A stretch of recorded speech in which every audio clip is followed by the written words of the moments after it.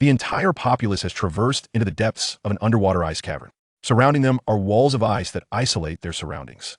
The only way forward is to select one of these ice walls and shatter it with the manuscript in hand to advance to the next cavern. Resources essential for survival, such as food and water, lie concealed behind the icy barriers of these caverns. Yet, lurking within are also formidable monsters. Yang Qing, however, discovers that he possesses the ability to perceive hidden hints behind the ice walls. In the cavern to the left, a flock of snow-winged eagles resides, though only around 200. If fortune smiles upon you, you may merely lose your sight. If you dig to the right, you will uncover a purple shell containing a wealth of resources that will leave you ecstatic. Ahead lies a cavern concealing a venomous sea serpent. Though it is solitary, its speed and toxicity could render you incapacitated in an instant. With these hints, Yang Qing consistently stays several steps ahead of the others. Chapter 1. The World of Ice Caverns. Welcome to the world of underwater ice caverns, where everything you can possibly imagine awaits. However, the prerequisite for enjoying or possessing any of it is to survive. Survival is your sole objective from this point forward. Keeping the following key points in mind will significantly enhance your chances of enduring. 1. This world consists of interconnected ice caverns of varying sizes. By breaking through the visible ice walls, you can access the next cavern. 2. Within the caverns, there may be survival resources, special items, or terrifying otherworldly beasts. 3. Upon entering the next cavern, the previous one will be sealed. There is no path for retreat, and pressing onward is your only option. 4. You have 10 opportunities to dig each day. Successfully entering the next cavern counts as completing a digging attempt. 5. You are not alone in this underwater ice cavern world. Should you inadvertently dig into a fellow survivor, congratulations, you will bid farewell to solitude, but do remain cautious, as they may view you as easy prey. 6. This world is boundless, so there's no need to worry about reaching an endpoint. Yet, this also implies you may be eternally trapped here. Surprised? 7. However, on the day you become sufficiently powerful, you may indeed break free from the confines of this world. Final hint. The system panel has been fully loaded. Simply recite it silently in your mind to access it. Gazing at the series of hints displayed on the virtual panel before him, Yang Qing felt a surge of unease. What on earth? Wasn't I just in the cafeteria? How'd I suddenly end up here? An underwater ice cavern? Survival? Resources? Is this a transmigration? Yang Qing mused. Looking around, 0.6 ice walls of varying sizes formed a closed-off cavern. Inside the cavern, there was light, oxygen, and not a trace of coldness, completely defying logic. Do I need to break through one of these ice walls to reach the next cavern? But I don't even have a tool. Am I supposed to use my fists? Perhaps I should first examine the functionalities of that system panel. With a resigned shake of his head, Yang Qing began to mentally recite the system panel. A semi-transparent virtual panel appeared before his eyes. Backpack.chat.exchange.characterinformation.crafting.homestead. In the upper left corner was the time, accompanied by a small note. 16 hours, 23 minutes, and 33 seconds. 19 to 7 o'clock is designated as night. Please allocate your rest time wisely. In the upper right corner, another small note read, Today's digging attempts, 10. Yang Qing attempted to click on the backpack. 50 slots appeared before him, and the first slot contained a pickaxe. He clicked on the pickaxe. A rusty pickaxe, wrapped in animal hide, materialized in his hand. Inferior pickaxe. It appears rather ordinary, yet possesses the power to determine your fate. A series of hints appear beside the pickaxe. This is somewhat reminiscent of the online games I used to play. I wonder if I can slay monsters and level up. Yang Qing chuckled at his own jest. How naive. This is not a virtual world. My body hasn't been virtualized. This is a tangible corporeal transmigration. Such absurdity as leveling up is unlikely to occur. He then clicked on chat. The chat interface displayed two options, World and Dragon Nation. First, he opened the Dragon Nation channel. Instantly, a stream of messages scrolled past. The avatars of these individuals were their true selves, with nicknames reflecting their real names and nationalities. This was the Dragon Nation channel, and every name bore the unmistakable tag of Dragon Nation. Help! Help! I might have been kidnapped by criminals. Ha ha ha ha. The apocalypse is upon us, finally. I'm finished. I'm trapped, unable to escape. Are you all surrounded by ice blocks too? Can someone let my uncle know? I may not have the chance to inherit his 10 trillion fortune. I am your uncle. Where do I claim the 10 trillion? I am 10 trillion. Please treat me gently. By the way, has anyone attempted to break through the ice walls? The hint suggests there might be terrifying beasts behind them, and I'm a bit frightened. Frightened 1.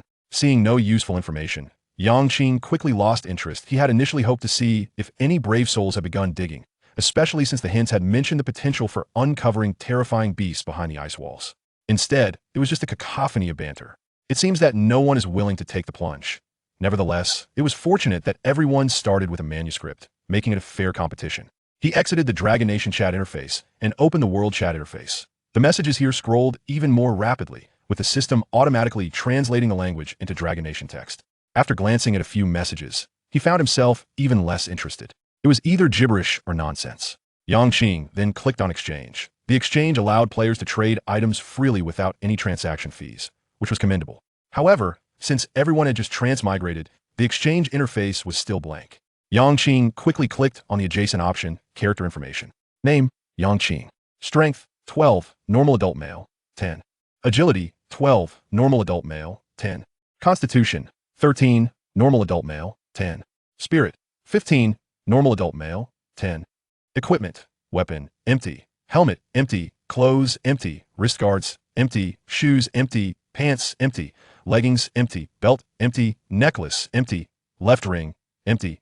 Right ring, empty. Those early morning workouts over the years were not in vain. Each attribute exceeds the standard value. Satisfied with his personal stats, Yang Qing nodded and then turned his gaze to the adjacent option, crafting. The crafting interface, like the exchange, was entirely blank. From the system's explanations, Yang Qing understood that to create items, one must first learn crafting blueprints and then gather the necessary materials as per the requirements. Outlined in those blueprints that in his current state of utter destitution, there was no need to linger on this option. Finally, he focused on the homestead option and clicked on it. Instantaneously, a courtyard enclosed by a fence appeared before him, with an old wooden house at its center. The house was dilapidated, and its condition suggested that even seeking shelter from the wind and rain would be a challenge. Beside the wooden cabin lay a patch of land overrun with wild weeds. Simultaneously, two conspicuous characters, Manifest, illuminated the virtual panel. With a hint of curiosity, Yang Qing clicked on Manifest. Suddenly, blinding beams of light erupted from the panel. Concurrently, within the desolate ice cavern, a genuine courtyard materialized that was an exact replica of the courtyard displayed on the panel, down to the finest detail. The courtyard was modest, spanning a mere 100 square meters, with the wooden cabin occupying 40 square meters. With little inclination to examine the remaining barren land, Yang Qing retracted the manifested courtyard and, wielding a pickaxe, made his way towards the ice wall on the right. Chapter 2. The Mysterious Hidden Clue. After a period of exploration, Yang Qing came to a profound realization. If one were to regard this ordeal as a game, then the very essence of this endeavor lay in burrowing through the icy walls, delving into one frozen cavern after another in search of supplies. Unless one could endure without sustenance, praying that this was merely a dream, there remained but one option, to excavate. Resigning oneself to death was not in Yang Qing's nature. He was ready to take action. The ice wall to his right became his chosen target. Without any hesitation or second thoughts, he opted for it purely due to its proximity. Within the icy cavern, every direction was meticulously marked by the system, indicating up, down, left, right, and forward. The ice wall was as smooth as a mirror but devoid of any chill. It resembled a mirrored wall more than anything else. Uncertain of how long it would take to breach this icy barrier, he hoped it would prove as fragile as thin glass. As he pondered, Yang Qing raised the pickaxe in his hand high. Dig away, the ice cavern to the right is a nest of azure scorpions. If you are unafraid of being stung repeatedly, then dig. A line of colorful text materialized in his mind. Unlike the prompts that floated before his eyes on the system panel, this colorful text seemed to imprint itself directly in his consciousness. Yang Qing shook his head, a hint of confusion in his gaze. Instead of striking down with the pickaxe, he readied it once more in his grasp. This was a system prompt. He lifted his gaze, refocusing on the ice wall above him. The overhead option is quite appealing. A piece of white-grade equipment and a 2L bottle of ice-cold soda await you. But without climbing gear, you can only stare in envy. The colorful text reappeared in his mind. A peculiar glint sparked in Yang Qing's eyes. He then turned his attention to the ice wall beneath him. To dare dig downwards, you must truly be a warrior. The extreme cold could instantly turn you into an ice sculpture. Oh, to the left lies a white-grade shell, but it rests 10 meters deep at the bottom of the lake. If you believe you can dive that deep, then bravely dig away. The ice cavern behind, though devoid of treasures, boasts an exceptionally thick ice wall. Oh dear, digging forward is indeed a wise choice. Not only is there no danger inside, but also food sufficient for a day's sustenance. 6 directions: forward, backward, left, right, up, and down.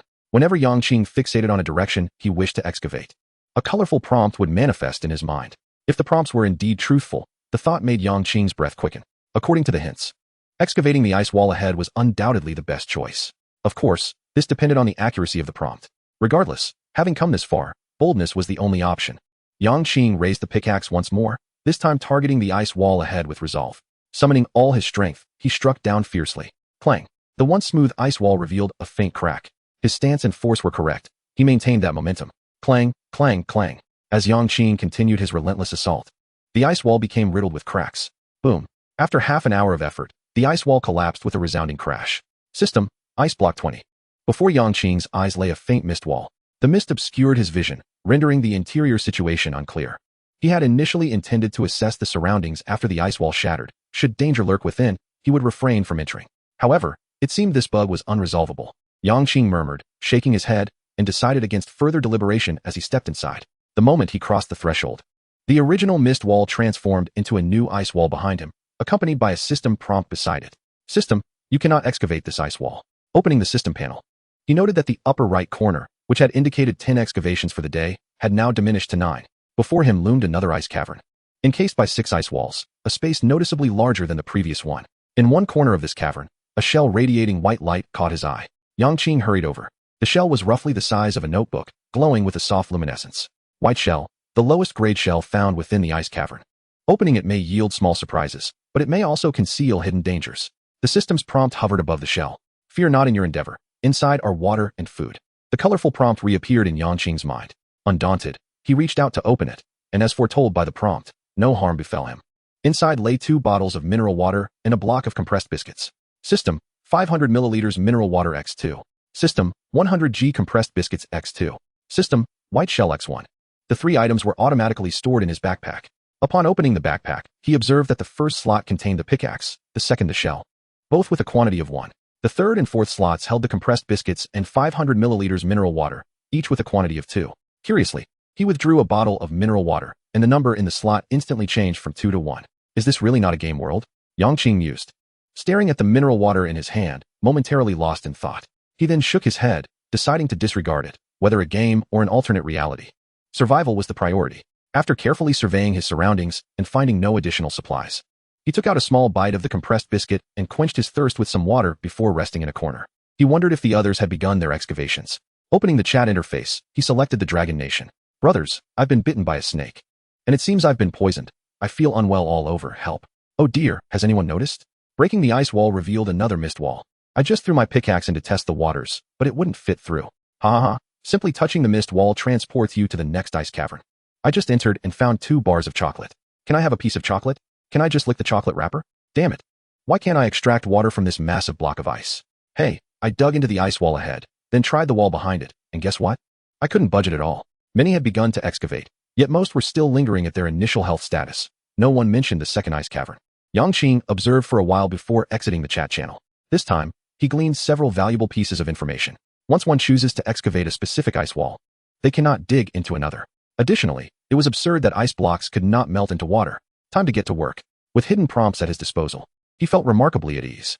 If others faced a hellish torment, this survival game was, for Yang Qing, akin to a gentle version. Chapter 3, Enhancing Physical Stamina. Stop looking. The rear cannot be breached. The colorful text once again manifested in Yang Qing's mind. He then turned his attention to the remaining ice walls. Continue excavating forward. There is ample water and food within, and perhaps even a crafting blueprint for a stone spear. The left ice cavern is also decent. Who could resist a bowl of sour pickled noodles before bed? Oh, but you currently lack the means to boil water. What a pity. Best not to look to the right. A ferocious snow boar slumbers within, capable of smashing your skull. Below lurks a swarm of ice bats. Provoke them, and you will find no escape. You dare to gaze upwards? Pray tell, do you possess any climbing apparatus? Even if I divulge that there lies a beast egg within, what good does it serve you, save for staring agape? This hint carried a hint of irreverence. Of that Yang Qing was unequivocally certain. Undoubtedly, his choice once more gravitated towards the icy wall ahead. Setting aside the ample provisions, the mere sight of the crafting blueprint was enough to stir his heart. Clink, clink, clink. The sound of chiseling echoed once more within this icy cavern. The young man, brimming with enthusiasm, wielded his pickaxe with fervor, intent on peeling away the delicate exterior before him. To delve deeper was his singular conviction. Approximately half an hour later, with a resounding crash, the ice wall shattered. System, Ice Block 20. Armed with his previous experience, Yang Qing traversed through the misty barrier without a moment's hesitation. Instantly, the scene before him expanded, revealing a shell radiating a cerulean glow at the cavernous center. Goodness, this icy chamber was astonishingly vast. He mused aloud as he made his way towards the center. The blue shell surpasses the white shell in rarity, often harboring valuable resources, albeit with greater peril. This blue shell is safe and benign. replete with provisions and crafting blueprints. 2 hints appeared, one hovering above the shell and the other resonating in his mind. Yang Qing confidently approached the blue shell. Inside lay a crafting blueprint, a bottle of lightning water, and a box of Oreo biscuits. System, Stone Spear Crafting Blueprint 1. System, 350 milliliters Lightning Water 1. System, 200g Oreo Biscuits 1. System, Blue Shell 1. Yang Qing momentarily set aside the others and extracted the Stone Spear Crafting Blueprint from his backpack. 2 prompts from the system materialized before him. System, Stone Spear Crafting Blueprint. You may attempt to learn it before proceeding with crafting. System, would you like to learn the Stone Spear Crafting Blueprint? Without hesitation, he clicked yes.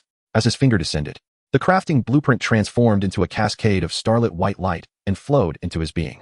He then selected the crafting option on the system panel. The previously barren crafting interface now displayed its inaugural line of information. Stone Spear, Stone Block 02, Wood 03, Vine 01 Craft. Selecting the Stone Spear, he clicked Craft. System, insufficient materials, crafting cannot proceed. It appeared he needed to procure materials first. With the Stone Spear, he wondered if it would suffice to confront some lesser threats.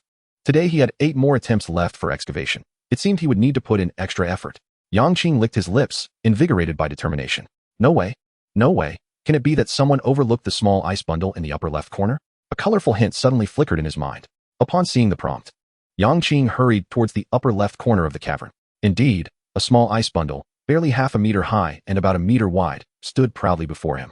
He drew his pickaxe and began striking the ice bundle with vigor. Clink, clink, clink. In mere moments, the small ice bundle was reduced to icy fragments. System, Ice Block 2. System, Stone Block 2. System, 100 milliliters Unknown Blood 1. He had just been lamenting the lack of materials, and now here were 2 stone blocks. Yang Qing, elated, also retrieved the unknown blood. System, Blood of an 800-year-old white-furred ice bear. Consumption may slightly enhance physical attributes. A precious find, a permanent attribute boost. However, this was certainly not a health potion from an online game. The blood was contained within a glass vial. Uncorking it, Yang Qing disregarded any reservations.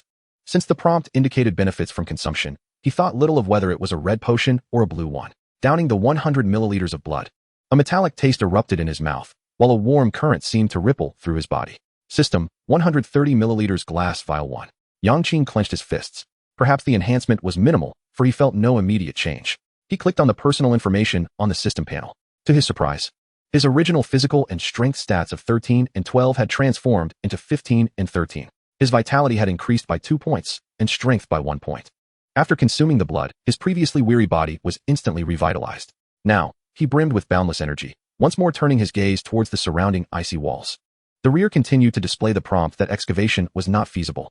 Drawing from his recent experience, he was resolved not to cast another glance upwards. If he couldn't climb, then so be it. He would not be irked by that prompt. The other 4 prompts unfolded in his mind sequentially. This time, rushing forward is ill-advised. A storm is about to erupt within. To the left lies a blue shell, yet it resides at the lake's bottom. Guarded by an ice-armored crocodile. To the right brims with ice spikes and harbors no resources, a veritable trap. No way. Beneath lies a shattered ice tool crafting blueprint, but alas, it is guarded by an injured ice-field rabbit. How pitiable that you cannot even contend with an injured rabbit, devoid of weaponry. None of the 4 directions offered absolute safety. Which path should he choose? Yang Qing first eliminated the forward and right paths. Lacking resources and fraught with unavoidable dangers, they were not viable options. The left path seemed feasible. The prompt merely warned of the ice-armored crocodile guarding the blue shell at the lake's bottom. If he refrained from disturbing that shell and excavated in a different direction, would it still rouse the creature? As for the downward path, the injured rabbit posed a threat. The prompt indicated that without a weapon, he stood no chance. Oh, but if he could craft the stone spear, perhaps he would have an opportunity. He needed 3 more pieces of wood and 1 vine to complete the stone spear. With this thought, Yang Qing promptly opened the trading post. At that moment, the trading post interface was no longer barren as before. It was replete with information. Yang Qing perused for a while, and his expression darkened instantly. Did these individuals truly consider others to be fools? A moldy potato was being bartered for 500 milliliters of water. 1 piece of wood sought meat in exchange. A bottle of soy sauce demanded 1 L of milk, fresh, no less. Even more absurd was a complete outfit being offered for water and food. Were they suggesting he run about naked? After perusing for a considerable while, he found little that was suitable, prompting him to post his own trades. Seller, Yang Qing, Dragon Country. Trade item, 100g of compressed biscuits, 2 bites taken, actual weight 75g. Demand, with 3. Alternatives, none. Stock, 1. Seller, Yang Qing, Dragon Country. Trade item, 100g of compressed biscuits. Demand, Vine 5. Alternatives, none. Stock, 1. Regarding items like biscuits, Yang Qing was not particularly fond, making them perfect for trade. Moreover, he still had a portion of Oreo biscuits, so he was not worried about going hungry at night. Chapter 4, Beast Source. System, your trade of compressed biscuits has been successful. You have received wood 3. System, your trade of compressed biscuits has been successful. You have received vine 5. Yang Qing had underestimated the insatiable hunger for food among others. He initially thought he would need to wait a while. To his astonishment, the 2 portions of compressed biscuits were snatched up immediately upon posting. With materials now at hand, Yang Qing summoned the system panel and clicked on the craft option. Stone spear, stone block 32, wood 33, vine 51 craft. Selecting the stone spear, he clicks to craft. System, 2 stone blocks, 3 pieces of wood, 1 vine. System, you have successfully crafted 1 stone spear. He opens his backpack and retrieves the stone spear. System, the stone spear, primarily crafted from stone blocks and wood, typically lacks significant lethality. Note that this is a tool and will not occupy an equipment slot. A spear approximately 2 meters in length materializes in his hand. The shaft is constructed from a sturdy wooden stick, while the tip is formed from a sharpened stone. Overall, it possesses the hallmark characteristics of a primitive tool from the Stone Age. The grip feels satisfactory. He hopes the spearhead remains secure. Yang Qing practices a few thrusts. Although the spear shaft and tip are secured with a single vine, they remain firmly attached despite his vigorous movements. Holding the spear, he gazes once more at the ice wall beneath him, and this time, the colorful prompt in his mind elicits a grin. No way. There's actually a crafting blueprint for a shard ice tool below, unfortunately guarded by an injured ice hare. However, armed with your weapon, you can surely dispatch the creature if you proceed with caution. Switching the stone spear for a pickaxe, Yang Qing resumes his quest to shatter the ice. Half an hour later, a misty wall appears before him. At this moment, Yang Qing stands atop a staircase. Fortunately, he had expected to tumble upon breaking through the ice wall, but it turned out to be rather accommodating. Descending the staircase, he passes through the mist, revealing a towering staircase that stretches dozens of meters high. This might prove daunting for those with acrophobia. Yang Qing shakes his head and continues down the steps. This marks the 3rd ice cavern he has excavated, and compared to the previous 2, it seems to exude a touch more vitality. Upon closer inspection, he notices several tufts of grass sprouting from the smooth, icy floor. Grass growing on ice, how absurd. Yet, the reality lies before Yang Qing's eyes, and at first glance, he spots a snow-white hare, roughly the size of a puppy, resting amidst one of the grass patches. He can clearly see that one of its legs is still oozing blood. Just as the prompt indicated, this is indeed an injured hare. Seizing the moment, Yang Qing is resolute. Without hesitation, he retrieves the stone spear from his backpack, gripping it firmly with both hands, eschewing any unnecessary flourish, and swiftly dashes toward the hare, thrusting the spear decisively. Thud! The hare emits a pained cry. Yang Qing withdraws the spear. Seizing the opportunity, the hare attempts to escape, but hindered by its injury. Its speed is akin to that of a tortoise. Yang Qing, however, shows no mercy. He thrusts the spear once more, piercing the creature, which then breathes its last. System, you have successfully slain the beast, the ice hare. System, beast essence, 1. System, ice hare meat, 3. System, 100 milliliters ice hare blood, 1. System, ice hare hide, 1. System, ice hare bones, 3. The unfortunate hare is promptly dismembered by the system. But what is this beast essence? He opens his backpack and examines the essence. It resembles an egg in size, hard as a pebble, adorned with faint lines that shimmer with a white glow. Beside it, a description from the system reads, Beast essence can absorb and activate the human genetic chain. System, would you like to absorb it? A genetic chain. Does this mean he could become superhuman? Without hesitation, Yang Qing clicks yes. System, successfully absorbed beast essence, human genetic chain activation at 2. System, congratulations on unlocking the genetic module. You may view it on the system panel. He notices a lack of immediate sensation. Feeling it pales in comparison to the earlier boost from the vial of blood. Yang Qing circles his head, calling forth the system panel. Backpack, chat, trading post, character info, crafting, homestead, genetics. Indeed, an additional genetic option appears. He wonders what purpose it serves. Opening the genetic option reveals but a single piece of information. Genetic chain activation at 2. It seems he must reach 100 to discern its true function. With this realization, Yang Qing sets aside his curiosity about the new feature and continues to explore the other spoils from the hare. Ice hare meat, an excellent choice for sustenance. Note, 1 portion of meat weighs 200 grams. Ice hare blood, drinking it can slightly enhance physical constitution. Ice hare hide, a fine material for crafting garments. Ice hare bones, suitable for making soup. Note, 1 portion of bones weighs 200 grams. Each item serves its purpose. However, the most precious of all remains the hare's blood, which can significantly elevate physical attributes. Yang Qing licks his lips. The prospect of visibly enhancing his strength entices him. He clicks to extract the ice hare's blood. System, extracting ice hare blood requires a vessel. Fortunately, He possesses a glass vial in his backpack. Grasping it, he clicks on the ice hair blood once more. This time, the blood is successfully drawn and contained within the vial, bringing the vial to his lips. He tilts his head back and gulps it down. A wave of warmth surges through his body, instantly dissipating his fatigue and revitalizing his energy. This fresh drink is far more invigorating than the blood frozen for 800 years. He wonders just how much his attributes will rise. Yang Qing muses, licking the remnants of blood from his lips, then opens personal information. Name, Yang Qing. Strength, 13, normal adult male, 10. Agility, 16, normal adult male, 10. Constitution, 15, normal adult male, 10. Spirit, 15, normal adult male, 10.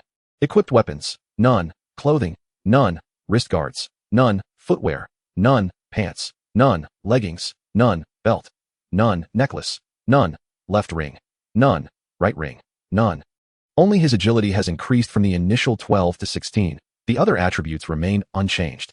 It appears that this hare's blood solely enhanced his agility, yet by an impressive 4 points.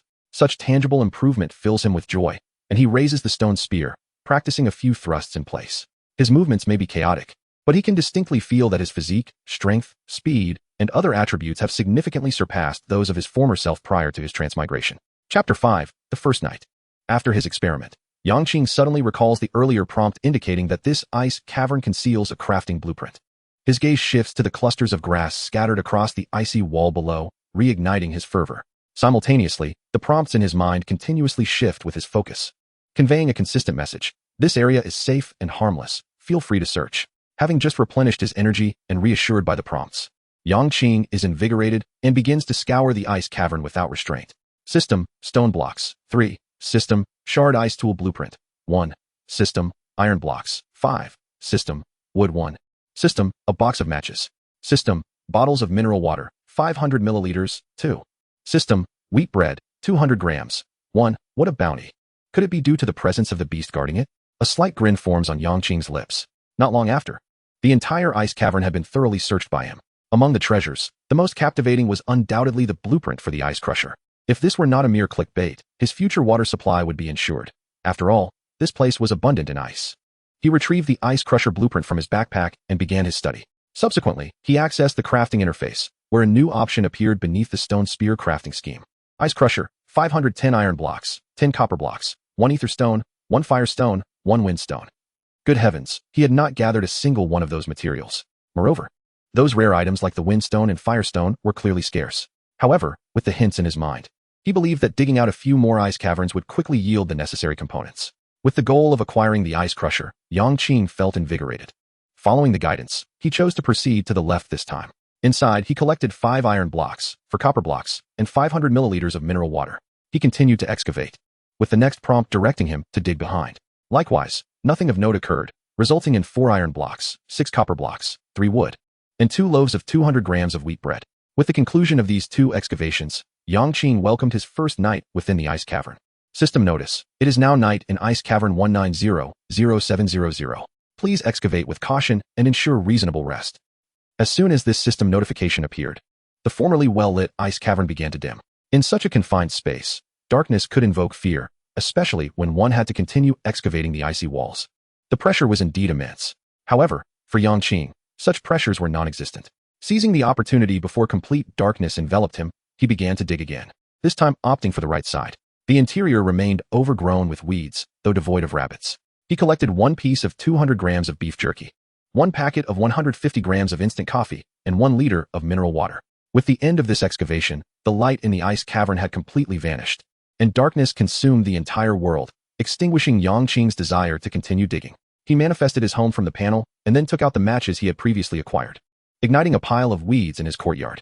A flicker of light illuminated the dim world, yet the weeds burned quickly, prompting Yang Qing to retrieve a portion of wood from his backpack. To his astonishment, a single portion of wood consisted of 10 half-meter-long, thick branches. After arranging the firewood, he opened his backpack, used 1 box of matches, 7 stone blocks, 14 iron blocks, 10 copper blocks, 9 wood, 2 vines, 5 by 500 milliliters mineral water, 3x1L mineral water, 3 loaves of wheat bread, 1 pack of Oreos, 1 bottle of energy drink, 1 piece of beef jerky, 1 packet of instant coffee, 3 Arctic rabbit bones, 1 Arctic rabbit hide, 3 pieces of Arctic rabbit meat, 1 stone spear, 1 white shell, 1 blue shell. This was the entirety of his harvest from 6 excavations today. Yang Qing felt he had indeed experienced a luxurious start. After all, there could hardly be many warriors capable of excavating 6 times within 34 hours. He opened the chat interface. Dragon Country channel. I'm so hungry. I want to go home. Wah, I don't want to stay here. Could someone please help me out with some food and water? I've been starving for a day. If this continues, I fear I won't survive the night. Who will save me? Mommy, I want to go home. Is the gentleman who sold compressed biscuits still here? Do you have any extra food? I have wood and would like to trade. Can someone give me some water and food? Once I'm out of here, I'll give you 10 million. I, Zhang Changfu, keep my word. In contrast to when he first entered, the boastful messages had significantly diminished, replaced by a torrent of pleas for water and food rolling across the panel. He had initially thought that these individuals should have dug at least once or twice, yet it appeared that most were still too afraid to make a move. After all, with the resources available in the ice cavern, even if one successfully excavated, they should at least have enough to drink. However, it was understandable. The risk of immediate death while digging was ever present. Remaining stationary at least prolonged one's survival. Not everyone possessed the fortitude to confront fear head-on. Yang Qing shook his head and then accessed the trading interface. Similarly, compared to earlier, the frivolous trading demands had gradually lessened. Instead, there were more exchanges of resources like wood and stone for water and food. After a cursory scan, he found no signs of ether stones or fire stones.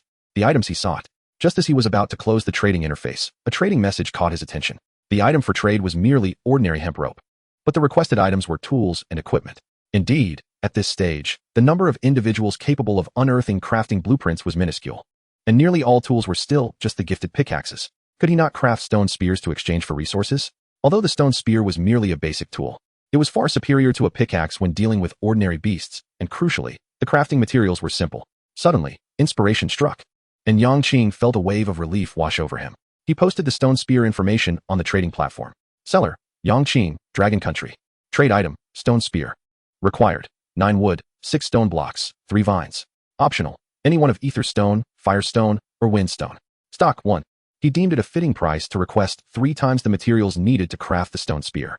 Setting the price too high would render it unattainable for most, and those who could afford substantial materials likely would not be interested in such a common tool as the stone spear. He then listed a box of Oreos, a loaf of wheat bread, and a portion of 500 milliliters mineral water separately on the trading platform, requesting any one of the ether stone, fire stone, or wind stone as an alternative. Chapter 6. Simple Soup Preparation. Just as Yang Qing posted these supplies, the chat interface was instantly inundated with excitement. Wow. Look at this fool who dares to list such a precious resource as water for sale. Does he want to live forever? Damn, it's that guy named Yang Qing again. I just saw him post a few compressed biscuits, but my slow hands missed out on them. Now he is even daring to trade water. We're all human. Why is there such a disparity? Wah, please, Yang Qing, spare me some water. I'm dying of thirst. Did he discover an underground river? What is that ether stone? Some individuals, not wanting to ask in the chat channel, directly messaged Yang Qing. Big boss, do you still need wood? I'll trade for water. Brother, I'll trade you 10 portions of ice for that bottle of water. Hey, can I have a piece of biscuit? Please, I'm satisfied with anything. Accompanied by a photo of bare legs, with the backdrop clearly being the ice cavern, evidently taken with the system's built-in camera. The number of private messages was overwhelming, most containing trivial information of no value. Yang Qing grew weary of reading them, and casually closed the chat interface. After working hard until now, he had hardly eaten anything. He retrieved a piece of rabbit meat from his backpack, contemplating whether to craft another stone spear as a skewer for roasting when he suddenly noticed he still had 2 shells in his backpack. Perfect, they could serve as pots. Rabbit bone soup paired with roasted meat would be exquisite. With this idea in mind, Yang Qing promptly took out 1 white shell and 2 stone blocks. The shells were concave on both sides, making them ideal for simmering soup. A stone's shape is that of a standard rectangular prism, measuring 10 centimeters in height, 1 meter in length, and half a meter in width. By placing 2 stones horizontally, a shell is then positioned between them, followed by relocating the fire pit underneath the shell, thus constructing a rudimentary stove. Naturally, boiling soup necessitates water. However, water is a precious resource, and his current supply is limited, so conservation is paramount. First, he wonders if it is possible to melt ice blocks into water. Each block of ice measures 1 cubic meter. Yang Qing retrieves a tool and strikes the freshly taken ice block. The system requires a special device for decomposition. Subsequently, Yang Qing places the ice block directly onto the flames, eager to see if it can be melted, yet he receives the same notification. It appears that, as previously discussed, ice blocks cannot be transformed into water without the aid of a special device. That device likely refers to a crusher or similar apparatus. This implies that if he can craft a crusher, he would be able to convert these ice blocks into potable water or crushed ice. The thought ignites a fervor within Yang Qing. If he can indeed turn ice into water, the dream of water freedom is within reach. No, he could even achieve the freedom of bathing. In an instant, Yang Qing feels that utilizing a bit of mineral water to prepare soup is hardly a concern. He takes out a 1-liter bottle of mineral water, pours it into the shell, adds a rabbit bone, and then closes the shell. All that remains is to wait patiently.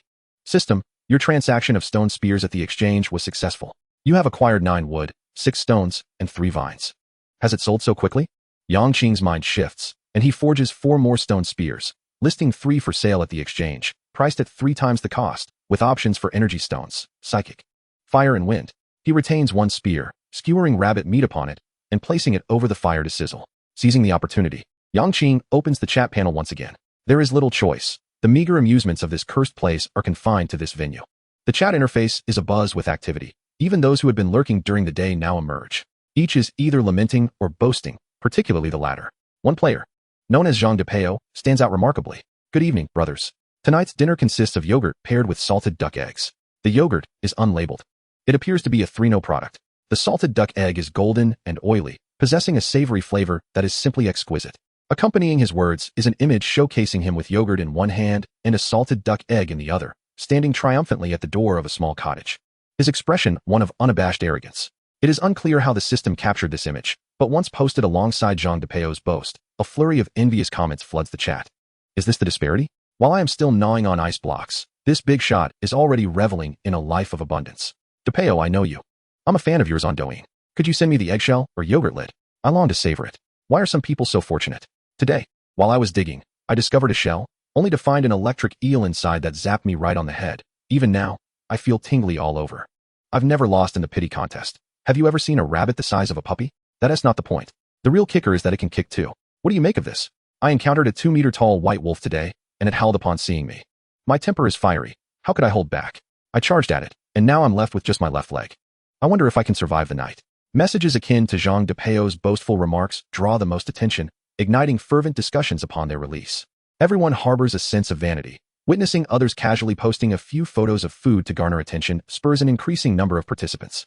More commonplace boasts include ham with cucumber, cilantro mixed with tomatoes, and roasted hot peppers. The more bizarre ones showcase spiders, cockroaches, and little geckos, all paraded across the chat interface. Yang Qing watches with keen interest, flipping the meat on his skewer while continuing to observe the performances of various masters on the panel. Suddenly, a message appears in the comments. Everyone, hurry to the World Channel. Those Korean pickles are slandering us again. Damn it, the more I look, the angrier I get.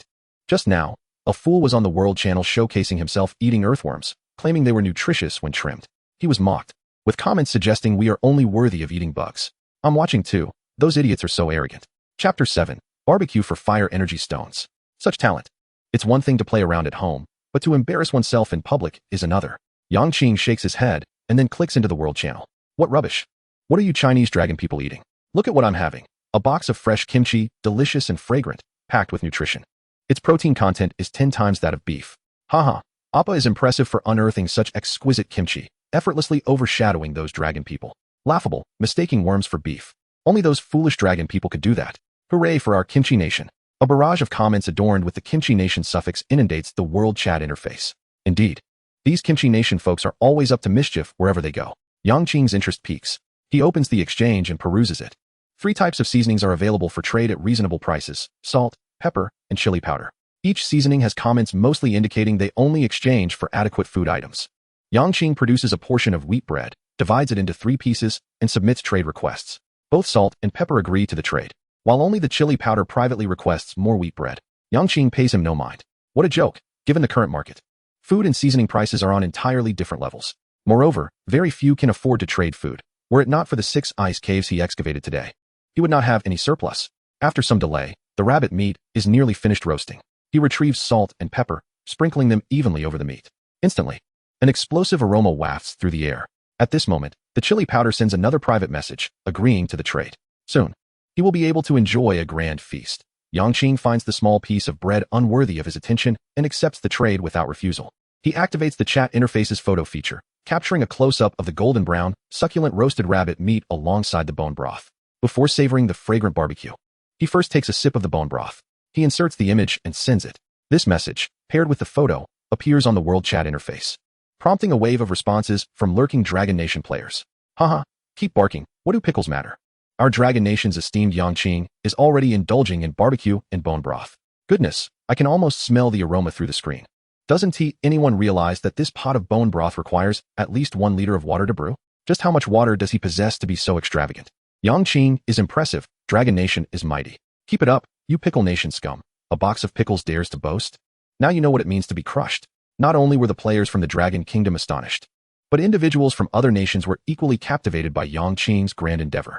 Oh heavens, what do I behold? There is meat and soup. He truly isn't here merely for a holiday, is he? This friend named Yang Qing.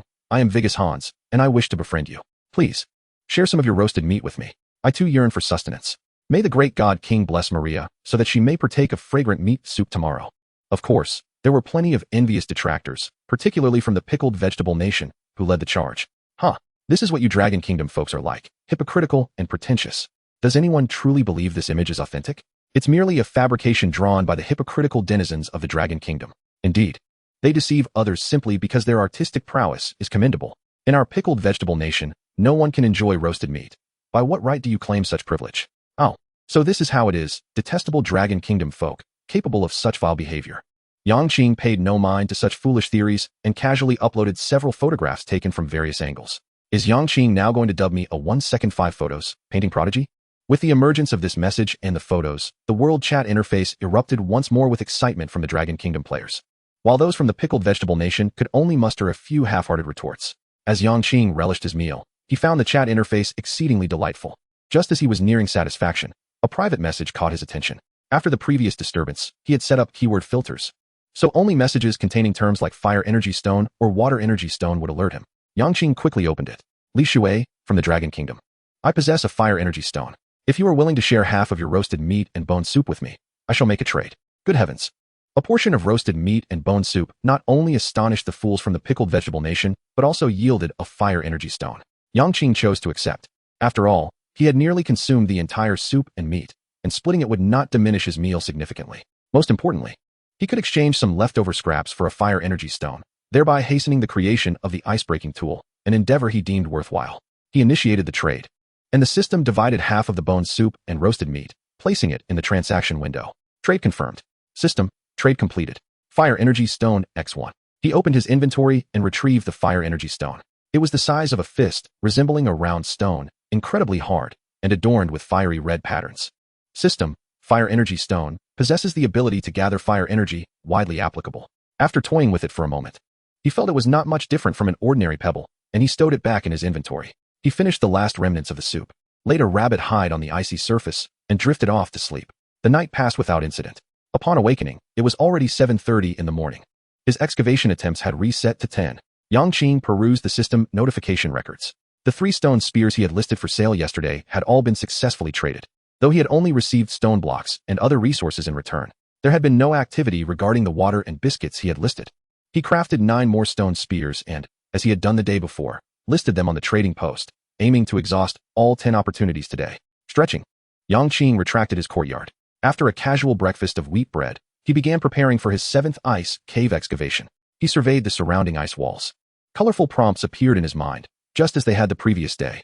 The left side is impassable. It is of no use to look. Above, there are decent resources and even a piece of footwear equipment. Alas, you still cannot excavate it. Be cautious below, as an avalanche may occur at any moment. To the right, there is an ice mountain. If you possess the ability to cleave through it, the rewards will surely bring tears of joy. Behind is a maze. Feel free to excavate boldly. There lies a spirit energy stone within.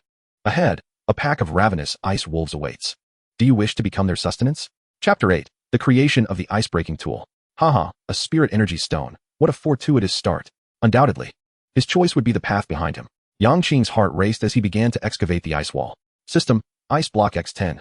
This ice wall was quite thin. Within 10 minutes, he had shattered it. Stepping into the misty wall, he found that, as indicated, this ice cave took the form of a labyrinth. At the entrance, he stood before 2 passageways. Taking the left will yield little more than a blueprint for crafting a hammer. Taking the right will yield the best reward. A spirit energy stone. Following the prompts, Yang Qing naturally opted for the right. The overall structure of the maze was still predominantly composed of ice blocks. After traversing the right passage for a short distance, he encountered a fork in the road. According to the hints, this time he should take the middle path. Upon entering, he spotted a glimmering golden object not far ahead. Approaching, he picked it up. System, gold ingot X2. Gold ingots? They are undoubtedly more valuable than iron or copper ingots. Is the initial reward so precious? Yang Qing's anticipation for the ensuing discoveries grew. With the hints in his mind, this maze posed no challenge for him. Half an hour later, 9 passageways lay before him. The other 7 were unremarkable, but the far left passage hinted at a piece of equipment, while the middle passage promised a spirit energy stone. Logically, both items piqued his interest, yet the temptation to craft the ice-breaking tool sooner was more compelling. As he stepped into the middle passage, a purple glowing shell instantly captivated his attention. Simultaneously, a tremendous rumble echoed. The ice walls of the labyrinth, originally composed of ice blocks, began to collapse downward. At that moment, the maze transformed into a conventional ice cave. Yang Qing's perspective widened. He soon realized that this ice cave was undoubtedly the largest he had excavated thus far. Approaching the purple glowing shell, system and mental prompts surfaced one after another. The purple shell can yield superior resources, though it may also conceal formidable dangers. This shell is safe and harmless, containing a spirit energy stone and some food. Yang Qing rubbed his hands together, excitedly opening the purple shell before him. System, Spirit Energy Stone, X1. System, Purple Shell X1. System, Steak X1. System, Fresh Orange X6. The Spirit Energy Stone was finally in his grasp. He took it from his inventory. It was similar in size to the Fire Energy Stone, round and robust, but with milky white patterns adorning its surface. System, Spirit Energy Stone, possesses the ability to gather spirit energy, widely applicable. Stowing the Spirit Energy Stone. He meticulously counted his recent gains from the other paths in the maze. Gold ingots X2, iron ingots X8, silver ingots X6, and a 3-meter hemp rope X1. The harvest from this single ice cave nearly equated to that of the previous 3. Now, he was only a wind energy stone short of the materials needed to craft the ice-breaking tool. Yang Qing pondered for a moment before opening the chat interface. Posting in both the Dragon Kingdom channel and the World channel. Purchasing wind energy stones. Those willing to trade may bring their requests. Due to the bone broth incident last night, Yang Qing has gained a modicum of fame. As soon as the news broke, it sparked a whirlwind of discussion. The formidable Yang Qing exuded confidence, boldly inviting others to make requests. Such audacity. No need to inquire about availability. Just come with your demands. Is he truly this imposing? Has the mogul emptied his coffers? Why not to fear the winds lest they be caught unawares? Truly, does he believe himself a person of great consequence? If he possesses such abundant resources, he should ideally extend a helping hand to others. Yang Qing, however, paid no heed to the chatter around him. His mind was wholly absorbed by a singular message. I possess a wind energy stone, but I require 2 pieces of beast hide, a 2-meter hemp rope, and 1 liter of water. The message was sent by a girl named by Xinxue from the Dragon Kingdom. Her avatar radiated an ethereal beauty, her luminous visage seemingly capable of quenching one's thirst. She must be a Leo, for while I regard the wind energy stone as worth the price, it is merely an extraordinary stone in your eyes. Yang Qing shook his head and replied, Yang Qing, 1 piece of beast hide, 1 meter of hemp rope, and 500 milliliters of water. Bai Xinxue responded, could you provide an additional piece of beast hide, 1 meter of hemp rope, and 500 milliliters of water? I can craft a leather armor for you. It appeared that this young lady had unearthed a crafting blueprint for leather armor, hence her need for beast hide. Yang Qing felt a flicker of temptation. Although his resources were plentiful, he possessed no equipment whatsoever, and he had only 1 piece of beast hide. After a brief contemplation, he replied, Yang Qing, my terms remain unchanged. I only have 1 piece of beast hide. Additionally, allow me to inform you that beast hide can only be obtained by hunting exotic beasts, and you must understand the terror that these creatures embody. This time, the response did not come immediately. Several minutes passed before Bai Xinxue replied, Dragon Kingdom, that is acceptable. System transaction successful. Wind energy stone 1, ice rabbit hide 1. 500 milliliters of mineral water, hemp rope 1 meter 1. With the wind energy stone in hand, Yang Qing eagerly opened the crafting interface. Ice shard maker, iron block 22. Copper block 10, energy stone 1, fire energy stone 1, wind energy stone 1. All materials accounted for. He selected the ice shard maker and clicked to manufacture. System, iron block 10, copper block 10, energy stone 1, fire energy stone 1, wind energy stone 1. System, you have successfully crafted an ice shard maker. He opened his inventory to retrieve the ice shard maker. A magnificent machine, approximately 2 meters tall and entirely white, constructed primarily of copper and iron, materialized before Yang Qing's eyes. At the apex, there was a large opening presumably designed for the insertion of ice blocks and similar materials for processing. The lower front of the machine featured 2 small openings, labeled respectively, ice outlet, water outlet. System, ice shard maker, energy device, requires specific materials to operate. Capable of producing water and ice. Note, cannot be stored in inventory while operational, must be placed within your home. It truly could produce water. However, it remained uncertain how much could be distilled in a day. If the yield were substantial, perhaps he could indulge in a celebratory bath tonight. Yang Qing's palm caressed the ice shard maker, and immediately 2 system prompts appeared. System, would you like to add ice blocks? System, Remaining energy in energy stone 100. Yang Qing was taken aback. Is the energy stone a consumable? If the energy required to process a single ice block is excessively high, then the utility of this ice shard maker may not be as advantageous as initially envisioned. Chapter 9. Energy crossbow. He clicked to add. A cubic meter of ice materialized at the opening atop the ice shard maker. Simultaneously, two options floated before Yang Qing's gaze. System: produce ice, produce water. He clicked on produce water. Instantly, a wave of heat surged forth from the opening above the ice shard maker. System: ice shard maker operational. Remaining time 559 hours. Goodness. It requires a staggering 6 hours to melt a single ice block. Obtaining a mere sip of water proves to be a daunting task. Yang Qing could not help but scoff. He stored the ice machine in his courtyard and then turned his attention to the surrounding ice walls. Today, he still had 9 opportunities for excavation. He needed to act swiftly.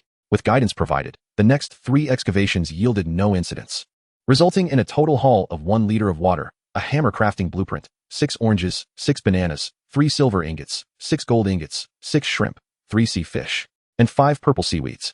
It was not until the 5th excavation that Yang Qing encountered some trouble. The upper path is impassable. Do not proceed. Continuing downward will lead to a plethora of sea urchins, which may even attack on sight. To the left, a flock of long-beaked birds occupies the ice cave. While their numbers are not overwhelming, roughly 200, should fortune favor you, you may only lose your eyesight. To the right, there is terror, terror, terror. I advise you to abandon that thought. Ahead, an ice cave conceals a highly venomous sea serpent, although there is only one. Its speed and toxicity could incapacitate you in an instant. Behind, an ice-crowned eagle is feeding. Driving it away may yield unexpected rewards. Yet your stone spear is unlikely to inflict any damage. Additional reminders. What to do? All choices are rather dire. Is this not merely an excessive lamentation? Yang Qing felt somewhat overwhelmed. Aside from the upper path, nearly all options bore some form of danger. Which path to choose? The right was clearly out of the question. Laden with terror thrice over, he had no inclination towards recklessness. The downward and forward paths also seemed like certain demise. As for the left and behind, both involved avian beasts. He decided on the rear. Despite both being birds, the disparity between 201 made it unnecessary to deliberate further. Moreover, only the rear hint promised unexpected benefits. Of course, having chosen a direction, one could not proceed recklessly. The hint suggested that his stone spear could not harm it. By reverse inference, could it not imply that as long as he possessed a means to inflict damage, he could deal with it? Thus, the question arose, how to take down a bird? Undoubtedly, bows or firearms would be excellent choices. Yang Qing opened the trading post. It remained filled with various materials or crafting blueprints exchanged for food. Such a situation was entirely normal. After all, food is a consumable. One can endure hunger for 1 meal, 2 meals, but perpetually going hungry is unbearable. One must find a way to eat something. He clicked to search for bows, crossbows, and other ranged weaponry or crafting blueprints. A smattering of options surfaced, with about 10 kinds available, and after dismissing some inferior goods, he settled on 3 suitable choices: a Tier 1 weapon, a short crossbow blueprint, a Tier 1 weapon, a strong bow blueprint, and a Tier 1 weapon, a repeating crossbow. All 3 weapons required food and water as their components. The first 2 indicated a necessity of at least 500 milliliters of water and some food. Only the third stated that it required either 1 filling meal or 500 milliliters of water. Upon closer inspection, he discovered that the repeating crossbow required an energy stone to operate, which explained its low price and willingness to sell. No one understood the scarcity of energy stones better than he did. Shaking his head, he promptly passed on the opportunity. Shifting his gaze towards the other 2 crafting blueprints, Yang Qing pondered deeply before ultimately deciding to select the blueprint for the crossbow. The reasoning was quite straightforward. He was utterly clueless about archery, and the issue of accuracy alone posed a significant challenge. However, just as Yang Qing was about to finalize the transaction, an unexpected system notification suddenly appeared. System: the 500 milliliters bottle of mineral water you listed for sale has been successfully traded. You have received 1 energy stone. What on earth? He exclaimed, bewildered. After having listed the water for an entire night, it had sold at this moment, and he had received the precious energy stone in exchange. Upon opening his inventory, he indeed found a fresh energy stone nestled within. A glance at the transaction history revealed a message from the buyer. I've had my eye on that bottle of water since last night. I finally mustered the courage to break my first ice cave, and to my surprise, I found an energy stone, although I'm unsure of its purpose. I know I must trade for that bottle of water, or I might not survive today. Reading this message, Yang Qing fell into contemplation. Indeed, nearly 20 hours had elapsed since everyone entered the ice cave. Those players who had yet to excavate, even once, were likely beginning to face critical choices. In such a dire predicament, it was better to gamble than starve to death. This was their sole opportunity. As more individuals commenced their excavations, some would inevitably stumble upon valuable treasures. The person with whom he traded was likely one of those fortunate souls. For this group of players, teetering on the brink of despair, nothing could compare to a loaf of bread or a bottle of water. Moreover, the value of the energy stone was known to Yang Qing, while to the uninitiated, it was merely a worthless rock. With this understanding, Yang Qing felt a sense of relief and promptly listed another bottle of water for trade, still seeking various energy stones in exchange. Armed with an energy stone, he suddenly found himself intrigued by the rapid-fire crossbow. Though his knowledge of the items in this world was limited, he felt that any weapon capable of housing energy stones must possess considerable merit. He decided to give it a try. Extracting his last piece of wheat bread from his inventory, he initiated a trade request, which was quickly accepted. Likely, it was another player desperately waiting for salvation at the trading post. System, trade successful. 1 wheat bread exchanged for 1 rapid-fire crossbow. Taking the crossbow into his hands, he noted its lightweight design and silver sheen, primarily constructed of light steel. It measured approximately 1.5 feet in length, lacking a bowstring, with a circular groove in the center and a trigger at the bottom. System, Tier 1 weapon, rapid-fire crossbow, unusable. Requires an energy stone to function.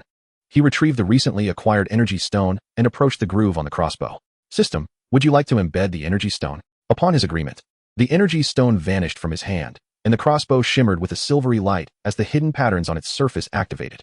System, Tier 2 weapon, energy rapid-fire crossbow. Pulling the trigger will release energy arrows. Energy remaining, 100. Impressive, he exclaimed, astonished at the upgrade to a Tier 2 weapon. Not only did it eliminate the need for bolts, but its attacks would directly convert into energy arrows. The potency of an energy stone elevating a Tier 1 weapon to Tier 2 was astounding, leaving Yang Qing in awe of its capabilities. Yet, he wondered about its consumption rate. Chapter 10. An exotic beast egg. Yang Qing equipped the energy rapid-fire crossbow in his right hand, casually swinging his arm a few times. After a brief moment of acclimatization, he raised the crossbow and aimed at the ice wall behind him. He pulled the trigger. Whoosh! A silvery energy arrow shot forth. Its speed so rapid that it appeared as nothing more than a streak of silver light. Clang! In an instant, it embedded itself into the ice wall, leaving a finger-sized hole. The power was substantial, and its velocity was somewhat extraordinary. Yang Qing dashed towards the ice wall, which had already returned to its original state. As long as one did not use specific tools to excavate the ice wall, the action would be deemed ineffective. Thus, Yang Qing's use of the crossbow would not be considered as having chosen an excavation direction. Observing the energy rapid-fire crossbow in his hands, he noted that the energy remained at 100. He continued firing a few more arrows, finally concluding that every 10 shots consumed only 1 of energy. This indicated that a single energy stone could provide him with the capability to attack 1,000 times. With renewed determination, Yang Qing devoted himself to practice. After exhausting 5 of the energy, he felt confident in his ability to wield the crossbow proficiently. After this period of familiarization, he finally understood why the crossbow was termed a rapid-fire crossbow. It could indeed unleash a barrage of shots. With swift hands, he could easily achieve 8 shots per second. With the equipment issue resolved, Yang Qing turned his attention once more to the ice wall behind him. A frost-crowned eagle is currently hunting nearby. Driving it away may yield unexpected rewards. Since you possess the energy rapid-fire crossbow, you need not fear it. The notification indicated that he could proceed. Without hesitation, Yang Qing prepared, as the energy rapid-fire crossbow was classified as weapon equipment and could be stored in his equipment slot. This allowed for instantaneous retrieval at will. He then took out his pickaxe from his inventory. The ice wall was notably thick this time, taking a full 40 minutes to complete the task. System, Ice Blocks X30. Yang Qing took a deep breath, striving to maintain his composure. He then retrieved the rapid-fire crossbow and, crouching low, approached the fog wall. This ice cave evoked the feel of an ancient forest, with countless towering trees obscuring much of his view. Looking up, he spotted a massive bird with a wingspan of nearly 3 meters, circling around an ancient tree. Its plumage was predominantly white, and atop its head sat a shimmering, ice crystal-like crest. It was the frost-crowned eagle. Upon confirming the distance, your energy arrows cannot effectively slay it. You must advance 200 meters. With such a helpful hint provided, Yang Qing needed only to obediently follow the instructions. The 200-meter distance was traversed in an instant, and now, with his back against an ancient tree, he once again gazed at the frost-crowned eagle, and the prompt changed to, "Very well, raise your arm and unleash your arrows." You now possess the means to threaten the frost-crowned eagle. Although your skill may not allow for a one-shot kill, the characteristics of the energy rapid-fire crossbow compensate for your technical shortcomings. Facing such a formidable creature for the first time, it was impossible for Yang Qing not to feel nervous. He took a deep breath, angling his arm at a 45-degree angle toward the frost-crowned eagle. He pulled the trigger repeatedly. Whoosh, whoosh, whoosh. The sound of 7 arrows slicing through the air echoed. The frost-crowned eagle reacted swiftly, instantly sensing the impending danger. With a sharp cry, it flapped its wings and attempted to retreat. However, The silvery energy arrows flew forth like 7 meteors, reaching their target with unparalleled speed. Thud, thud, thud, thud. Despite its quick reflexes, the frost-crowned eagle was still struck by 4 arrows and plummeted from the sky. Seizing the opportunity, Yang Qing rushed forward to inspect it. The once mighty frost-crowned eagle now lay on the ground, writhing in agony like a wounded beast, consumed by rage and pain. Its eyes gleaming with a ferocious glare. Yang Qing felt no sympathy. After all, they were both fighting for survival. Raising his arm, he pulled the trigger once more. Once again, 7 arrows soared through the air, decisively ending its life. System: you have successfully slain the exotic beast, Ice-Crowned Eagle. System: Beast Source 1. System: Ice-Crowned Eagle Meat 5. System: 300 milliliters Ice-Crowned Eagle Blood 1. System: Ice-Crowned Eagle Skin 1. System: Ice-Crowned Eagle Bones 5. With the experience gained from the previous rabbit slaughter, Yang Qing had become well-versed in utilizing these spoils from the exotic beasts. He first extracted the beast source to absorb. System: successfully absorbed beast source, increasing the activation level of the human gene chain by 5. This was 3 more than the last beast source, suggesting that the mightier the exotic beast, the more beneficial its source would be. Given this, how much could the blood of the ice-crowned eagle enhance me? Yang Qing licked his lips, retrieved an empty mineral water bottle from his backpack that he had left over from the night before, and then extracted the eagle's blood. The fresh eagle blood filled the bottle, and Yang Qing, unable to contain his eagerness, tilted his head back and gulped it down in one go. Without a moment's hesitation, he opened his personal information interface. His strength had increased by 3 points, while agility surged by 5 points. An impressive total of 8 points in attribute enhancement made Yang Qing feel as though he could easily tear the ice-crowned eagle apart with his bare hands. Given that the last rabbit-guarded ice cavern had yielded such bountiful rewards, this place surely would not disappoint. After all, the initial prompt had clearly indicated that unexpected treasures awaited here. Yang Qing's gaze swept across the ancient forest around him. And as he looked toward the ancient tree at the center, a prompt flashed in his mind. Climb up, there's an exotic beast egg hidden there. An exotic beast egg? Can it be consumed, or will it hatch into a young beast? If it's the former, that's rather mundane. If it's the latter, could I become the first exotic beast caretaker? Approaching the ancient tree indicated by the prompt, he found the towering tree, riddled with hollows, to be dozens of meters high. Thankfully, having grown up in the countryside, Yang Qing was quite adept at climbing trees and retrieving nests. In no time, he found himself perched atop the trunk, spotting a bird's nest wedged between 2 branches, containing a white egg the size of a basin. Yang Qing hurried over, gently caressing the surface of the egg, and only then did he notice faint silver patterns adorning its shell. System: Exotic Beast Egg 1. System: to hatch the exotic beast cub, you must drip your blood onto it.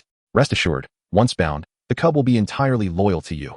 So there's no need to worry about it gnawing on your head in the middle of the night. Blood binding, is it? I wonder how much this little fellow will eat. If it requires a hefty 30 to 50 pounds of meat per meal to survive, that would be quite troublesome. However, considering the egg's size, it shouldn't be a terrifyingly large creature. Yang Qing mused as he climbed down from the tree. Ultimately, he decided against hatching it for the time being. Although his food supply was still adequate, the creature that would emerge would not be a mere chick or duckling. If it turned out to be a glutton, his life would soon become quite strained. Chapter 11. Level 1 Random Home Upgrade Map. Yang Qing secured the exotic beast egg, and by now it was already noon. It should have been lunchtime, but having just consumed half a bottle of ice-crowned eagle blood, he felt invigorated. After casually eating a couple of bananas, he resumed his examination of the ice cavern before him. He pondered whether there were any overlooked resources. After all, it was sizable enough to be considered a forest, and surely there must be some fruits to be harvested. Half an hour later, Yang Qing found himself standing in front of the right ice wall, panting as he swung his pickaxe, cursing under his breath. What terrible luck! After searching for a good while, he hadn't even spotted a single bug, let alone any fruits. And have you heard? It takes at least 9 hours to fell an ancient tree, which is absurd. It was precisely this constraint that dissuaded him from the idea of hollowing out the entire ancient forest. As for why he was digging to the right this time, it was due to a recent prompt that piqued his interest. Dig to the right, and you will encounter a shell monster. Capturing it will yield a trove of exceedingly rich resources. Of course, the probability of failure is quite high. Before long, with a resounding crash, the ice wall shattered, and Yang Qing swiftly passed through the mist, arriving at today's 6th ice cavern. Compared to the previous one, this cavern appeared much more confined, spanning roughly 200 square meters. Nevertheless, amidst the small chamber, a striking blue shell lay prominently displayed. You may have seen smooth and firm shells, but have you ever encountered one with 4 legs that spits toxic bubbles at you? Indeed, this is it. To successfully capture it, you must possess exceptional shooting skills and a stroke of luck, as you only have one chance to attack. The colorful prompt emerged instantly. It seemed no different from an ordinary shell. Had it not been for the prompt, who would have imagined that this creature sported 4 legs and could expel toxic bubbles? Taking out his energy crossbow, Yang Qing gently caressed its body. Only one opportunity to strike. With my repeating crossbow, the prompt still indicated a low probability of capture, implying that this shell monster could evade my bolts. If it could dodge arrows, then even setting a trap like a fishing net would likely yield little success. The prompt emphasized shooting skills and luck as strategies, following this line of reasoning. A thought struck him. Yang Qing partially closed his eyes, waiting until his breathing had settled before slowly reopening them. He then positioned his right hand on the repeating crossbow and pulled the trigger. Whoosh, whoosh, whoosh. 3 energy arrows shot forth, forming a pattern in midair as they flew toward the shell monster's left, right, and rear. Just as the shell monster seemed to anticipate the attack, 4 short legs suddenly emerged from beneath its shell. But don't be fooled by their shortness. It ran with astonishing speed, darting forward in the blink of an eye, leaving the 3 energy arrows to fly aimlessly. The shell monster continued its escape, its absurdly uncoordinated running style propelling it swiftly away, appearing as nothing more than a blue blur to Yang Qing. At such a velocity, hitting it was nearly impossible. However, just as the shell monster was about to collide with the ice wall ahead, it fortuitously met with a silver arrow, an energy arrow. System, you have successfully slain the shell monster. Nice, I made the right bet. Yang Qing clenched his fist and waved it vigorously, expressing his joy in victory. After reviewing the prompt, he understood that capturing the shell monster through conventional methods was nearly impossible. He had to take risks. Anticipation was the best strategy he could devise. First, he forced the shell monster to choose a path forward with 3 arrows. Then he predicted the point of impact between the arrow and the shell monster, firing the killing shot. In truth, Yang Qing's success hinged heavily on luck, for he had no prior knowledge of the shell monster's speed. Thus, even though he could compel it to run forward, he could not ascertain where to aim. He could only gamble. The prompt indicated he had only one chance to strike. And Yang Qing pondered why, in this enclosed ice cavern, he was limited to a single opportunity. Unless the shell monster is attacked and automatically vanishes, it can swiftly traverse the ice wall, leading to other ice caverns. Between the 2 possibilities, he found the latter more plausible. With this analysis, Yang Qing naturally concluded that the ice wall ahead was the inevitable escape route for the shell monster. All he needed to do was feign an attack initially, then aim his crossbow at the ice wall, waiting for the shell monster to unwittingly walk into his trap. The deceased shell monster had transformed into a common shell, and Yang Qing approached to pry it open, revealing a trove of resources within. System Level 1 Homestead Random Upgrade Blueprint 1. System Level 1 Footwear, Cloth Shoes 1. System Level 1 Clothing, Cloth Garment 1. System Wood Energy Stone 1. System Water Energy Stone 1. System 100 grams Purple Sweet Potato Seeds 1. System Primary Expansion Ball 1. System Blue Shell 1. Collecting all resources into his backpack, Yang Qing shook his head. The drop rate from a single shell monster left him slightly dazed. He retrieved the Primary Expansion Ball and the Level 1 Homestead Random Upgrade Blueprint from his backpack. Among the plethora of resources, he understood the functions of the energy stones and equipment, which held little intrigue for him. Instead, these 2 new items piqued his curiosity. System, Primary Expansion Ball. Can add an additional 10 backpack slots. System Level 1 Homestead Random Upgrade Blueprint. One of the primary materials for upgrading the homestead. Both were easily comprehensible. One expanded his backpack, while the other upgraded his homestead. He decided to use the expansion ball first. Subsequently, he opened the homestead interface, where a new option appeared in the upper right corner, Upgrade. Yang Qing clicked in to take a glance. System Level 1 Homestead Random Upgrade Blueprint 11. Gold blocks 8100. Silver blocks 16100. Copper blocks 0100. Iron blocks 12100. Stone blocks 4100. Wood 6100. Meeting the conditions will upgrade the homestead to Level 1. The requirements were quite demanding, necessitating 100 of each item.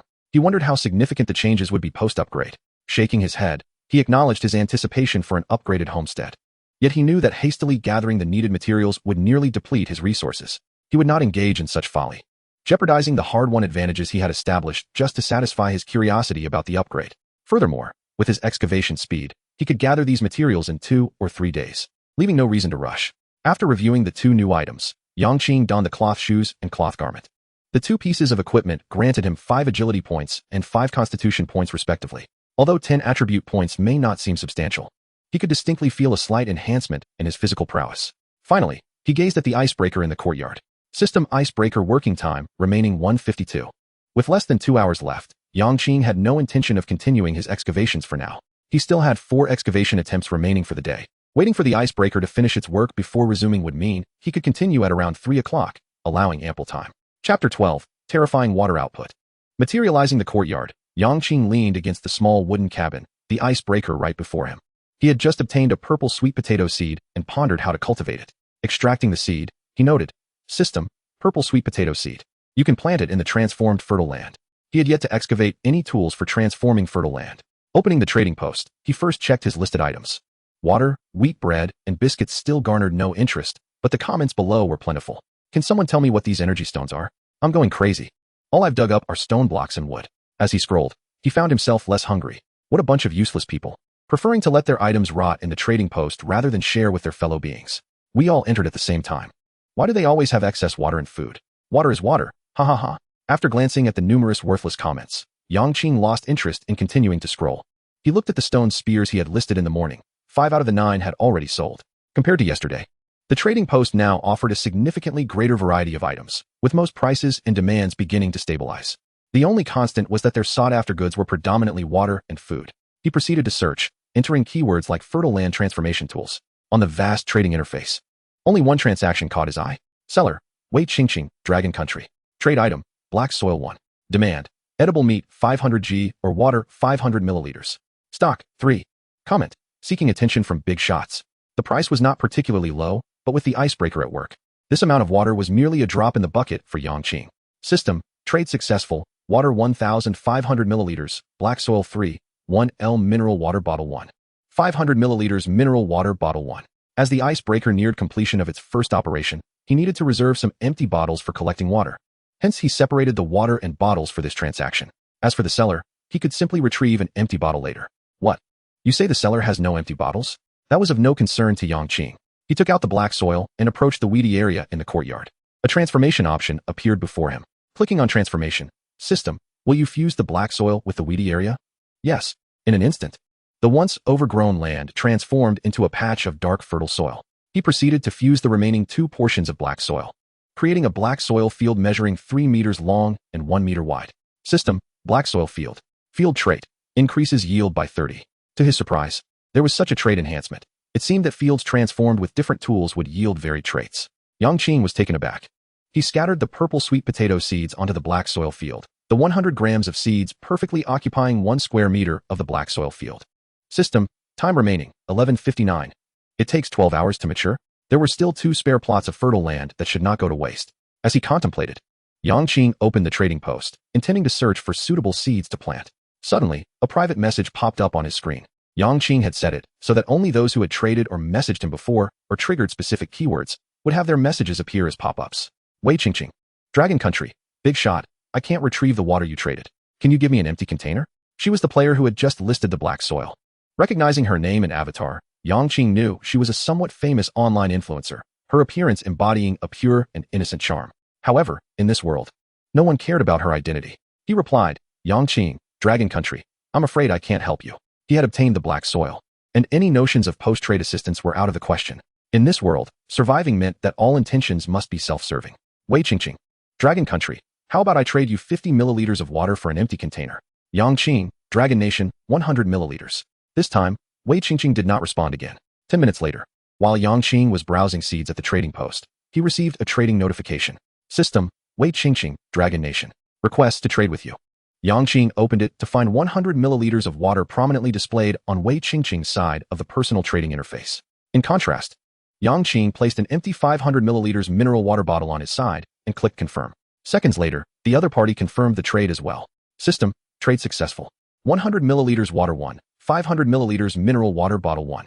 Continuing to browse seeds, after careful selection, Yang Qing spent a total of 800 milliliters of water to acquire 100 grams of rice seeds and 100 grams of corn seeds. He planted both sets of seeds, noting that the rice would mature in 9 hours, while the corn, like the purple sweet potato, would take 12 hours. After several rounds of trading and his own consumption, the water in Yang Qing's backpack was nearly depleted. He turned his gaze once more to the ice maker, watching the countdown shrink, and his anticipation for the upcoming water output grew. With the remaining time, Yang Qing kept himself occupied by doing push-ups and sit-ups, then took out the psychic crossbow for some practice. When fatigue set in, he paused to rest and checked the chat interface for any useful information. Finally, the ice maker ceased its operation. Yang Qing rushed over. System, ice maker operation complete. Total water produced, this time 5L. System, remaining psychic energy in the stone 95. Ha ha ha, delightful. Yang Qing couldn't help but exclaim. With a 5 expenditure of psychic energy over 6 hours to produce 5L of water, it meant he could generate 20L in a day. What does a daily yield of 20L of water signify? Even if Yang Qing ceased all mining activities from this moment forth, he could still live quite comfortably. Furthermore, as long as he had sufficient materials, He could indefinitely manufacture ice makers. Water was resolved, and food could be obtained through cultivation. It could be said that, should he so desire, Yang Qing could effectively begin living a life of leisure in advance. However, it was utterly impossible for him to cease mining, as evidenced by the shell monster incident. The creatures in the ice caverns do not remain fixed in one location. One could never know when a snow pig might suddenly appear and crush one's head into a pulp while one is enjoying a peaceful slumber. Additionally, the consumption of the psychic stone posed a problem. Although everyone was currently willing to offer any resources for water and food, once they established themselves, acquiring precious resources like psychic stones in exchange for ordinary materials would not be so simple. With water resources abundant, Yang Qing's thoughts became more active. First, he needed to intensify the acquisition of various psychic stones. Secondly, he needed to start procuring items that could enhance his strength, such as exotic beast blood and high-quality equipment. After all, the system's initial prompt indicated that one could encounter others in the ice caverns, and in this lawless world, Yang Qing did not believe that he, as an ultimate prize, would go unnoticed. Chapter 13, The Ice Shovel. I must first extract the water inside to allow it to continue operating. Yang Qing murmured as he gazed at the ice maker. However, looking at the 5L of water inside posed a dilemma, as the prepared mineral water bottles were utterly insufficient. After all, in his previous considerations, he would have been content with just 1L of water at a time. He decided to search for crafting blueprints for wooden barrels or basins. With a minimum daily output of 20L, he truly needed larger containers to accommodate it. Yang Qing reopened the trading post and searched for the keyword container. A series of crafting blueprints appeared before him. After a cursory glance, he ultimately exchanged a few bananas for a wooden barrel blueprint. After learning it, he opened the crafting interface. Wooden barrel, 65 wood. Selecting the wooden barrel, he clicked to craft. System, you have successfully crafted a wooden barrel. Taking it from his backpack, the barrel stood approximately half a meter tall, a deep brown hue. System, wooden barrel, seems suitable for holding water. With a container in hand, Yang Qing positioned the barrel beneath the water output of the ice maker and released all the water. He then placed another batch of ice cubes inside, reactivating the ice maker. Subsequently, he accessed the trading post again, extracting 3L of water, dividing it into 100 portions for sale. Seller, Yang Qing, Dragon Nation. Trade item, 30 milliliters water. Requirement, 1 gold nugget. Alternative, silver nugget, stone, copper nugget. Stock, 100. Limit, 1 purchase per person per day. Each 30 milliliters of water was exchanged for any 1 upgrade material for the homestead. Yang Qing considered this pricing quite reasonable. Anyone who had mined even once or twice in the ice caverns could afford it. Although 30 milliliters of water was not much, barely a sip, it could prove life-saving in critical moments. The purchase limit was set to prevent any individual from hoarding excessive amounts of redundant materials. Some might have plenty of wood, while others might have an abundance of stone.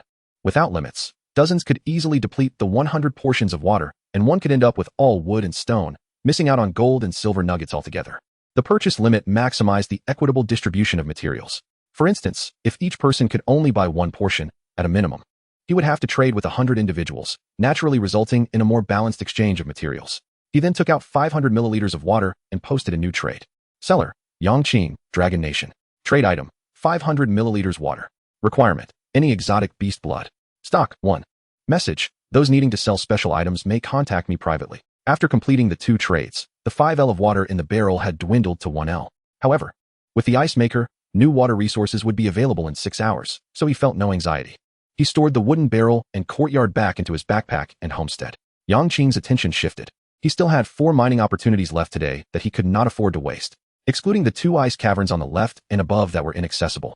He carefully analyzed the remaining 4 directions and decided to dig downward.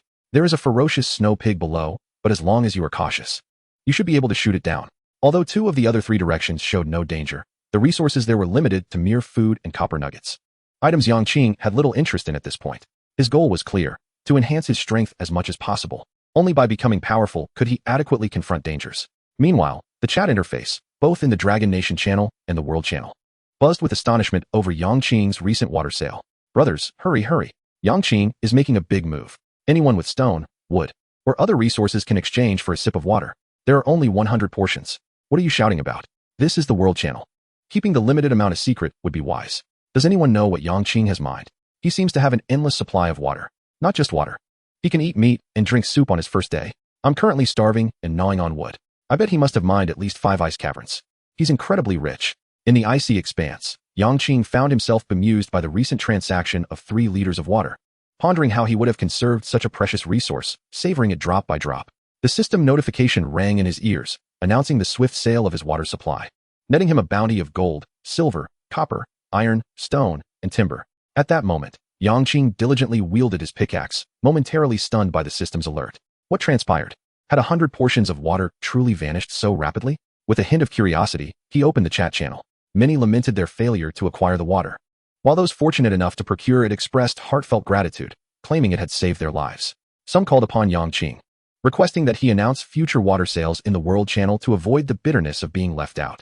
The private chat exploded anew with requests for water and food, alongside compliments soliciting his expertise in excavating ice caverns. Among the messages were notable figures from the business world and celebrity influencers. Yang Qing disregarded them all, intending to close the chat window and resume his excavation when a particular message caught his eye. By Xinxue from the Dragon Nation inquired, "Esteemed one, would you like this?" Accompanied by an item attachment. Yang Qing opened the attachment, revealing a basic gene sphere slide. Consumes 10 gene energy to slide forward 3 meters, inflicting 150 of one's strength as damage. Could it be related to the gene chain? The description resembled a skill. Sensing its potential, he decided to acquire it, convinced that once his gene chain activation reached 100, it would be of great use. Yang Qing, from the Dragon Nation, replied, "What do you require in exchange?" By Xinxue responded, "Food, preferably meat." Ultimately, Yang Qing traded a portion of Arctic hare meat for the sphere and continued his excavation. 10 minutes later, the system chimed with Ice Block 20. The ice wall shattered as Yang Qing descended the stairs. Ahead, he spotted a diminutive ice mountain, next to which lay a massive, white-furred boar-like creature. Snow boar. Despite its bulk, it is surprisingly swift. However, be wary of its tusks. Its agility is its greatest flaw. With resolve, Yang Qing drew his energy crossbow and, without unnecessary theatrics, approached the snow boar.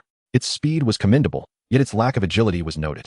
With precision, he unleashed 2 energy arrows aimed at the creature's eyes. Not every monster possessed the uncanny reflexes of the shell creature, capable of evading energy arrows with ease. The snow boar was not among them. One arrow struck true, embedding itself in the boar's left eye, while the other grazed its plump visage. In an instant, the snow boar sprang to its feet, its immense bulk colliding with the ice mountain, sending boulders tumbling. It turned its gaze towards the source of the arrows, hooves pawing the ground, eager to charge. Yang Qing, however, was determined to keep his distance, furiously pulling the trigger as a barrage of energy arrows soared towards the beast. Faced with such relentless onslaught, unless the snow boar could teleport, it was destined for demise. Indeed, despite its thick hide, Yang Qing wielded a second-tier weapon, and a multitude of arrows transformed the creature into a sieve before it finally succumbed. System, you have successfully slain the snow boar. With the system notifications chiming, Yang Qing's inventory swelled with materials, particularly 10 portions of snow boar meat and bones, each weighing 200 grams. He promptly fused and consumed the beast's source in blood. This time, the beast's source granted him a 6 activation of the gene chain, while the blood enhanced his strength by 2 points and stamina by 3 points. Feeling the surge of power within, Yang Qing believed he was now equipped to hatch the exotic beast egg, regardless of its potential appetite. He felt confident in his ability to hunt for sustenance, ensuring he would not lack for meat. The prospect of acquiring a pet added to his combat prowess, and he was intrigued by what might emerge from the egg. Without further hesitation, he placed the exotic beast egg at his feet. Yang Qing bit his fingertip and dripped blood upon the egg. Instantly, silver veins shimmered, and the egg began to rock gently before shaking violently. Moments later, with a crisp crack, a palm-sized, blue and white bird emerged from the shell. The bird chirped enthusiastically, flapping its fledgling wings towards Yang Qing. Instinctively, he reached out to catch it. From the moment it hatched, an inexplicable bond formed between them. System, ice-wing bird, white wings and blue body, gentle temperament, possesses remarkable abilities from birth, and can tear through space with its wings when fully matured. System, congratulations. You have tamed the exotic beast, ice-wing bird. The pet interface has been activated. You may view it on the system panel. The little creature continued to chirp excitedly as it hopped in Yang Qing's palm, its wings fluttering with palpable enthusiasm. Smiling, he raised his hand for a closer look, noticing its bright, intelligent eyes and the faint chill emanating from its wings. Upon accessing the system panel, he discovered the new pet option. Clicking through, he found a single line of information. Icewing bird. Level, ordinary. Age, juvenile. Status, healthy excited. Ability, ice blade. When activated, it can flap its wings to launch 2 ice blades forward. Come here, little one. Let me see your ability, Yang Qing prompted. As soon as the words left his lips, the ice-winged bird took flight, its white wings glowing with luminous frost. With a swift motion, it generated a crescent-shaped ice blade, which sliced through the air and struck the nearby ice mountain, carving away a portion of it. Remarkable. To exhibit such formidable power at birth. Yang Qing nodded, thoroughly impressed by the ice-winged bird's prowess. Come here, little one. The bird obediently flew to his shoulder, though its previously lively demeanor appeared somewhat drained. That attack must have taken quite a toll on you, Yang Qing observed, noting its condition. Do you need something to eat? He then produced a piece of snowboar meat and placed it before the bird. With unbridled enthusiasm, the little creature eagerly pecked at the meat in Yang Qing's hand, devouring the 200 grams in mere minutes. As it consumed the sustenance, the bird's once dull eyes regained their sparkle. Understanding dawned upon Yang Qing. Meat was its source of energy. How about I give you a name? Let us call you Little G, shall we? The bird chirped joyfully, flapping its wings as if delighted by the name. Such a simple creature, yet so easily pleased.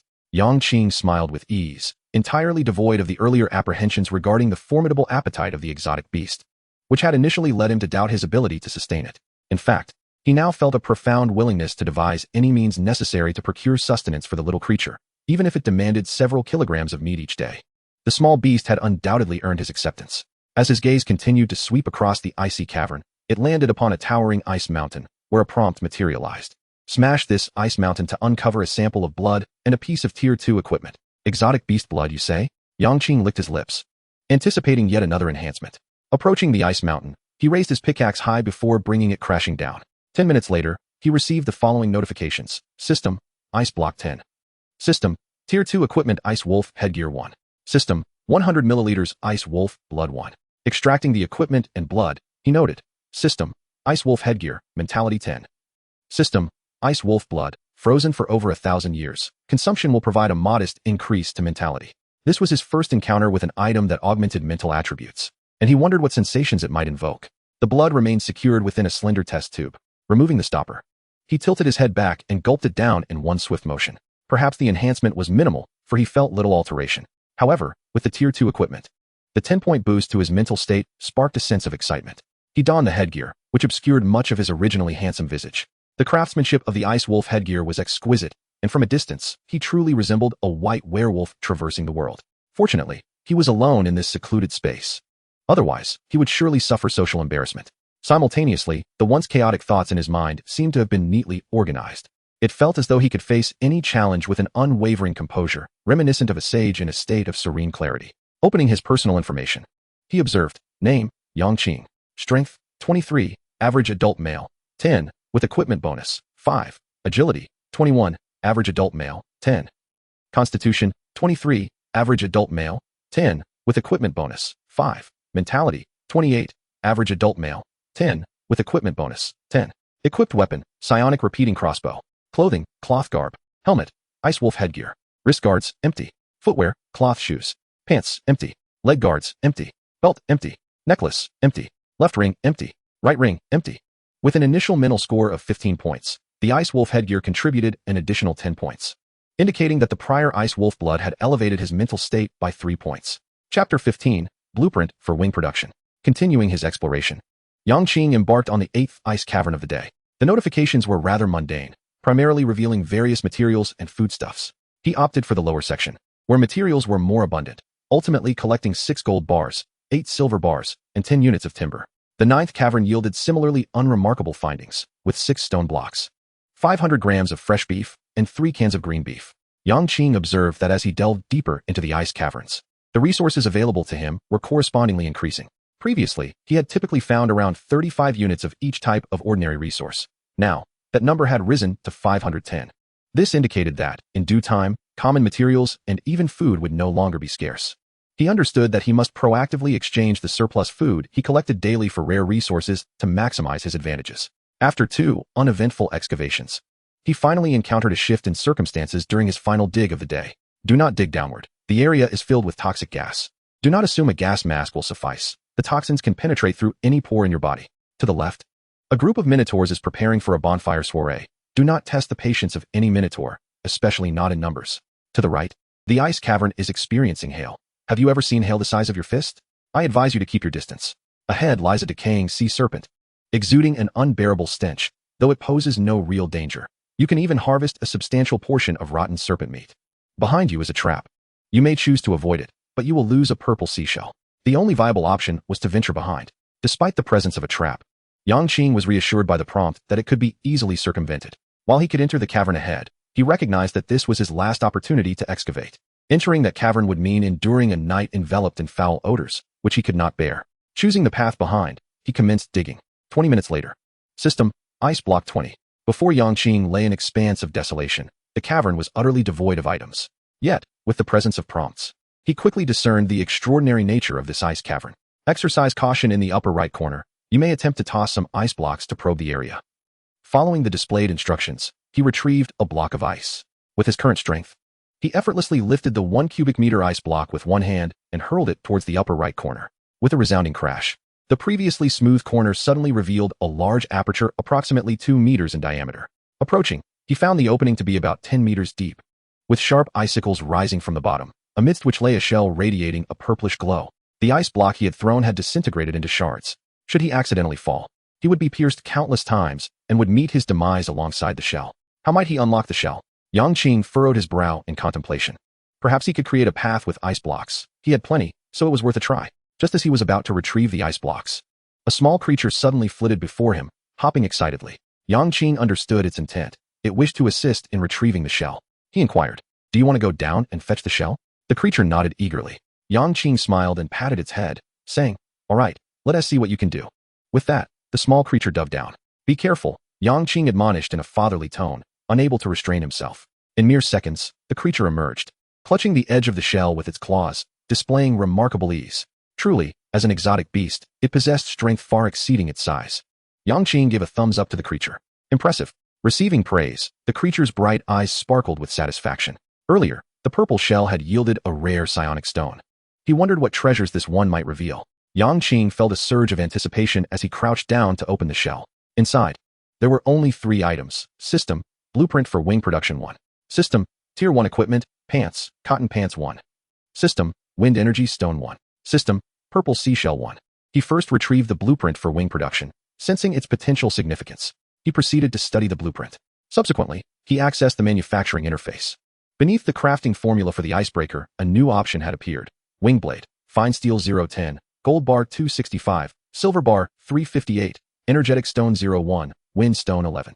A novel material, fine steel, was required, along with the aforementioned energy stones. The demand for materials was undeniably precious. Yet, it was precisely this rarity that heightened Yang Qing's anticipation. He could not fathom that such substantial consumption would yield a worthless item. Sigh. Today's excavation commenced with the purple seashells and concluded with the same. Yang Qing stretched lazily before making his way to the center of the ice cave to materialize the courtyard. He cast a glance at the icebreaker, calculating that it would take until around 9 p.m. to produce this batch of water. As for the crops planted in the fertile fields, their harvest would be even later. The earliest rice would not be ready until midnight. Just like yesterday, he settled down before the wooden cabin in the courtyard. Although he had scarcely eaten throughout the day, the continuous replenishment of energy from the blood of exotic beasts left him not particularly hungry. Thus, he felt no urgency to prepare dinner. He opened his backpack. 1 box of used matches, 1 bag of used salt, 1 bottle of used pepper, 1 packet of used chili powder. Gold bars 26, silver bars 35, stone blocks 32, iron blocks 27, copper blocks 8, wood 32, vines 2, water 800 milliliters, 500 milliliters of thunderbeer 1, beef jerky 1, instant coffee 1, steak 1, fresh oranges 12. Hammer blueprint 1, shrimp meat 6, sea fish meat 3, purple seaweed 5, 500 g fresh beef 1, green cow 3 cans. Wood energy stone 1, wind stone, water energy stone. Level 1 random upgrade blueprint 1, basic gene ball. Icefield rabbit bones 2, Icefield rabbit meat 1, white seashells 3, blue seashells 2, purple seashells 2. Ice crown eagle meat 5, ice crown eagle skin 1, ice crown eagle bones 5, snow pig meat 9, snow pig bones 9, snow pig skin 1. After a day of excavation, the resources within his backpack were indeed abundant. Just the meat alone would suffice for a considerable time. However, he had no intention of hoarding these items. As time passed, those who could persist would inevitably stockpile some survival resources. Eventually, the purchasing power of food would certainly diminish. Moreover, water-making machines like the icebreaker could also be unearthed by others. It was merely a matter of time. Chapter 16, Mass Exchange. He opened the trading post. 8 stone spears had already been sold, and he had yet to attend to the final one.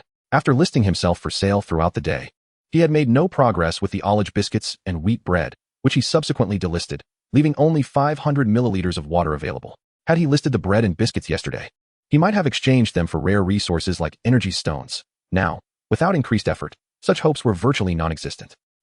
Meat should be a splendid choice. Being high in calories and satisfying. Resolute in his decision, he paired the last piece of rabbit meat with a fresh orange and listed it for sale, seeking various energy stones in return. Next, Yang Qing remained industrious. He played with the birds and practiced with the crossbow. In the meantime, he exchanged the olive biscuits and wheat bread for a set of pots, bowls, spatulas, chopsticks, and a stove blueprint.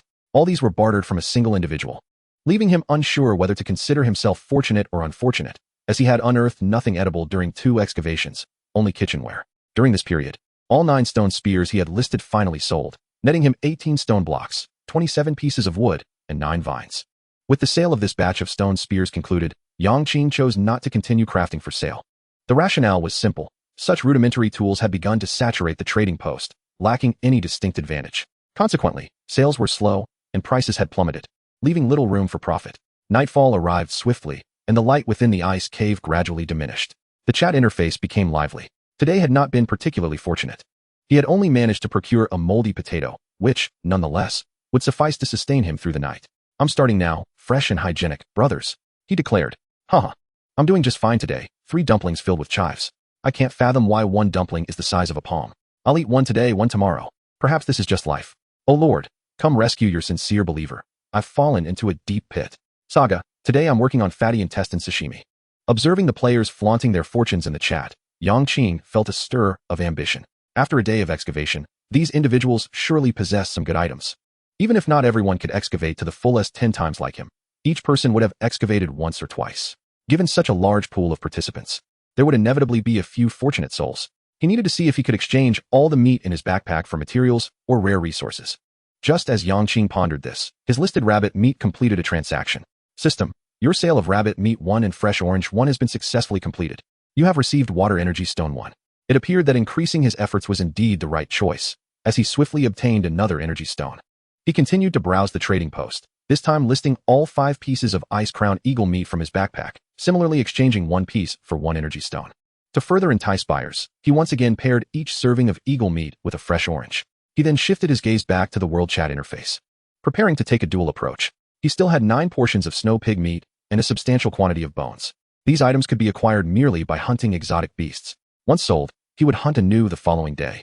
Reassured by the prompts that he had nothing to fear regarding encounters with beasts he could not handle, Yang Qing, 200 grams of snow pig meat plus 1 serving of snow pig bones, seeking to exchange for energy stones like the spiritual energy stone, fire energy stone, wood energy stone, etc. Serious inquiries only. Yang Qing had become somewhat of a notable figure. As soon as the message was sent, it became the talk of the town. Wow, here comes the illustrious landlord Yang again, pulling off a spectacular move. While others are feasting on dumplings and moldy potatoes, look at him. He's already packaging fresh meat and large bones for sale. My goodness, big shot. Are you considering adopting a pet? One that barks. Another spiritual energy stone? What on earth is that it can compete with fresh meat? Private messages flooded in, totaling over 100,000. Among them, only 3 were filtered by the system. Check some old, Divine Bull Nation. I have an earth energy stone. I wish to exchange it for double the meat and bones. Debenkyo, Sakura Nation. I have a spiritual energy stone, but I would like to add another 500 milliliters of water. Wei Qingqing, Dragon Nation. You big, pitiful traitor, so rich yet still eyeing my meager 100 milliliters of water. To the first offer, Yang Qing responded with an unequivocal impossible. He could accept an increase in demand, but doubling it was a bit too ambitious. While he had an abundance of meat, it had been obtained at the peril of his life. At this stage, aside from those who had undergone special training like elite warriors, others would face certain death upon encountering exotic beasts. Thus, meat would never become a cheap commodity, whether now or later when everyone had developed further. To the second offer, Yang Qing agreed to add 200 milliliters of water, and the other party readily consented, resulting in yet another spiritual energy stone acquired. The third message was simply ignored. Transactions were a matter of mutual consent. If one felt the deal was not favorable during the day, there was no need to engage in trade, and any subsequent complaints could be disregarded. Noticing that no one else was seeking to trade energy stones at that moment, Yang Qing sent out another acquisition message in the world channel. Yang Qing, Dragon Nation. For those wishing to exchange for food, if you possess any special crafting blueprints, beast blood, or equipment, please feel free to message me privately. As soon as the message was sent, his private chat interface was inundated with offers amounting to 100,000 within mere seconds. This time, Yang Qing meticulously perused each offer, marking those that met his needs. Half an hour later, he managed to acquire 2 vials of beast blood, a basic spell sphere, and various pieces of equipment. 1 pair of first-tier linen leggings, 1 first-tier linen belt, 1 exquisite short dagger blueprint, a box of cigarettes, 15 gold, 20 stones, 22 pieces of wood, and 18 silver ingots. However, in terms of meat, he was left with only 500 grams of fresh beef, 1 steak, and 3 shrimp.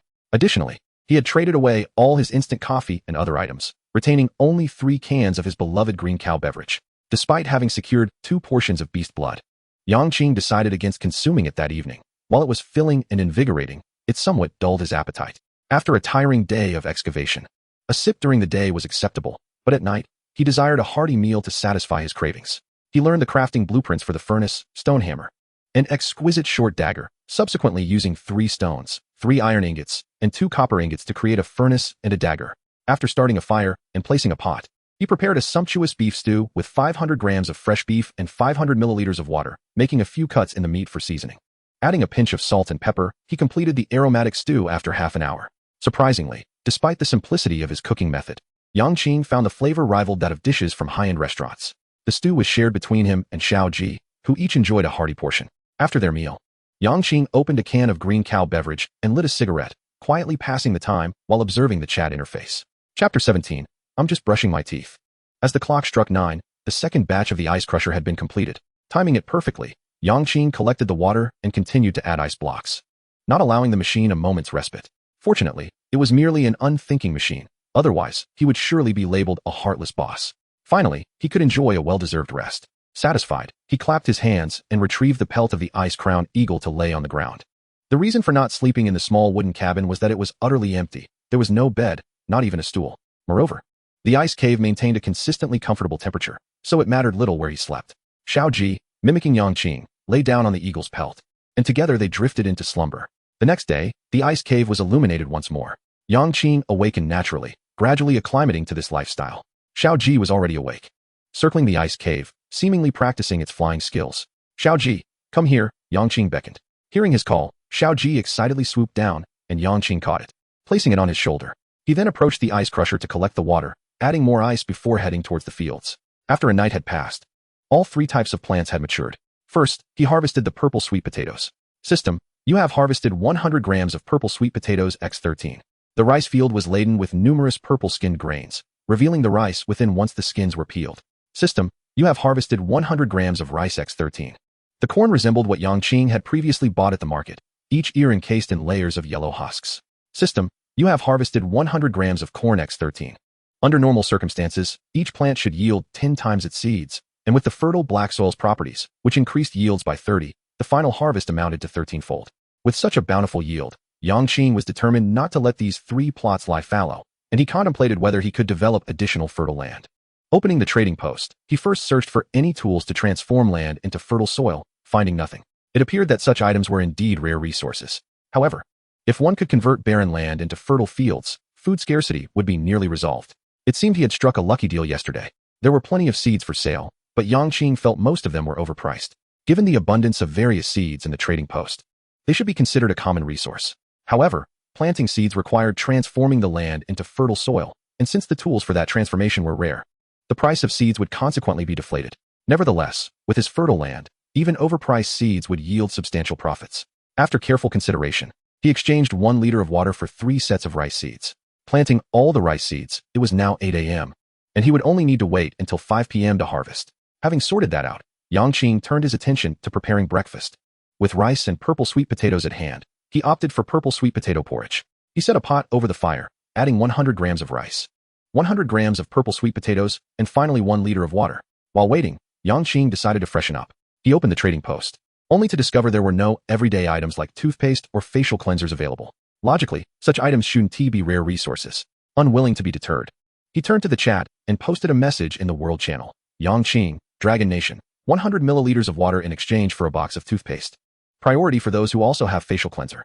As soon as the message was sent, responses flooded in. Hey everyone, look. There's a fool in Dragon Nation, trading precious water for worthless toothpaste. Ha ha ha. I can't stop laughing. Is his brain glued together? Hey, do you even realize who sent that message?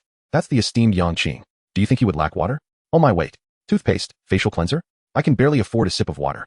And he is already living the high life? By Xinxue, Dragon Nation, feeling envious. Yang Qing paid little attention to the reactions, focusing instead on his private chat. After a few seconds, he successfully exchanged 100 milliliters of water with a fellow Dragon Nation member named Zhang Haojia for both toothpaste and facial cleanser, even receiving a toothbrush for an additional 100 milliliters of water. After washing up, he waited for the purple sweet potato porridge to finish cooking. He shared 2 large bowls with Xiao Ji, leaving some left over, which he exchanged in the chat for 10 copper blocks, adhering to a principle of waste not, want not. From morning until now, he had spent a total of 3 liters of water, leaving him with 8 liters. He withdrew 6 liters to continue trading at a rate of 30 milliliters for gold, wood, copper, and other materials needed for upgrading his home. Implementing a purchase limit and listing everything in the trading post. With all tasks completed, he turned his gaze towards the surrounding ice walls. As you proceed further, an Arctic wolf lurks within, amidst the harsh environment. However, with your coordination with Xiao Ji, you will swiftly neutralize it without a scratch. 10 minutes later, the ice wall shatters. It's time to get to work, Xiao Ji, Yang Qing reminded. G. Xiao Ji, brimming with combat enthusiasm, circled above Yang Qing's head. Poised for an imminent attack, Yang Qing summoned his energy crossbow, fully equipped with the 2 new pieces of gear acquired the previous day, radiating confidence. Stepping into the fog wall, a bone-chilling cold assaulted him, as snowflakes drifted from the sky, the snow on the icy surface reaching knee-height. In the upper right corner of the ice cave, a 2-meter-tall white wolf was spotted. Yang Qing shivered, while Xiao Ji appeared invigorated, clearly thriving in this frigid weather. The Arctic wolf, sensing intruders, bared its fangs, leaning forward, and charged directly at the duo. Let's resolve this quickly and vacate this icy cave. It's unbearably cold. Yang Qing stammered. Xiao Ji understood immediately, soaring higher as its wings prepared to unleash ice blades. Thanks to a plethora of attribute enhancements from the previous day, Yang Qing's mind was exceptionally clear. He raised the crossbow and unleashed 8 energy arrows aimed at the wolf's flank. At this moment, achieving 8 shots per second was effortless. Thud, thud, thud, thud, thud. The ice blades sliced through the Arctic wolf's head as the arrows pierced its body. With a final, unwilling roar, the Arctic wolf collapsed into the snow. System, you have successfully slain the Arctic wolf. System, Beast Essence 1. System, Arctic wolf meat 6. System, Arctic wolf bones 6. System, Arctic wolf hide 1. System, Arctic wolf blood 100 milliliters 1. Chapter 18, Basic Antidote. In accordance with custom, Yang Qing first fused the beast essence, enhancing his gene chain fusion degree by 7. He then retrieved the Arctic wolf's blood along with the exotic beast blood acquired through trade the previous night, totaling 3 vials, which he consumed in batches. This resulted in an increase of 5 points in constitution and 8 points in strength. Feeling the surge of vitality within, the cold seemed to dissipate significantly. Time to scavenge, Yang Qing remarked with satisfaction. Following the system prompts, he ultimately collected 8 iron blocks, 6 copper blocks, 3 frost leaf herbs, and 3 cold moon roots. Continuing to dig, Yang Qing was eager to leave this place as quickly as possible. He felt fortunate that his last excavation had concluded in a comparatively comfortable ice cave. Had he been unfortunate enough to spend the night here, he might have lost half his life to the cold. Upgrading his home had also become a top priority. At that moment, a private chat window appeared before him. By Xinxue, Dragon Country. Big shot. Do you have any antidotes or similar items? I can trade a fire energy stone for 1. I just dug out a cave filled with toxic gas, and I'm feeling dizzy. I don't know how much longer I can hold on. Yang Qing had indeed never found an antidote. If he had one, he wouldn't mind earning another fire energy stone. Yang Qing, Dragon Country. I'm sorry, I can't help you. By Xinxue, Dragon Country. I'll think of other ways. Closing the chat, Yang Qing felt no particular emotion. Countless people perished here daily, and without the system's prompts, he might have met his end within a day. If he were to lament each individual he encountered who faced misfortune, it would become quite exhausting. Yang Qing surveyed his surroundings as prompts appeared one after another. You will encounter a pack of Arctic wolves if you proceed further. Exercise caution. They seem intent on breaching this ice cave, so please leave promptly. Going upwards is promising. There is food and drink, as well as a recipe for a basic antidote. Unfortunately, you cannot ascend, but if you can craft the wings, you will qualify to excavate. To the left is extremely dangerous. Do not entertain any thoughts of proceeding. The right side is quite favorable. There is a blue shell, and it is safe. Below lies a sleeping mammoth with giant tusks, should you accidentally wake it. The risk of becoming a meat pie is substantial. There were numerous options, and a recipe for the antidote was even above. Yang Qing felt tempted. Many individuals, like by Xinxue, might inadvertently succumb to poisoning, and currently, there were no such items in the market. If he could produce the antidote, the demand would be considerable. Moreover, he still had his eyes on the fire energy stone in that girl's possession. However, he needed 10 units of refined steel to create the wings, a material he had yet to find, and there was no information available in the market. Survival depended on one's luck, Yang Qing mused. Before opening the chat interface to send by Xinxue a message, Yang Qing, Dragon Country. If you have 10 units of refined steel, I can procure the antidote. The response was almost instantaneous. By Xinxue, Dragon Country. I have refined steel. I'll trade it to you right away. Immediately, Yang Qing received a trade request, 10 units of refined steel for 1 fire energy stone. He accepted it all. Internally, he couldn't help but reflect on how fortunate the girl was, acquiring one good thing after another. By Xinxue, Dragon Country, I beg of you. Yang Qing, Dragon Country, I should have it ready in half an hour. By Xinxue, Dragon Country. Alright, thank you, big shot.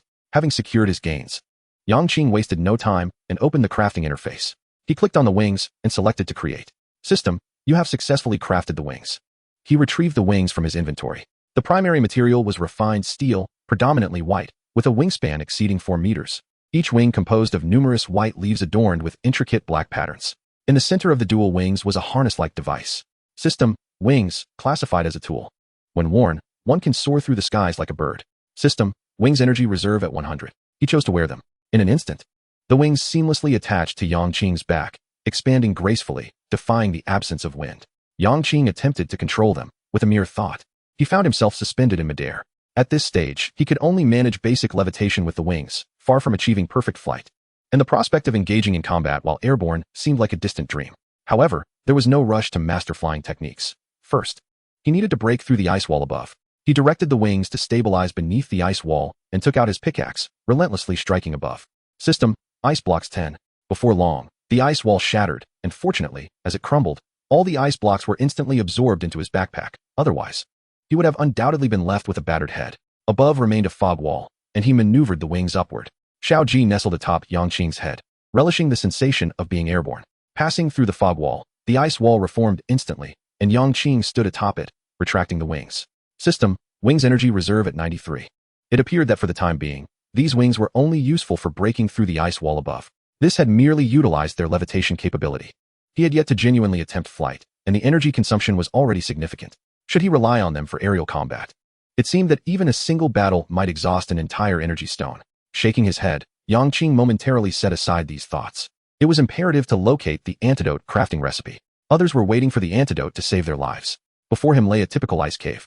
Scattered food items on the icy ground, with a blue shell at the center of the ice wall. Yang Qing stepped forward, first extracting the contents from the shell, and subsequently gathering all the surrounding resources. His total haul included a crafting blueprint for a basic antidote, 1 blue shell, 200 grams of ham sausage, and 1,500 milliliters of beer. He retrieved the crafting blueprint for the basic antidote to study it, then opened the manufacturing interface. Basic antidote, purple seaweed 11, ice silver flower 01, variegated root 01, with a restriction of 5 productions every 24 hours. Yang contemplated this limitation, surmising it was likely intended to prevent individuals from relying solely on crafting potions for survival. After all, such items are consumables. Even when the crafting blueprints become ubiquitous, demand will still outstrip supply. Among the 3 materials, he possessed only one. He accessed the trading post and searched for ice silver flowers and variegated roots, thankfully finding both at reasonable prices. He exchanged 400 milliliters of water for 2 of each. Selecting the basic antidote, he clicked on manufacturing. System, you have successfully crafted 1 basic antidote. He opened the chat, locating by Xinxue in his private messages, and opted for a transaction. The reply came almost instantly. Yang Qing listed the basic antidote for sale, appending a brief message. This is the only potion available. No refunds regardless of its effectiveness. He confirmed the transaction. System, transaction successful, basic antidote X1. I hope it proves useful, Yang Qing muttered casually, then turned his thoughts away from Bai Xinxue. A minute later, he received another private message from Bai Xinxue. Bai Xinxue, Long Country, thank you. The antidote was effective. This time, Yang Qing chose not to respond. To him, it was merely a transaction. He needed only to fulfill his obligations. A humanitarian blessing was given solely out of respect for a long-time customer, nothing more. Chapter 19. It turns out the big shots are already so far ahead. System, the 6 liters of water you listed on the trading post have successfully sold. You have received 28 gold coins, 31 silver coins, 35 copper coins, 33 iron blocks, and 41 stone blocks, as well as 32 units of wood. Just as Yang Qing prepared to continue mining, the 200 units of water he had listed in the morning were all sold out. He had taken another step closer to gathering the materials needed to upgrade his home, though he wondered what changes the upgrade would bring. With such a substantial resource investment required for the upgrade, Yang Qing harbored high hopes. Following the prompts, he mined the upper, front, and left sections, ultimately gathering 10 stone blocks, 10 wood units, 8 iron blocks, 500 grams of egg yolk pie, 20 grams of chocolate, 3 packs of gum, and 300 milliliters of water, as well as a bottle of shampoo, tape, and tissues. During this time, a player exchanged a piece of wood for the 500 milliliters of water he had listed. He then continued to list 200 milliliters of water.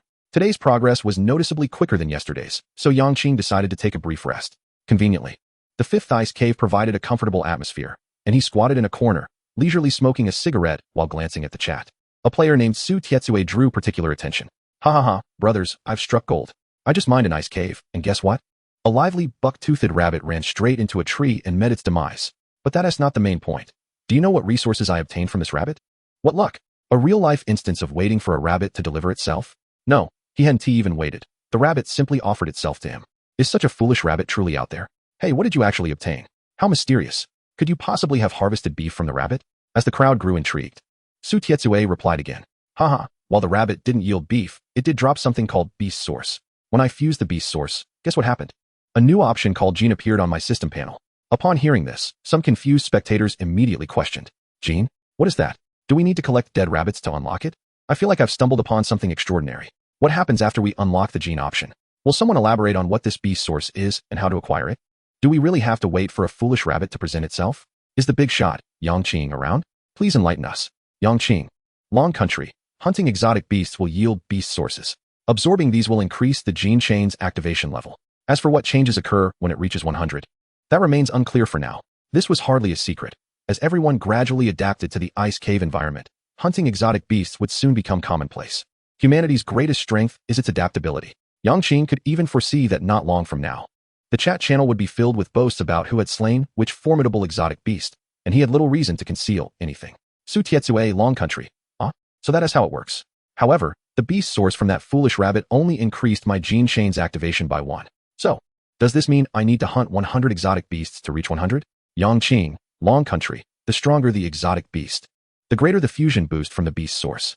Wow. I have a feeling that reaching 100 activation of the gene chain will definitely allow one to become superhuman. Superhuman? I think it should be about opening the door to immortality and becoming a cultivator. That is a stretch. I just want to master some kind of extraordinary ability. Why not a wizard? Casting little fireballs would be so cool.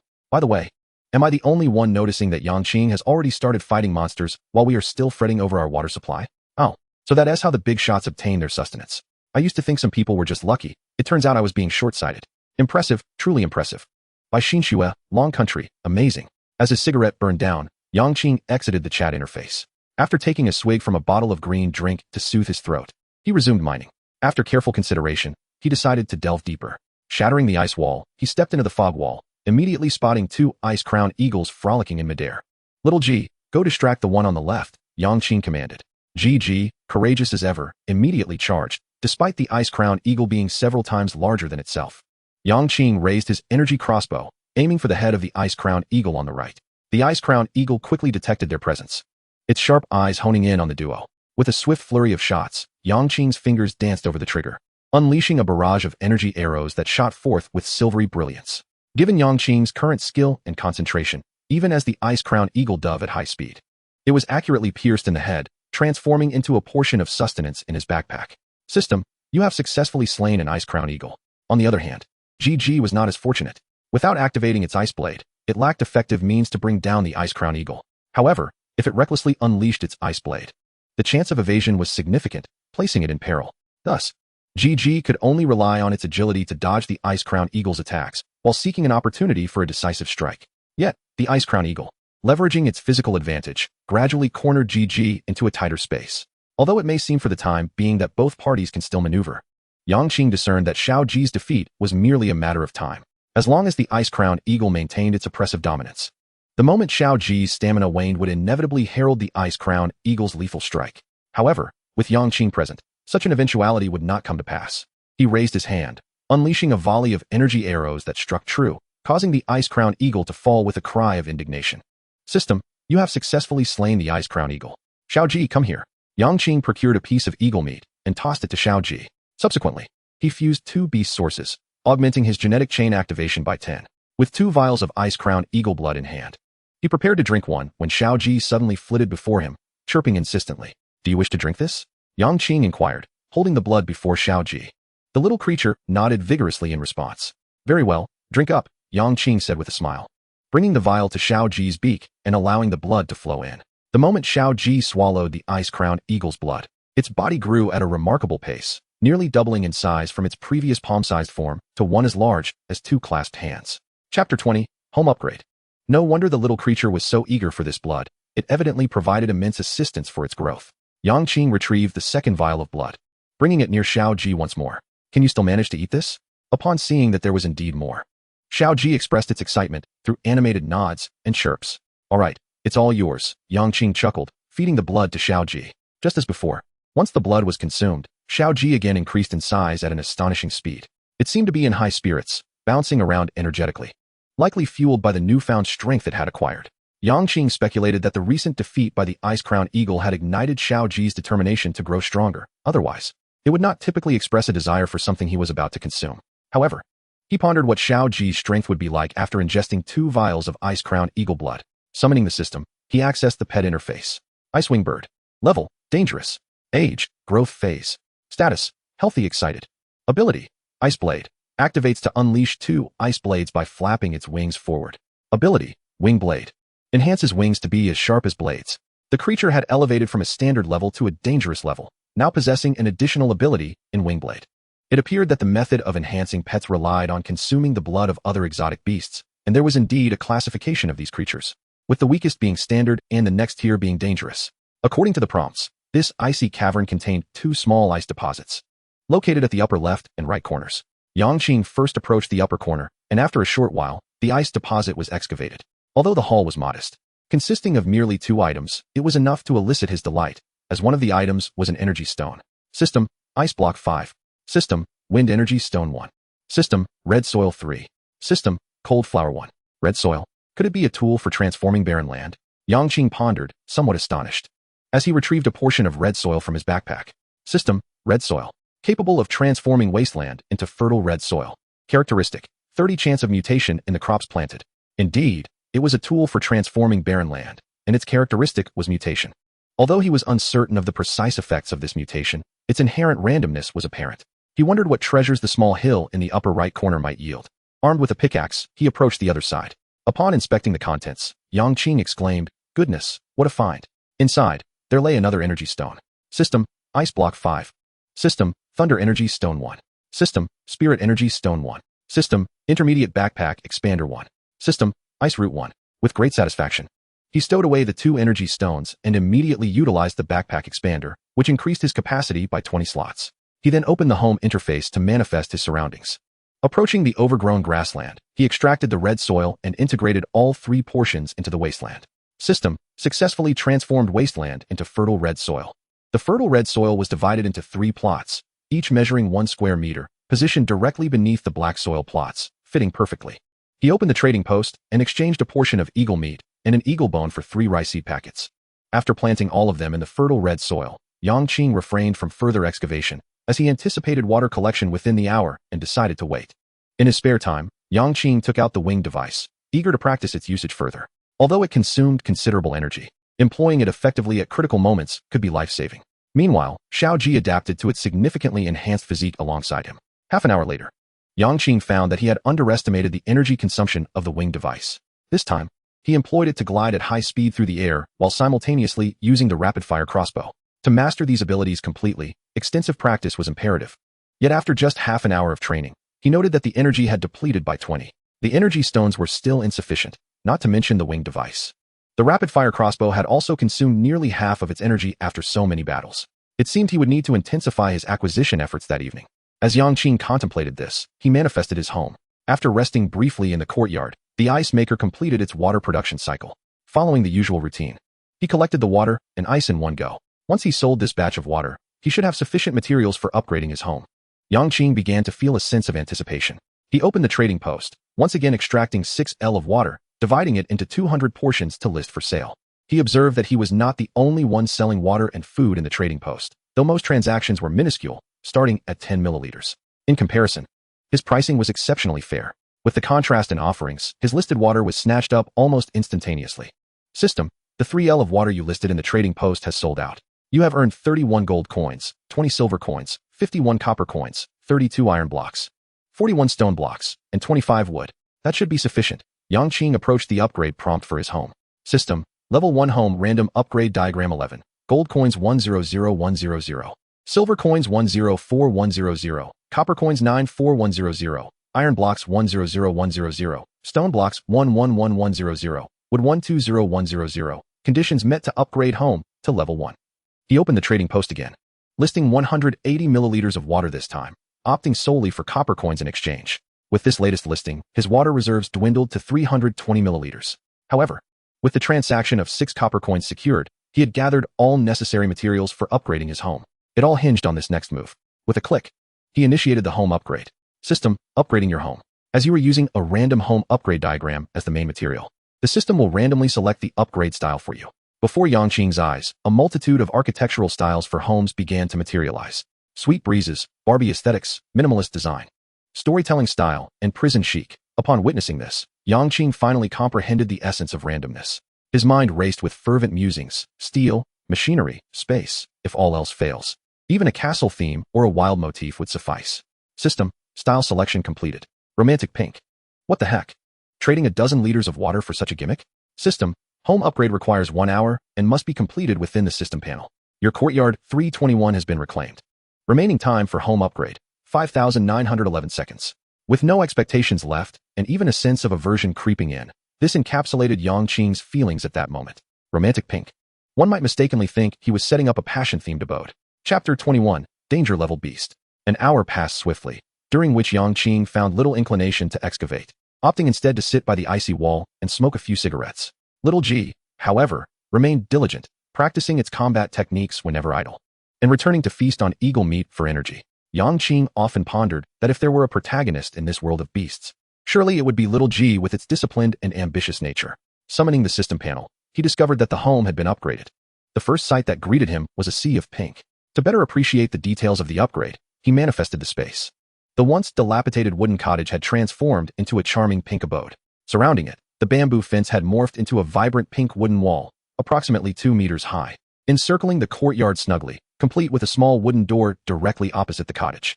Though the overall defensive structure appeared to have ascended a level, the decorative bows adorning the wooden stakes seemed rather frivolous. Wasn't it more practical to reinforce the walls instead of merely embellishing them? Inside the courtyard, the wild grass had vanished, replaced by a kaleidoscope of colorful flowers.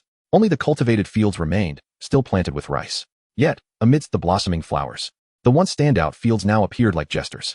Entering the cottage, he found it no longer barren. A heart-shaped wooden bed adorned with soft, fluffy bedding had been added, alongside a complete set of tables and chairs. Stripped of their pink, suggestive hues, Yang Qing genuinely appreciated the improvements. However, the current ambience felt somewhat jarring. At noon, he prepared to cook, serving white rice accompanied by shrimp for lunch. After a hearty meal, he set to work. Little G, it's time to get to work. G. Upon hearing Yang Qing's call, the resting Little G sprang into action, showing no sign of displeasure at being disturbed. It was always brimming with energy. With 4 excavation attempts remaining, Yang Qing was determined to complete them all in one go. As he surveyed the surroundings, he turned his gaze towards the right side of the ice wall, only to be met with an alarming signal in his mind. Warning, warning, warning. A polar giant-toothed tiger is breaching the ice wall. Note that this is a danger-level beast. At the first hint of danger, Yang Qing swiftly drew his energy crossbow while shouting, Little G, prepare for battle. A formidable foe is approaching. Heeding the command, Little G perched above Yang Qing, ready for action. With a roar, a 5-meter-long tiger burst forth from the right side of the ice wall. Its fur was pure white, with massive fangs protruding menacingly from its jaws.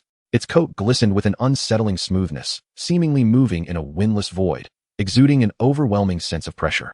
Standing in the center of the icy cavern, this was Yang Qing's first encounter with a danger-level beast. He wondered if the energy crossbow could penetrate its defenses. With determination, he raised the bow, aiming for the tiger's right eye, and began to methodically pull the trigger. He had no illusions that the tiger would engage in a philosophical discussion about life. Thus, he struck first, hoping to seize the initiative. 8 energy arrows soared through the air, forming a grand arc. The arrows flew at astonishing speed. The tiger, having just emerged from the ice wall and unable to assess its surroundings, was caught off guard and instinctively lowered its eyelids. However, the energy crossbow was a second-tier weapon, far beyond what its fragile eyelids could withstand. Thud, thud, thud. A gaping wound appeared in the tiger's right eye. Roar. A surge of agony engulfed the tiger as it glared furiously at its assailant. With a powerful thrust of its hind legs, it lunged toward Yang Qing. He quickly retreated, but his arms remained steady, occasionally turning to shoot another arrow. In that brief moment, Little G had gathered its strength, launching a 1-meter-long ice blade from its wings. Thwack! As a danger-level beast itself, Little G's attack was remarkably agile, instantly slicing through the tiger's left eye. Roar! The tiger continued to wail, now utterly enraged. Having lost both eyes, countless terrifying claws erupted from its forepaws. At this juncture, Yang Qing ceased his retreat, fully focused on evading the claw strikes. Those claws could carve deep grooves into the ice wall. Should he be caught by one, he could not guarantee he wouldn't be cleaved in two. Little G, look for an opportunity to deliver a finishing blow. Yang Qing commanded. G, Responding to the directive, little G roared and, while dodging the claws, dove toward the tiger. Its wings shimmered with intricate patterns, resembling dual blades. Thwack! A dark line appeared on the tiger's neck, followed by a spurt of blood, and with a resounding thud. Its head fell against the ice wall. System, you have successfully slain the polar giant toothed tiger.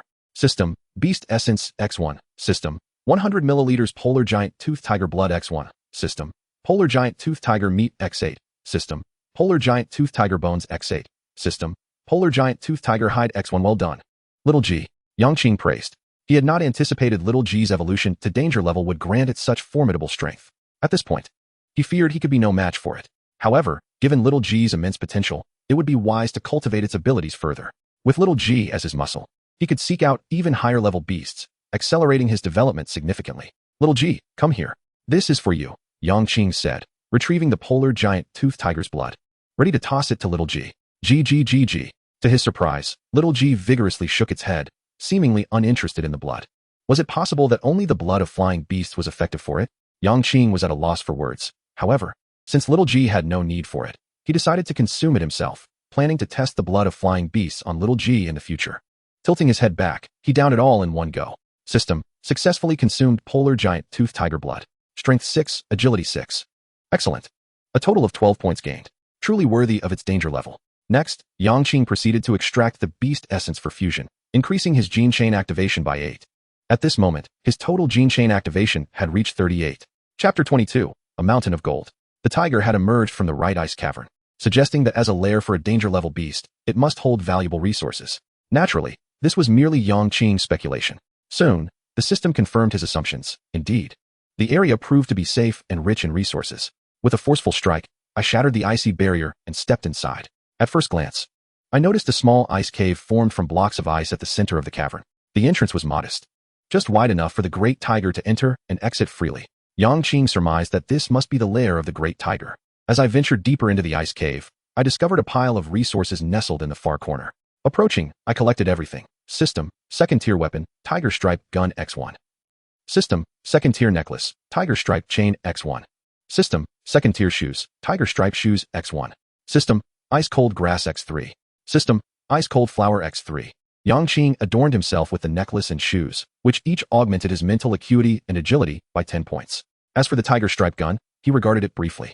All weapons lacked attribute enhancements, yet each possessed distinctive characteristics and combat styles. Firearms were foreign to him. He had wielded only the moon staff and year knife throughout his life. Mastering such a weapon would require considerable effort. Moreover, the second-tier tiger stripe gun's characteristic, Tiger's Roar, paled in comparison to the rapid firing effect of the psychic crossbow, thus he naturally chose not to switch weapons. With 3 excavation opportunities remaining for the day, the 8th expedition led him downward without encountering any troubles. He amassed a total of blue stripe grass X3, purple line flower X3, green poison root X3, and 1 L of water. The 9th excavation took him upward, with a prompt indicating the presence of a small mountain of gold. The mere mention of Gold Mountain invigorated Yang Qing, for the allure of gold is timeless. Upon reaching the 9th ice cave, he found indeed a 5-meter-tall mound of gold standing proudly at the center. Approaching the mound, he gently pried at it with his fingers. System, Gold Mountain. Can be mined. He retrieved a pickaxe and struck the icy mountain with force. System, Gold Nugget X1. The prompt's rapid feedback spurred Yang Qing to work harder. Notifications of Gold Nugget X1 continued to appear one after another. Just as he was fully engrossed in his digging, the ice wall above him suddenly shattered, revealing a misty barrier within. Witnessing this abrupt change, Yang Qing's pupils constricted, and he halted his excavation. The otherworldly beast could traverse the ice wall, while only a human could shatter it. Could it be that someone else had found the same ice cave as him?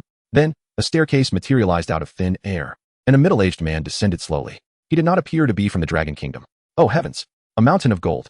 Mary, Mother of God. Hanst is about to strike it rich.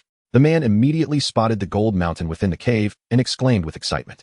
However, his expression soon furrowed as he noticed Yang Qing standing beside the mound. You are from the Dragon Kingdom? The middle-aged man babbled. Although Yang Qing could not comprehend his words, he instinctively understood their meaning, a peculiar sensation washing over him. Ears, unable to comprehend. Mind, no. You do understand. The gold mountain was discovered by me first. Yang Qing addressed the matter directly, avoiding unnecessary chatter, while signaling to Xiao Ji to eliminate the man at the first sign of malice. You detestable Dragon Kingdom person, this treasure belongs to Hanst. Do not think to claim a share. Hanst seethed, stepping closer to Yang Qing. I offer you two choices. Either stay here quietly and wait for me to finish mining, after which you may do as you please, or face death. Though Yang Qing had never killed a man, it did not mean he was incapable of doing so. In a lawless place like this, he saw no reason to negotiate with such a person, and thus spoke plainly. Haha, are you overly confident? Indeed. You Dragon Kingdom folks have always been blindly self-assured, but alas, you have encountered a black belt, 8th Dan, Hansch. As Hansch spoke, he assumed a standard Taekwondo attack stance. Die, ignorant Dragon Kingdom fool. Hansch kicked towards Yang Qing, envisioning his head shattering like wood. Yang Qing remained motionless, even if the kick landed. His current physique was more than sufficient to shatter Hansch's leg bones. Xiao Ji, however, was less forgiving. Upon witnessing this pale-skinned individual daring to kick at its master, its wings transformed into blades, launching a fierce assault. Hansch fell, his expression still arrogant, his eyes gleaming with a chilling excitement. At the same time, a plethora of resources erupted from his body, scattering around him. Yang Qing approached and collected them one by one. The total haul included 200 grams of cream bread x3, 100 milliliters of water, 200 grams of cream biscuits x1, a tool, a small knife x1, and a book titled Taekwondo Basics and Practice. He gathered the knife and food, while he tossed the book back to Hansch, deeming it a worthless item that wasted precious backpack space. Continuing to mine the gold mountain, after 1 hour, the mountain was completely depleted, yielding a total of 106 gold nuggets. With one excavation opportunity remaining, Yang Qing prepared to give it one last push. The 10th excavation presented 3 appealing options. After careful consideration, he opted to dig at the back. At the back, there is a group of little armored turtles tormented by barnacles. If you can resolve their troubles, you may become friends with the Little Armored Turtle Clan, who are known to treat friends with great warmth. As the ice wall crumbled, Yang Qing entered the rear ice cave. Upon entry, he immediately discerned the cave's uniqueness. It was the largest of the 26 ice caves he had excavated over the past few days.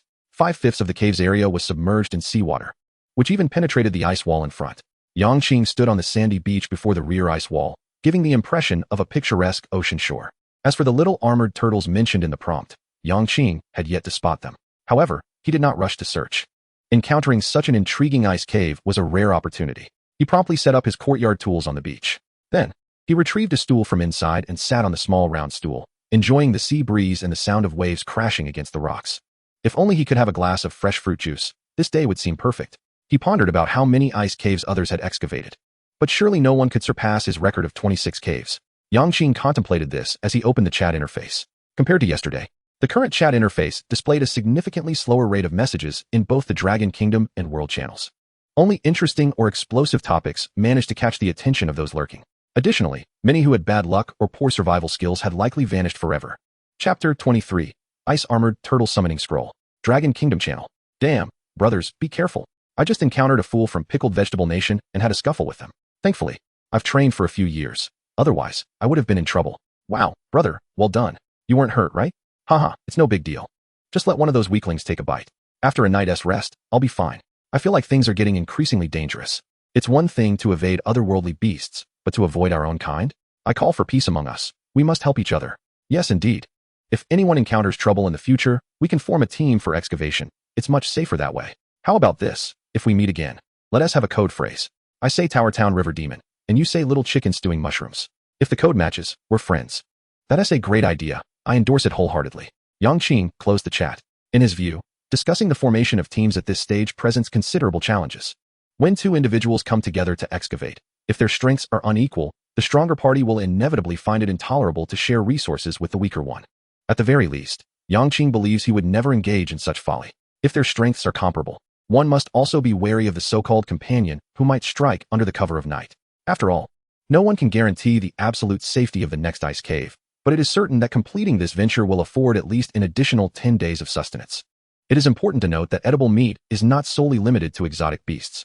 Of course, in this world, darkness exists alongside light. When two truly kind-hearted individuals, possessing principles and a sense of responsibility, unite as teammates, their chances of survival will undoubtedly increase significantly. While Yang Qing pondered these thoughts, he suddenly spotted several small turtles near the rocky shore. Could these be the little armored turtles indicated as needing rescue? He was unsure how to assist them. Murmuring softly, Yang Qing left the courtyard and made his way toward the small turtles. Upon reaching the rocks, he realized that it was not merely a few, but rather a densely packed multitude, likely numbering in the hundreds. Each little turtle bore the burden of barnacles clinging to their shells, with some even having their limbs deformed under the weight. Clearly, these seemingly innocuous barnacles posed a significant threat to them. for anyone suffering from a fear of clusters. Witnessing this scene would likely induce immediate panic. Approaching one of the small turtles, Yang Qing crouched down and began to gently remove the barnacles from its shell. The little turtle seemed to recognize that this person was there to help, remaining still on the sandy beach. The barnacles had a remarkably strong adhesive ability.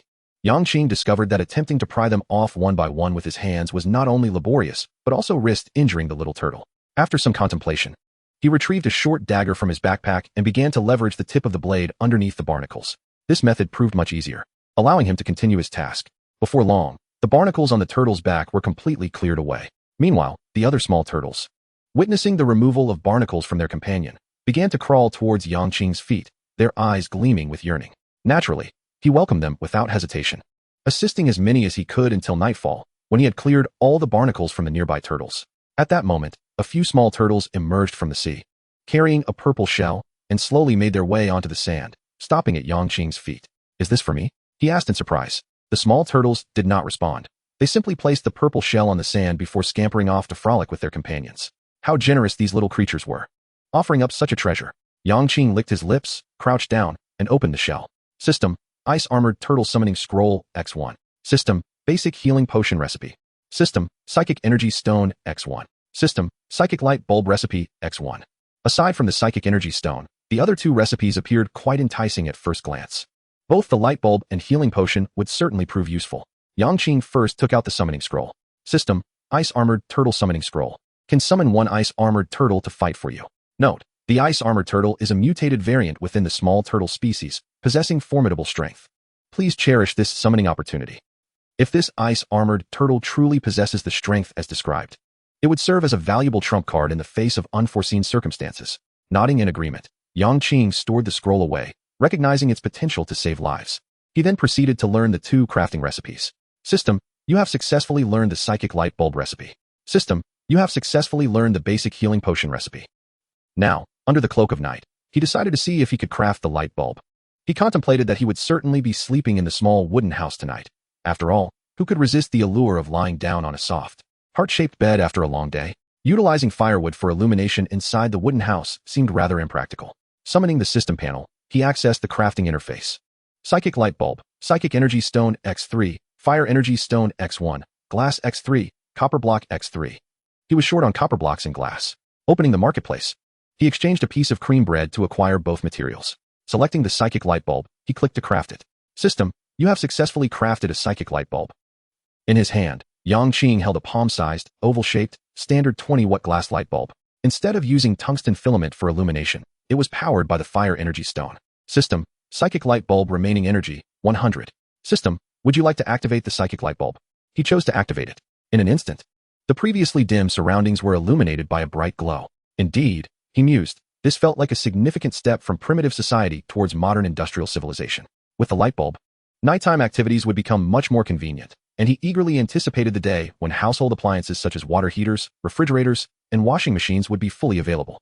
Returning to the courtyard, he discovered that the 3 portions of rice he had planted in the fertile black soil had all matured. The red soil still required 2 more hours, and the ice crusher was also not quite ready yet. Yang Qing decided not to rush these minor matters. Dinner was of paramount importance. The staple would undoubtedly be white rice, a dish he had savored since childhood and one he found irreplaceable. As for the side dish, he planned to prepare meat from the megalodon.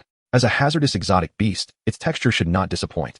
To simplify matters, he intended to cook everything in one pot. Taking a portion of megalodon meat, cutting it into small pieces, and placing it in the pot alongside a portion of millet. Adding water, seasoning, and stirring. He then covered the pot and ignited the fire, settling in to wait patiently. Chapter 24, Basic Healing Potion. Seizing the moment, Yang Qing opened the manufacturing page, intending to see if he could craft a few basic healing potions. In his estimation, having survived thus far, it was evident that one must excavate the ice caves. And the greatest danger within those caves was not only the unpredictable climate or natural disasters, but also the exotic beasts. Encountering such creatures could result in severe injury, if not death. In those moments, for players injured and awaiting rescue, having a healing potion at hand would be invaluable, even worth the sacrifice of everything they owned. Basic Healing Potion. Purple Seaweed X4, Frost Flower X1, Ice Root X1, limit of 5 per day. Like the antidote, there were restrictions on the number of times one could craft these potions. He possessed all 3 ingredients, so he clicked to manufacture them. System: You have successfully crafted a Basic Healing Potion. Basic Healing Potion, effective for treating mild injuries and internal wounds. with a daily limit of 5. He aimed to craft the maximum amount. Opening the marketplace, he first searched for any available medicinal herbs. Aside from a substantial supply of purple seaweed, the other two types each had only 3 available for sale, but their prices were quite reasonable. In fact, for items such as potions or plants that had time or quantity limits, the required materials were typically not overly expensive. Due to the scarcity of such production diagrams or land transformation tools, combined with time and frequency constraints, both medicinal herbs and seeds are unlikely to be utilized in large quantities. Consequently, Yang Qing only used 2 portions of ice crown eagle meat to exchange for 3 portions each of 2 types of medicinal herbs. He then continued to examine the materials needed for crafting antidotes. Although the practicality of antidotes does not rival that of healing potions, they are equally vital for survival and can fetch a high price when there is demand. The ingredients for crafting antidotes include purple seaweed, ice silver flower, and variegated root.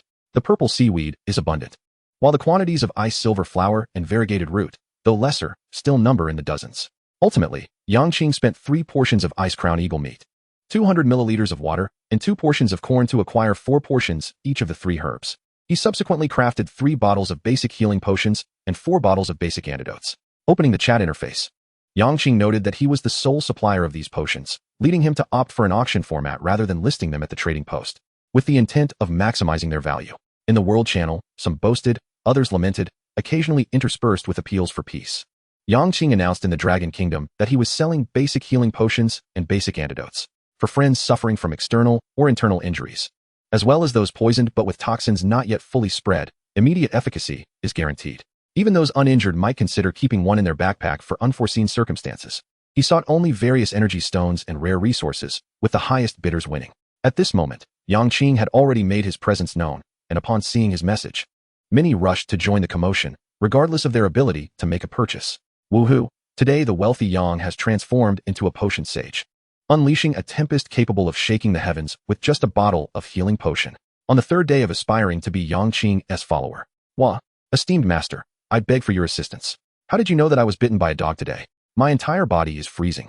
I feel as though if I sleep tonight, I may never awaken again. Master is no longer selling water, but instead peddling potions. I'm curious what the wealthy master is having today. Do share a picture to tantalize our appetites. Yang Qing observed for a moment and realized that few were bidding directly in the World Channel. He then turned his attention to the private chat interface, where the atmosphere was a stark contrast to the coldness outside. It was bustling with offers. A series of high-priced messages lined up neatly before him, with some individuals even willing to exhaust their entire savings for a single healing potion. Yang Qing meticulously selected suitable trading partners in the private chat. Half an hour later, the transactions were complete. All 7 potions had been sold, yielding him 1 energy stone, 2 wood energy stones, 2 wind energy stones, 2 earth energy stones, 2 water energy stones, 6 fine steel portions, 3 ice-cold grasses, and 6 watermelon seeds. One player from the Lighthouse Nation, named John Joff, even offered 2 energy stones for a single healing potion. The remaining offers were also substantial. At least 1 energy stone or a combination of an energy stone with some materials.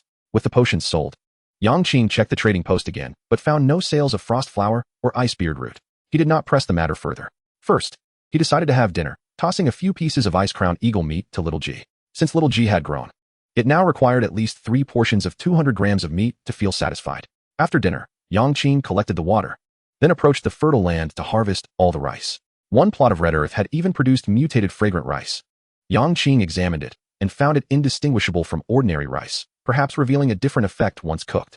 He then took out the 6 watermelon seeds he had just exchanged and planted them all in the fertile land before contentedly returning to the wooden cabin. Opening the trading post, he spent 2 portions of corn to acquire a basin and a towel.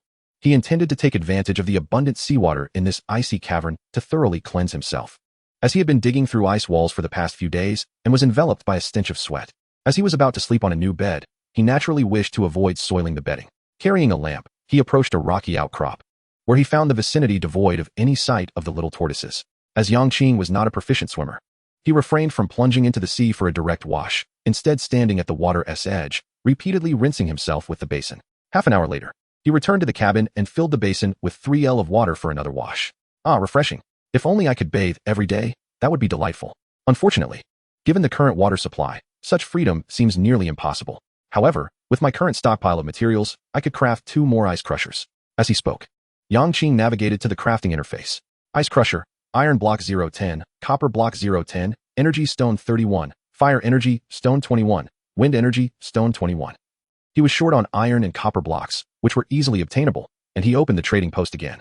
After spending 200 milliliters of water and 2 portions of purple sweet potatoes, he acquired 20 portions each of iron and copper blocks.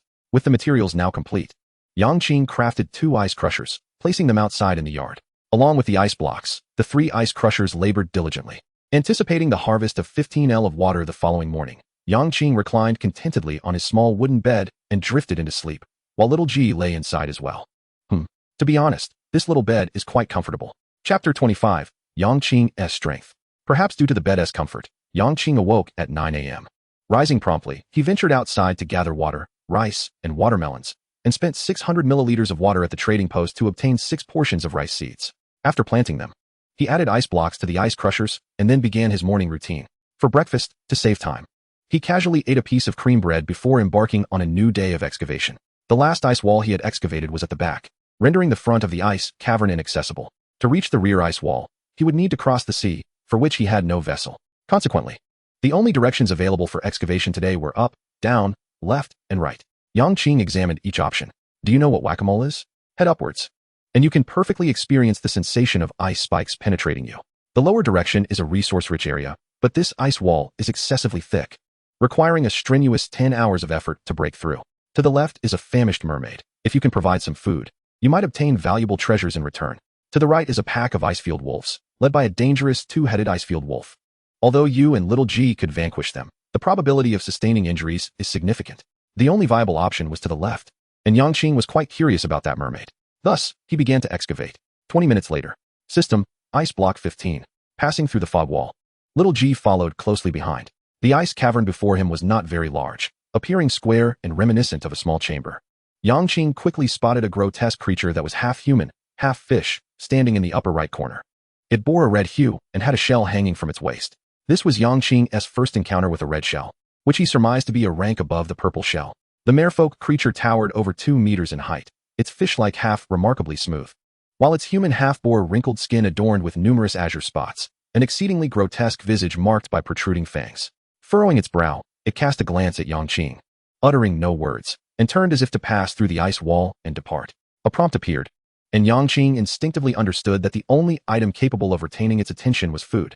He swiftly retrieved a chunk of saber-toothed tiger meat, simultaneously stating, "Hello, would you require this?"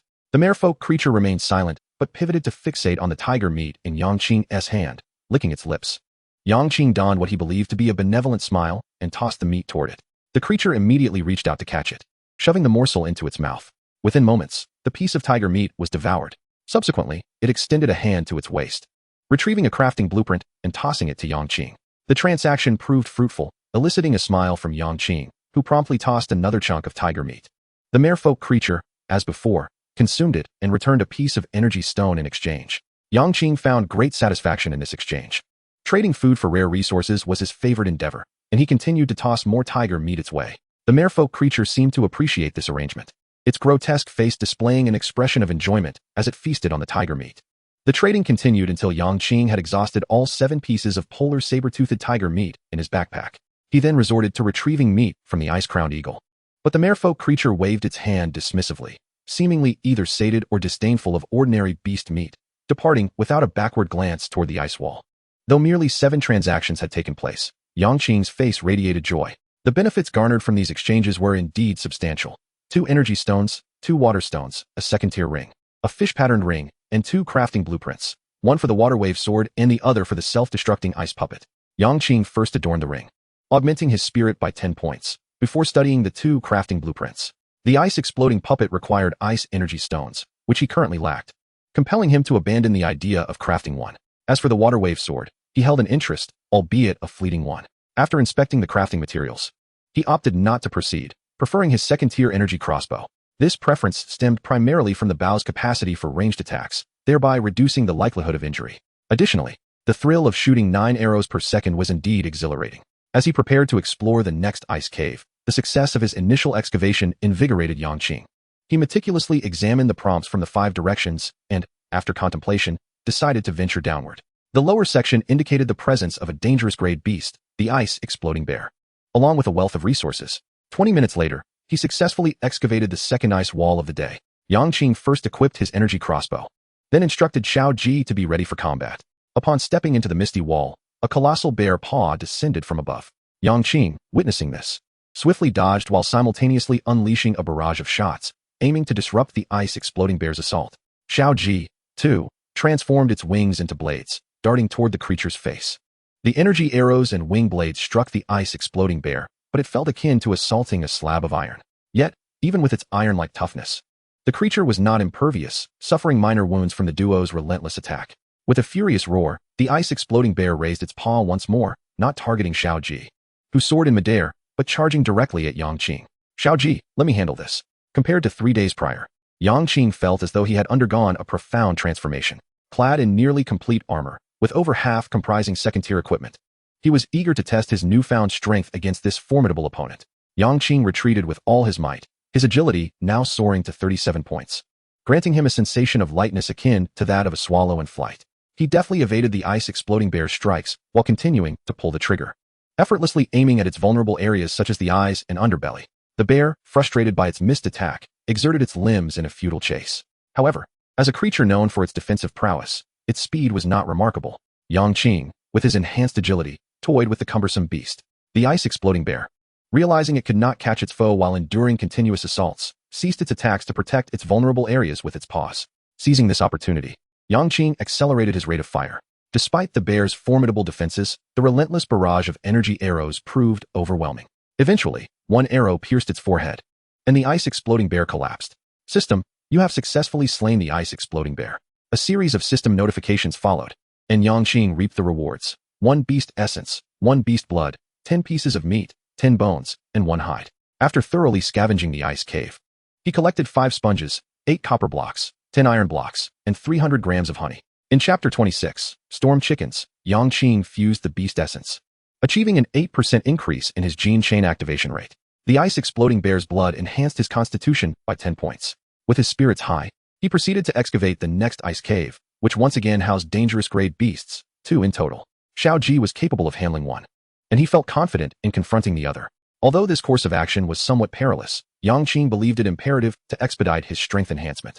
Thus far, he had excavated 28 ice caves, yet most of the beasts encountered were already of dangerous caliber. This indicated that as he continued to excavate, he would inevitably face stronger adversaries.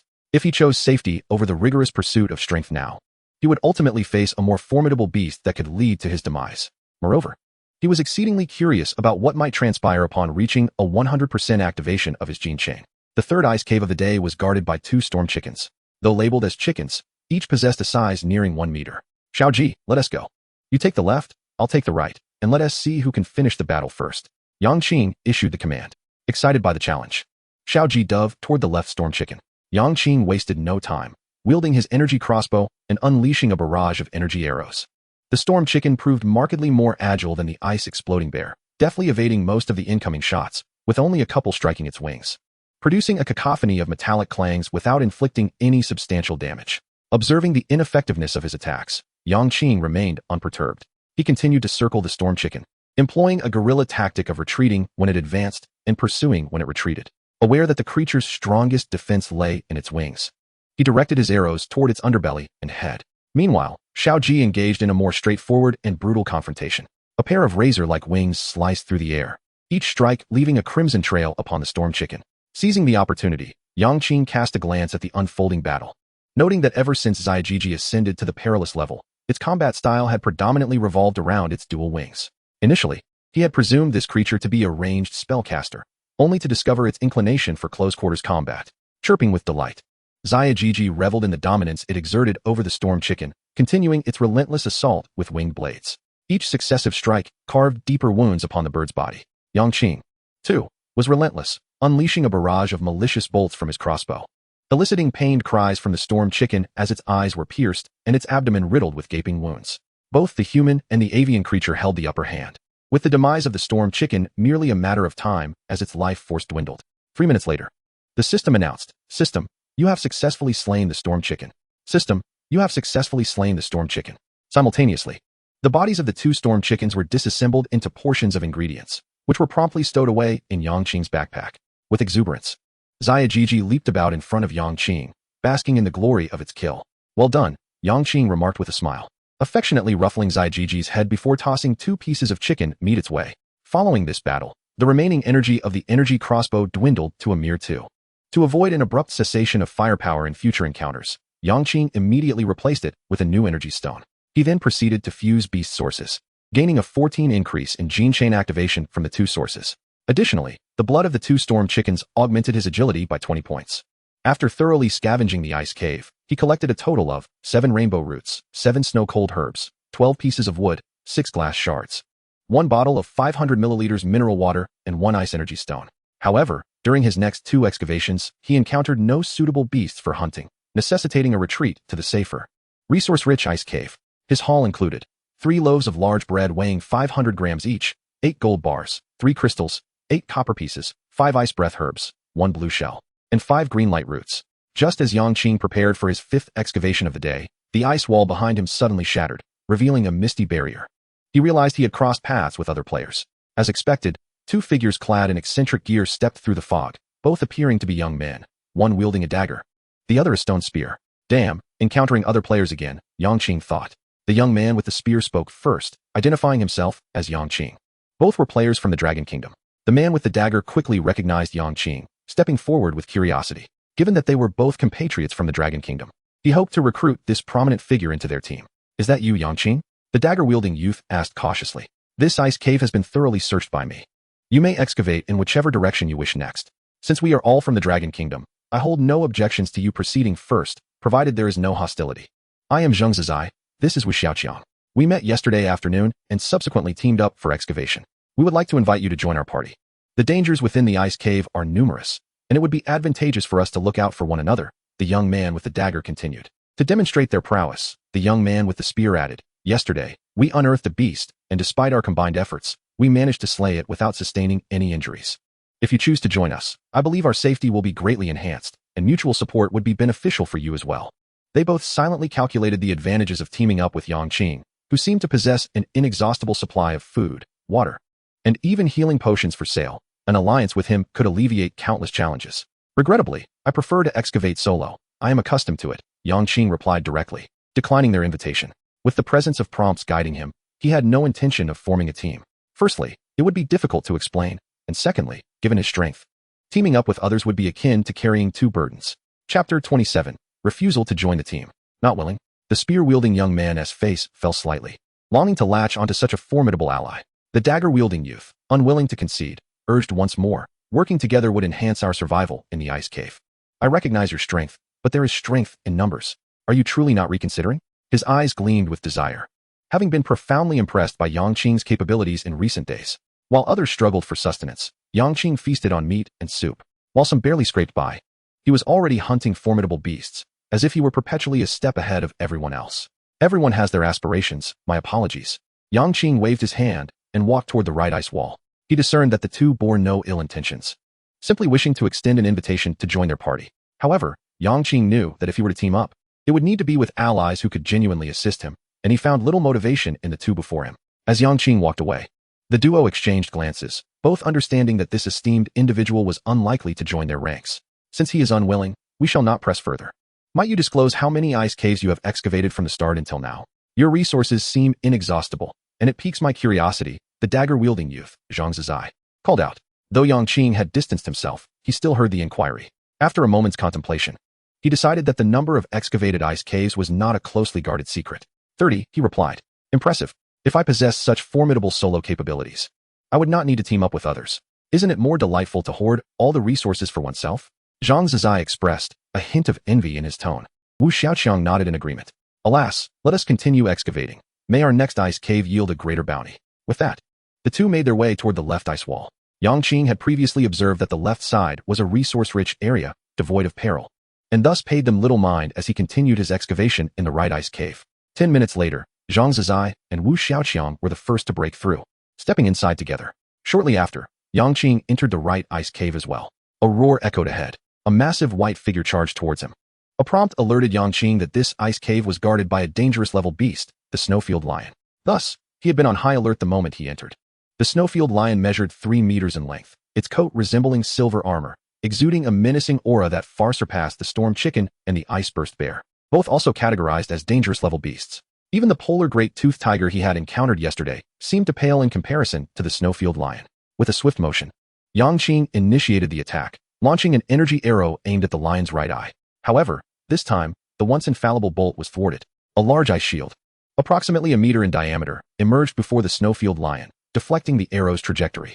As the snowfield lion closed the distance to within 100 meters, it abruptly halted, its gaping maw opening wide. With a roar, a basketball-sized ice ball began to coalesce at the corner of its mouth, hurtling towards Yang Qing. Incredible! With such a magnificent and robust physique, it wields magical powers. The series of maneuvers executed by the snow lion left Yang Qing profoundly astounded. With nimble footwork, Yang Qing swiftly darted aside. A resounding crash echoed as an ice ball struck the icy wall, shattering into countless shards that scattered in all directions. Realizing its attack was futile, the snow lion opened its maw wide, launching a barrage of ice balls toward Yang Qing. "Xiaoji, let it taste your ice blade." "I will hold it off," Yang Qing declared, deftly evading the incoming ice projectiles. With his agility rating of 57, his speed was astonishingly swift. In mere moments, he found himself behind the snow lion. Enjoying the thrill? Now it's my turn. Whoosh, whoosh, whoosh. A flurry of energy arrows soared toward its posterior. "Xiaoji now." Upon hearing the command, Xiaoji's wings began to shimmer, coalescing into an ice blade nearly 2 meters in length. With precision, the ice blade hurtled toward the snow lion's neck at an acute angle. Caught in a pincer attack, the snow lion formed an ice shield to deflect Yang Qing's arrows. However, Xiaoji's ice blade sliced through the snow lion's neck with the ease of cutting through tofu. System: you have successfully slain the snow lion. System: Beast Essence X1. System: 100 milliliters of snow lion blood X1. System: Snow lion meat X10. System: Snow lion bones X10. System: Snow lion hide X1. Nice!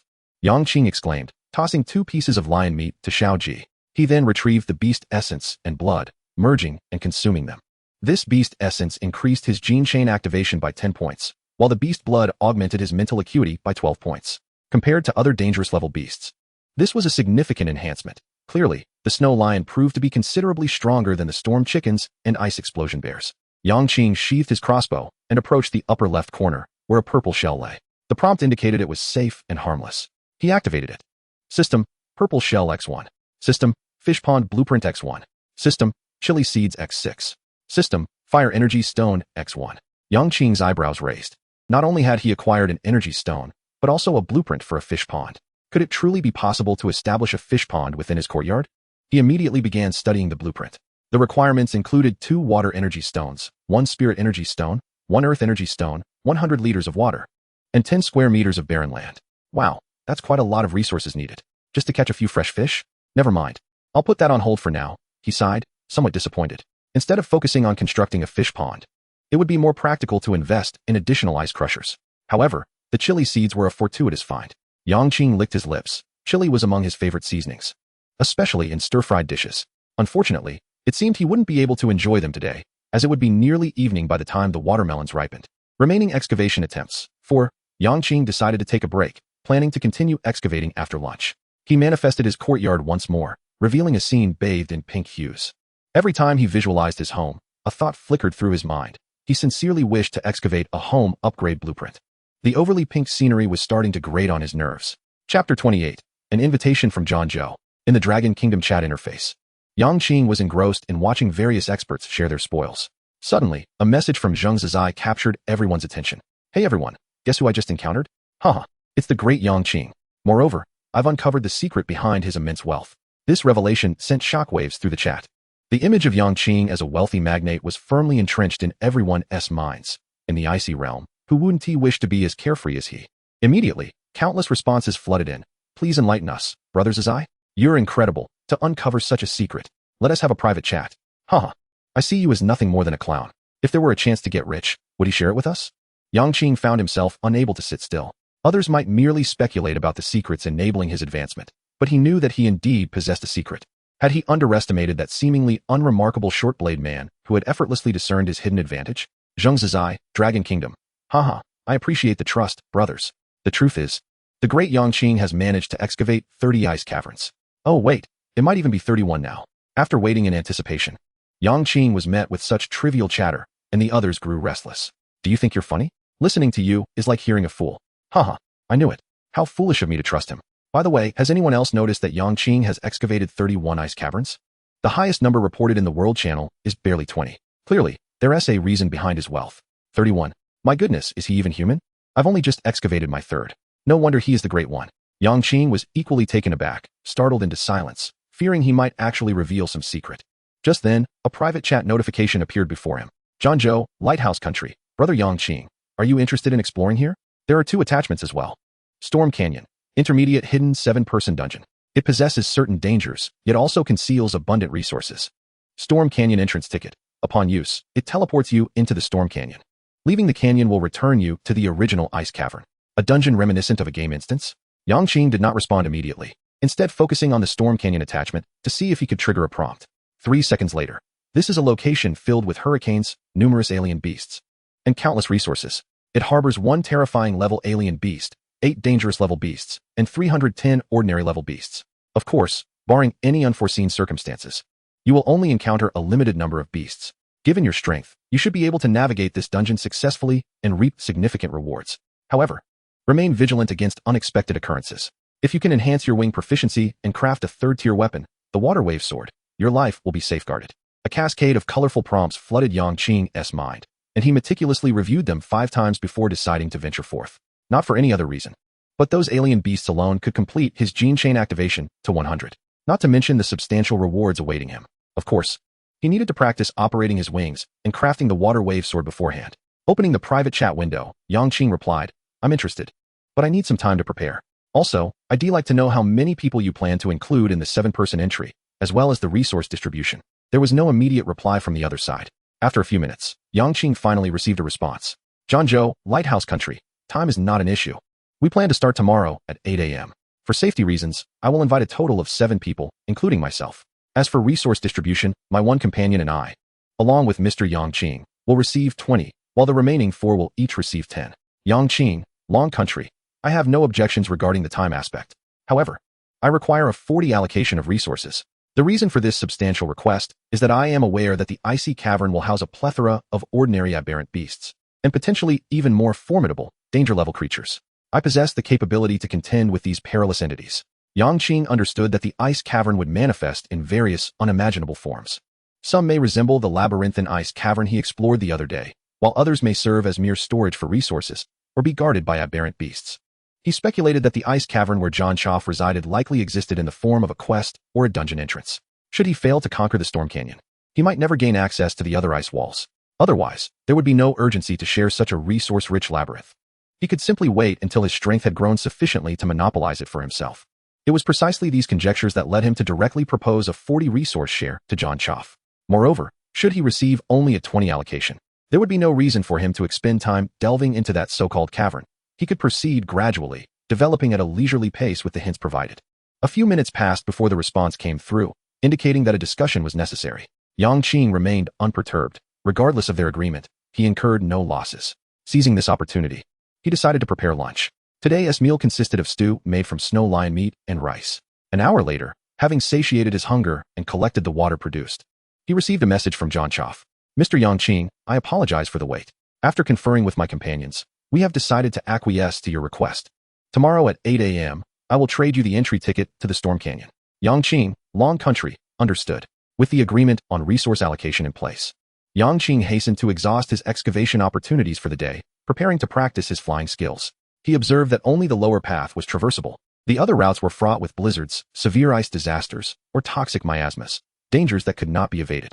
Upon reaching the lower area, he discovered it to be a resource-rich ice cavern, yielding a total of 6 frost breath herbs, 1 crafting blueprint for a basic strength potion, 12 stones, and 5 crystals. Chapter 29, Summoning the Ice Armored Turtle. This marked his 8th excavation of the day, continuing along the lower path. As he entered, a chill enveloped him, accompanied by the howling of the wind. This cavern was a tumult of snow and ice. The ground was blanketed with a thick layer of snow. Descending the steps slowly, he learned from the hints that a group of aberrant beasts, snow field mice, resided here, although he had yet to spot them. Were they concealed beneath the snow? Yang Qing speculated, scanning his surroundings. Hints began to materialize in his mind, indicating the locations where the snow field mice were hiding. He retrieved his energy crossbow, and upon receiving a positional notification, he merely needed to aim and pull the trigger. System, you have successfully slain the aberrant beast, Snowfield Mouse. System, you have successfully slain the aberrant beast, Snowfield Mouse. A succession of notifications continued to appear, and Yang Qing's backpack swelled with 24 portions of mouse meat, 24 mouse bones, 8 mouse hides, 8 portions of mouse blood, and 8 beast sources. Merging all the beast sources increased his gene chain activation rate by 16. The 8 portions of beast blood contributed an additional 16 points of strength. The strength of these snow field mice was comparable to that of the ice plain rabbits he had first hunted. Although the attribute gains and gene chain activation were modest, the sheer quantity, 8 in total, was advantageous. Alas, this ice cavern was merely a habitat for the snow field mice, devoid of any resources. Had the hints not indicated that these 8 beasts could be easily hunted, he would never have excavated here. Most individuals harbor a strong aversion to creatures like mice, and Yang Qing was no exception. With such an abundance of mouse meat in his backpack, he felt increasingly uneasy, especially since his available slots were dwindling. Thus, he contemplated hastily utilizing his final 2 excavation opportunities to clear out his inventory. For his 9th excavation, he ventured into the rear. Inside, he encountered 3 purple shells. The hints revealed that only the central one contained resources and was safe, while the other 2 were perilous. One would emit toxins, and the other flames. Naturally, Yang Qing refrained from provoking the 2 hazardous purple shells. He approached the central shell and opened it. Inside lay 3 items. System, Purple Shell 1. System, Crafting Blueprint for Energy Oven 1. System, Energy Stone 1. System, Crafting Blueprint for Tier 3 Weapon, Paralysis Dagger. System, Basic Spellball, Backstab 1. The crafting blueprints for household appliances caught Yang Qing's attention. The oven was a true boon for the lazy, freeing him from the monotony of meat stew and rice. He learned both blueprints, but regarding crafting, he was not in a hurry. He could take his time later in the evening. With only 1 excavation opportunity remaining, he decided to use it without delay. Excavate upwards. This area was once the lair of a powerful ice dragon. However, the ice dragon has long since perished, leaving behind a red shell. Upon seeing the hint above, Yang Qing's interest in the other directions waned. At this moment, his mind was occupied solely with the notion of a red shell. While purple shells were rare treasures, what wonders might a red shell hold? Without inspecting the other ice caverns, he promptly donned his flight wings. Half an hour later. System, Ice Blocks 25. Yang Qing controlled the flight wings to ascend. As he emerged, his gaze immediately fell upon a large ice cave deep within the cavern. The entrance was substantial, measuring several meters in diameter. The area surrounding the ice cave was eerily quiet, yet new hints appeared. Although no giant dragon resides within the ice dragon's lair, a trace of ice dragon power lingers. While you and Little G possess the ability to suppress it, there is a significant risk of sustaining injuries. The best course of action is to utilize the ice-armored turtle summoning scroll to harness its strength to subdue the ice dragon's power. To pursue the red treasure chest, Yang Qing deemed it worthwhile to expend a trump card. Moreover, he could not afford to be injured before his venture into the Storm Canyon tomorrow. He retrieved the ice-armored turtle summoning scroll and activated it. In an instant, a circular 6-pointed magic array appeared on the ice wall below. A massive turtle emerged from the array, measuring over 2 meters in length, its shell encased in a layer of frost. The temperature plummeted upon its arrival, causing Yang Qing to shiver. Even the audacious Little G curled up in midair, hesitant to make a sound. Clearly, this ice-armored turtle possessed formidable strength. As the turtle raised its head, although it could not speak, the goodwill expressed in its gaze assured Yang Qing of its intent to aid him. With such a powerful ally at his side, Yang Qing dared not delay. He was unsure if there was a time limit on the summoning. Leading the way, he advanced toward the depths of the ice cave, with the ice-armored turtle and Little G following closely behind. Upon reaching the cave entrance, Yang Qing pointed inside.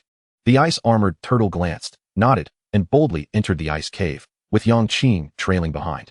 The ice cave was vast, the passage nearly 5 meters wide, and devoid of light. Yang Qing retrieved his energy light bulb. Only then did he discern the uneven walls around him, riddled with countless claw marks densely scattered across the surface. After approximately 3 minutes of walking, the scene before him suddenly expanded into a vast expanse. At first glance, Yang Qing spotted a red shell resting on a stone platform in the corner. Beside it lay an ethereal ice dragon, measuring about 1 meter in length. Is this the power of the ice dragon indicated by the prompt? Despite being called a dragon, it increasingly resembled a lizard the more he looked at it. Yang Qing halted his steps, signaling that this would be their adversary. The ice-armored turtle understood the cue and advanced slowly. With each step it took, Yang Qing could sense the temperature around them plummeting. Meanwhile, the ice dragon's power on the stone platform also detected the intruders. It floated in midair, its mouth agape, releasing a 2-meter-long icicle that shot forth. Clang! The icicle shattered upon striking the turtle's shell, leaving the ice-armored turtle unscathed as it continued its steady advance.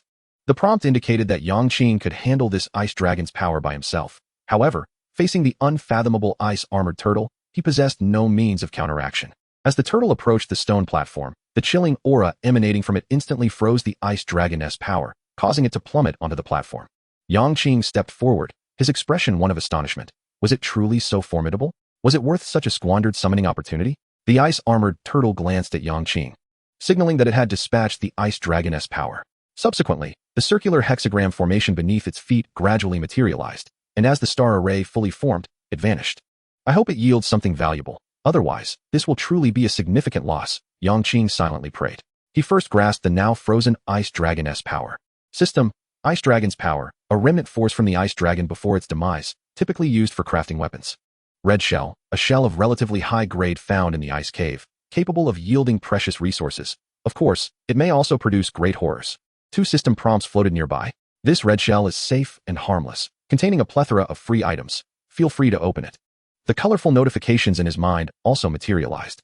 He stowed the ice dragon's power into his backpack, his gaze now completely captivated by the radiant red glow before him. Red shell, come to me. Chapter 30, Basic Intelligent Mecha, the Decomposer. System: Red shell X1. System: Shell Decomposer Crafting Blueprint. System: Basic Intelligent Mecha, Decomposer Crafting Blueprint. System: Psychic Stone X3. System: Wind Energy Stone X3. System: Ice Energy Stone X3. System: 5 Elements Energy Stone X1. Good heavens, what a bounty. Ha ha ha, I'm rich, I'm rich. Yang Qing could not contain his laughter. Even with his substantial assets, he was still taken aback by the appearance of such items. However, he did not rush to inspect them. Instead, he meticulously searched the ice cave, discovering no further resources before finally manifesting his courtyard. He intended to rest within this ice cave for the day. Sitting before a small wooden cabin, he cheerfully opened his backpack. Used items: a box of matches, a box of huazi, used toothpaste, used facial cleanser, used towel, basin. 300 milliliters of Feisty shampoo X1, tape X1, tissue X1. Ice cold grass X6, ice cold flower X3, colorful root X7, snow cold grass X7, cold breath grass X6. Chili seeds X6. 100g rice X120, 100g mutated rice X20, water X12L, steak X1, shrimp X3, 100g purple sweet potato X6, 100g corn X7, 500g egg yolk pie X3, 20g chocolate X3, demi chewing gum X3, 200g cream biscuit X1. Basic gene ball leap. Basic gene ball slide tackle. Basic gene ball backstab. Wing. Small knife X1, exquisite short dagger, psychic light bulb. Shell decomposer, crafting blueprint. Basic intelligent mecha, decomposer, crafting blueprint. White shell X5, blue shell X4, purple shell X3, red shell X1, wood X32, stone X12, crystal X8, glass X6, stone X11, silver block X4, gold block X106, fine steel X6. Icefield wolf meat X6. Icefield wolf bone X6, Icefield wolf skin X1, polar giant tooth tiger skin X1, ice explosion bear meat X10, ice explosion bear bone X10, ice explosion bear skin X1, storm chicken meat X12, storm chicken bone X12, storm chicken skin X2, snow lion meat X10, snow lion bone X10, snow lion skin X1, snow mouse meat X24, snow mouse bone X24, snow mouse skin X8, psychic stone X5, fire energy stone X4, earth energy stone X1, wind energy stone X3, water energy stone X4, wood energy stone X2, thunder energy stone X1, ice energy stone X4, 5 elements energy stone X1. A row of abundant resources unfolded before him. If others were to witness this scene, they would undoubtedly drool with envy. However, Yang Qing felt that there were simply too many disorganized items in his backpack, occupying valuable space. Although these items could also be placed in his home, doing so would likely fill the courtyard to the brim with resources like stones and gold blocks. Moreover, with food resources still holding their value, exchanging them for what he needed sooner rather than later would yield greater returns. He first decided to learn the blueprint for the basic intelligent mecha, decomposer. Then, he opened the crafting interface, now filled with numerous item crafting formulas. His gaze fell upon the last row. Basic Intelligent Mecha, Decomposer, Copper Block X200, Wire X200, Fine Steel X200, Gold Block X106, Crystal X200, Silver Block X200, Glass X200, Psychic Stone X10, Wind Energy Stone X3, Fire Energy Stone X4, 5 Elements Energy Stone X1. The required materials were undeniably numerous. Yet Yang Qing felt no sense of dismay. Rather, excitement and anticipation surged within him. He was well aware that the greater the quantity of materials needed, the mightier the resulting item would be. Furthermore, this was a mecha. If it could be easily constructed, he would suspect it to be nothing more than a mere facade. With the goal of creating a mecha in mind, he found himself wavering in his desire to craft the psychic oven, as it also required psychic stones and fire energy stones. As for the shell decomposer, he was primarily curious. He had plenty of shells. What resources would he obtain from their decomposition? He turned his attention to the crafting formula for the shell decomposer. Shell decomposer, Iron Block X10, Gold Block X65, Psychic Stone X1, Water Energy Stone X4. The required materials were quite reasonable. Curiosity piqued. Yang Qing resolved to craft it after all. He was just short 10 iron blocks, which was a simple task. Opening the trading interface, he exchanged 2 portions of snow mouse meat successfully. He then reopened the crafting interface, selected the shell decomposer, and clicked to manufacture. System, you have successfully crafted the shell decomposer. He retrieved it from his backpack. Before Yang Qing appeared a precision machine approximately 2 meters in length. Its main body a gleaming gold and white. System, shell decomposer. Capable of converting empty shells into fine dust. The top of the decomposer resembled an ice crusher, featuring a large square opening. Below it was a smaller hole labeled as the dust outlet. Yang Qing took out a white shell and reached out to touch the decomposer. 2 additional system prompts appeared. System, would you like to add a shell? System, psychic energy remaining, 100. Yang Qing placed the shell into the upper square opening, and the shell decomposer began to operate silently. System decomposition time remaining, 559. It also requires 6 hours. Yet Yang Qing remains uncertain about the specific effects of that fine dust. He murmured to himself, simultaneously moving the decomposer next to the ice crusher. 4 machines stood side by side beside the small cabin. He opened the manufacturing interface once more and directed his gaze toward the formulas in the central row. Tier 3 weapon, Water Wave Sword, Crystallate 10, Spirit Stone 41, Water Energy Stone 32, Ice Energy Stone 42, with a limit of 1. This weapon was crucial for his safety tomorrow, so it was imperative to craft it tonight. He still needed 2 more crystals. Crystals were rarer than gold or silver ingots. Although the trading post had some, they were in short supply and rather expensive. Yang Qing paid little heed to the cost and exchanged 200 milliliters of water for the 2 crystals. With the crystals in hand, he had gathered all necessary materials. He clicked on Manufacture. System Tier 3 Weapon, Water Wave Sword. Trait, Triple Wave, consuming some spirit energy to unleash up to 3 waves of water in front. Enveloped by the waves, targets will suffer from slow and continuous damage. This was a ranged spell attack. Upon seeing the trait of Triple Wave, Yang Qing realized that the trait of his spirit energy crossbow, which allowed for rapid fire, was somewhat imprudent. He then truly understood the significance of weapon traits. In this world, the traits attached to weapons should never be underestimated, especially when encountering other players. One must remain vigilant to avoid unforeseen calamities. Chapter 31, Triple Wave. The Water Wave Sword was approximately 12 meters long, its entire body of vibrant azure. Upon closer inspection, intricate blue patterns snaked along the blade, moving as if mimicking flowing water. He decided to test the trait. Yang Qing replaced the spirit energy crossbow with the Water Wave Sword, gripping it firmly in his right hand. In an instant, the method for releasing the triple wave materialized in his mind. He swung his right hand from above downward, silently chanting, First Wave of Triple Wave. A torrent of water erupted from the Water Wave Sword, covering an area of roughly 1,010 yards ahead. However, there were no creatures within the wave, leaving Yang Qing unable to ascertain its true power. He continued to wield the Water Wave Sword, invoking the second wave of Triple Wave, followed by the third wave. Releasing these was already at his limit. The 3 waves converged, still covering an area of 1,010 yards. But within the wave, the water surged with visible intensity and depth. 10 seconds later, the waves receded of their own accord.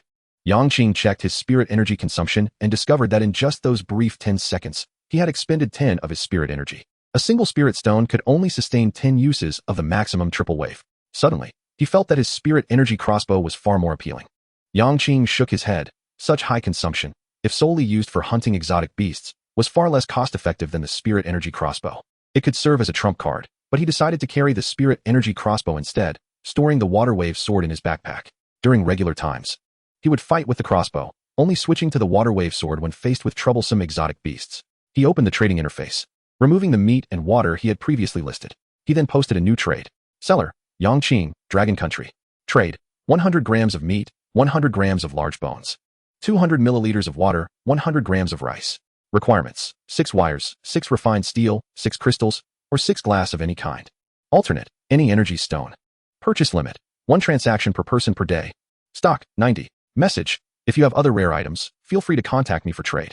This time, Yang Qing offered a package deal. He believed that after the developments of the past 2 days, if he continued to trade 1 portion of water for 1 piece of material, some would certainly be willing, but it would not be as fervent as before. After all, those who had survived until now would likely not find themselves in a position to rely on a sip of water for salvation. By offering a package that included water, meat, rice, and bone broth, he felt this was a relatively appealing meal, even before the crossover. Placed here, it would undoubtedly be a meal reserved for the wealthy. And now they only needed to exchange some unused materials for a day of luxurious feasting, something he believed no one could refuse. However, the materials he sought in exchange were rarer than gold ingots, with most people having pitifully few excavation attempts. Even if they desired to trade, they might not possess the necessary items. Yet, with so many crossers, there would invariably be a few fortunate individuals. What Yang Qing engaged in was commerce with these individuals. As anticipated, once the trade was posted, the stock began to diminish gradually. Although the pace was slow, it did not cease. It was merely a matter of time before everything sold out.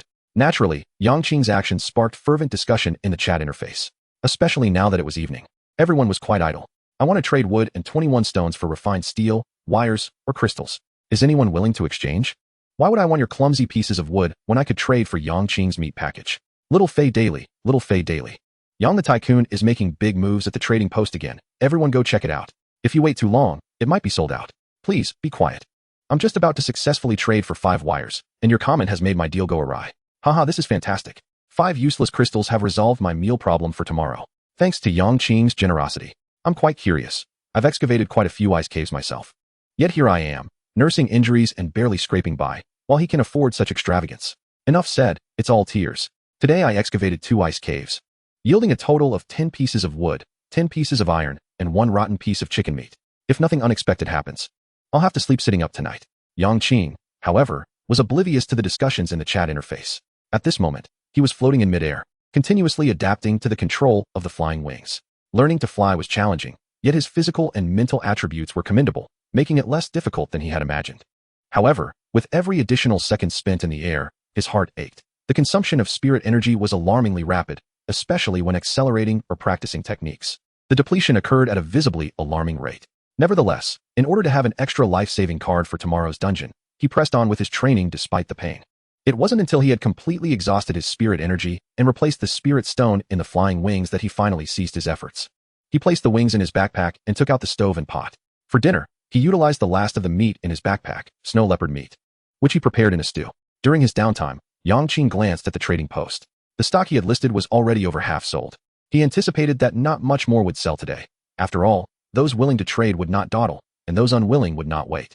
He could only hope for a few more fortunate souls tomorrow. His gaze shifted to the private chat interface, where messages flooded in. After a cursory glance, he found little that piqued his interest in rare items.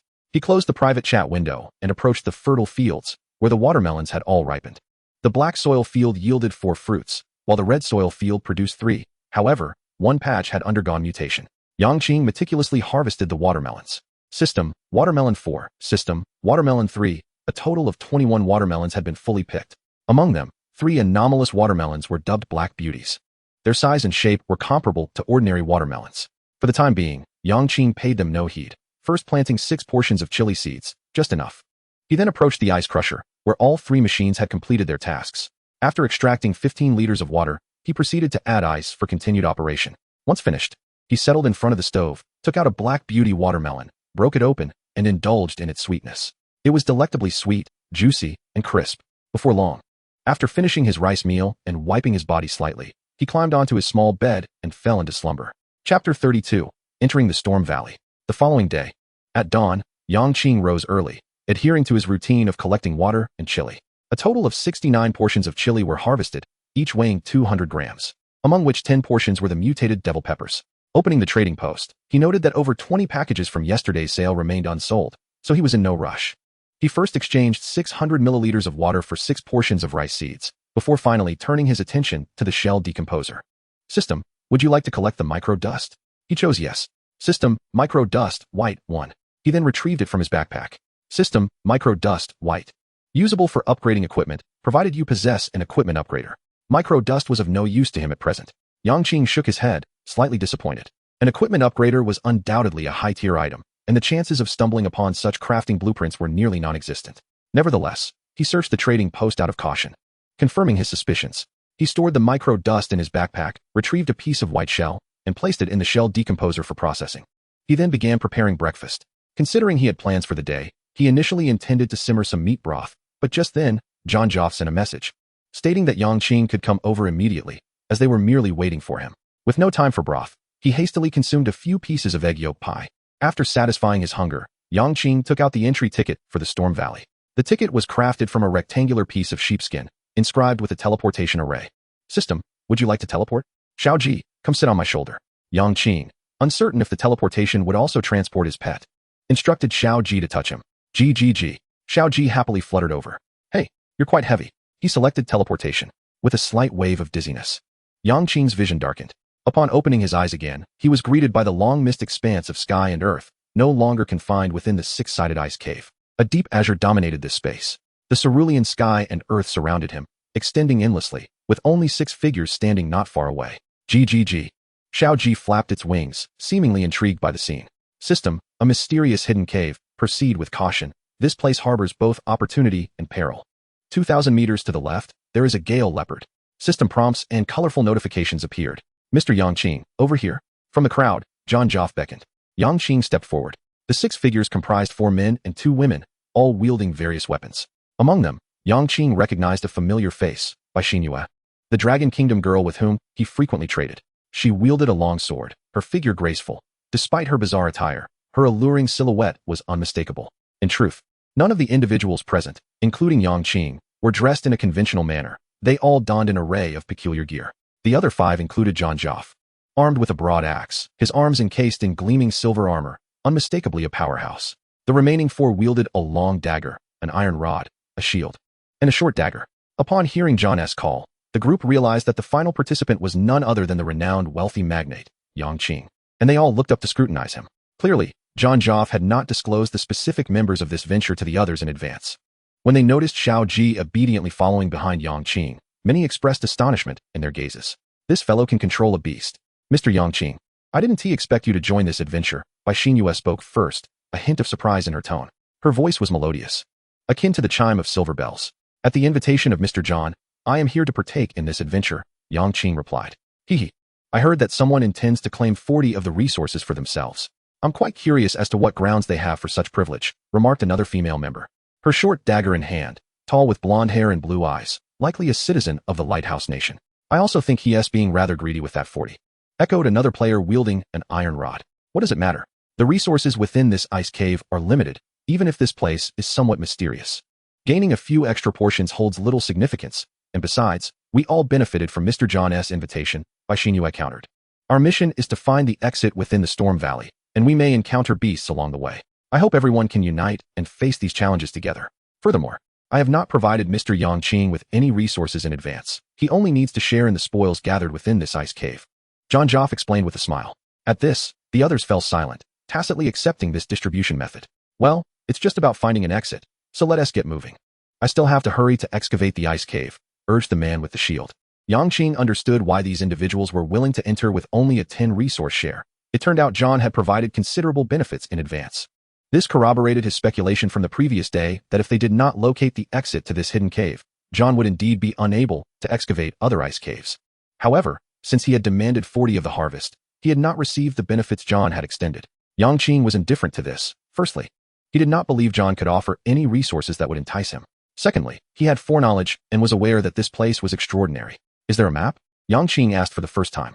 There is no map, but guidance is provided. You simply need to keep moving forward to find the exit, replied the man wielding the long dagger, who was presumably John Joff's partner, speaking in the Dragon Kingdom's language. Yang Qing nodded, opting not to say more. The hidden cave, much like the ice cave, was marked by the system, alleviating concerns about straying from the path. The group commenced their journey forward. Yang Qing narrowed his eyes, steeling himself internally. In this unfamiliar group, he did not naively believe that everyone was trustworthy, especially since he was already a figure of notoriety. Thank you for your antidote. Otherwise, I might have perished within the ice cave, Bai Xinyue whispered as she approached Yang Qing. Your luck led you to find the refined steel, otherwise, I too would have been at a loss. Moreover, our exchange was merely a matter of mutual benefit, he replied. Yang Qing waved his hand dismissively, indicating that such courtesy was unnecessary. 2 gale leopards are located 500 meters ahead, moving with remarkable speed. Exercise caution. The group had not walked far when a colorful prompt flashed in Yang Qing's mind. Are there exotic beasts? Yang Qing's left hand caressed his energy crossbow, which provided him with a sense of security. Shortly thereafter, the shield-bearing man in the front called out loudly, urging everyone to be cautious as there were exotic beasts ahead. No sooner had he spoken than the group sharpened their focus, gazing forward. There were 2 exotic beasts, each measuring over 2 meters in length, predominantly hued in green. Simultaneously, a system prompt hovered above the creatures. System, Gale Leopard, exercise caution to avoid, or it will tear your head apart. Chapter 33, Danger Approaches. Everyone charge. John Joe bellowed, brandishing his colossal axe as he rushed forward. Watch this, the man wielding an iron rod sneered, following closely behind John. The remaining 4 swiftly followed suit without a hint of hesitation. It was evident that the individuals John had gathered were seasoned fighters. Xiao Ji, you need not take action in the forthcoming battle. Just keep a close watch on these individuals, Yang Qing instructed. He did not wish to stand out. Having requested to claim 40 of the resources, he naturally did not want to incur any criticism. After giving his reminder, he stepped forward alongside the others. The Gale leopards had also detected the intruders, salivating and baring their teeth as they lunged toward the group. As the two sides drew nearer, and when they were about 100 meters apart, Yang Qing halted, raising his right hand to pull the trigger. Whoosh, whoosh, whoosh. 9 energy arrows shot forth in succession, resembling meteors as they streaked overhead, targeting the leopard on the right. Thud, thud, thud. As the Gale leopard sprinted forward, 9 black dots suddenly appeared in its vision, rapidly enlarging. Before it could react, it was sent flying backward, its body pierced by silver-white crossbow bolts, lifeless beyond recovery. System, you have successfully slain a Gale leopard. Meanwhile, the others had approached the second Gale leopard. Die! John Joe shouted, raising his axe high to deliver a powerful blow to the other beast. The remaining individuals seized the opportunity, their attacks landing one after another upon the Gale leopard, shattering it into fragments. Impressive, White Xinxue exclaimed, unable to contain her admiration as she watched Yang Qing approach. She felt she lacked the strength to single-handedly defeat an exotic beast in just a few breaths. It's merely the advantage of weaponry, the dagger-wielding woman scoffed. Haha, regardless, Brother Yang Qing's archery skills are certainly beyond the capabilities of ordinary individuals to withstand. John Joe praised with a smile, moving forward to stow the 2 Gale leopard corpses into his backpack. Unlike the exotic beasts in the icy caves, which would automatically decompose into materials upon death, the bodies of these 2 Gale leopards displayed no such transformation. Upon collecting the corpses, I discovered I could choose between decomposition and non-decomposition. I opted not to decompose these exotic beasts. I propose that we distribute the resources only after hunting 10 exotic beasts. How does that sound? John Joe asserted, embodying the demeanor of a leader. I have no objections. The man wielding the long knife, named Li Feng, was the first to voice his agreement. The others frowned but remained silent, indicating their concurrence. The group continued their march, encountering a couple of Gale leopards along the way. However, they were all dispatched without incident. During this time, Yang Qing's package on the trading post finally sold out completely. He amassed a total of 138 electric wires, 108 fine steel, 132 crystals, 102 glass, 1 water energy stone, 2 energy stones, 2 fire energy stones, 3 wind energy stones, and 2 ice energy stones. Thus, he had gathered more than half of the rare materials needed to craft a mecha. However, the losses incurred over these days had consumed a significant portion of his harvest, particularly the various meats, with only a few pieces of snow lion meat remaining. After encountering yet another batch of Gale leopards, the total number of those hunted finally reached 10. Yang Qing then received 4 Gale leopards from John. System, do you wish to decompose the Gale leopards? The choice is yes. System, beast source 4. System, Gale leopard blood 4. System, Gale leopard meat 32. System, Gale leopard bones 32. System, Gale leopard skin 4. He promptly fused and consumed the beast source and blood, resulting in an increase of 12 in his activation degree and 16 in agility. At this moment, Yang Qing's gene chain activation degree had reached 98. Just 2 more to go, which made him impatient to encounter more exotic beasts. Why have we walked for so long without a trace of an exit? If this continues, I shall not agree to this distribution method. The dagger-wielding woman, Anna, suddenly halted, voicing her protest, evidently feeling envious of the previous allocation. After this time, Yang Qing had learned the names of these individuals from White Xinxue. The long knife man was named Li Feng. The iron rod man was named Cui Taiju, hailing from the pickled vegetable nation. The shield bearer was a man named Gavgra from the bear nation. I too believe we should reallocate. After all, this adventure has already delayed us significantly. If this continues, I fear we will not be able to excavate the icy cave today. We must reorganize the distribution. Cui Taiju from the pickled vegetable nation expressed his discontent. I believe it is unnecessary. It has scarcely been 2 hours, and we have already harvested a complete exotic beast. Can anyone here truly expect such bountiful gains while excavating outside? White Xinxue maintained her firm stance. Although our gains may not compare to those of Mr. Yang Qing, I have great respect for his strength, and I believe it is reasonable for the strong to claim a larger share. Gavgra from the Bear Nation also outwardly supported this view. The initiators of this team, John Joe and Li Feng, found themselves continuously mediating between the 2 factions. Their objective was clear. They simply wished to find an exit as swiftly as possible. John Joe even privately suggested to Yang Qing that he could offer an energy stone as compensation in exchange for Yang Qing relinquishing 20 of the distribution. 2 choices were presented. First, I could return the 4 recently acquired Gale leopard corpses to Mr. John as a sort of entrance fee, but I would no longer team up with you all. Second, the distribution remains unchanged. This was Yang Qing's response. He had long been aware of the true treasures and dangers lurking within this maze, having unearthed barely a fraction. The mere presence of a few exotic beast corpses had already sparked conflict. He believed that when the real treasures were discovered, the disputes would escalate even further. He secretly hoped that John would choose the first option, as it would grant him the freedom to act without restraint. Of course, he could also simply detach from the group, but he had no intention of doing so, as he had promised to escort John to the exit. Do you truly think of yourself as someone significant?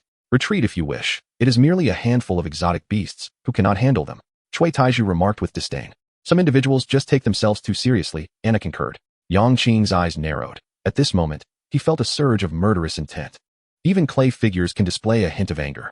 Moreover, he was not known for his patience, particularly towards such fools. Please note, 2,000 meters to the right. A pack of gale leopards is approaching, totaling 13, led by a dangerous exotic beast. Just then, a colorful prompt suddenly appeared in his mind. Yang Qing remained silent, contemplating deeply. In such an open space, he had no confidence in his ability to annihilate the pack of gale leopards without sustaining losses. However, he was no longer fighting alone. Eliminating these exotic beasts would be relatively straightforward. Yet, the attitudes of those two had already irked him, and he certainly would not foolishly charge in to resolve their crisis. Chapter 34. Breaking away from the group. Upon witnessing Yang Qing's unwavering resolve, Li Feng and Zhang Zhou understood that persuading him to relinquish his share of the spoils was a futile endeavor. They had no choice but to stabilize the rest of the group. In such unfamiliar territory, mutual support was paramount. We had previously agreed upon the distribution of gains and even provided compensation. Isn't it somewhat dishonorable to renege on our agreement now? How about this? Once we find an exit, I shall grant everyone additional compensation. As the two men continued their earnest pleas, Gaftla from the Bear Country was the first to notice an anomaly to their right. Everyone look. What is that? The others turned their heads in unison. There. 500 meters to the right, a pack of gale leopards was advancing steadily towards them. The leading leopard was noticeably larger than the others. This is bad. It's a leopard pack. Damn it. How did we encounter so many gale leopards? Where on earth are we? It's over. You've doomed us, you bastard John. A cacophony of gasps erupted from the crowd, with Cui Taiju and Anna already beginning to retreat. Even Zhang Zhou, the one in charge, wore a face of sheer panic. Among the crowd, only Yang Qing and Li Feng maintained a semblance of composure.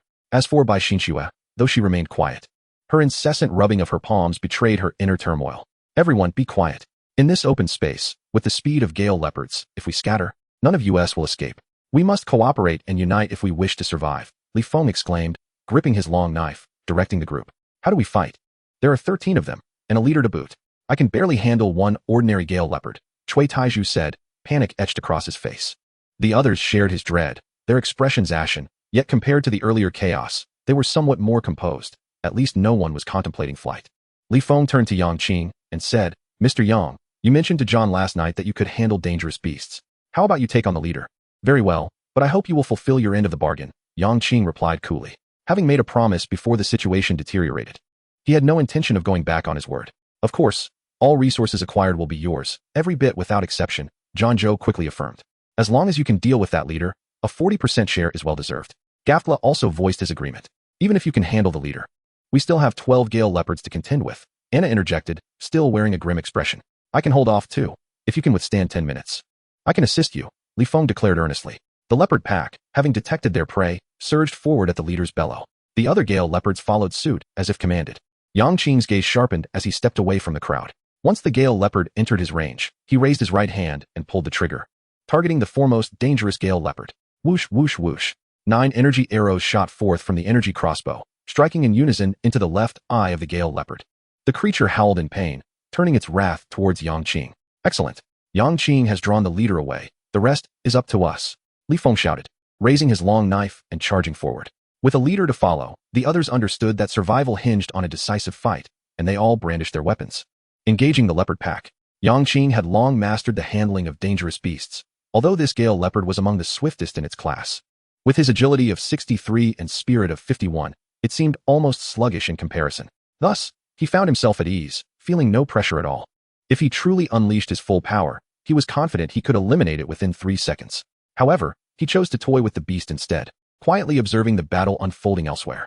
Over there, the opponents were 12 ordinary gale leopards, with each person facing off against 2. Li Feng was the most at ease. His swordsmanship grand and masterful, effortlessly subduing 2 beasts in a single encounter. Just as he had claimed, hunting these 2 creatures was merely a matter of time. Next was Bai Xinxue, the girl from the Dragon Kingdom, her swordplay precise and deft. While she lacked Li Feng's seasoned ferocity, she was holding her own for the moment. The others fared less well. Despite their commendable combat skills, against the extraordinarily fast gale leopards, they could only defend themselves. Particularly for Cui Taiju, who had barely engaged when wounds began to mar his body. As time progressed, Li Feng's long knife danced with increasing intensity.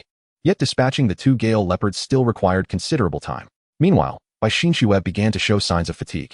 I can't hold on any longer. If we're going down, we go down together, Cui Taiju shouted, abandoning his defense and fleeing to the left, where there were no enemies. The 2 gale leopards pursuing him lost their target and redirected their assault towards Bai Xinxue.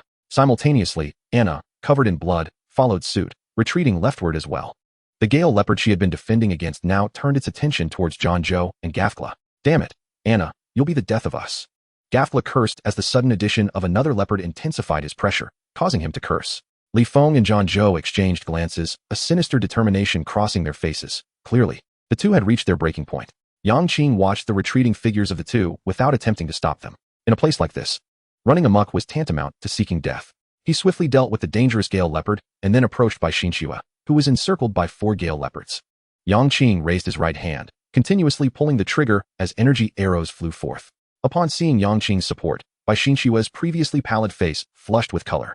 With the cover of the energy arrows, she transitioned from defense to offense.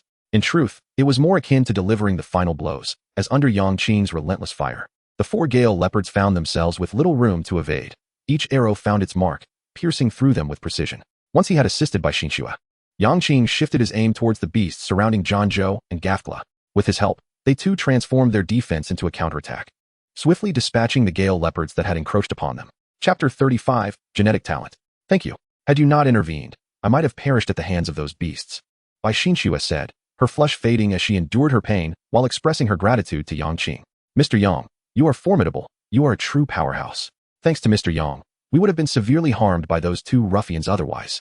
Should I ever encounter them again, I will surely cleave them to pieces with my axe. Gafkla and John Zhou chimed in simultaneously. Yang Qing waved his hand dismissively, indicating there was no need for such formality.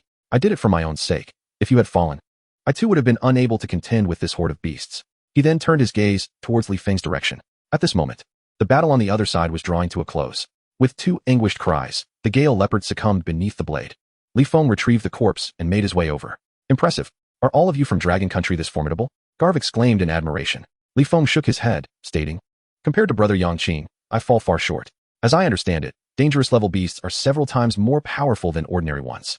Brother Yang Qing was able to hunt one down in mere minutes. Such prowess vastly exceeds my own. Were it not for him, our team might have already disbanded. John Cho regretfully remarked, this is my fault. I failed to recognize that Anna and the others were of such character. Otherwise, I would never have invited them into the team. Suddenly, a thought struck him, and he brightened. However, now that they've fled, how shall we divide the corpses of these gale leopards?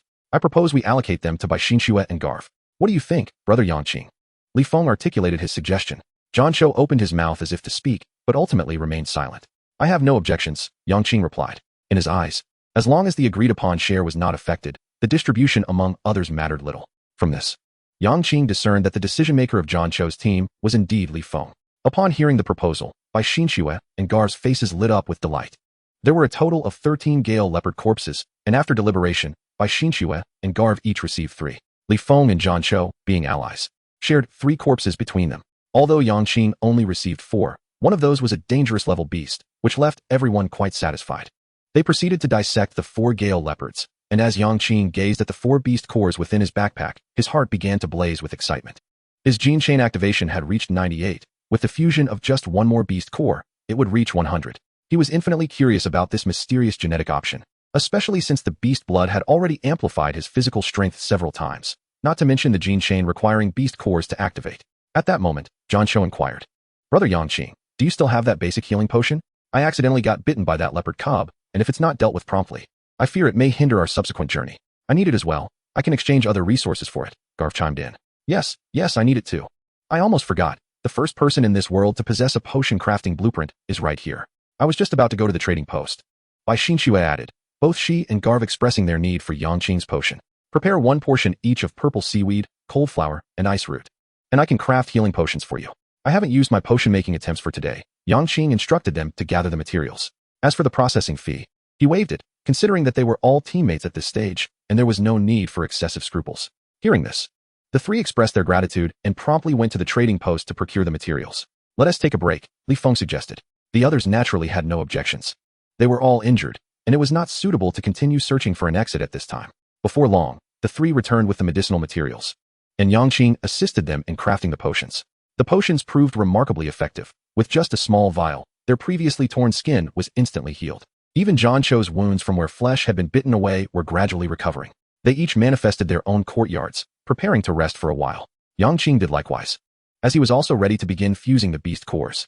Wait, why does Mr. Yang Qing's courtyard look so different from ours? Garv exclaimed, his eyes wide with astonishment. His voice drew the attention of the others, who emerged from their courtyards to gaze in awe at the clearly more sophisticated architecture before them. Bai Xinxue, in particular, felt a pang of envy at the complete little wooden house. As for a girl, enduring a lack of privacy in her living quarters was unbearable.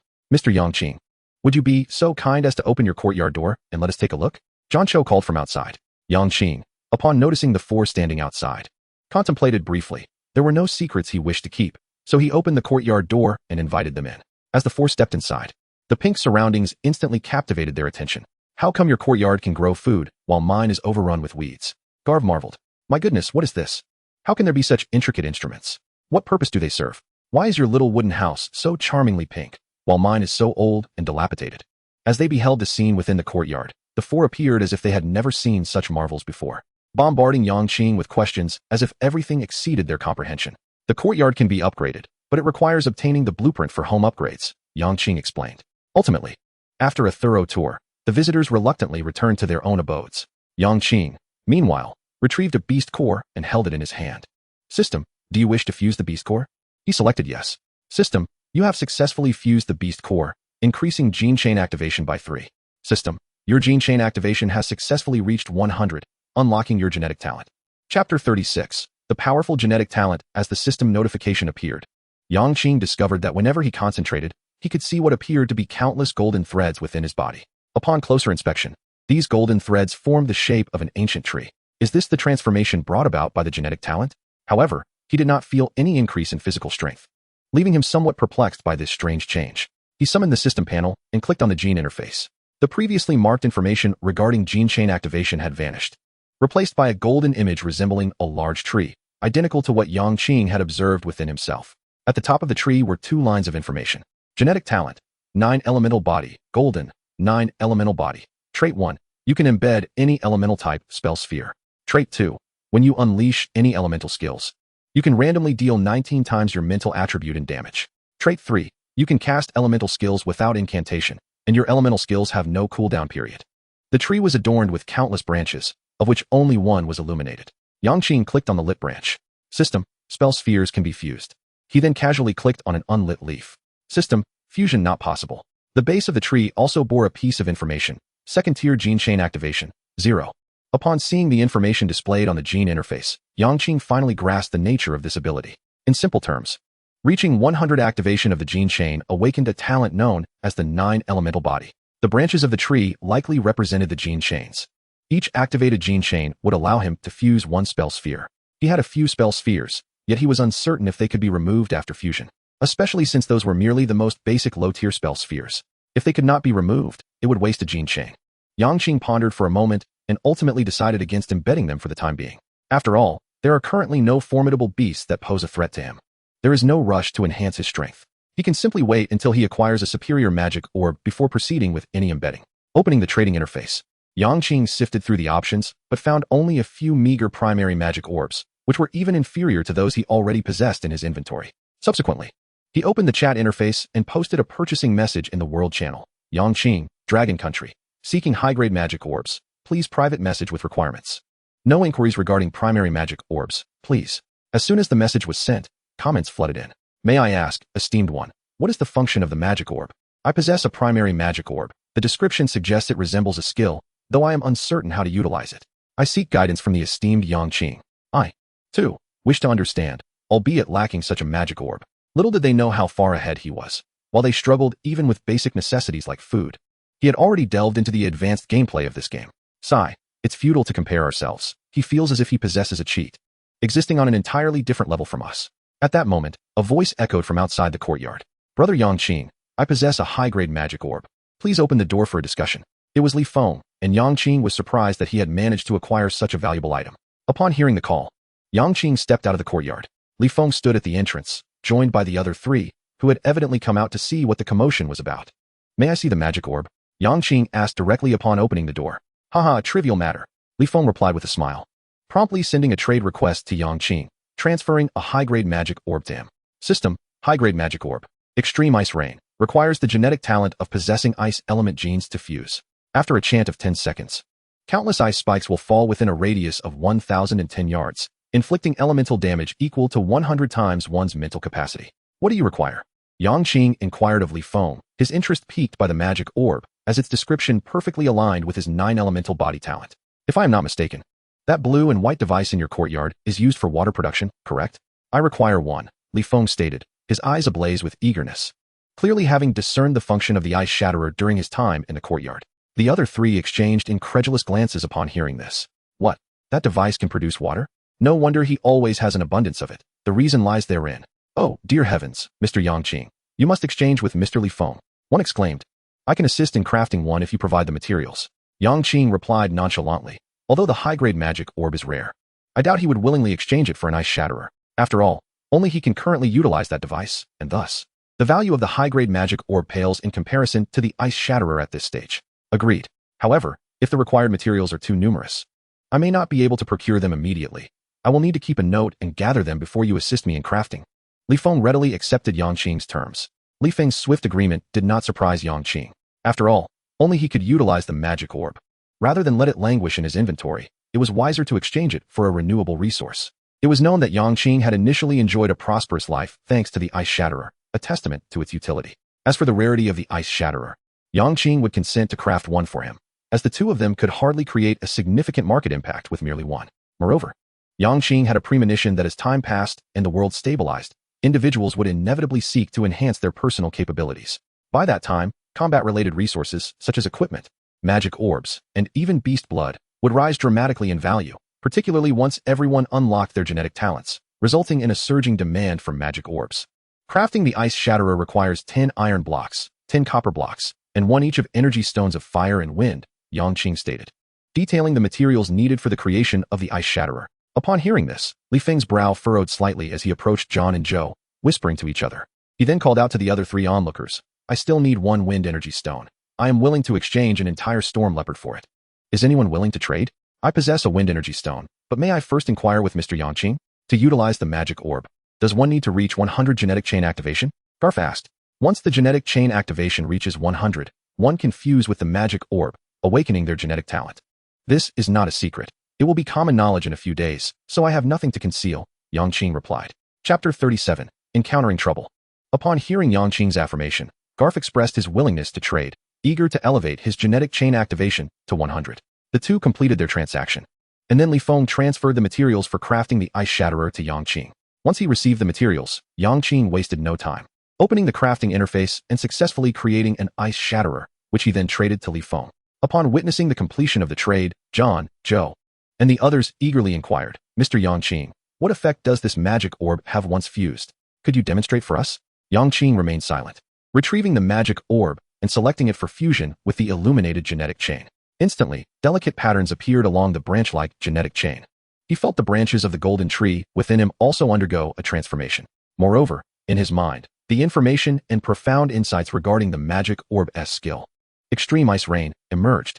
Subsequently, Yang Qing gently tapped on the system panel, focusing on the genetic chain that had absorbed the magic orb. A system prompt materialized beside him. System, fused magic orb, cannot be disassembled.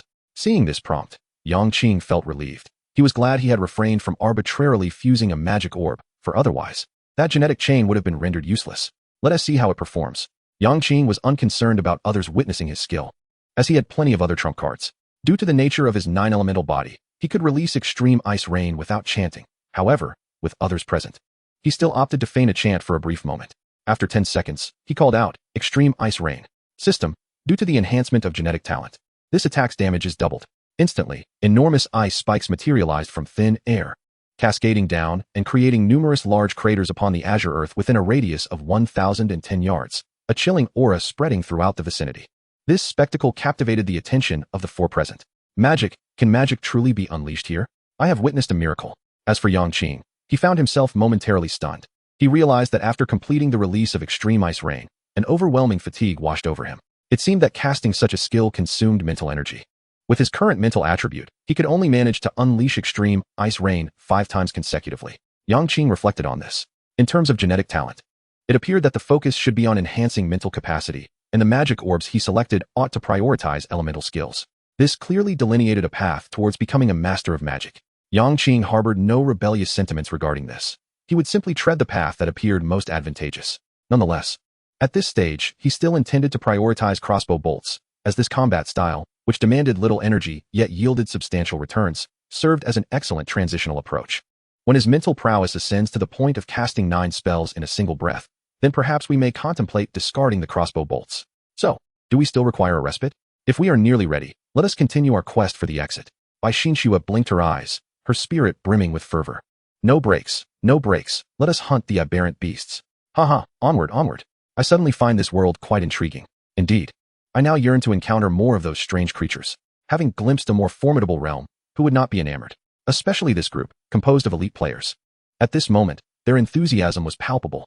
Yang Qing naturally had no objections. He too wished to discover the exit promptly, especially since today's excavation attempts had been entirely unfruitful. The 5 continued their advance. Yang Qing took the opportunity to fuse all the remaining beast essences. This time, the 3 essences only increased his gene chain activation by 5. The perilous grade essence contributed 3, while the 2 ordinary grade essences each added 1. This illustrates that as more gene chains are activated, the rate of enhancement diminishes. Additionally, the 4 portions of wind leopard blood augmented his agility by 12 points. Not long after, the group encountered another pack of wind leopards, numbering 6, all of ordinary grade. To validate the damage of his spellball skill, Yang Qing unleashed a torrent of ice rain. Although it only triggered double damage, it still obliterated the entire pack of wind leopards, leaving the others in awe.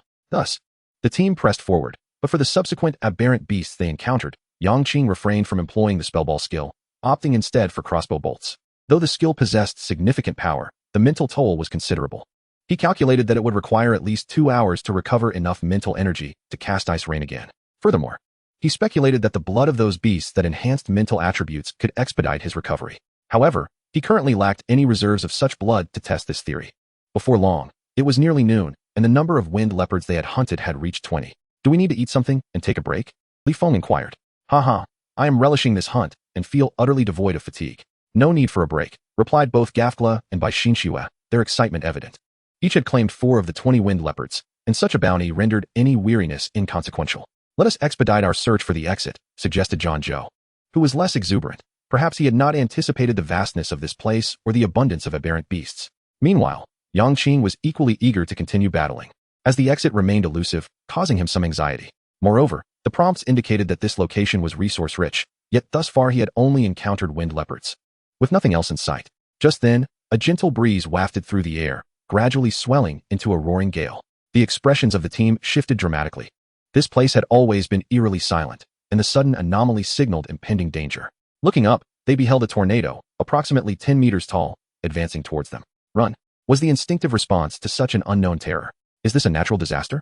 John Zhou shouted in terror, his voice trailing behind as he lagged. It is an aberrant beast, or perhaps an anomalous entity. You may target it to trigger a system prompt, explained by Xinxue. This entity bore resemblance to the shell beast that Yang Qing had painstakingly subdued. He raised his right hand and shot forth an energy arrow. Clang!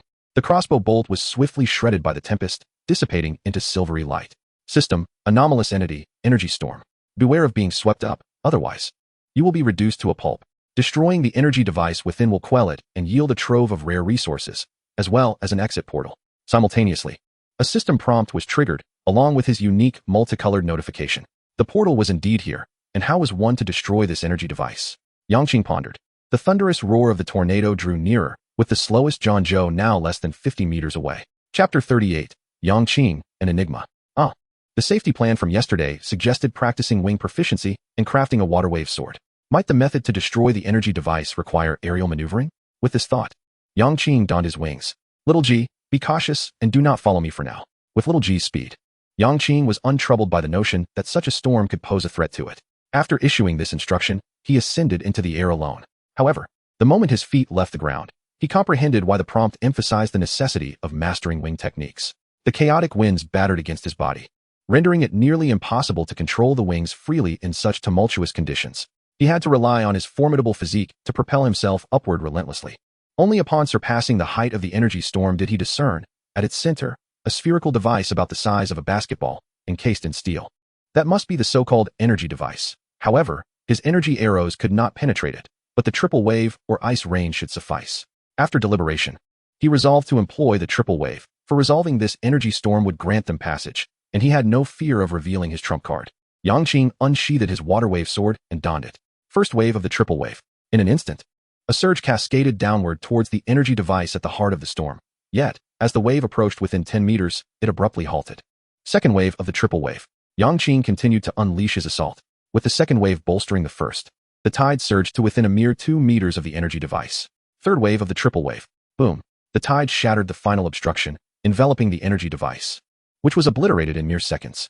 System, you have successfully destroyed the energy storm. At that moment, the storm ceased. The fierce winds gradually dissipated, leaving behind a cascade of precious resources drifting in the sky, along with a 6-pointed star teleportation array materializing on the ground. The onlookers below were left dumbfounded, especially John Zhou, who had been less than 10 meters from the storm's fury. Prepared for death, he was astonished to witness the storm vanish, only to see Yang Qing gracefully descending, controlling the wings. Mr. Yang Qing, did you stop the storm? John exclaimed excitedly. It was brother Yang Qing who saved you. Who would have thought he possessed the ability to fly? Li Feng approached John Zhou and patted him on the shoulder. He was the sole witness to how the energy storm was dismantled, and this only deepened his sense of awe regarding Yang Qing. Mr. Yang Qing, you have once again saved my life. I am at a loss for words to express my gratitude, Gafgla added, his face still pale from the scare. Bai Xinxue remained silent, her gaze transfixed on Yang Qing's descending figure from the heavens, lost in thought. I am also striving for my own survival, Yang Qing remarked, waving his hand before pointing to the hexagram array on the ground as he continued. If I am not mistaken, this teleportation array should be the exit. Upon hearing this, Zhang Xiao and Li Feng instantly displayed expressions of elation.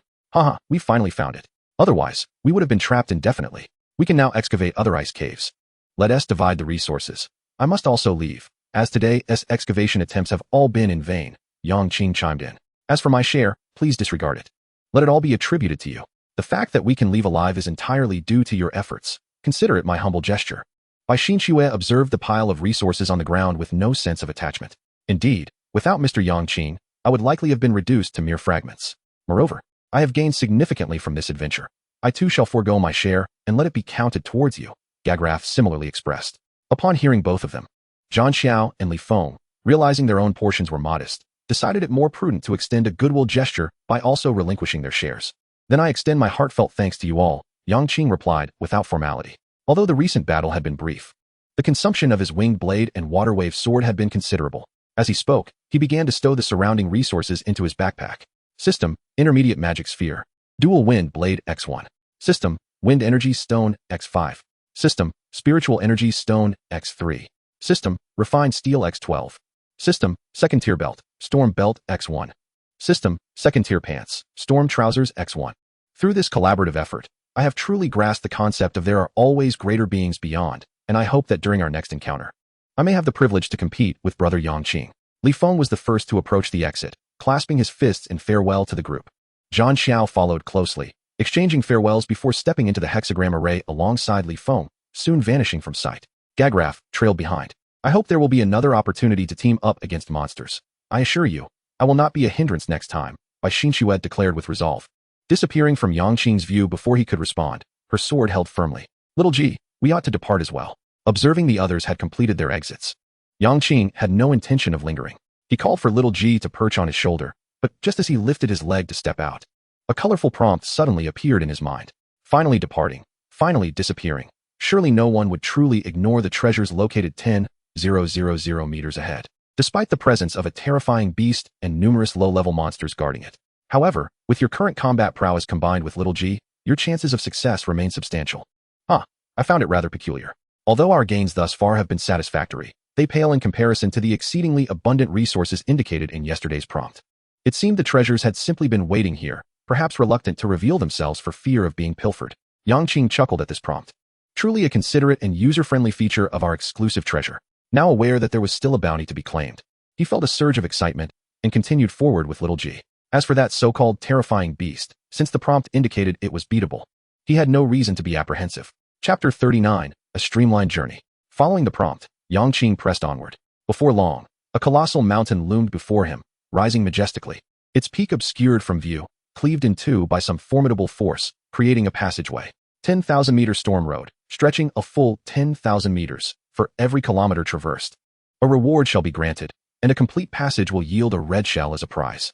However, one must also be vigilant of the hidden storm serpents within, as well as the occasional flying wind blades. A colorful prompt materialized. So, the treasures are concealed in this location.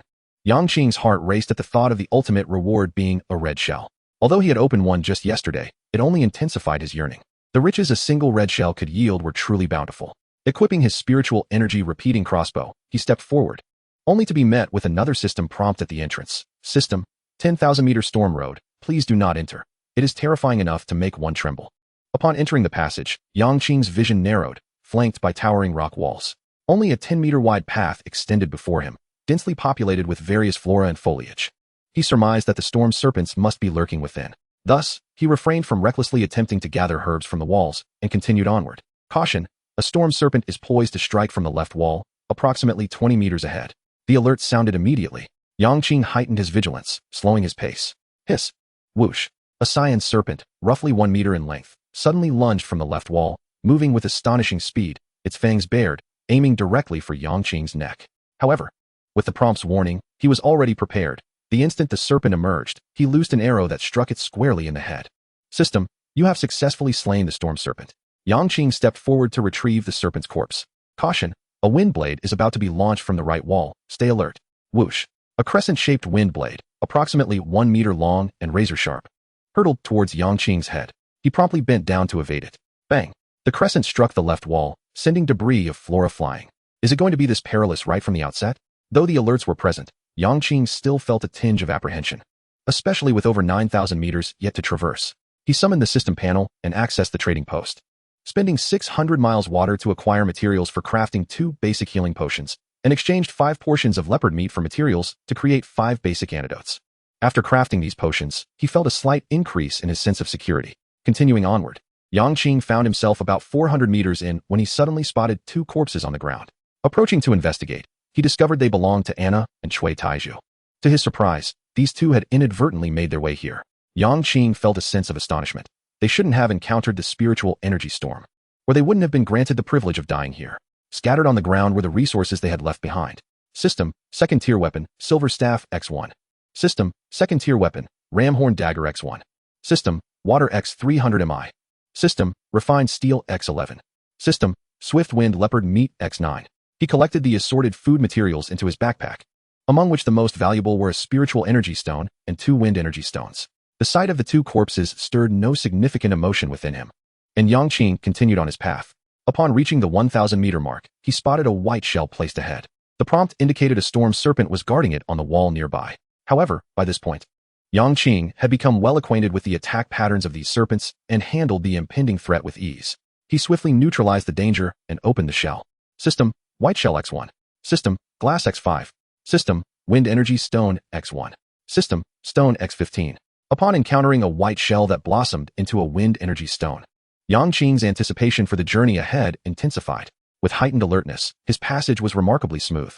Unbeknownst to him, he had ascended to an altitude of 7,000 meters, where the shells had transformed into a hue of purple. Concurrently, a storm serpent emerged, now classified as a dual-headed danger level. However, with the cooperation of his companion, Xiaoji, Yang Qing found it effortlessly manageable. It was not until he reached 9,900 meters that he beheld a shell radiating a crimson glow in the distance. Warning, warning. A terrifying storm serpent is lurking 100 meters to the left of the cliff, possessing incredible speed and wielding the twin wind blades and rapid storm, formidable long-range attacks. Encountering such a fearsome beast was a first for Yang Qing, yet he felt no trace of fear. Rather, excitement coursed through him. With the experience gained from the previous 9,000 meters, he had discerned the rules of this realm. There were 2 methods to provoke the storm serpent into action: stepping within 10 meters of it or launching an attack. In truth, if others were to venture here, they would primarily adopt a defensive stance, as actively seeking out the storm serpent would require clearing the flora and fauna from both sides of the cliff. Fortunately for Yang Qing, he had received warnings that alerted him to the serpent's hiding place. Thus, he had meticulously devised a strategy for confronting this final terrifying creature. Xiaoji, heed my command, and be prepared to unleash the ice blades, Yang Qing instructed, simultaneously drawing his water wave sword. Ji, Xiao Ji hovered in the air, poised for action. First wave of triple tides. Second wave of triple tides. Third wave of triple tides. In an instant, a crescendo of waves surged towards the cliff 100 meters to the left. With a resounding crash, a 10-meter-long azure serpent erupted from the branches of the cliff. However, due to the decelerating properties of the triple tides, although the serpent possessed remarkable speed, it was swiftly restrained. While not entirely immobilized, it afforded Yang Qing the precious moment to unleash his next skill. Xiao Ji, now is the time. Ice blades. He commanded, simultaneously invoking the frost rain. System, due to genetic talent traits, this attack inflicts 5x damage. A barrage of ice spikes descended upon the serpent, each one a formidable weapon, piercing through its body as if it were mere parchment, rendering the terrifying creature's defenses ineffective. Xiao Ji's contribution, however, paled in comparison, merely leaving a shallow mark on the serpent's head. System, you have successfully slain the beast, Storm Serpent. With the slowing effects and sustained damage from the triple tides combined with the surprise onslaught of frost rain, Yang Qing and Xiao Ji continued to deliver finishing blows, executing their initial plan with maximum damage output without regard for resource depletion. To their unexpected delight, the frost rain triggered the quintuple damage, dispatching the serpent in an instant. Yang Qing, thoroughly pleased, collected the serpent's remains and turned his fervent gaze towards the crimson shell. Chapter 40, A Bountiful Harvest. Approaching, he pried open the red shell. System, Wind Energy Stone X6, Fire Energy Stone X3, Spirit Energy Stone X5, Ice Energy Stone X3. System, Third Tier Magic Scroll, Advanced Summoning, Crafting Blueprint X1. System, Advanced Magic Orb, Absolute Defense X1. System, 4th Tier Weapon, Gale Staff X1. Though the haul was modest, each item was of exceptional quality, particularly the Gale Staff, which captivated Yang Qing's attention. After all, he was destined to become a master of magic, rendering him exceedingly sensitive to magical equipment. He withdrew the staff. System, Gale Staff, Trait, Swift. Reduces casting time by 40. Well, that was disappointing, Yang Qing sighed, shaking his head as he stowed the staff in his backpack. While the reduction in casting time might be considered a divine artifact for others, to him, it felt less substantial than a mere firewood stick, especially since weapons in this world did not possess additional attributes. He refrained from examining the other items at that moment, as it was nearly 3 p.m. and he needed to utilize the remaining 10 opportunities for excavation. At the end of the 10,000-meter storm route lay a portal, which, according to the clues, was also an exit. Yang Qing stepped forward, accompanied by Xiao Ji, and entered the portal. Upon opening his eyes again, he found himself back in the previous ice cave. Only then did Yang Qing remember that his water and the crops in the fertile land had completed their growth. He materialized the courtyard and collected everything that was ripe. This time, none of the 3 red earth plots had mutated. Once everything was sorted, Yang Qing wasted no time in retracting the courtyard, surveying his surroundings, and preparing for his first excavation of the day. All 5 ice caves were available for excavation, although 2 indicated the presence of powerful beasts. However, given his current strength, he could safely navigate through, albeit requiring the use of the magic orb skill, Frost Rain. After much contemplation, he decided to opt for the safe and harmless resource caves. After all, it was only the first excavation of the day, and he felt the need to conserve his energy.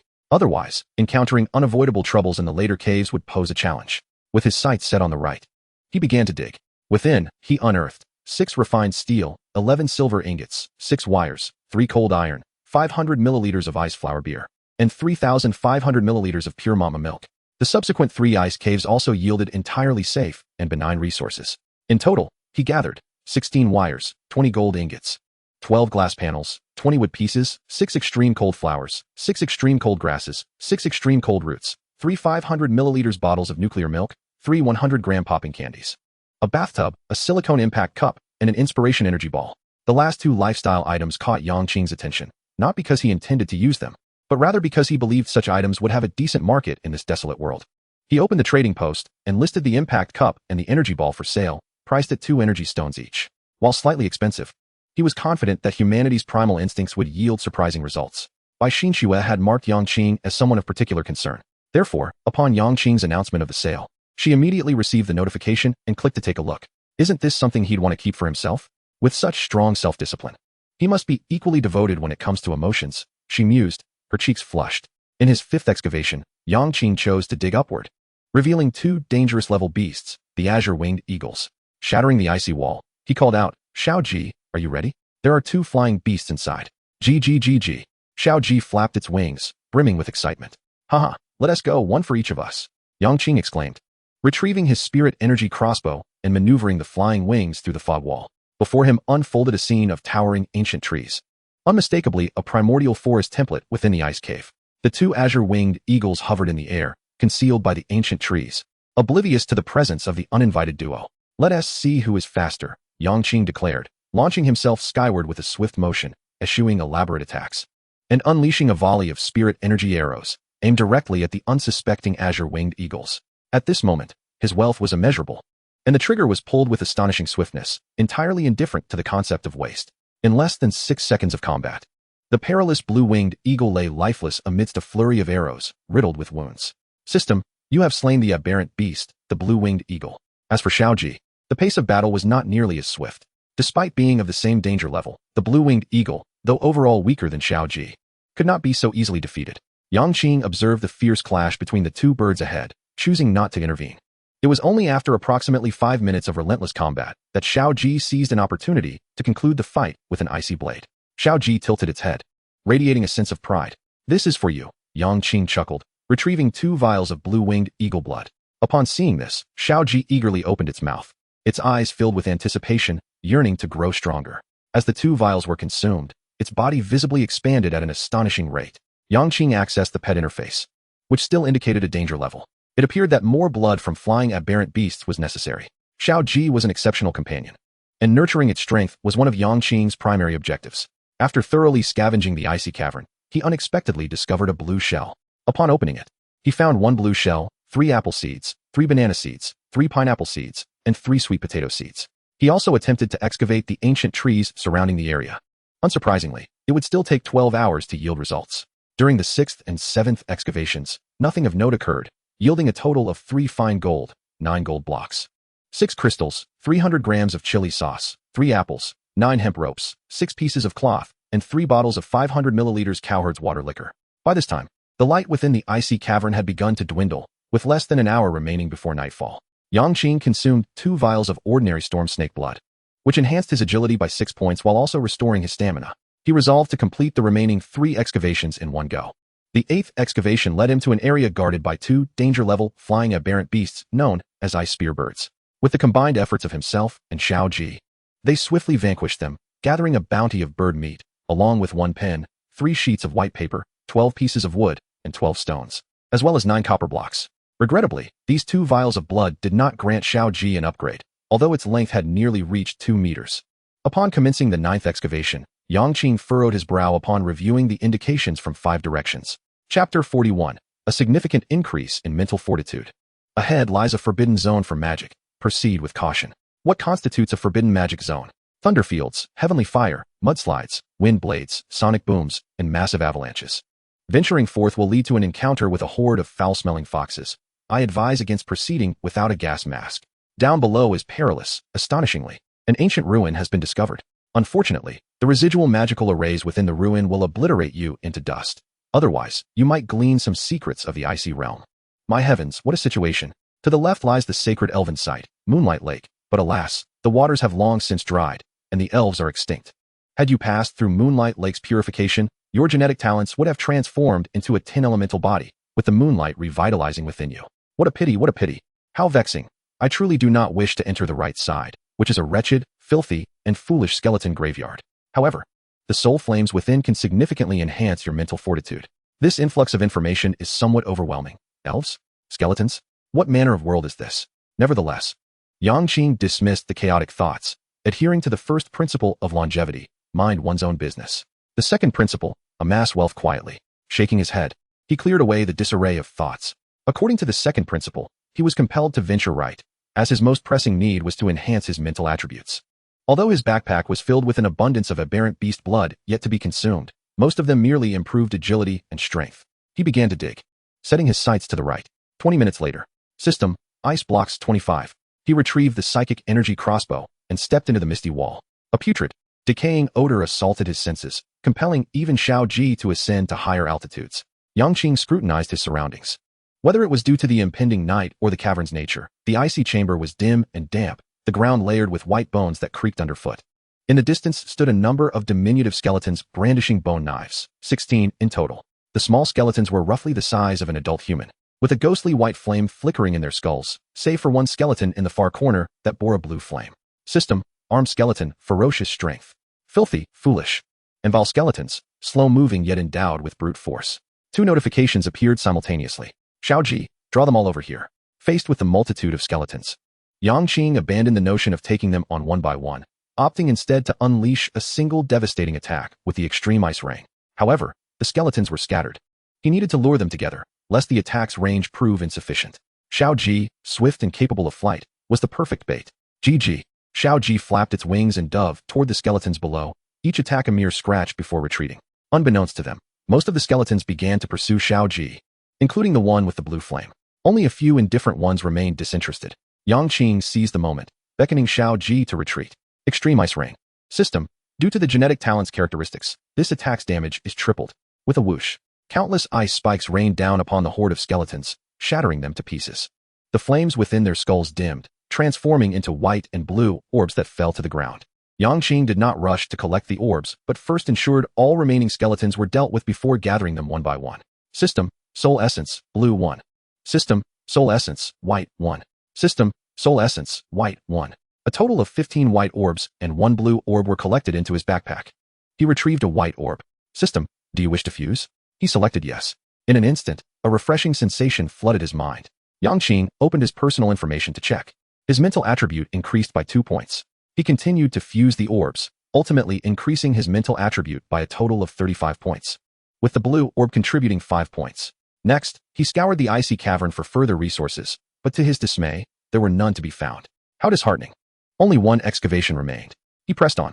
During the 10th excavation, 2 directions indicated promising resources, yet the environment was less than ideal. Considering he would need to spend the night in the next icy cavern, he ultimately chose to dig upward. Before long, he arrived in the upper icy cavern. At a glance, it was a pitch-black expanse. Night had fallen. Yang Qing produced a psychic energy lamp and surveyed the area, ultimately discovering a blue shell in the upper left corner. Checking the prompt that indicated it was safe and harmless, he squatted down to open it. System. Blue Shell 1. System. Intermediate Backpack Expansion Device 1. System. 800 milliliters Mineral Water 3. System. A box of Huazi. Though resources were scarce, Yang Qing was quite content with the presence of an expansion device. Most importantly, he found the environment within this ice cavern to be reasonably normal and suitable for habitation. Utilizing the backpack expansion device, he added 20 new slots and manifested a courtyard. He had hardly rested from the morning until now. At this moment, all he desired was to lie comfortably on his soft bed and reflect upon the day's bountiful harvest. It was indeed quite substantial. System. The Inspiration Energy Sphere has been successfully sold. Water Energy Stone 1. Fire Energy Stone 1.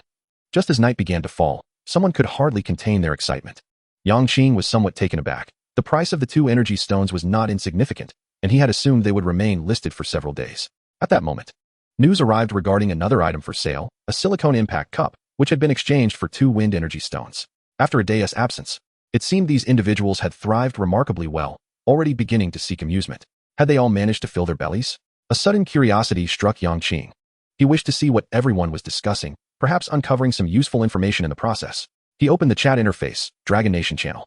Hasaki, brothers. Tonight I plan to practice my swordsmanship. This world needs heroes.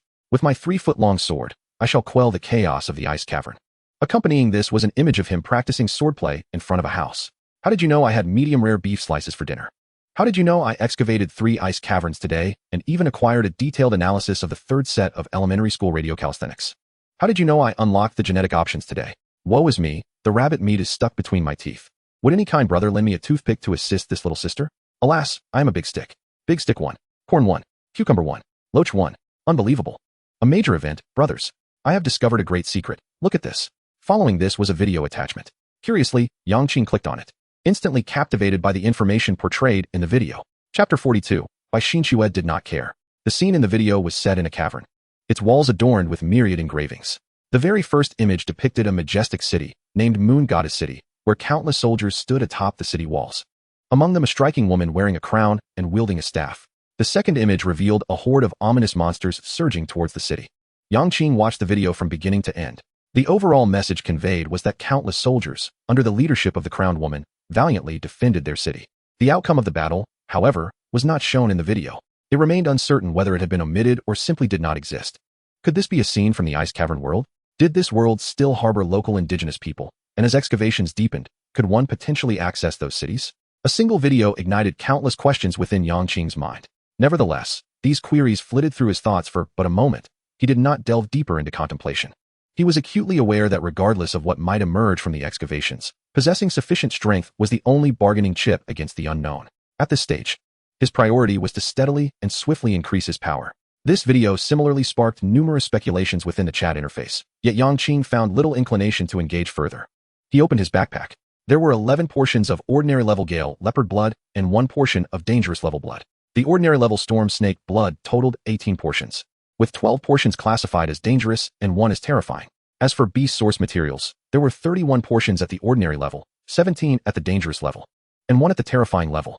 He first fused all the beast sources, which collectively increased the opening degree of the second-tier gene chain by 75. The terrifying level beast source contributed 10, while the dangerous level sources each added 2. As for the blood of these exotic beasts, it was impossible to consume it all at once. It would need to be done in batches. He first took out the terrifying level storm snake blood and drank it, then opened his personal attribute panel. Originally, his agility attribute was 85 points. It had now risen to 105 points, indicating that this snake blood had bestowed him with an additional 20 points in agility. He then drank a portion of dangerous level storm snake blood, which only increased his agility by 3 points. Why such a minimal increase? A previous portion of ordinary level blood had also added 3 points. Could it be that after surpassing 100 agility, the difficulty of increasing attribute points had escalated? With a spirit of experimentation, Yang Qing drank another portion of ordinary level storm snake blood, which this time resulted in only a 1-point increase in agility. Upon seeing this, he validated his hypothesis. 100 appeared to be a critical threshold, and further rapid increases would necessitate hunting higher-level exotic beasts. Having consumed 3 portions of blood, his stomach was slightly distended, and he could not drink any more for the time being. He would have to digest for a while before continuing. He opened the trading post. Compared to exotic beast blood, the meat and bones of these creatures were truly abundant. He had 176 portions of ordinary level Gale leopard meat and bones, each weighing 200 grams. As for the other assorted storm snake meat and eagle meat, there was a chaotic assortment. He listed everything on the trading post, stipulating that each 100 grams of beast bones could be exchanged for 100 grams of beast meat in return for a portion of refined steel, wire, glass, or crystal, with no purchase limits. Although food was not as scarce as it had been in previous days, it remained the primary commodity within the trading post. Thus Yang Qing had no fear of it failing to sell. After all, unless one was at death's door, there were many who would still venture to excavate.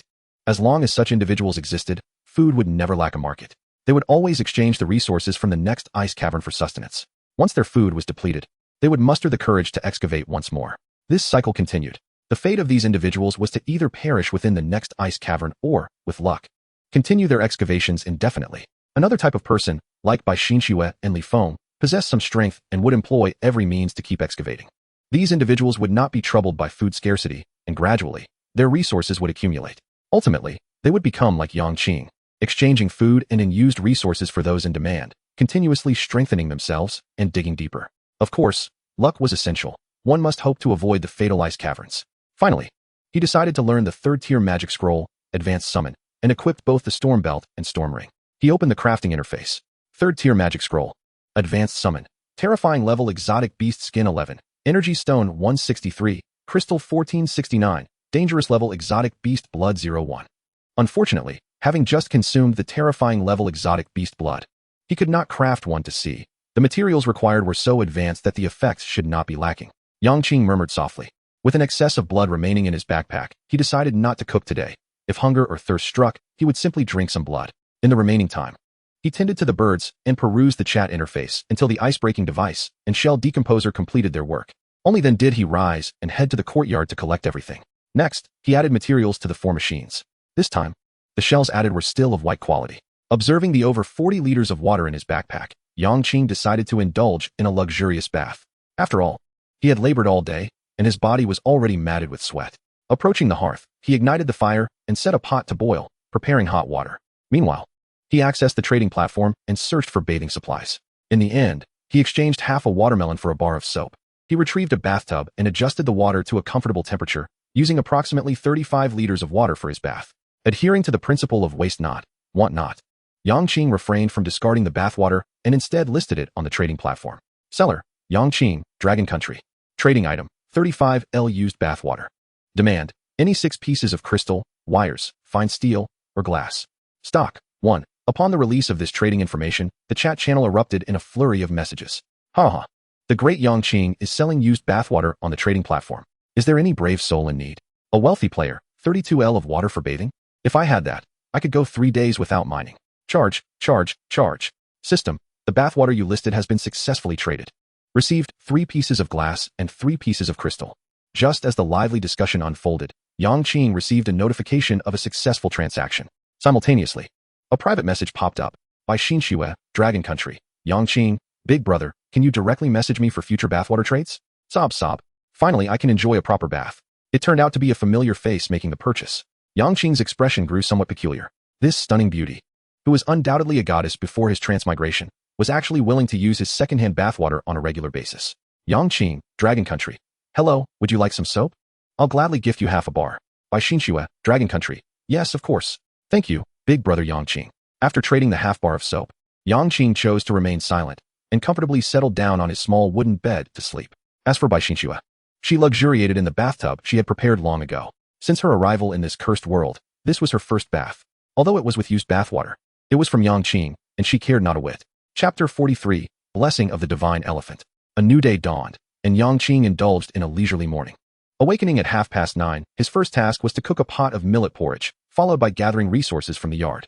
After finishing his porridge, he lit a cigarette and casually found a spot to relieve himself. Content, he embarked on his first excavation of the day. The paths to the north, west, and east yielded naught but worthless refuse. Proceeding further, there lies a statue. Offering some resources will grant you the statue's blessing. Behind it is the territory of fish demons. One might attempt to sneak in and seize their hoarded resources, though this act is heinous and will incur their wrath. Opting for the forward path, Yang Qing found the notion of a statue intriguing. The consequences of the rear path seemed too grave, and he desired neither conflict nor trouble. With a snap of his fingers, he extinguished the cigarette and hefted his pickaxe, commencing his excavation of the icy wall ahead. System, Ice Block X20. Entering the misty wall, he discovered a small, square ice cavern, its dimensions hardly exceeding 30 square meters. Despite being termed an ice cavern, it resembled more of a secret chamber.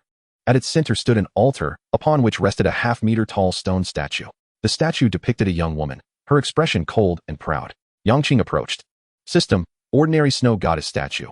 Offering some treasures may earn you the Snow Goddess's blessing. 33 contributions remaining. Ordinary Snow Goddess Statue. Contributing fire energy stones yields remarkable results. Ideally 1 stone at a time. He retrieved a fire energy stone and placed it before the statue. Instantly, the stone transformed into shimmering streams of light, merging with the statue's form. Simultaneously, Yang Qing felt a surge of warmth coursing through his body. System, you have successfully contributed a fire energy stone. The Snow Goddess is pleased and grants you a moderate blessing. Strength 10, Agility 10, Constitution 10, Spirit 10. 1 fire energy stone exchanged for 40 attribute points. What a bargain. Following the instructions, Yang Qing produced 2 more fire energy stones and laid them before the statue. As before, the stones were absorbed by the statue. System, you have successfully contributed fire energy stones. The Snow Goddess is exalted and bestows upon you a superior blessing, increasing the activation rate of your second-tier gene chain by 30. System, your second-tier gene chain activation rate has reached 100. The second gene chain automatically activates. Exhilarated, Yang Qing had initially planned to hunt more exotic beasts today to swiftly activate his second gene chain, yet a single blessing had sufficed. Unbeknownst to him, the Snow Goddess's delight was profound. He merely reveled in the newfound vitality coursing through him. Seizing the moment, he placed 3 more fire energy stones before the statue. System, you have successfully contributed fire energy stones. The Snow Goddess is ecstatic, granting you the seed of an ancient exotic beast. Ancient exotic beast, egg X1. Another exotic beast egg? And with the impressive prefix of ancient, Yang Qing eagerly opened his backpack, withdrawing the ancient exotic beast egg. A wave of intense heat washed over him. The egg was the size of a basin, vividly red, with intricate patterns adorning its surface, interwoven yet harmonious in appearance. System, ancient exotic beast egg requires a drop of your blood as the primary component. Additionally, 10 fire energy stones, 1 dragon flame herb, 1 dragon flame root, 1 dragon flame flower, and 1 dragon flame fruit are needed for hatching. How tedious. Upon witnessing such stringent hatching conditions, Yang Qing simply stowed the egg back into his backpack. He then accessed the gene interface, noting that the second gene chain was now illuminated. However, he was not yet ready to embed a spell ball. Although he possessed a high-level defensive spell ball, it did not fall under the category of elemental skills and thus would not benefit from the random multipliers or instant activation bonuses. He also had other elemental skills, albeit of intermediate level, which he was hesitant to deploy. If they were of beginner level, he might consider it. Indeed, beginner level. Drawing from his experience with the extreme ice rain spell yesterday, he envisioned an alternative combat approach, a spell machine gun, with the unique property of requiring no incantation. He could instantaneously unleash any elemental spell ball skill. Coupled with the random multiplier feature, his damage output would be quite substantial. Thus, his paramount concern now was resource consumption. By opting for beginner skills, which demand less energy, he could maximize his output through frequency of use, particularly against weaker exotic beasts, eliminating the need for his psychic crossbow. Naturally, in his strategy, he would not embed too many beginner spell balls. One would suffice, and a maximum of 2. This, of course, pertained to offensive skills. Defensive, evasive, and explosive skills would necessitate high-grade spell balls, as any beast capable of forcing him to defend or flee would undoubtedly surpass him in strength. The line at the bottom of the gene interface indicating the activation rate of the gene chain now read: 3rd tier gene chain activation rate, 10. With 3 contribution opportunities exhausted. There was little merit in lingering in this ice cavern. Observing the surrounding ice walls, hints and prompts appeared. Ultimately, he decided to advance further into the labyrinthine ice cavern. Before long, having breached the ice wall, Yang Qing stood at the entrance to the maze, confronted with 3 divergent paths. To the left, the ultimate reward is an ancient altar entrance ticket. In the middle, the ultimate reward is a tier 3 weapon, the ice armor shield. To the right, one can harvest a plethora of valuable materials. By the process of elimination, the right side is dismissed first. As for the left and the middle paths, Yang Qing ultimately decided to venture left. The term ancient always seemed to him imbued with an air of mystery. Moreover, it was an entrance ticket, a treasure that could transport one to other realms. Guided by hints, the labyrinth appeared no different from an open space in his eyes, allowing for an unobstructed passage. After half an hour, he finally emerged at the ultimate exit, where not far ahead stood a stone pedestal, upon which lay a palm-sized beast skin scroll. Approaching, he grasped the scroll. System, Ancient Altar Entrance Ticket 1. With a resounding rumble, as he took this action, the labyrinth walls around him began to collapse. Within mere seconds, the icy cavern transformed into an empty expanse. Having experienced such occurrences before, Yang Qing was well accustomed to it. He retrieved the beast skin scroll from his backpack. System, Ancient Altar Entrance Ticket. Upon collecting all 100 tickets, a teleportation array will automatically activate, granting access to the ancient altar.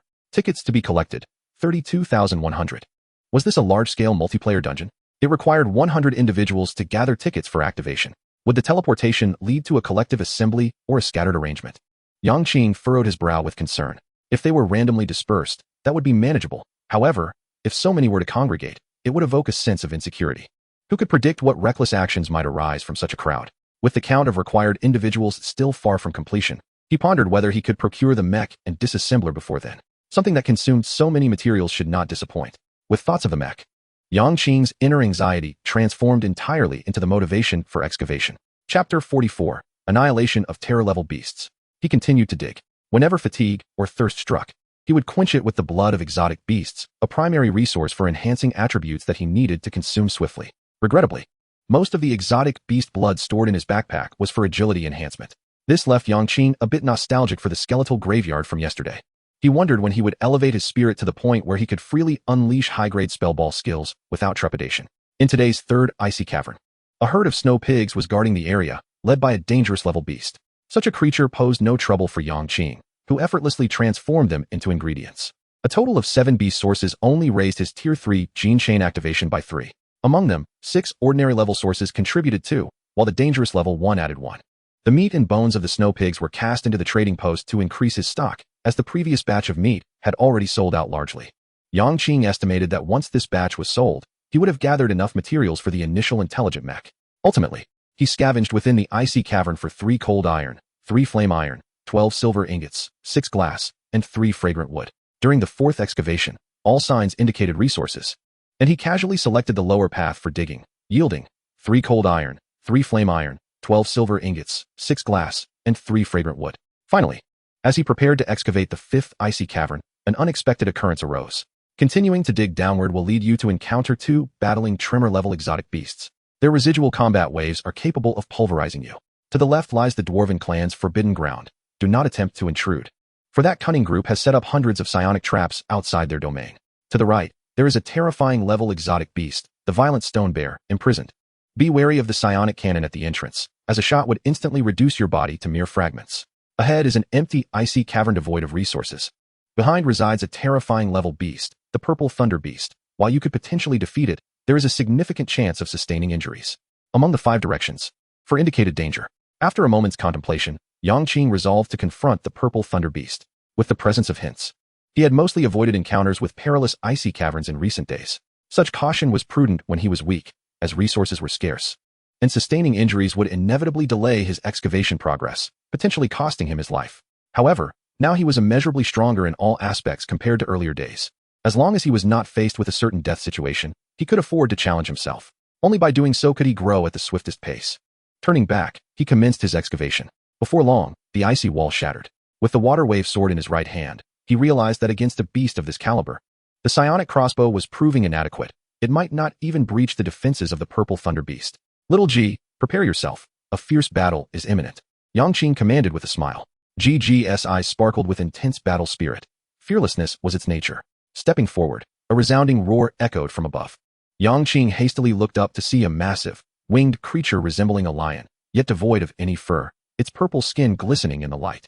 With a thunderous boom, lightning surged from the myriad of purple patterns adorning its skin, instantly forming a bolt that struck towards Yang Qing. The speed of the lightning was astonishing. With a face full of shock, Yang Qing swiftly dodged to the right. Fortunately, his agility had reached 100, narrowly allowing him to evade the bolt. Yet the purple thunder beast showed no intention of relenting, unleashing bolt after bolt of lightning, forcing Yang Qing to flee incessantly. Whoosh. A crescent-shaped attack shot forth from GG's wings, targeting the purple thunder beast's head. Seeing his master under assault, GG would not stand idly by. It unleashed its ultimate move, the Ice Blade. The purple thunder beast, not only quick in its attacks, but also in speed, chose to evade rather than endure the incoming Ice Blade, expertly sidestepping it. The first wave of the triple surge. The second wave of the triple surge. The third wave of the triple surge. In that fleeting moment, Yang Qing finally seized an opportunity, enveloping the purple thunder beast with the three waves. GG. Continue to harass with Ice Blade. Avoid close combat at all costs. The triple surge possessed a slowing effect, taking advantage of the purple thunder beast being momentarily restrained. Yang Qing quickly instructed GG while simultaneously unleashing his spellball skill. Ultimate Ice Rain. System. Due to genetic talent characteristics, this attack deals double damage. Regrettably, it only triggered the double damage. Again, Ultimate Ice Rain. System. Due to genetic talent characteristics, this attack deals 6 times damage. Roar, roar, roar. In an instant, countless ice spikes rained down upon the purple thunder beast. In the first wave, it managed to withstand the assault. With a fierce gaze, its wings crackled with blinding lightning, preparing to launch a desperate attack. Yet, with the descent of the second wave of Ultimate Ice Rain, it was reduced to mere purple flesh in a single encounter. The grand move it had prepared barely showcased a hint of ferocity before it vanished entirely. System. You have successfully slain the exotic beast, the purple thunder beast. System. Beast Source 1. System. Purple thunder beast blood 1. System. Purple thunder beast meat 12. Indeed, it is only through relentless combat that one can refine their weaknesses. Although my offensive capabilities are unparalleled at present, my defense and speed leave much to be desired. Consequently, it appears that the second genetic chain must first assimilate a defensive or speed-enhancing spell orb. Enhancing my survivability is paramount before contemplating the matter of spell machine guns. Yang Qing first meticulously reflected upon the battle he had just experienced. Subsequently, he commenced the fusion of beast essence. He successfully increased the activation level of his third-tier genetic chain by 6. As for the beast's blood, after some contemplation, he resolved to consume it. Although creating that high-level summoning scroll requires the blood of a terrifying beast, the attack pattern of the purple thunder beast clearly indicates it possesses elemental prowess. And such beast's blood typically augments mental attributes. Blood that enhances mental attributes is already scarce, let alone that of a terrifying beast. He hesitated, primarily because there are no specific regulations regarding the type of blood required for crafting the scroll. Therefore, it would be prudent to wait until he has hunted other terrifying beasts to create it. Upon swallowing the purple thunder beast's blood, however, it did not yield the anticipated enhancement to his mental attributes. Instead, it only increased his agility by 12 points and his strength by 9. He then began to scour the ice cave for resources. Without the need for guidance, he discovered numerous materials and collected them diligently. Finally, when he felt he had thoroughly searched the area, he cast his gaze upon the various hidden corners, and the colorful prompt in his mind finally materialized. There is a hidden compartment in the upper left. Use your pickaxe to carve a crack, and you will surely uncover a trove of valuable resources. Chapter 45. A bug-like advanced spell orb, Thundergarb. Approaching the corner marked by the prompt, he swung his pickaxe down with great force. A dark entrance appeared before Yang Qing's eyes. Extending his right hand, he delved into it repeatedly and indeed retrieved several items. System. Thunder Energy Stone X3. System. Intermediate Spell Orb, Thunder Induction X1. System. Advanced Spell Orb, Thundergarb. System. Purple Thunder Root X3. Extracting the Advanced Spell Orb, Thundergarb from his backpack, Yang Qing surmised it to be a defensive elemental skill, perfectly suited to compensate for his shortcomings. System, Advanced Spell Orb, Thunder Garb. Chanting for 5 seconds can bestow a target with a layer of Thunder Garb lasting 10 seconds. When enhanced by Thunder Garb, agility is increased by 30. The effect vanishes if the garb is broken. The defensive strength of the garb depends on mental attributes. Note, Thunder Garb can stack. He accessed the genetic page and fused the Advanced Spell Orb, Thunder Garb, into his second genetic chain. Upon witnessing the effects of the Thunder Garb, Yang Qing immediately recognized that while it might be a mere auxiliary skill in the hands of others, in his possession, it was undoubtedly a divine technique. As long as his mental capacity was sufficient, the Thunder Garb could stack infinitely. What does this imply? Even a muggle could be empowered to become a Thunder God. He pondered the consumption and stacking effects of the Thunder Garb.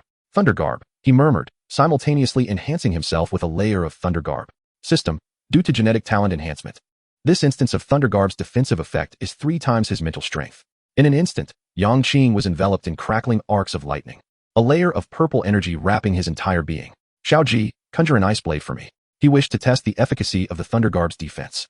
Hearing such an unreasonable request, Xiaoji was somewhat baffled but sensed that, given the layer of Thunder Garb enveloping Yang Qing, his attack would likely inflict no harm upon him. An ice blade imbued with chill hurtled toward Yang Qing's arm. Clang. The ice blade grazed the Thunder Garb, leaving only a faint mark. Judging by the energy fluctuations, Yang Qing sensed he could withstand approximately 20 such strikes without issue. Thunder Garb. He layered another enhancement upon himself. This time, the defensive strength triggered was 4 times his original, and it could stack with the previous 3 times. Simultaneously, the duration of the Thunder Garb's effect extended to 15 seconds, with the agility enhancement increasing to 60% of his own. As for consumption, it was comparable to that of extreme ice rain, allowing him to release it up to 8 times continuously with his current mental capacity. More significantly, this skill could be imparted to any unit, including Xiaoji, a beast. It could be said that if Yang Qing had a team, this single skill would suffice to elevate him to a position of authority. Unassailable, a mere spell orb resolved his concerns regarding speed and defense. Yang Qing was utterly satisfied with this spell orb skill, having just unleashed 4 high-quality skills in quick succession. He felt a slight swelling sensation in his head and thus refrained from further excavation. Instead, he manifested his courtyard and retreated to the small wooden cabin. Reclining on the cozy bed to rest. Opening the chat interface, he accessed the Dragon Kingdom channel. In his leisure, he perused everyone's progress or sought any recent useful information. This was a pastime cherished by all, and Yang Qing was no exception. Upon opening, he immediately noticed a particularly conspicuous young man named Zhuge Changqing. The Ice Cave World Destruction Theory. Based on my observations and speculations over the past few days, I believe this world was originally a realm cohabited by humans, elves, demons, dragons, dwarves, and various unknown creatures. However, due to a catastrophic cold disaster, this world faced annihilation and disappearance, leaving only endless ice caves. Our purpose for existing is to reboot and rescue, to restart everything in this world and save our kin still struggling in the extreme cold. As soon as Zhuge Changqing uttered these words, he was met with an overwhelming surge of agreement. So that's it. I was wondering why we ended up in this cursed place. It turns out we have a monumental mission. Brothers, we are the chosen warriors of heaven, destined for greatness. It felt as though the clouds had parted to reveal the blue sky. Brother Changqing possesses great wisdom. In just a few short days, he has discerned the essence of the matter. I indeed encountered traces of the dwarves yesterday. Of course, there were countless voices of dissent and ridicule. Please, save others? Who will save me? I can barely afford my next meal. Brothers, I'm familiar with this routine. It starts with lofty principles and gathers a bunch of loyal followers, only to end with a sales pitch. Can you take me home? If you can manage that, you're my father. If you lack the ability, don't come here seeking validation. Even if what you say is true, so what? I'm on the brink of starvation. Who will save me? I'm about to die, and you think I care about your moral posturing? Observing the chat interface flooded with frenzied messages, devoid of any valuable information, Yang Qing lost interest and ceased to read further. His thoughts were straightforward. Since he was here, he would make the most of it. Striving to survive was instinctual, and exploring the unknown of this world and the so-called truth was merely a form of diversion and entertainment. Of course, he did not dismiss the achievements of others. Some treated the unraveling of the truth as instinctual and were equally deserving of respect. Closing his eyes to rest, an hour later, Yang Qing felt the throbbing in his head subside. He then retracted the courtyard and commenced his 6th excavation of the day. With the Thunder Garb at his disposal, Yang Qing discovered that many of the more perilous ice caves now indicated they were viable for excavation. This expanded his options considerably. Danger often heralded greater rewards, and this time, he intended to dig upward. The upper ice cave contains a dragon breath passage, measuring 10 meters in length, concealing the treasure pouch of the red dragon, Vanilla. The pouch holds a small collection of treasures amassed by the red dragon. To pass safely, one must stack the Thundergarb's defense to a strength of 12 times.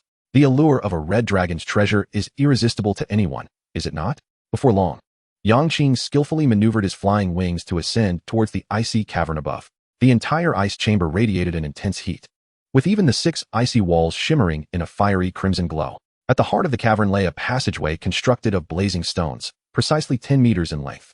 Both entrances of this passage continually belched forth waves of scorching air. It was evident that the extraordinary heat of the cavern was due to this fiery stone corridor.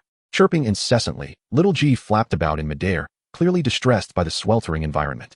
Without wasting a moment, Yang Qing approached the entrance of the passageway and enveloped himself in a layer of lightning armor, triggering a 6-fold enhancement. 6, 7, 8, bring it on, he silently prayed, then proceeded to layer on a second coat of lightning armor. System, due to genetic endowment, this lightning armor's defense is now at 9 times the original strength. Excellent. With a cumulative strength of 15 times, the armor's defense was more than adequate to withstand the heat within the passage. Without delay, he stepped into the fiery stone corridor. Chapter 46, The Red Dragon's Scales. Inside the passage, his surroundings were awash in red. Thanks to the lightning armor, Yang Qing was oblivious to the exact temperature, though he had little desire to ascertain it. The corridor was not lengthy, and its end was visible at a glance. However, his objective extended beyond merely traversing the passage. He sought the red dragon's treasure bag hidden within. The lightning armor, having been stacked twice, would last a total of 20 seconds. Yang Qing dared not linger. Advancing while searching diligently, time flew by, and within 10 seconds he reached 2/3 of the way through when he noticed a conspicuous small stone mound protruding from the left fiery stone wall. A colorful prompt appeared instantaneously. Rest assured, breaking this will reveal the red dragon's treasure bag. He retrieved his pickaxe and deftly struck the small stone mound, breaking it apart with 2 swift blows. System, Red Dragon Venus Treasure Bag 1. With the treasure bag in hand, Yang Qing hastily exited the corridor, with 5 seconds remaining on his lightning armor. At that moment, little G was in a dire state, its eyes vacant and struggling to hover in the air due to the unbearable heat of the cavern. Yang Qing felt a pang of sympathy but was powerless to assist. Even with the lightning armor, it only provided 10 seconds of respite. Moreover, he had already unleashed his high-level spell sphere skill 6 times today, leaving him in a less than optimal mental state. He needed to excavate quickly and leave this place. Glancing around, he noted that the left wall of ice appeared relatively thin. However, as this was merely a resource cavern, he could not afford to be choosy. He took out his pickaxe and began to dig. After 10 minutes of labor, he finally broke through. Little G, let's go. Chirp. The duo stepped through the mist wall into the next icy cavern. Gulping, Yang Qing immediately produced a liter of water and tossed it to little G, while he himself drank 3 servings of storm serpent blood. Once he felt his mental state improve, he retrieved the red dragon's treasure bag. The bag was roughly the size of 2 palms, crafted from an unknown beast's hide, and emanated a gentle warmth when grasped. The opening was secured with a thin cord, which Yang Qing gently pulled to unfasten it. He reached inside to extract its contents. System, Fire Energy Stone 5. System, Basic Spell Sphere, Fireball 1. System, Advanced Spell Sphere. Blazing Domain 1. System, Red Dragon Scale 1. System, Dragon Flame Root 1. System, Dragon Flame Flower 1. System, Dragon Flame Fruit 1. The first 3 items were commonplace, but the latter 3 would prove useful for hatching the ancient beast egg, though he lamented the absence of a dragon flame herb. He decided to take out the Red Dragon Scale, a novel acquisition. System, Red Dragon Scale, premium material, commonly used in weapon crafting. Yang Qing recalled another material in his backpack, the Ice Dragon's Power, both of which were intended for weapon crafting. They appeared impressive but ultimately collected dust. Shaking his head, he tossed it into his backpack. The rarer the materials, the more elusive the crafting blueprints, rendering them treasures that could only be sought by chance. As for the remaining 2 spell spheres, he could not be bothered to examine them. He was still far from unlocking the 3rd-tier gene chain, rendering them tantalizing yet unattainable for now.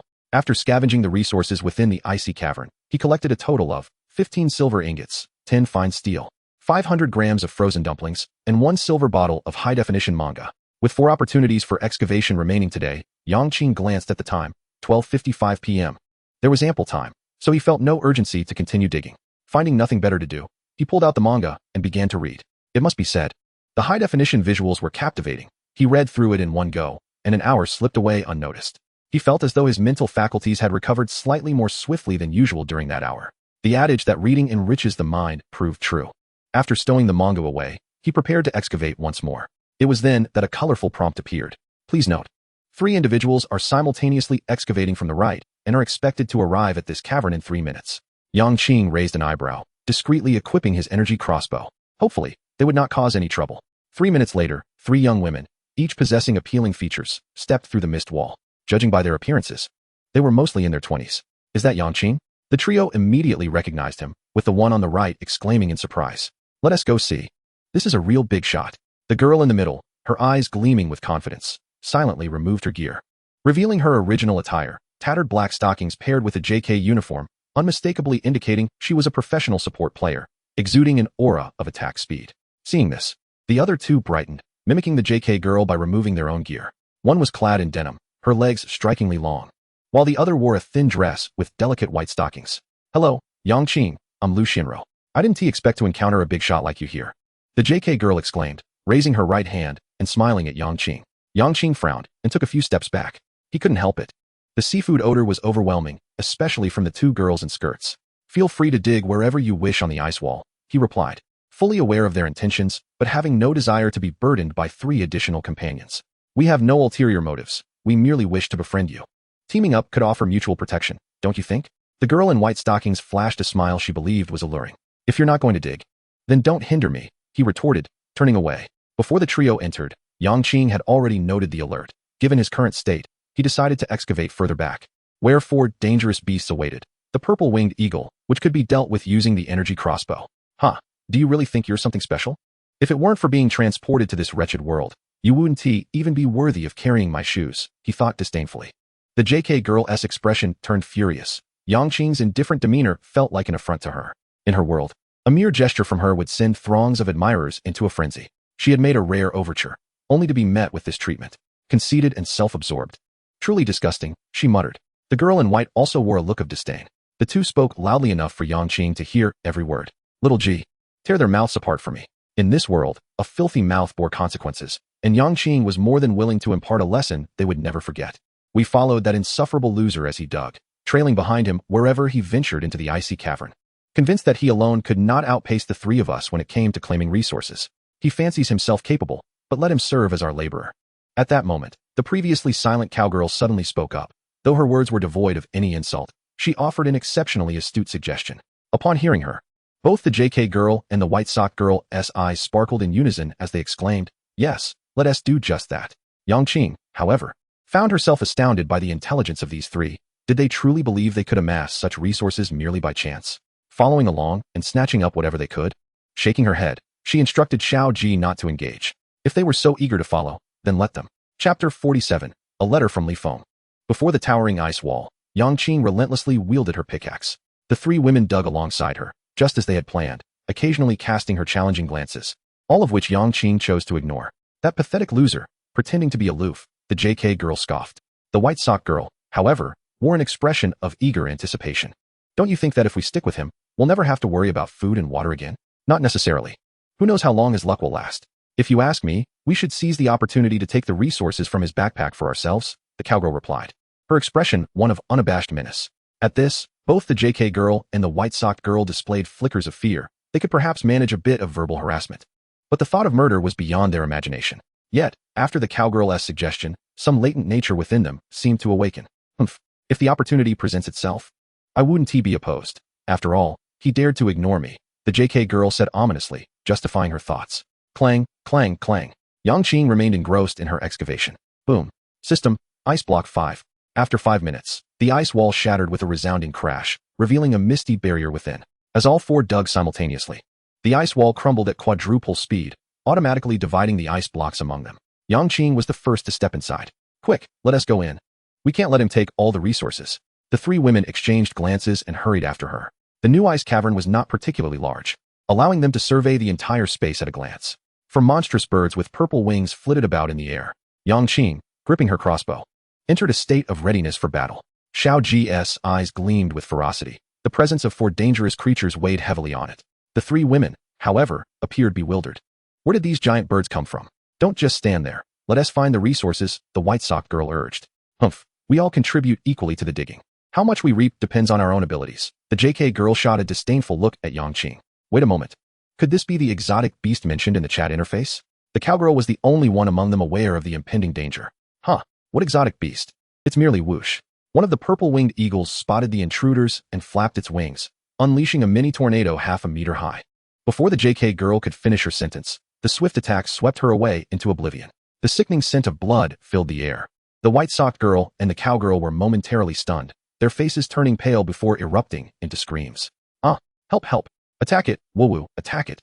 Don't let it harm us. Whoosh, whoosh, whoosh, whoosh. After launching such a potent assault, the purple-winged bird would surely experience a moment of weakness. And Yang Qing was prepared to seize that opportunity. A flurry of silvery crossbow bolts erupted forth, bringing the creature down. System, you have successfully slain a purple-winged eagle. The two girls, quick on their feet, realized Yang Qing possessed the power to vanquish the great bird and rushed over, seeking her protection. Yang Qing, you're amazing. Save me, I'll do anything. Me too. I've had 20 boyfriends. I can do anything. Please save me. Their pleas fell on Yang Qing's indifferent ears. Once she made it clear she would not team up with them, they became as inconsequential as air in her eyes. She continued her task, searching for direction and excavating the ice cavern. Swish, swish, swish. The remaining 3 purple-winged eagles, enraged by the death of their companion, launched another attack, sending 3 mini-tornadoes their way. Yang Qing had anticipated this. As the wings began to flap, she nimbly dodged to the side. Boom. Thud. Thud. The white-socked girl and the cowgirl lacked the reflexes to evade, turning into mere remnants. Xiao Ji met one of the purple-winged eagles with its blade-like wings. Yang Qing raised her right hand and, in a flurry of 13 rapid shots, eliminated the remaining 2. System, you have successfully slain a purple-winged eagle. System, you have successfully slain a purple-winged eagle. 2 minutes later, Xiao Ji finally found its chance. With a swift slice, it severed the head of a purple-winged eagle. System, you have successfully slain a purple-winged eagle. Yang Qing collected the blood of the slain bird and distributed it to Xiao Ji. Finally, as it consumed its 4th portion, a system notification chimed. System, your pet, Icewing Bird, has reached the terror level.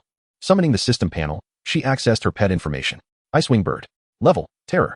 Age, mature. Note, the age of exotic beasts varies with their power. Status, healthy, excited, confident. Ability, Ice Blade. Ability, Wing Blade. Ability, cutting, while in Wing Blade state. Can ignore 50 of the opponent's defense. Excellent. The ability to bypass defenses is essential for engaging in battles beyond 1's level. This little creature has truly become formidable. Yang Qing smiled and raised her hand. Chirp, chirp, chirp. Feeling the surge of power within, Xiao Ji flapped its wings excitedly, sharing its joy with Yang Qing. Its wings now spanned nearly 6 meters, exuding an aura befitting the king of the skies. Yang Qing then retrieved 4 beast sources and fused them, increasing the 3rd-tier gene activation by 6%. After thoroughly scouring the ice cavern, her haul consisted of merely 12 iron blocks, 12 pieces of wood, and 6 crystals. As for the trifling spoils dropped by the 3 women, Yang Qing couldn't be bothered to collect them. Continuing her excavation, she chose to ascend. As she took out her flying wings, ready to equip them, Xiao Ji suddenly leapt in front of her, bouncing enthusiastically. Chirp, chirp, chirp. Yang Qing understood its intent. It wanted her to ride on its back to excavate the upper ice cavern. Haha, alright. Yang Qing stowed the flying wings and leaped onto Xiao Ji's back. The frigid air rushed in, and even with Yang Qing's current constitution, she couldn't help but shiver. Xiao Ji, brimming with excitement, soared toward the upper ice wall, striving to maintain balance for Yang Qing to stand and dig. Yang Qing contemplated taking control of the flying wings herself, but seeing Xiao Ji's enthusiasm, she didn't wish to disappoint it, enduring the cold as she rapidly excavated. Finally, after 15 minutes, the ice wall shattered, and Yang Qing immediately signaled Xiao Ji to ascend. This was a resource cavern, with a purple shell in the upper left corner. Yang Qing jumped off Xiao Ji and approached the purple shell. The prompt had long indicated that the shell was safe and harmless, so she proceeded without hesitation to open it. System, Purple Shell 1, Spirit Energy Stone 2, Spirit Soil 3, Wires 3, Tier 3 Helmet, Silver Moon Helmet. Among these, the Spirit Soil piqued Yang Qing's interest. It should undoubtedly serve as a tool for transforming barren land into fertile fields, though its specific characteristics remain a mystery. Just as he contemplated summoning the system panel, a private chat window appeared before him. Li Feng, Dragon Country. Brother Yang Qing, can you craft that flying tool of yours? I wish to exchange for one. Yang Qing, Dragon Country. I can craft it, but as usual, you will need to provide the materials. Additionally, what processing fee do you intend to offer? Li Feng, Dragon Country. Haha, I naturally understand that ordinary items fail to catch your discerning eye. How about this? He attached a piece of information. Yang Qing clicked on the attachment. Chapter 48, Strange Deep Red. System, Fate coins, when tossed upwards, may attract formidable monsters or yield rewards from the god of fate. Is this a probabilistic item? I wonder if the colorful prompts can predict outcomes. Yang Qing pondered, deciding to proceed with the trade. After all, merely acting as a processor entailed no significant risk. Yang Qing, Dragon Country. Crafting the flying wings requires 10 portions of refined steel, 5 gold ingots, 8 silver ingots, and 1 each of spirit energy stone and wind energy stone. As soon as the information was dispatched, Li Feng sent a trade request. Yang Qing accepted all the materials, crafted a new pair of flying wings, and exchanged them with Li Feng, appending a reminder that the energy consumption was substantial, necessitating a replacement of the spirit energy stone once depleted. Li Feng. Dragon Country, thank you. Closing the dialogue panel, he retrieved the fake coins he had just acquired. Pretending to toss them, he indeed triggered the colorful prompt. Your toss will be judged by the god of fate. It is advisable to wait 24 hours before tossing again. This is an intriguing bug. I must wait until tomorrow to toss again. Yang Qing raised an eyebrow. This colorful prompt was genuinely considerate in all aspects. He then examined the treasures obtained from the purple shell. System, spirit soil, capable of merging with barren land to create fertile spirit soil fields. Fertile field characteristic, spirit energy surrounds it, allowing any plant to grow as a spirit plant, albeit prolonging the maturation cycle. He materialized his courtyard and fused the spirit soil beneath the red soil fields. 3 blocks of 1 square meter of spirit soil fields emerged side by side. He took out 3 portions of the ice fruit seeds he had harvested today and planted them atop the spirit soil fields. System, 2,400 until maturity remaining. Good things are worth the wait. Yang Qing felt no urgency. He opened his backpack, retrieved the silver moon helmet, and chose to wear it. The Tier 3 helmet augmented his mental power by 20 points. Naturally, wearing the silver moon helmet necessitated the removal of the ice wolf headpiece, effectively netting him an increase of 10 points. However, this 10-point boost allowed his mental attribute to surpass the 100-point threshold, reaching 106 points. Glancing at the ice-breaking device, which still required several minutes to complete, he decided to remain in the courtyard and wait. Finding the crouching position uncomfortable, he opened the trading platform and searched for a chair. This item was not rare, abundant in supply, and reasonably priced. Yang Qing selected a rocking chair paired with a bamboo tea table, spending 12 units of wood, 12 stones, and 12 iron blocks. The price was somewhat steep. Based on his experience, he recognized it to be at least 3 to 4 times the material cost. Nevertheless, he was financially affluent and paid it no mind. Relaxing leisurely in the rocking chair, he lamented the fixed environment of each ice cave, devoid of sunlight, which somewhat marred the enjoyment. Subsequently, he closed his eyes and waited in tranquility. After half an hour of resting, Yang Qing nearly dozed off. He stood up, collected the water and fine dust, added the materials, and retracted the courtyard. He proceeded with the 8th excavation of the day, targeting the rear where a terrifying beast awaited, the ice-armored bear. Roar, roar, roar. As he and his bird stepped inside, they were met with a series of furious roars. Looking ahead, a massive white bear, 10 meters long, stood atop a small ice mountain, pounding its chest and stomping in agitation, as if in heat. Xiaoji, go. Yang Qing recognized the bear's erratic state and contemplated avoiding its wrath, but realized the confined space of the ice cave left little room for evasion. It was better to seize the opportunity and strike first. Xiaoji transformed its wings into blades, enhancing the cutting effect, and dove toward the bear. Simultaneously, Yang Qing advanced, wielding his right hand to unleash 3 consecutive waves, engulfing the bear. The bear, sensing the sudden onslaught, became even more enraged, encasing itself in a thick layer of ice armor and raising its massive fists toward Xiaoji in midair. Thunder armor.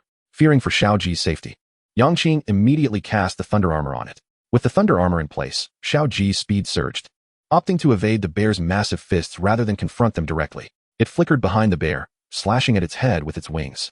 The already cumbersome ice-armored bear, further burdened by the triple waves, was unable to withstand Xiaoji's assault. Clang, clang, clang. Deep gashes appeared across the bear's body. Even with the ice armor, Xiaoji's slicing ability could bypass 50 of its defense. Yang Qing switched to the spirit energy crossbow, engaging in guerrilla tactics. Yet the silver arrows failed to penetrate even the bear's eyelids. Witnessing this, he abandoned the idea of harassment, opting instead to equip the water wave sword and, at the opportune moment, seamlessly unleashed 3 consecutive waves to exert control. In their coordinated efforts, the bear had no means to retaliate, gradually becoming riddled with wounds. However, just then, the bear, which had shown signs of fatigue, suddenly had its eyes flare red, and the wounds across its body began to crack and widen. Warning, warning, warning. The ice-armored bear is undergoing a mutation and is about to explode, with immense power. Please reinforce with thunder armor immediately. Not good. Xiaoji, retreat. At the instant Yang Qing received the warning, he unleashed 4 layers of thunder armor, each of them enveloping both himself and Xiaoji. With a deafening roar, the ice-armored bear's 10-meter-tall body shattered, a wave of deep red energy erupting from its form and radiating outward. The ice mountain disintegrated into dust, and Yang Qing along with Xiaoji were violently thrust against the icy wall by this energy surge. Are you alright, Xiaoji? Yang Qing called softly as he crawled up from the ground. G. Xiaoji flapped its wings and soared into the air, indicating it was unscathed. Phew. Thankfully the warning arrived in time. Otherwise, we would have been reduced to mere flesh and bone. Observing that both layers of thunder armor had been shattered, Yang Qing felt a pang of fear. Yet, his attention was drawn to the floating red energy orb before him. Could this be the culprit behind the ice-armored bear's explosion? He dared not approach, but stared at it intently for a few seconds. Deep red energy, extremely dangerous. Contact will result in death. Evacuate immediately. Seeing such a warning, Yang Qing did not linger any longer. Although a striking purple shell lay conspicuously beneath the red energy orb, one must have their life to claim it. Fortunately, despite the ice-armored bear's demise, its source and blood were still collected in his backpack, though its meat, bones, and hide were not preserved. For his next ice cave, he opted for resource type, as casting the thunder armor 4 times had already reached his limit for the day. To utilize his spellball skills again, he would need to rest adequately. 20 minutes later, in the 9th ice cave, I accumulated 9 wires, 6 crystals, 1 earth stone, 3 bottles of 500 milliliters mineral water, and 1 cake weighing 500 grams. For the final excavation, I again opted for resource gathering, and the environment remained normal, conducive for an overnight stay. The harvest included 3 refined gold, 3 refined silver, 3 refined copper, 6 refined steel, 6 glass, and 15 stones. Chapter 49. I have finally gathered all the materials for the mech. Manifesting my courtyard, I reclined in a rocking chair. Throughout the day, Yang Qing sustained his energy solely through beast blood, resulting in the depletion of nearly all the remaining stock from yesterday, thereby increasing his agility by 32 points. My backpack now held only the last 2 portions of wind leopard blood and the freshly acquired ice-armored bear blood. The bear blood, categorized as terrifying grade, was intended for crafting advanced summoning scrolls. I consumed the leopard blood directly, further enhancing my agility by an additional 2 points. Summoning the system panel, I accessed my personal information. Name, Yang Qing, Strength, 81, Normal Adult Male, 10, Equipment Bonus, 10 Agility, 161, Normal Adult Male, 10, Equipment Bonus, 15 Constitution, 62, Normal Adult Male, 10, Equipment Bonus, 15 Spirit, 106, Normal Adult Male, 10, Equipment Bonus, 40 Equipment, Weapon, Tier 3 Water Wave Sword, Trait, Triple Wave Clothing, Tier 1 Robe, Constitution, 5 Helmet, Tier 3 Silver Moon Helmet, Spirit, 20 Wrist Guards, Tier 1 Linen Wrist Guards, Strength, 5 Footwear, Tier 2 Tiger Stripe Shoes, Agility, 10, Pants, Tier 2 Storm Trousers, Strength, 10 Leggings, Tier 1 Burlap Leggings, Agility, 5 Belt, Tier 2 Storm Belt, Constitution, 10 Necklace, Tier 2 Tiger Stripe Necklace, Spirit, 10 Left Ring, Tier 2 Fish Pattern Ring, Spirit, 10 Right Ring, Storm Ring, Spirit, 10 Glancing at the information panel, I noted that due to the Storm Canyon, my agility had considerably surpassed my other attributes, prompting me to reflect on another entry ticket in my backpack, the Ancient Altar. I wondered what opportunities awaited there, hoping for an abundance of items to enhance my spirit. I retrieved the entry ticket. System, Ancient Altar Entry Ticket. When 100 entry tickets are collected, a teleportation array will automatically activate, granting access to the Ancient Altar. Current tickets collected, 82,100. Had I truly gathered 82 tickets so swiftly? At this rate, it seemed likely that the teleportation would be operational by tomorrow, while I felt a surge of excitement. A hint of trepidation lingered. After all, unlike the Storm Canyon, I lacked confidence in managing a gathering of 100 players. System, all ingredients you listed for sale at the trading post have been sold. Wires, 89, refined steel, 91, crystals, 79, glass, 98. At that moment, a system notification appeared before me. Upon seeing it, I promptly accessed the crafting interface. With the recent batch of meat sold, I should have nearly collected the rare materials necessary for assembling the mech. Basic Intelligent Mech, copper blocks, 9,200, wires, 261200, refined steel, 239,200, gold blocks, 135200, crystals, 232,200, silver blocks, 30200, glass, 209,200, energy stones, 1710, wind stones, 1710, fire stones, 810, 5 element stones, 11. I was still short on copper blocks, gold blocks, silver blocks, and 2 fire stones. The first 3 were basic materials, easily obtainable. The 2 fire stones, while costly, could likely be procured with some effort. I first accessed the trading post to search for basic materials, revealing a vast array of listings. Numerous pages of sales information flooded the interface. Items like wood, stones, and hemp rope were the most abundant, followed by gold, silver, and copper. After some deliberation, I exchanged all the food, snacks, and water I could spare from my backpack for these 3 materials. Yet, I still fell short. As the majority of my meat had long been traded for rare items like crystals and refined steel, I also exchanged the remaining hazardous-grade beast meat and bones, barely managing to gather 200 units of the 3 materials. As for the fire stones, a few were available in the trading post, but their prices were exorbitant. I opened the chat interface, selecting the world channel. I intended to observe the progress of others in their excavations and whether anyone had reached the second stage of survival to enhance their strength. Most of the resources I had for trade comprised magical orbs, herbs, and equipment, or rare items like processed wings and ice shatterers. Suddenly, a message erupted in the chat. Great news! George Smith from our unyielding empire has just achieved 100 gene chain activation and awakened an immensely powerful genetic talent, the fire elemental body, capable of absorbing any fire element orb. Oh, George is our hero. Huh. Look at the other nations. The unyielding empire is poised for a reign of dominance. With George's achievement spreading through the world chat, the channel was nearly monopolized by the citizens of the unyielding empire, exuding mockery toward others. Meanwhile, players from other nations were left seething, unable to counter the boastful claims. Li Feng from Dragon Nation, Yang Qing from Dragon Nation awakened his first gene chain yesterday at noon. I witnessed it firsthand. Upon hearing Li Feng's words, the populace from Dragon Nation erupted with excitement. My heavens, Yang Qing, the Great One, was a day ahead of George. Take note, this style of conduct is called modesty. Even though our Yang Qing activated his gene chain earlier, he won to seek the world's applause like some. Yang Qing will never disappoint us. Yet, this immediately drew rebuttals. This is how you Dragon Nation individuals behave, arrogant and ignorant. George's swift gene chain activation is due to his background in the ASA Special Combat Unit, possessing formidable combat capabilities. Ignorance and foolishness. Do you really think that the beasts can be vanquished with mere words? Without true power, one merely becomes their nourishment. Ridiculous. Activating a gene chain a day prior. What does that even mean? By Xinxue from Dragon Nation interjected, we speak only with facts. Attached to her message was a video. The video content was divided into two segments, one showcasing Yang Qing testing the extreme ice rain, and the other demonstrating the destruction of the energy storm using the wings. As Bai Xinshue's video was released, all skepticism was silenced, and countless players from Dragon Nation flooded the world chat channel. Whoa, so cool. Is this magic? How can the Great One soar into the skies? Is this the ability one gains after activating the gene chain? Mom, I want to fly too. Witnessing this scene, Yang Qing exclaimed, what excellent teammates from Dragon Nation. I had been pondering how to procure fire stones, and this advertisement was perfectly timed. Seizing the opportunity, I posted a message. Yang Qing, Dragon Nation, offering 2 fire stones for processing. Materials must be provided, limited to 10 minutes. I attached images of the materials required for the wings along with a detailed description. With my appearance in the video, the chat channel erupted with fervor. However, my focus remained on the private chat interface.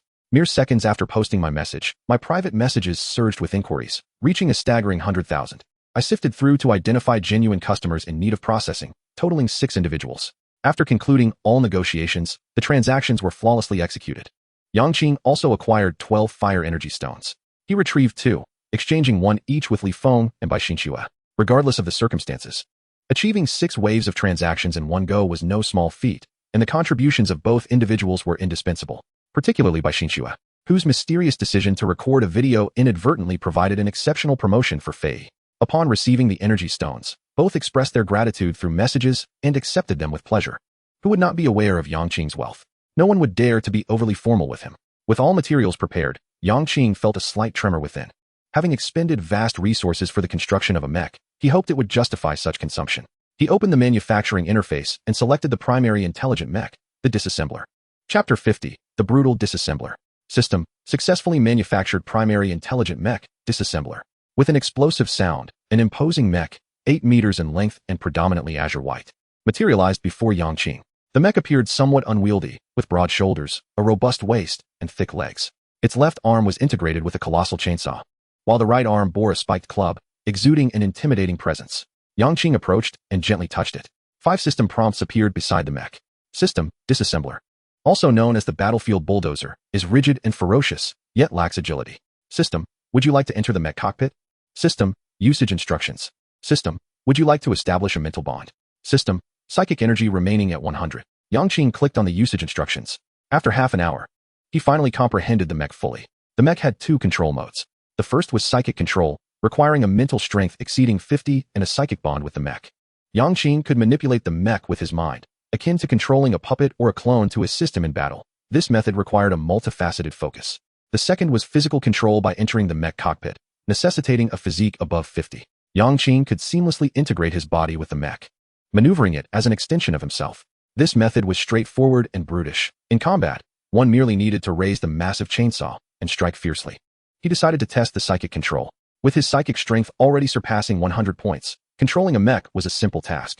He clicked to establish a mental bond. In an instant, A plethora of mech information flooded Yang Qing's mind. The mech possessed 3 skills: ground shatter, sweep, and whirlwind.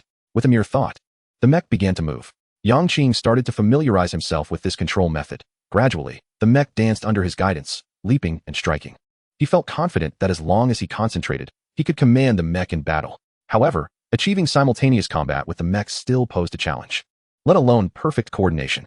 Yang Qing understood that mastering the art of dual focus would not be an easy feat, and so he did not dwell on it. Approaching the mech, he clicked to enter the cockpit to experiment with the second control method. Inside the cockpit, his perspective transformed entirely to that of the mech. He swung his arms, and the mech mirrored the motion. He leaped, and the mech leaped alongside him. However, releasing skills still required psychic activation. For the remainder of the time, Yang Qing joyfully adapted to the mech's combat style until the light within the ice cavern began to dim.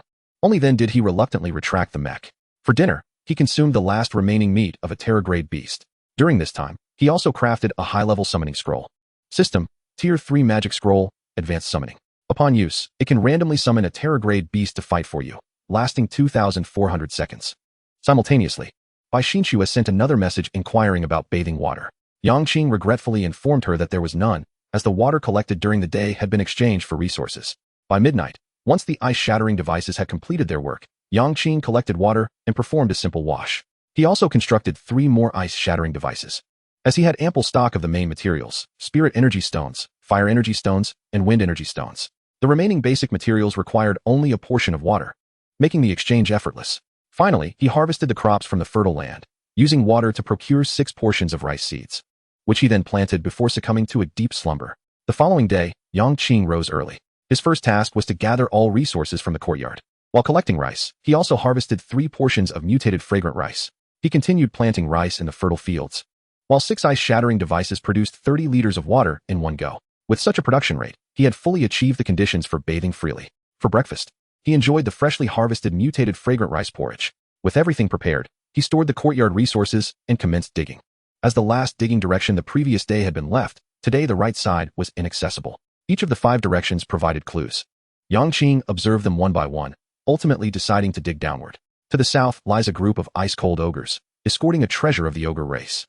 A Tier 7 weapon, the Frost Staff, towards the extreme cold territory. With a mech at your disposal, you can recklessly annihilate them, though doing so will offend the High Priest of the extreme cold ogres, Hans Han.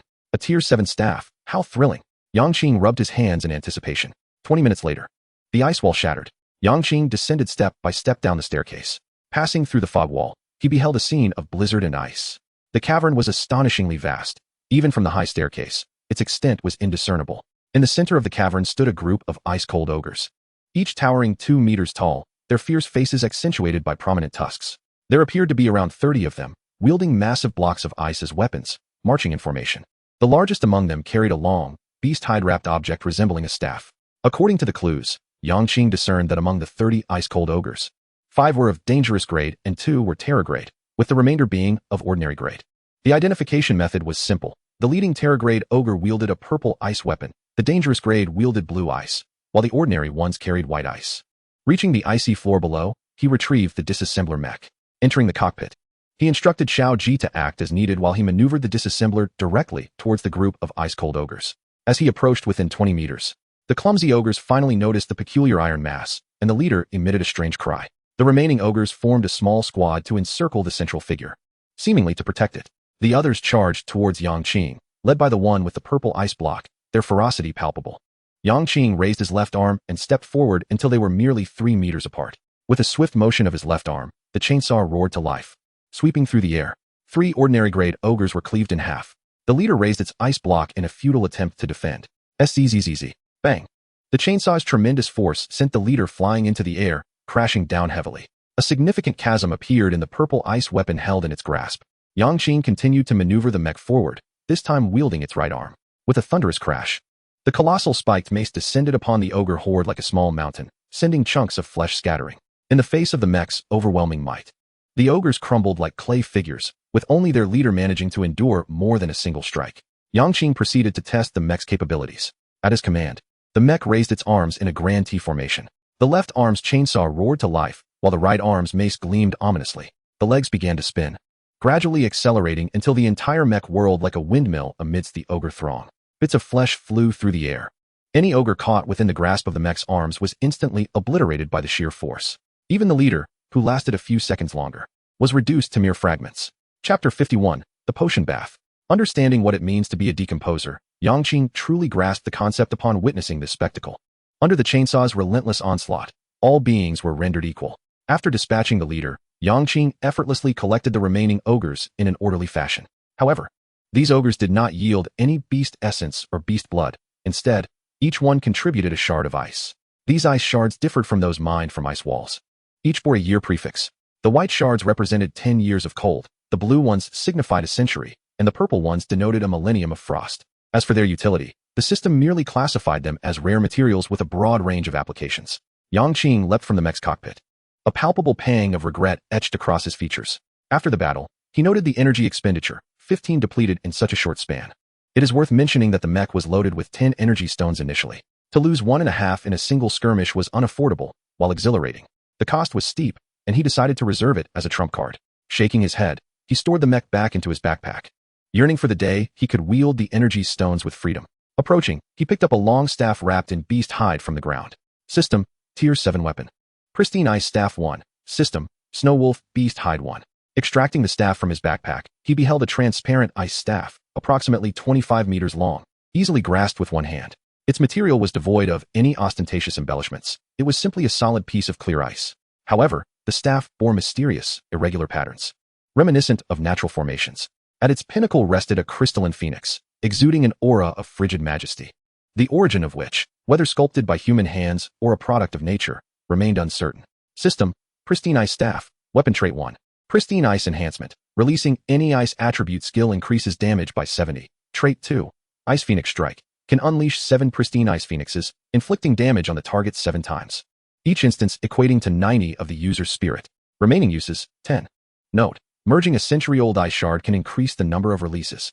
Yang Qing quickly recognized the staff's uniqueness. It required no energy expenditure, yet possessed a limit on the number of releases. The special frost he had just acquired could enhance the staff's skill release count.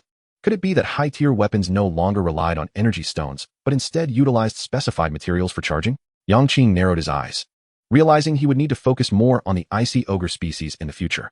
As for the staff's other skill trait, the pristine ice enhancement was disregarded. With his genetic talents, he could trigger up to 9 times the damage, and even at worst, achieve a 1-fold increase, applicable across multiple attributes. A mere 70 seemed somewhat paltry in comparison.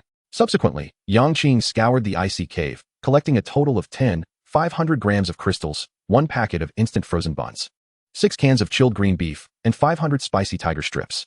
Just as he was about to resume his digging, he suddenly recalled the ancient altar entry tickets and wondered how many had been gathered. Checking his collection, he discovered 91 tickets had been amassed. Only 9 more were needed to activate the teleportation array. 1 more excavation should suffice. He was apprehensive about the possibility of being transported again, reminiscent of his prolonged stay in the Storm Valley. Thus, he resolved to seize every opportunity for excavation. Observing his surroundings, he noted one particularly intriguing message among the 5 prompts. Hurry, hurry. Behind you, a mysterious and powerful snow which has just brewed a potion. While she is away, you can sneak in and absorb the potion for a tremendous boost. The promise of enhancement ignited Yang Qing's enthusiasm. Without hesitation, he grabbed his pickaxe and headed to the rear with purpose. 15 minutes later, System, Ice Shard 20. Upon entering a new ice cave, he immediately spotted an ice cave entrance in the upper left corner. The colorful prompt reappeared. Quickly, quickly. There is currently no danger inside the ice cave. Sensing the urgency of the message, Yang Qing wasted no time and sprinted towards the ice cave. Upon reaching the entrance, he stepped inside. The ice cave was roughly the size of a basketball court, with a large round cauldron, nearly 2 meters high, in one corner, reminiscent of a great tripod. A small fire flickered beneath the pot. Approaching the cauldron, he found it contained a brew of variously colored liquids. System, special potion water crafted by the Snow Witch clan. No one knows what will happen if you jump in. Rest assured, it is safe and harmless inside. Jump in boldly. Just remember to strip off your clothes first, or it may affect the potion's efficacy. 2 prompts appeared simultaneously. Yang Qing dipped his hand into the liquid and stirred it gently. The water temperature was just right, though the consistency was somewhat thick, reminiscent of sludge. Hurry, hurry. Don't hesitate. The Snow Witch will return soon. The colorful prompts continued to urge him. Yang Qing could no longer afford to delay. Stripping off his gear and clothes, he leapt into the pot. The potion's effects were immediate, with notifications of increases in strength, constitution, agility, and spirit appearing before him, each by 1 point. Simultaneously, he felt warmth enveloping his body. providing an extraordinary sense of comfort. 10 minutes later, the potion's consistency transformed from thick to clear, ceasing the notifications of attribute enhancements. Only then did Yang Qing rise, don his clothing, and equip his gear as he rushed towards the cave exit. This round of potion bathing had granted him an increase of 55 points in strength, 42 points in agility, 61 points in constitution, and 46 points in spirit. Consequently, all 4 attributes had surpassed 100, with agility breaking the 200 mark. Dig below. The ice wall is thinnest down there. We must hurry, the snow which will return soon. Before Yang Qing could thoroughly assess his surroundings, the prompt provided the most logical course of action. Naturally, there was no room for hesitation. He would follow the guidance given. System, the ancient altar has been activated. Since you possess the entry tickets, you will automatically begin teleportation. Alas, just as Yang Qing raised his pickaxe, he found himself vanishing from his spot. Chapter 52, The Fury of Little G. Before him lay a sea of dark, oppressive figures. Yang Qing swiftly turned his head to survey his surroundings and was relieved to find Xiao Ji quietly standing beside him. Damn. He hadn't anticipated the teleportation to occur so abruptly. Soon, his thoughts shifted to the ominous snow witch, which had been repeatedly flagged as dangerous. Upon his return, he would undoubtedly have to confront its wrath, leading to a sense of vexation creeping in. At that moment, a cacophony of noises reached his ears. Where was this? Hello. Are there any friends from the Dragon Kingdom here? Why did the teleportation happen so suddenly? I was only halfway through relieving myself. What is going on? Wasn't I just asleep? Yang Qing soon realized that he was in a place where hundreds of players had been teleported simultaneously, and the level of danger was no less than that posed by the Snow Witch. He quickly stowed away his pickaxe and equipped his energy crossbow, his eyes darting around as he assessed the situation.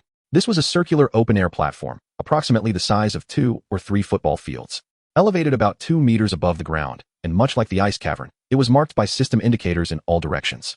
The platform was constructed from countless large stones of a dark brown hue, their surfaces adorned with veins of varying thickness in a blood-red color. Upon closer inspection, one could trace these veins back to a massive statue situated at the center of the platform. The statue, towering around 10 meters, was silver-white in color, and its facial contours unmistakably depicted a serene and graceful woman. Above her head was a glaring system notification. System, altar of the ancient Silver Moon Goddess. Only by assisting the Silver Moon Goddess in repelling 10 waves of abyssal creatures will a teleportation portal appear, allowing a return to the original ice cavern. There are 2 minutes and 26 seconds remaining until the first wave of abyssal monsters attacks. Beyond the platform lay a sea of deep crimson mist. The mist obscured vision, rendering the depths of the surroundings invisible. Gazing at the surrounding red fog, Yang Qing recalled the deep crimson energy orb from the previous day, both emanating an eerie aura. This thought heightened his sense of unease.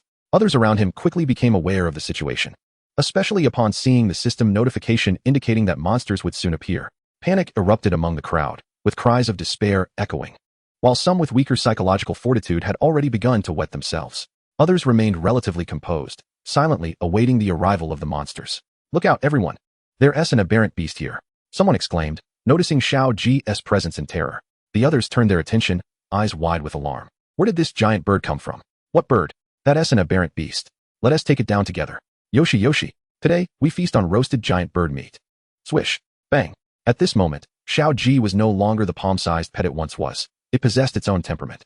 Hearing the derogatory remarks directed at it, its right wing flared open, unleashing a fierce gust of cold wind that sent a player from the Cherry Blossom Nation flying several meters away. Observing this, some of the bolder players raised their weapons, adopting an aggressive stance. With the abyssal monsters about to assault, Yang Qing was reluctant to expend energy dealing with these people. He immediately stepped in front of Xiao Ji and explained loudly, "This is my pet. As long as you don't provoke it, it won't harm anyone without reason. You can rest assured." Though Yang Qing's image as a wealthy benefactor was not universally known in the ice cavern world, he was at least recognized as a figure of some notoriety. Initially, everyone had focused their attention on Xiao Ji, failing to notice him. However, as his voice rang out, he quickly drew the gaze of the majority. Ha ha ha, so that is how it is. A misunderstanding, a misunderstanding. Incredible, my brother, you've tamed such a formidable bird. Truly the mark of a big shot. Just then, several players from the Cherry Blossom Nation stepped forward, declaring, Baka, since that's the case, your bird just injured our friend, and you owe us compensation.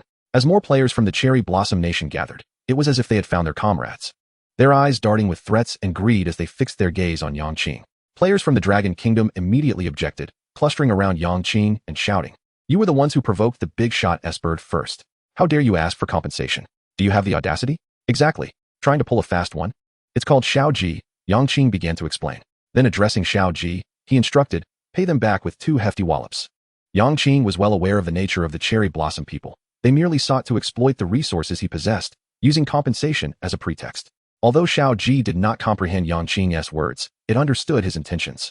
Ji. It emitted an excited and resounding call. Its ice wings fully unfurled, and it soared towards the players from the Cherry Blossom Nation. Swish, swish, swish. The ice wings did not turn into blades, but instead swept through the crowd. A large group of players from the Cherry Blossom Nation was lifted into the air before crashing down heavily, sustaining bruises and, in severe cases, several broken ribs. Dragon Kingdom players, you are too cruel. They merely made a normal request for compensation. What wrong did they do? Why such a harsh response? They only spoke harshly to your bird. It's just a beast. What's the big deal? Many voices from the crowd emerged, criticizing him.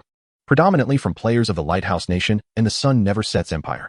Well, since you deem it a beast, I shall allow it to revert to its true nature. Xiao Ji, you are free to act as you wish for the time being.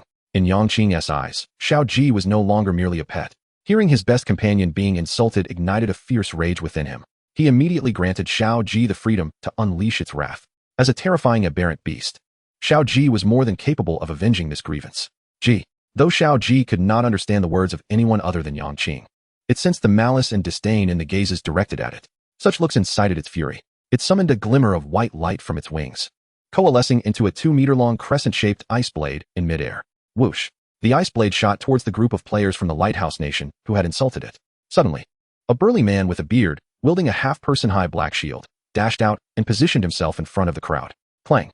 The ice blade collided with the black shield, pushing the burly man back several meters while leaving a crack on the once pitch-black shield. Yet, the impact of the ice blade was completely absorbed by the shield. Is that a player with activated genetic talents? Yang Qing frowned slightly, clearly noticing a glimmer of yellow light flashing across the burly man's body at the moment the ice blade met the shield, a clear indication of skill activation. Otherwise, no ordinary person, regardless of their physical prowess, could withstand an attack from a terrifying aberrant beast. Chapter 53, The First Wave. Mr. Yang Qing, greetings. I am Alj, a player from the Lighthouse Nation, and this is my friend Meyer from the Sun Never Sets Empire. On behalf of my compatriots, I sincerely apologize for the insult directed at your pet. Could you grant us both a favor and let this matter slide? At that moment, another player from the Lighthouse Nation, armed with a spear, stepped forward. Yang Qing's brows gradually relaxed as he regarded Alj with a calm expression. This individual spoke with such confidence, indicating that he too was a player with activated genetic talents. But what of it? You should inquire whether my brother is willing to accept an apology, rather than myself, Yang Qing retorted resolutely. Concurrently, a vivid array of alerts flickered through his mind. Within 1,000 meters of the red mist, 30 abyssal creatures, abyss wolves, have emerged, led by a dangerous two-headed abyss wolf. Be warned, the attacks of these abyssal creatures are imbued with deep crimson energy. It is imperative that you do not allow them to inflict harm. For the deep crimson will gradually erode your body, transforming you into an abyssal creature. Alb's expression immediately darkened. His willingness to speak in favor of Yang Qing was merely an attempt to assert dominance before his compatriots. However, not only did Yang Qing disregard his overture, but he also sought to impose his authority upon him, which was utterly preposterous. You need to consider carefully, both Meyer and I recently unlocked our first genetic talents. Alj reiterated, his threat unmistakable. Little G, do not hesitate. Simply act as you wish, Yang Qing conveyed through his actions to Alj. G shall not be insulted. Just then, a chorus of wolf howls erupted from the depths of the red mist. Simultaneously, pairs of eyes glowing with an eerie crimson light drew closer to the platform. Yes, it's the aberrant beasts. What should we do? I want to return to the ice cave. What on earth is this place? The crowd, in a state of panic, beseeched. Esteemed leaders, I implore you, can you first repel this horde of monsters before engaging in battle? Woo-woo, indeed, those of you with prowess should prioritize our protection. The sudden howls had terrified everyone, prompting a flurry of pleas. Yang Qing paid no heed to their clamoring, continuing to issue directives to Little G to act freely. He then pointed to a circle etched into the ground to the left of the statue, addressing the group of Dragon Kingdom citizens who had just come to his defense. If you are willing to stand there without running amok, I will shield you from the monsters, provided my safety is not compromised. Should I sense danger, I regret to inform you that I will abandon you without hesitation. Of course, if you have a better method to fend off the monsters, feel free to proceed. I trust you.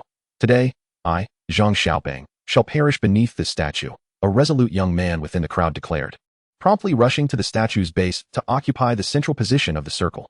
The majority of others also expressed their intent to entrust their lives to Yang Qing. A small faction, however, expressed a desire to devise their own strategies, unwilling to stand idly by awaiting their demise. Yang Qing surveyed the circle, which contained 12 Dragon Kingdom players. The number was modest, but if these individuals could refrain from leaving the circle and maintain their composure, he felt confident in their survival. Naturally, this relied on the subsequent waves of monsters not being excessively formidable. Little G remained airborne, choosing not to confront those who had insulted it. Instead, hovering protectively above Yang Qing. The howling intensified, and the pairs of glowing red eyes drew ever nearer. Yang Qing stood to the left of the statue, opting not to strike preemptively from the platform's edge. Firstly, given his current attack damage, he would undoubtedly attract the attention of the wolf pack, which would lead to complications if they focused their assault on him. Secondly, this area harbored many skilled players. One could never know if an experienced adversary was lurking in the shadows, seeking an opportunity to claim him as a prize. Other capable players mirrored Yang Qing's strategy, refraining from running about chaotically and instead forming a defensive perimeter around the statue. Listen to my commands. I have slain numerous aberrant beasts, and these creatures are not to be feared. As long as we unite our efforts, we shall drive these savages away, Alge asserted, taking up the mantle of leadership for the Lighthouse Kingdom and rallying its players to gather behind the statue. Meanwhile, the command for the Sun Never Sets Empire was seized by the burly shield-bearer, forming an alliance with Alge. The remaining players sought out the strongest from their respective nations, imploring for protection. Notably, aside from Yang Qing safeguarding 12 players from the Dragon Kingdom, another player named Yuan Taiching had also unlocked a genetic talent.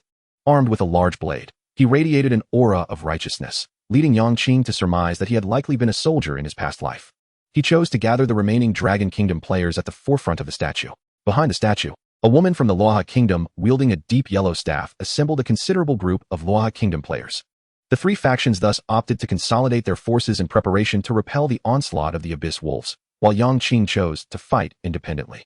He understood the uniqueness of these monsters. Their attacks were laced with deep crimson energy, and should any ally be injured, they would inevitably transform into abyssal creatures, turning into foes. As for the players from nations like Sakura and Kimchi, lacking strong protection, they resembled a scattered flock, fervently seeking refuge from the powerful. Yang Qing, however, paid them no mind. The other three factions accepted some physically capable individuals into their ranks, while those deemed weak and unfit were left to their fates. Just then, two howls, far louder than those of the preceding pack, reverberated through the air. Simultaneously, abyss wolves leaped onto the platform from all four directions. The wolves, drenched in blood-red fur and measuring under 2 meters in length, were of ordinary rank. Yet the eerie aura they exuded led Yang Qing to conclude that other ordinary-level aberrant beasts would not last 10 seconds against them. Before long, all 30 abyss wolves had ascended the platform. With a thunderous roar from the dangerous two-headed abyss wolf, the remaining wolves dispersed, charging towards the crowd. 6 ordinary-level wolves locked onto Yang Qing, while 6 from each of the other factions similarly targeted their respective groups. Instead of initiating the attack, Yang Qing chose to wait until the other factions engaged in battle before raising his right hand and pulling the trigger. The abyss wolves had already sprinted close to Yang Qing, yet they were met with 18 energy arrows. With his overall attributes exceeding 100 points, Yang Qing effortlessly fired off 18 shots per second. Furthermore, due to his heightened mental acuity, his accuracy was assured. The 18 energy arrows struck 4 of the abyss wolves in their eyes and other vulnerable spots, instantly slaying them. The remaining 2 were dispatched by Little G, who swept them away with its wings. While the other factions were embroiled in fierce combat with the abyss wolves, Yang Qing had already eliminated all 6 targeting him. Chapter 54, The Terrifying Deep Crimson Energy. Witnessing this spectacle, the 12 individuals sheltered by Yang Qing were undoubtedly the most exhilarated.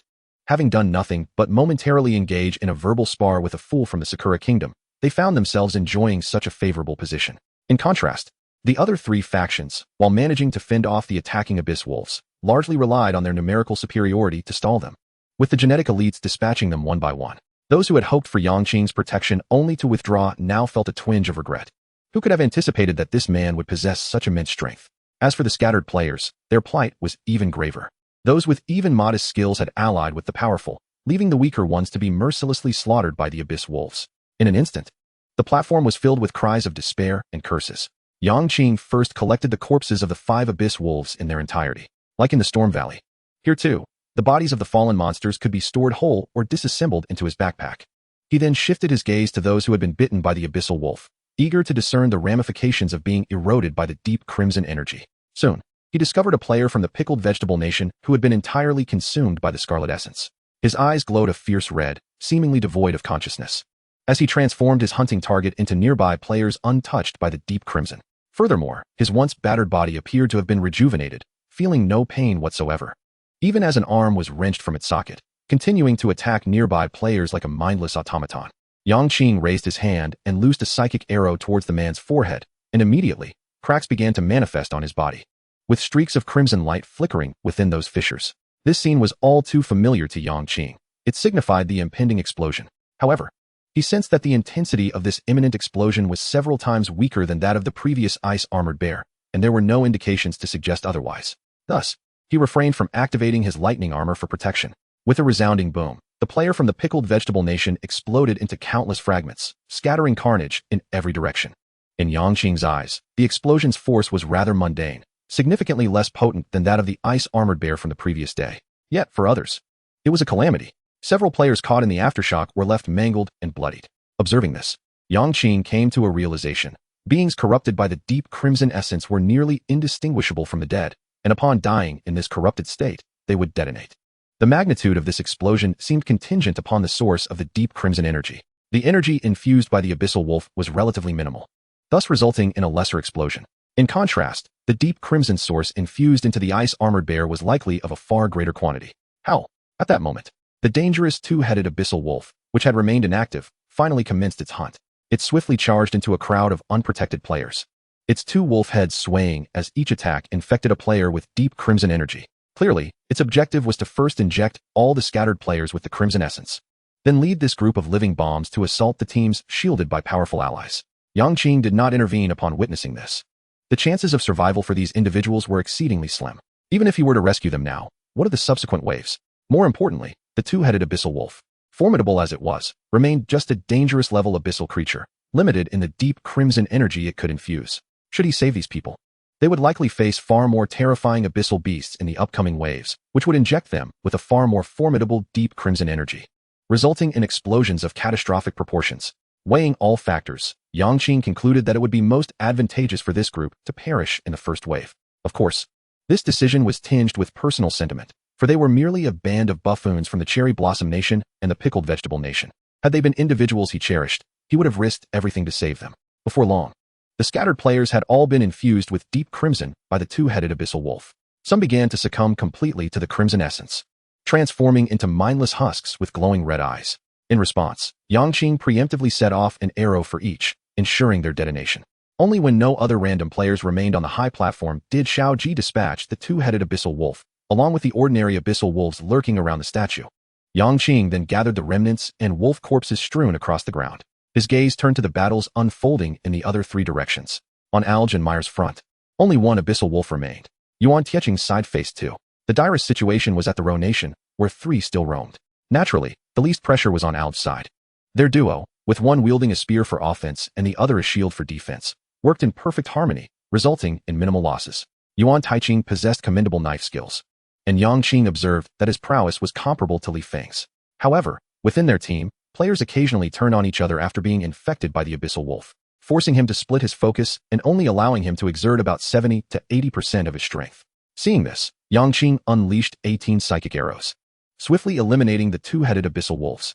Thus, Yuan Tietching's group became the second to conclude their battle. Thank you, Yuan Tietching clasped his hands in gratitude. Tossing over a wolf carcass, Yang Qing accepted it with pleasure. However, the situation at the Ro Nation proved more difficult. The woman with the yellow staff possessed an offensive skill, Sand Spear, yet this skill required 5 seconds of incantation time, during which she could not be interrupted and needed her fellow Ro compatriots to protect her. The challenge lay in the fact that when danger struck, the players from Ro either fled or evaded, expecting others to shield them from peril. There was no collective effort to confront the abyssal wolves and buy time for the leading woman to finish her casting, resulting in her repeatedly being forced to interrupt her spell. Mr. Yang Qing, could you lend a hand in dispatching these abyssal wolves? The corpses may be yours, and I am willing to offer an additional carcass as a reward, the staff-wielding woman from Ro implored. She had exhausted all options.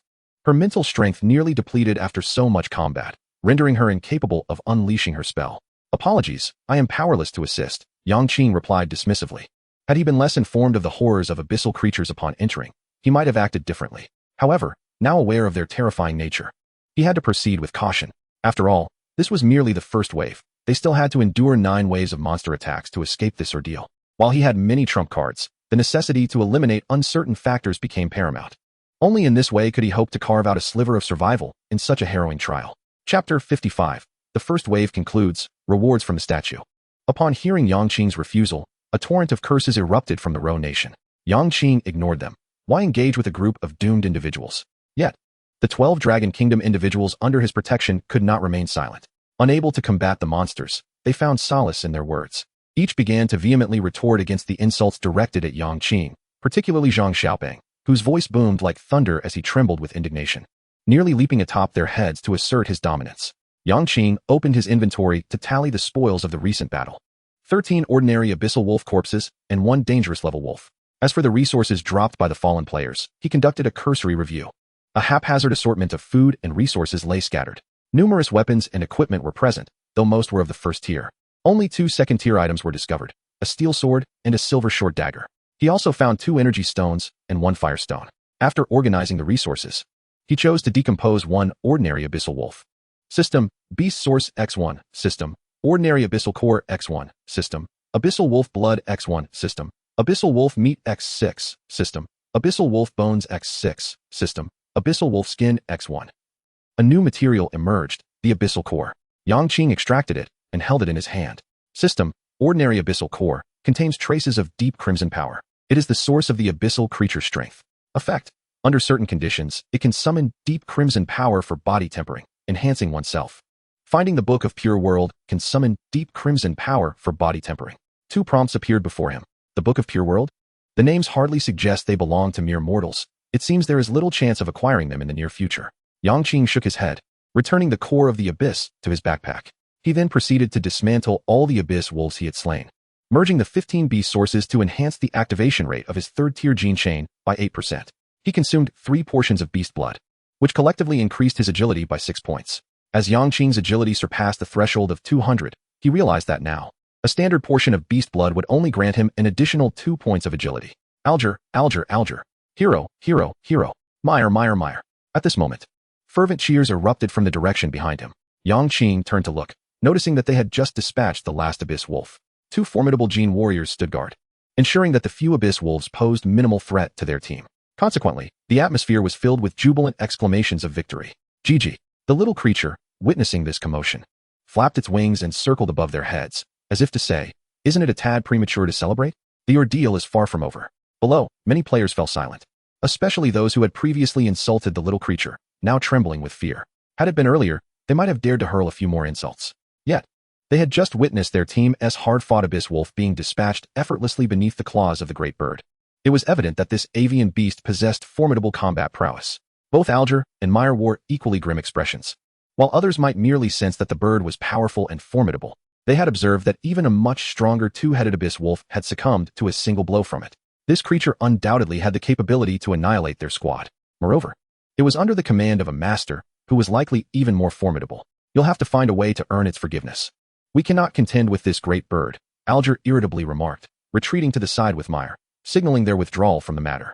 Meanwhile, those who had previously insulted the little creature could hardly fathom the terror they had provoked with their thoughtless words. They frantically rummaged through their bags, grasping various foods and materials, waving them in the air as they implored for the little creature's forgiveness.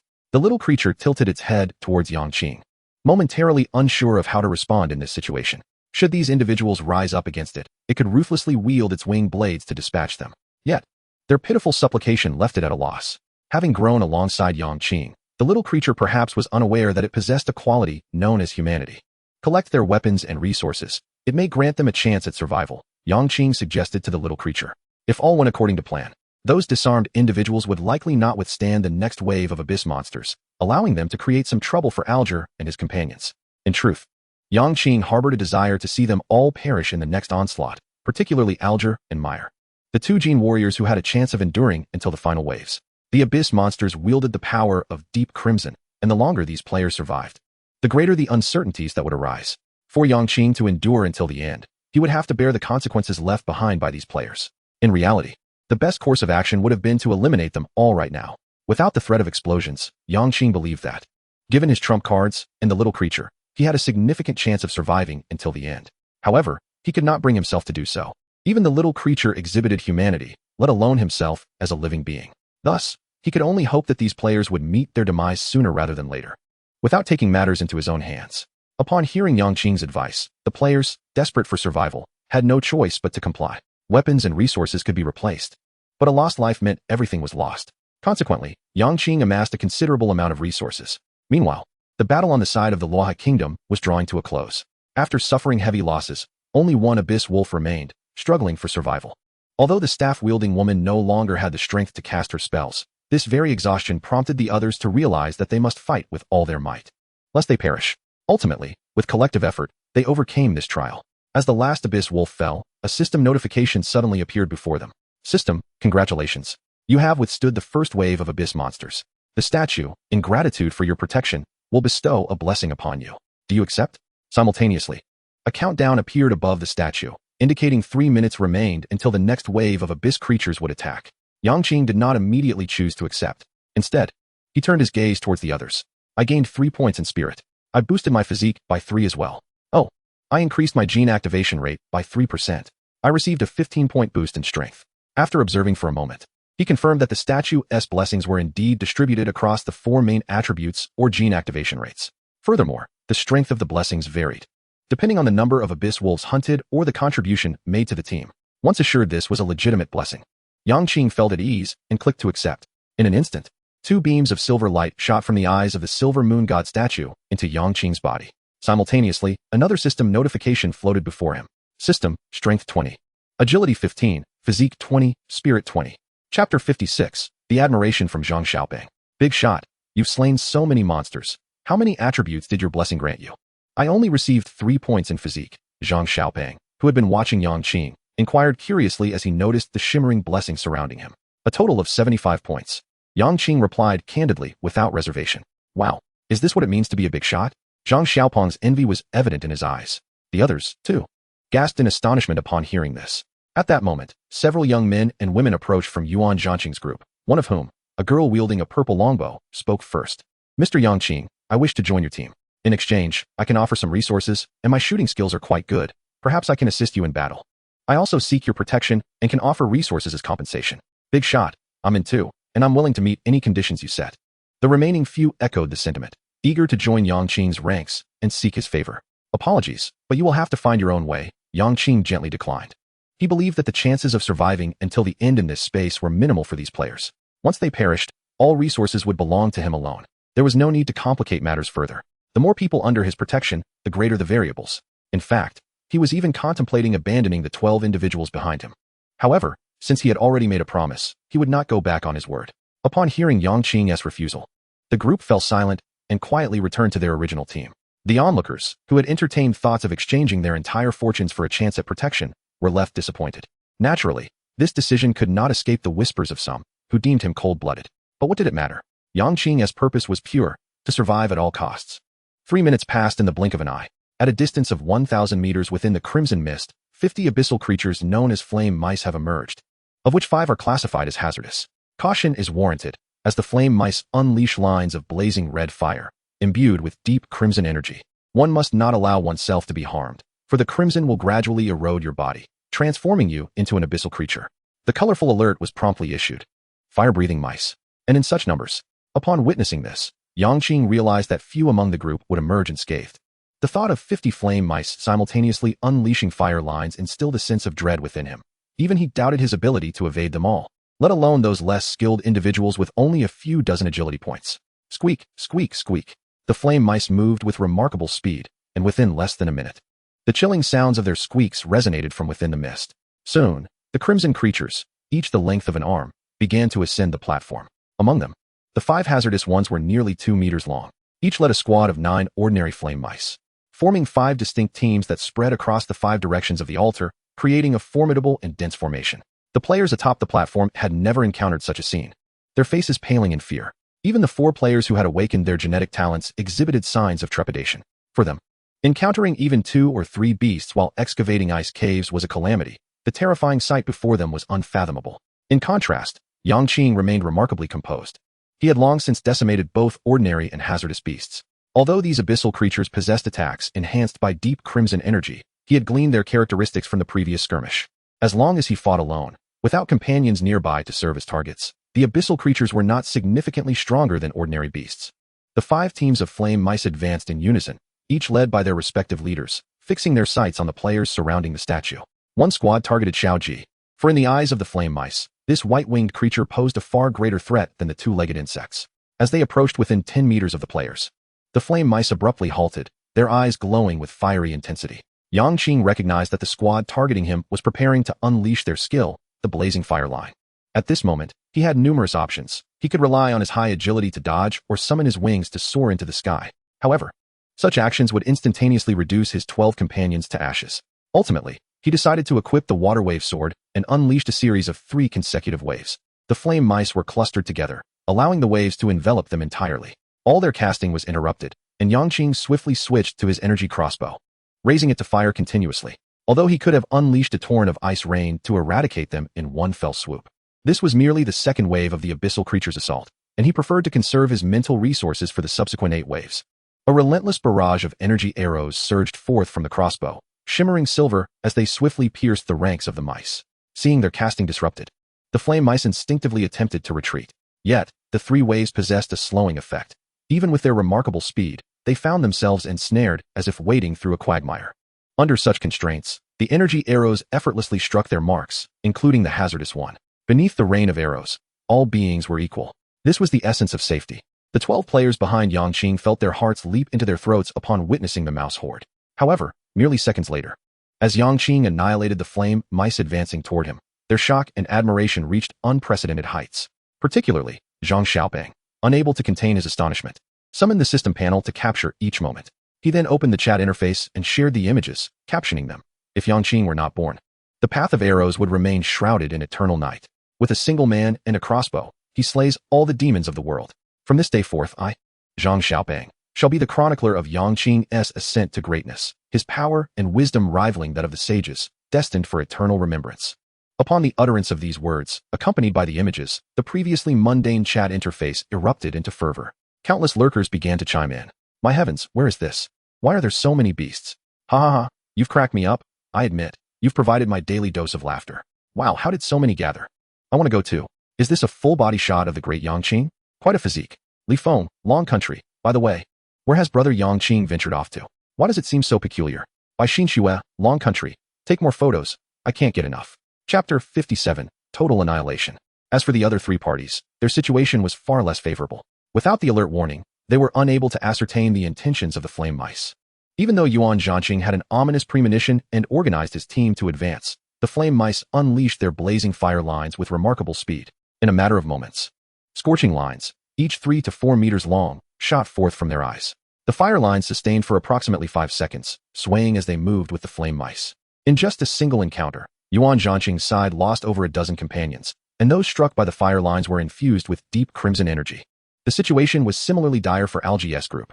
Unable to thwart the casting of the flame mice, they became living targets, regardless of their numerical advantage. Particularly, the hazardous flame mice, unleashing fire lines extending 10 meters, decimated nearly 1/3 of Algi's team with just a few errant strikes. As for the players infected with deep crimson energy, they would soon face the onslaught of their own allies, now turned foes. The most tragic fate befell the side of Luohe country. With their already sparse numbers, they found themselves facing certain death as 10 fire lines surged toward them. In an instant, the platform was filled with screams of despair. After Yang Qing dealt with the flame mice on his side, he shifted his attention to Xiaoji. The little creature enjoyed the advantage of flight, ensuring its safety. The lead flame mice could only unleash their fire lines to a maximum distance of 10 meters. A mere trifle for Xiaoji, who could easily evade such attacks with a few flaps of its wings. Once the fire lines dissipated, it dove once more, its wings slicing through the air as it swiftly dispatched the mice. Given its ferocity, the extermination of the mouse horde was merely a matter of time. Seeing Xiaoji's valor, Yang Qing chose to leave it be. He stepped forward to collect the corpses of the flame mice from his side into his backpack. After witnessing the complete annihilation of Luohe country, he raised his energy crossbow, methodically picking off the mice one by one. He then detonated the remaining players who had been tainted by the deep crimson energy. Once the explosions subsided, he retreated behind the statue to gather the spoils of war. Meanwhile, Algi and Yuan Zhanqing were embroiled in a fierce battle. Although the flame mice's attacks were ferocious, their need for casting time had just been revealed as a significant weakness, having suffered heavy losses during the initial encounter due to their ignorance of the enemy's capabilities. They were now determined to ensure the flame mice would not have the opportunity to unleash a second wave of fire lines. Thus, aside from the substantial losses incurred during that first clash, both sides began to direct their full might against the flame mice, determined to prevent any further casting of the blazing fire lines. However, the players who had been infected with deep crimson energy during the first wave were now completely consumed, turning against their former allies. This provided the flame mouse with the opportunity to unleash the second wave of crimson fire lines. Strands of fire crisscrossed in midair, swaying ominously. All players caught in the barrage instantaneously lost their combat prowess, awaiting the deep crimson erosion that followed. At this juncture, the number of infected individuals on the battlefield had surpassed the normal threshold. Defeat was merely a matter of time. Amidst the chaos, some called out for Yang Qing, pleading for aid, while others vehemently berated him as cold-blooded and selfish. Yet, Yang Qing paid them no heed, continuing to gather all nearby resources until he had collected everything. The battlefield was now largely populated by those afflicted with the deep crimson infection, including Alge and Meyer, who had fallen victim to the third wave of crimson fire lines. Yang Qing cast his gaze towards the statue at the forefront, where an increasing number of crimson-eyed infected surrounded Yuan Zhanqing, while not far away. The flame mouse was preparing to cast spells.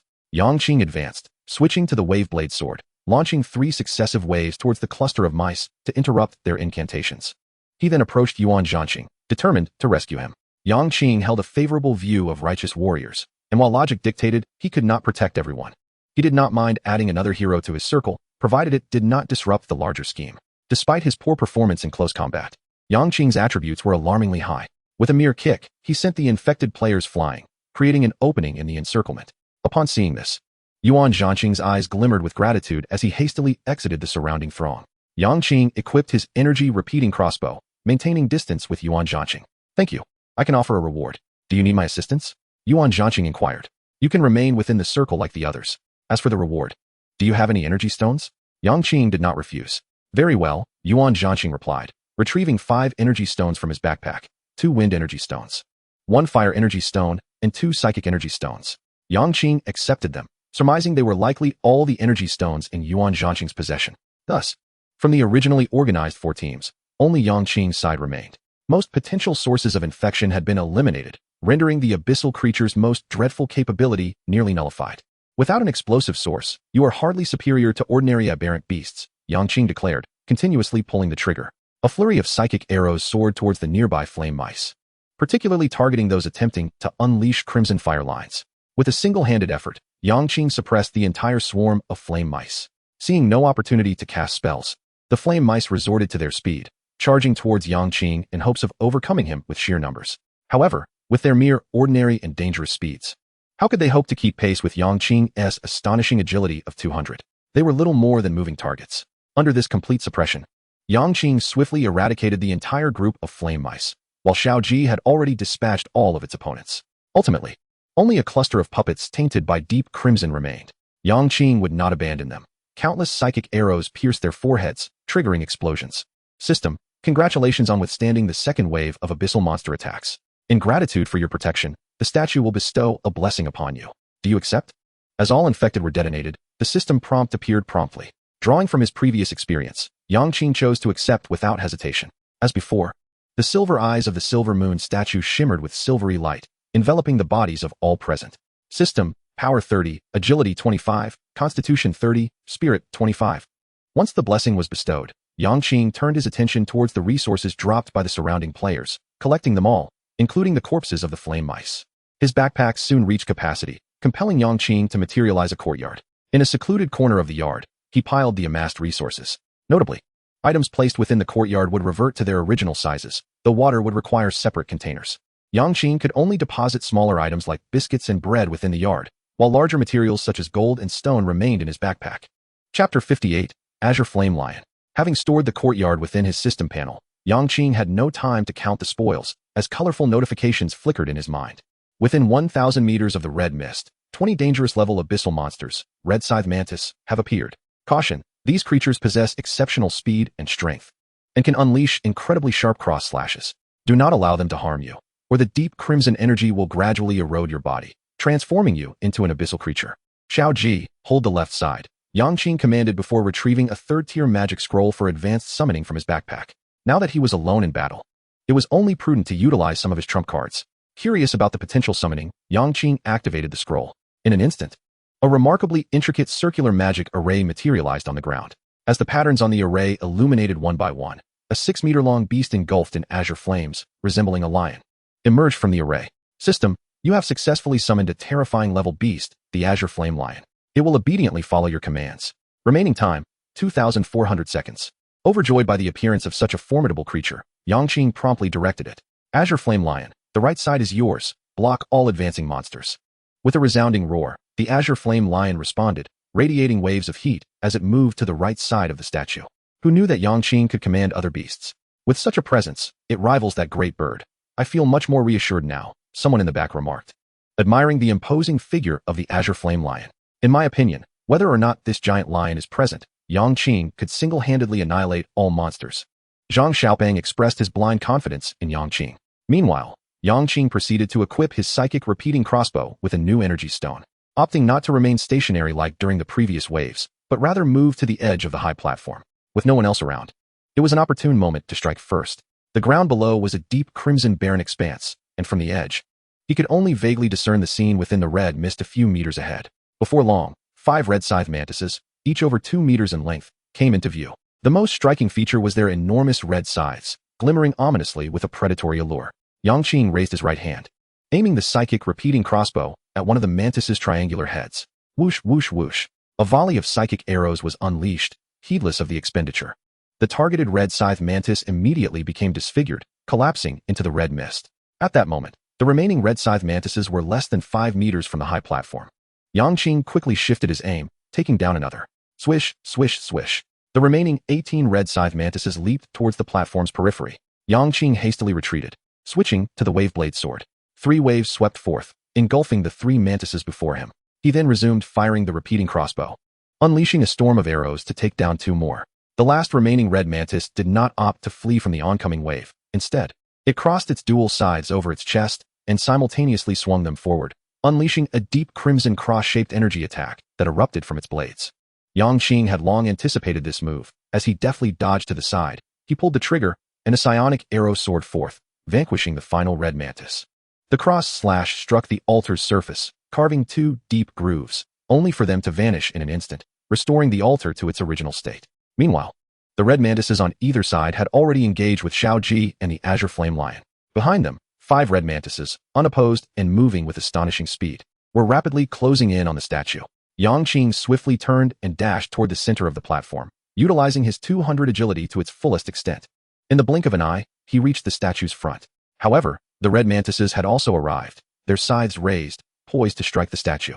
Suddenly, a torrent of ice shards descended from above. System, due to genetic aptitude enhancement, this attack's damage is amplified by 4 times. Enormous ice spikes materialized above the heads of the 5 red mantises before plummeting rapidly. In a mere moment, they were all obliterated behind the statue. Yang Qing then shifted his gaze to the battles on the left and right. Xiao Ji, leveraging its ability to fly, held a significant advantage. Nevertheless, the red mantis's attacks were formidable, and Xiao Ji dared not engage directly. It relied on its aerial superiority, gradually stalling the mantises, waiting for the perfect opportunity to employ its wing blades to eliminate one. Noticing Xiao Ji's cautious demeanor, Yang Qing understood it wished to eliminate the 5 red mantises without sustaining damage. It was merely a matter of time. Thus, he turned his attention to the right side of the battlefield. What he beheld elicited a gasp of surprise. Beneath the azure flame lion's powerful front paws lay a red mantis pinned to the ground, immobilized. Concurrently, with its roar, rings of azure fire erupted from its mouth. The moment these fiery rings made contact with the red mantis, it was incinerated. The so-called razor-sharp cross-slash, when striking the azure flame lion, failed to even pierce its hide, let alone infuse it with deep crimson energy. If I were to confront this creature, I could only resort to utilizing a mech or unleashing a high-damage ice storm to breach its defenses. Witnessing the ferocity of both beasts, Yang Qing chose not to squander his psionic energy in providing assistance. Instead, he proceeded to collect all the mantis corpses from the platform. Due to several being obliterated by the ice storm, he opted to gather only those intact, placing them into his backpack for later disassembly. Approaching the front of the platform, he hesitated before the 2 mantis corpses enshrouded in red mist. Uncertain of the potential consequences of entering the mist, he contemplated abandoning the collection of these 2 carcasses for safety. Just then, a colorful prompt materialized. The red mist contained trace amounts of deep crimson energy, given your physique. As long as you do not remain within the mist for over an hour, there is no risk of erosion. With the prompt assuring him of safety, Yang Qing wasted no time leaping from the platform. A trickle of deep crimson energy infiltrated his body through his breath and skin, causing a mild warmth to radiate from within. Though aware that complete erosion would not occur for at least an hour, he dared not linger. He swiftly collected the corpses beside him, stowing them in his backpack before racing back up to the platform, where the warmth subsided. By this time, the battles on both sides were drawing to a close. With a fiery ring expelled from the azure flame lion, it swiftly concluded its confrontation. Xiao Ji, not to be outdone, unleashed its wing blades, similarly dispatching the last red mantis. System congratulates you on withstanding the third wave of abyssal creatures' assault. In gratitude for your guardianship, the statue shall bestow a blessing upon you. Do you accept? He chose to accept. Chapter 59, Spell Machine Gun, and it's done. System, third tier genetic activation increased by 30. After receiving the blessing, a 3-minute countdown reappeared above the statue. Seizing the opportunity, Yang Qing opened his backpack and disassembled all 50 corpses of the flame rats. Subsequently, he fused the essence of the flame rats and the red mantises, resulting in a 40 increase in third-tier genetic activation and a 35 increase in fourth-tier activation. At this point, Yang Qing's third genetic chain was illuminated, summoning the system panel. He prepared to validate his hypothesis from the previous day by embedding a basic elemental attack skill orb into this genetic chain. In his backpack, apart from his own basic fireball skill orb, he had recently acquired 4 others: a basic wind blade, sonic boom, minor lightning, and earth spike. This world boasts a rich array of elements. Though Yang Qing's genetic talent is termed the 9 elements body, it does not confine him to merging only 9 specific elemental orbs. 9 signifies extremes, embodying infinite possibilities. The first trait of the 9 elements body is the ability to merge any elemental skill. Thus, despite the diverse elemental skills in his backpack, they are all compatible for fusion. After contemplation, he ultimately decided upon the fireball skill. Accessing the genetic interface, he integrated fireball into the third genetic chain. System, fireball. Chant time 3 seconds. Due to genetic talent, chant time is 0. Can launch a fireball forward, dealing 120 of one's mental damage. Yang Qing's current mental attribute stood at 197 points. He then consumed a portion of ordinary flame rat blood, increasing his mental attribute by 3 points, thus surpassing the 200 mark. There remained plenty of flame rat blood, so he extracted 3 more portions. This time, each portion added only 2 points to his mental attribute. Eager to test the fireball skill's mental consumption, crucial for his envisioned combat style of a spell machine gun, he invoked the fireball. System, due to genetic talent, this attack inflicts 4 times mental damage. A fireball, as large as a basin, materialized before Yang Qing. With a mere thought, it shot skyward. He gauged that the fireball's maximum attack range was 60 yards. Regarding consumption, if casting Ice Storm cost 12 mental points, then fireball consumed merely 1 point. In other words, at full mental capacity, he could unleash 206 fireballs consecutively. Naturally, as his mental limit increased, so too would his capacity for consecutive casts. Furthermore, each fireball could trigger an additional multiplier ranging from 19 times. The potential was indeed formidable. Yet, this was not the limit. He had yet to factor in his equipment as attributes. Although he possessed a 7th tier pure ice staff, it only augmented ice elemental skills. To maximize fireball's damage, he needed to equip an item that enhanced fire elemental skills. Thus, Yang Qing manifested the courtyard, recalling that while gathering resources from other players, he had observed several staff-type equipment. Approaching the corner piled with resources, he discovered 4 staffs, the finest being the one used by a woman from the Lua Kingdom, a 2nd-tier staff named the Quicksand Staff. However, the Quicksand Staff's characteristic was Sand Explosion, causing any sand elemental skill to unleash an explosive effect. The staff does not provide any enhancements to fire elemental skills, hence it is not among Yang Qing's considerations. He then turned his attention to the other 3 first-tier staffs, which also failed to augment fire elemental abilities. However, one of them, known as the Withered Wood Staff, possessed a commendable feature. It had a 10 chance to release any elemental skill again without any cost upon activation. Although this trait is somewhat general for elemental types, the 10 probability is rather low, yet it is better than none at all. After some deliberation, 3 minutes swiftly elapsed, and the colorful prompt appeared without delay.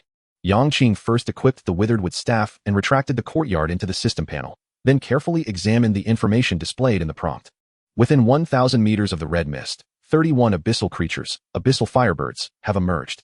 Among them, 30 are classified as dangerous, while 1 is deemed terrifying. These monsters can unleash long-range fire blades from the sky, demonstrating formidable power. Take heed, the fire blades will also carry deep crimson energy. He was eager to compare the strength of his fireballs against the fire blades. Excitement coursed through him as he anticipated his new combat style. Similar to the previous wave, he approached the edge of the elevated platform. In his line of sight, 8 abyssal firebirds, their bodies ablaze, hovered in mid-air, with the foremost one significantly larger than the 7 trailing behind. Yang Qing refrained from immediate action, waiting until the flock of firebirds reached the maximum attack range of his fireball spell. He then raised the Withered Wood Staff and, with a thought, began to chant. Fireball spell, fireball spell, fireball spell. A series of fireballs, varying in size and representing different multiplicative enhancements, shot forth towards the firebirds. Bang, bang, bang.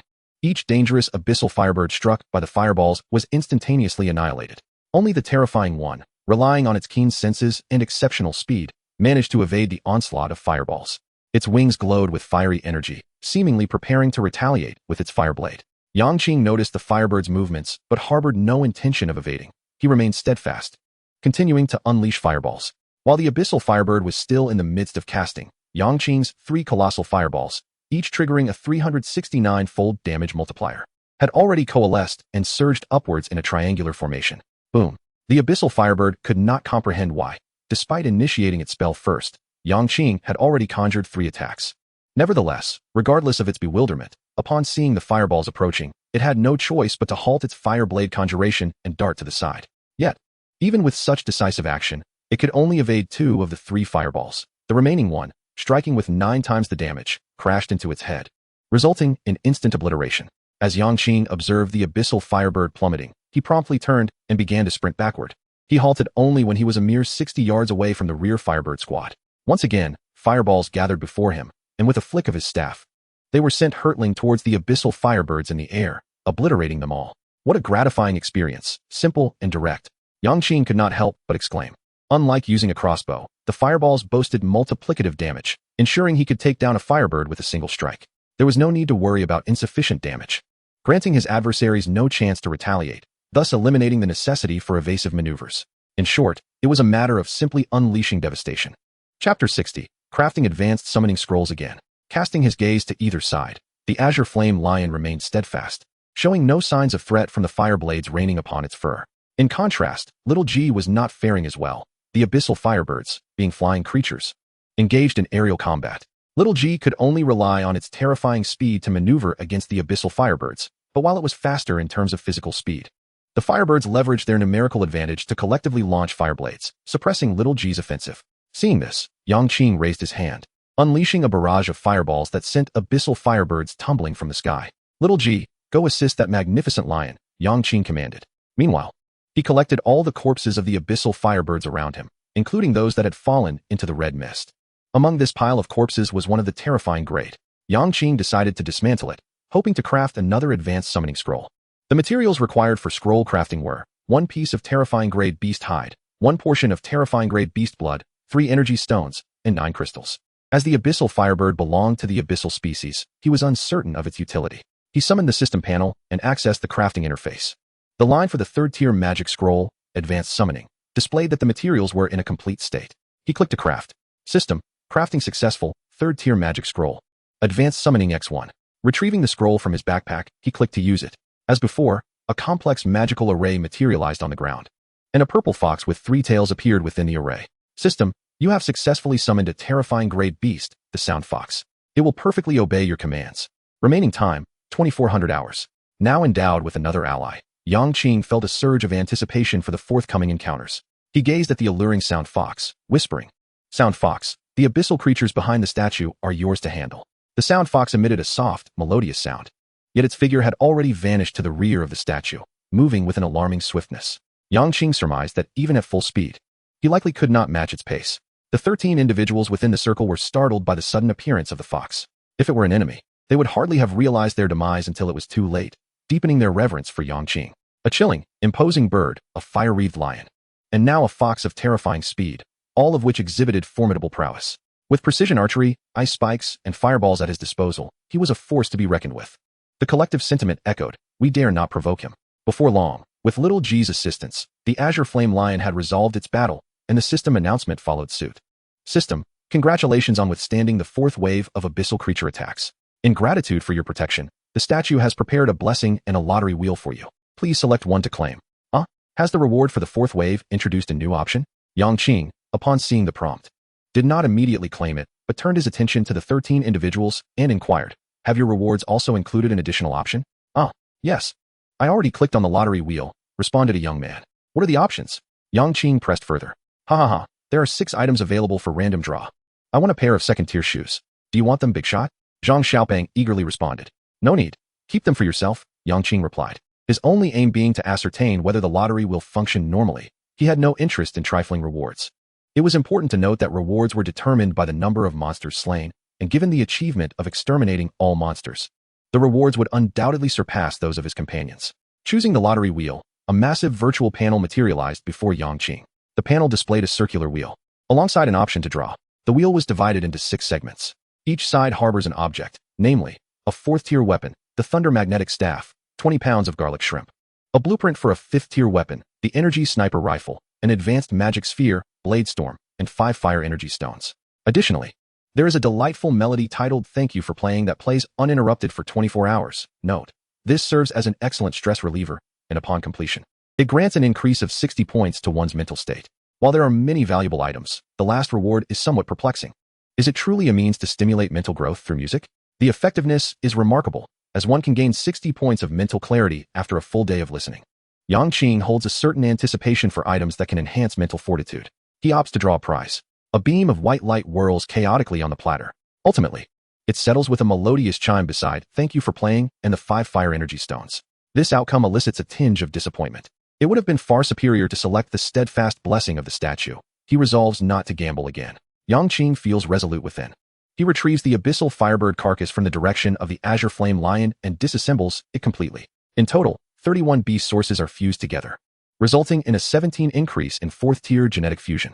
Among these, 30 hazardous level beast sources contribute 15, while the terrifying level source adds 2. Subsequently, he locates a small bucket from the previous spoils and extracts the entire 30 portions of hazardous level abyssal firebird blood. Little G, come here. Yang Qing beckons Little G, gesturing toward the bucket of blood for it to drink. With its eyes sparkling, Little G eagerly dips its mouth into the bucket, consuming the blood within mere seconds. Simultaneously, its body visibly enlarges once more. Yang Qing finds itself envious of this rapid consumption of blood, as he possesses a considerable quantity waiting to be ingested. Yet it would take him several days to finish. 3 minutes pass swiftly, and the 5th wave of abyssal creatures comprises 40 abyssal thunder lizards, with 38 being hazardous level and 2 terrifying level. Although the lineup is formidable, Yang Qing's own strength is equally impressive, bolstered by his own unparalleled bravery. Within just 3 minutes, he concludes the battle. This time, he selects the statue's blessing as his reward, yielding an increase of 30 points in strength, agility, constitution, and mental fortitude. The 6th wave consists of 50 black flame hounds, with 47 being hazardous level and 3 terrifying level. Yang Qing assigns 3 exotic beasts to distract the 3 terrifying level black flame hounds, while he employs several instances of extreme ice rain without concern for losses, swiftly eliminating all hazardous level black flame hounds before turning to join forces with the 3 exotic beasts to vanquish the remaining 3 terrifying level black flame hounds. Once again, he chooses to spin the wheel of fortune, but only acquires 8 spirit stones. At last, with the prompt for the 7th wave, Yang Qing senses an ominous presence.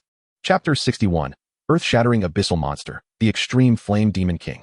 1,000 meters behind the red mist, an earth-shattering abyssal monster, the Extreme Flame Demon King, has appeared. Caution is advised. The Extreme Flame Demon King possesses exceptionally high fire element resistance and wields 4 formidable skills: Flame Ball Throw, Absolute Fire Barrier, Fire Explosive Ring, and Extreme Flame Shock.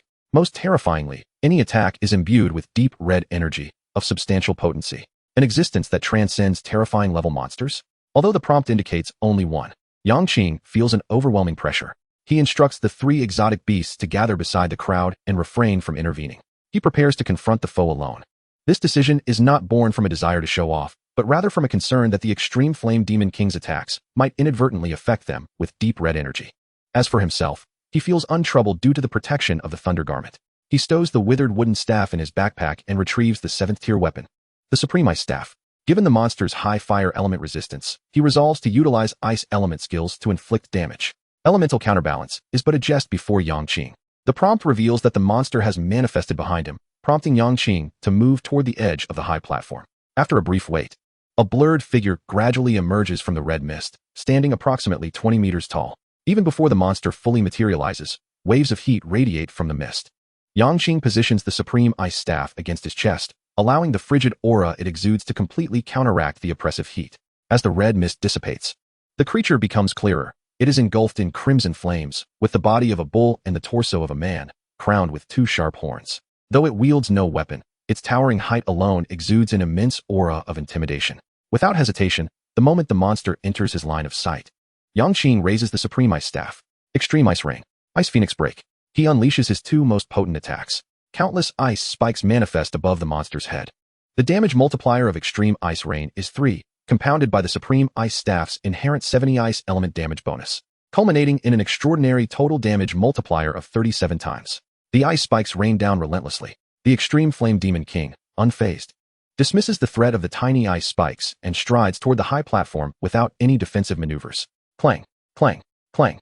Countless ice spikes strike the monster, instantly shattering into icy shards. However, the flames enveloping the creature seem to wane slightly, and shallow ice marks appear upon its fiery skin. Roar!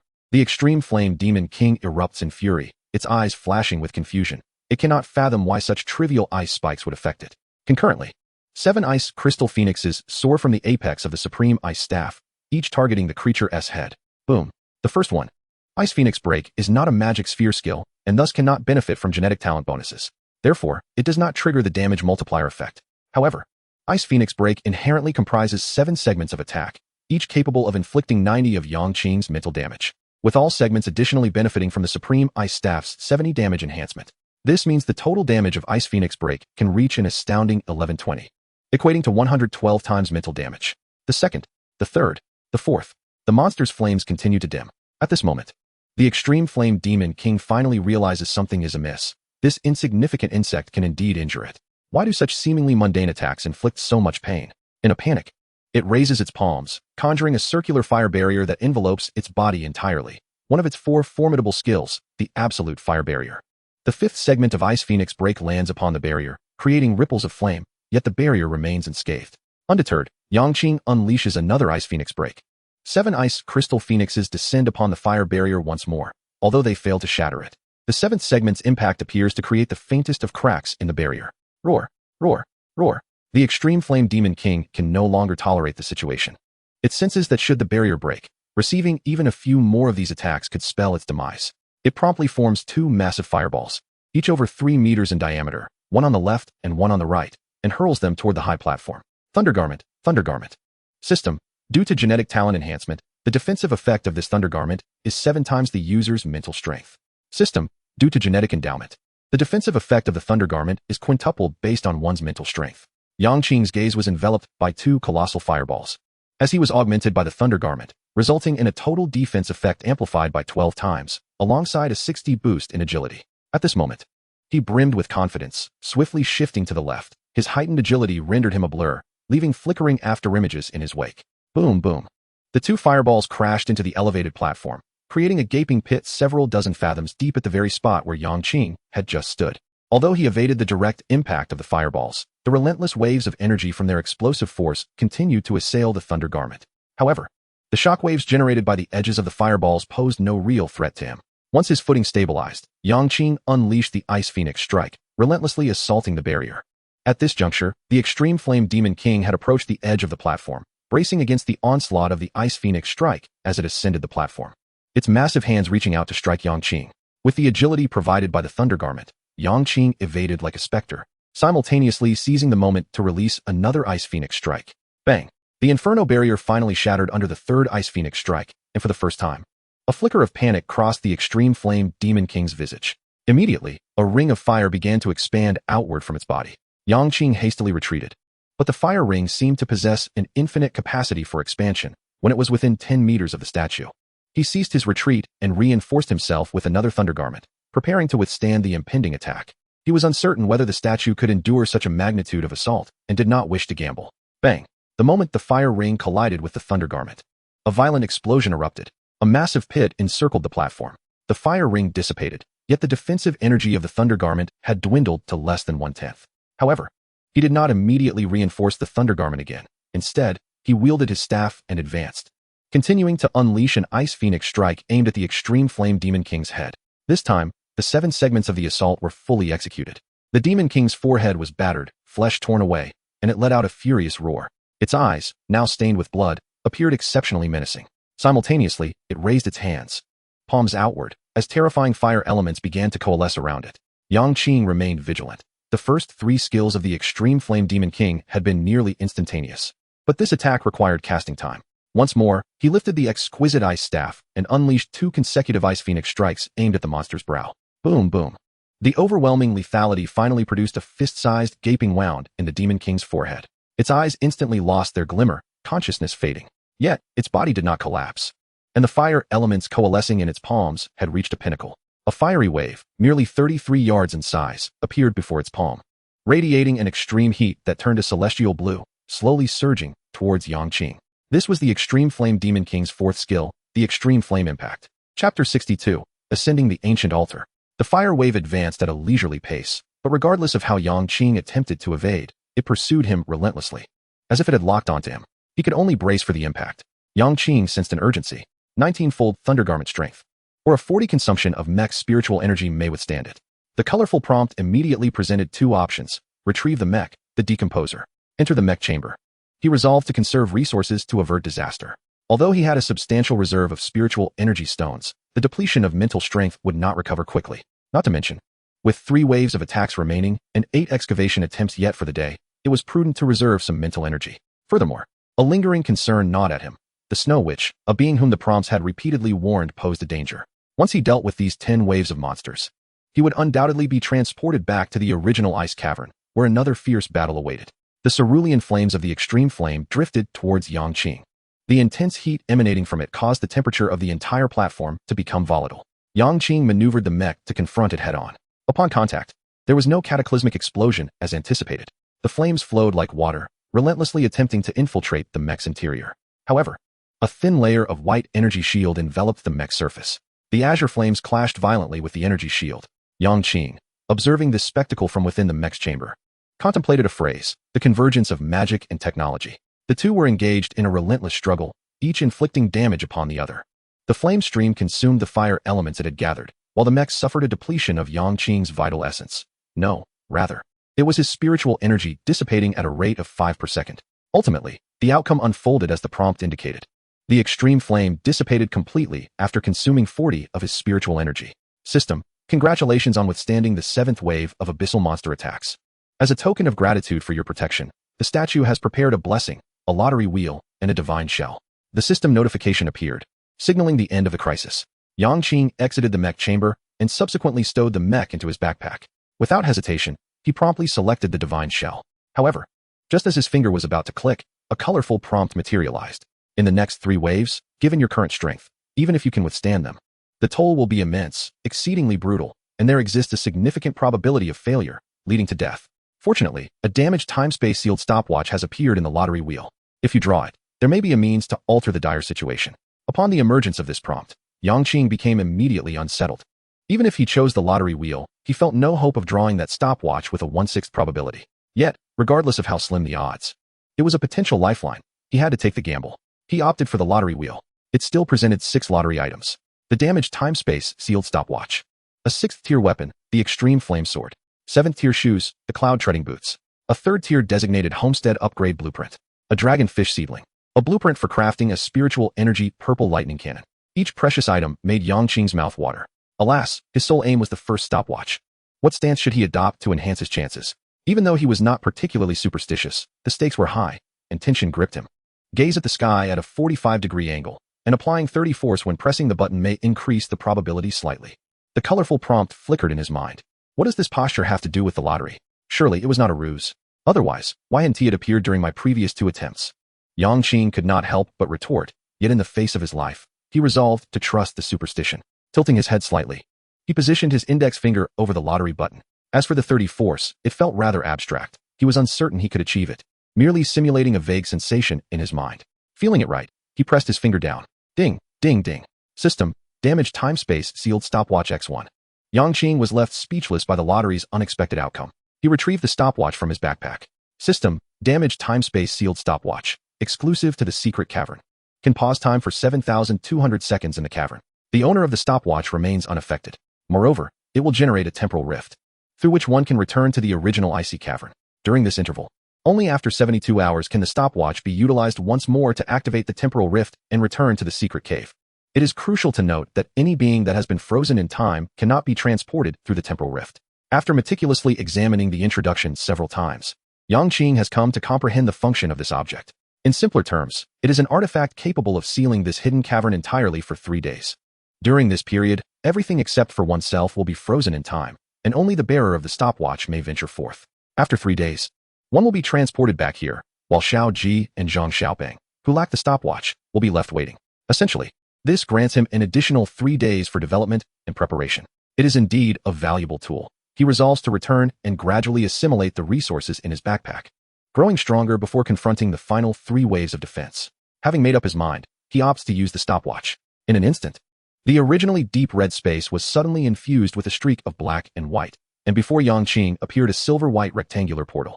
The 13 individuals within the circle, along with the 3 aberrant beasts, were all frozen in place, including the countdown above the statue. Yang Qing did not immediately step into the silver portal. Instead, he first stored the corpse of the extreme flame demon king in his backpack and proceeded to decompose it. System: Earth-shattering beast essence X1. System: 200 milliliters extreme flame demon king blood X1. System: Earth-shattering abyss core X1. System: 200G extreme flame demon king meat X15. System: 200G extreme flame demon king bone X15. System: Extreme flame demon king hide X1. He then extracted the recently acquired earth-shattering beast essence for fusion. System: 4th stage gene activation success rate increased by 12. After combining this with the beast essences obtained from the 5th and 6th waves of abyssal monsters, Yang Qing's 4th stage gene activation rate had now reached 77. He took out the extreme flame demon king's blood and consumed it in one gulp. System: Spirit 20, Constitution 15. He would have to consume the remaining large quantity of blood gradually. Holding the supreme ice staff, Yang Qing's expression turned solemn. He would not forget that the snow which might be waiting for him just beyond the portal. Approaching the entrance to the portal, a colorful prompt reappeared in his mind. Chapter 63, The Snow Witch, Naishiwezi. The meticulously crafted medicinal bath has been usurped, the snow witch is now quite irate. With your current capabilities, you are insufficient to confront her wrath. You may opt to wait until she falls asleep before sneaking past. However, it is also possible that she may remain awake for 3 days and nights.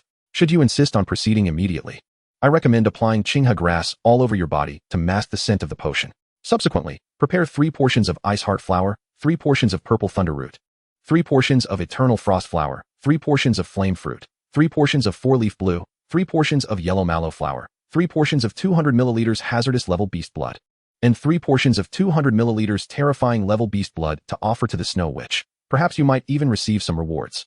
What on earth is this Snow Witch? I possess a mech, yet the prompts consistently indicate danger. Could this being transcend the earth-shattering level? Yang Qing furrowed his brow, perplexed. Nevertheless, for the sake of safety, he resolved to gather the materials. Materializing the courtyard, he perused the pile of resources and ultimately discovered he had 3 portions of purple thunder root, eternal frost flower, and yellow mallow flower. The first 2 were his own, while the yellow mallow flower was found among the collective spoils of others. He also possessed 6 portions of beast blood in his backpack, which, although derived from abyssal monsters, should suffice.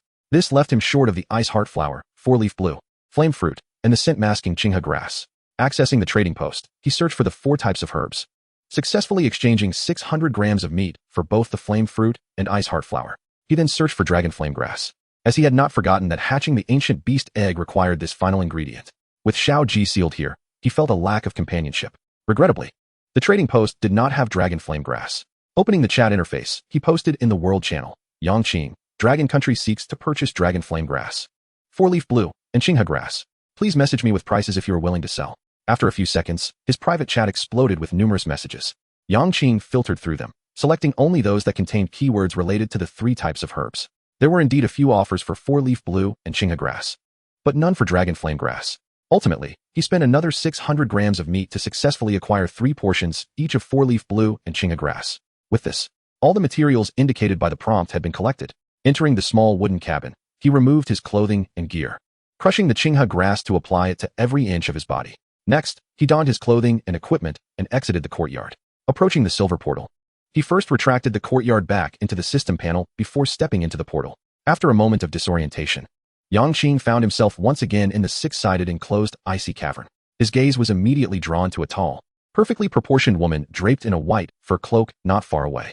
Her skin appeared as if coated in a thin layer of frost, and her exquisitely delicate face bore no trace of color, her ice-blue eyes gazing back at the suddenly materialized Yang Qing. Is this the Snow Witch? I had anticipated a creature with a grotesque visage, yet she is remarkably beautiful, Yang Qing mused inwardly. Human? What brings you here? The Snow Witch's lips moved slightly, her words peculiar, yet as her voice reached him, Yang Qing understood her meaning. I inadvertently stumbled into a long-sealed magical array, and upon reopening my eyes, I found myself here. Noticing that the Snow Witch did not immediately act against him, Yang Qing discerned that the effect of the Qinghe grass was indeed promising, and he hastily fabricated an excuse. Disperse from my sight within 10 breaths, or perish. The Snow Witch's demeanor was frigid as she spoke again. Is she sending me away? Wouldn't that render my prepared materials wasted? Yang Qing pondered, ultimately deciding to depart without further ado. This woman seemed to be still in a temper, and given that he could not overpower her, He felt it unwise to arbitrarily present a collection of materials as an offering. Should this unnecessary action reveal something, it would be counterproductive. However, 10 breaths is hardly sufficient for my excavation. Yang Qing contemplated another issue. The locals could traverse the ice walls directly, but he would need to shatter the icy barriers to access the next cavern. Regardless, perhaps it was merely a matter of attitude. He resolved to excavate first. With time running short, he retrieved his pickaxe and began to strike at the ice wall below. As the pickaxe fell, fissures began to appear across the icy surface. Observing this scene from a distance, the Snow Witch's cold expression shifted for the first time as she exclaimed, "You can shatter the eternal ice wall. Are you the chosen one?" Yang Qing did not cease his digging, but internally he mused, "Chosen one? Is that what the natives call us interlopers? So they are aware of our existence?" The determining factor seems to be the ability to break the ice wall. The Snow Witch approached, her steps light and graceful. Her bare feet frosted and devoid of visible veins. Though she possessed a human form, she seemed devoid of any physiological structure. "Esteemed chosen one, I beg your pardon for my earlier rudeness. Naishuezi is not in a good mood today, which is why I overlooked the courtesies of hospitality." Observing the Snow Witch before him, Yang Qing was certain that the concept of the chosen one held a positive connotation in her eyes, prompting him to inquire, "Chosen one?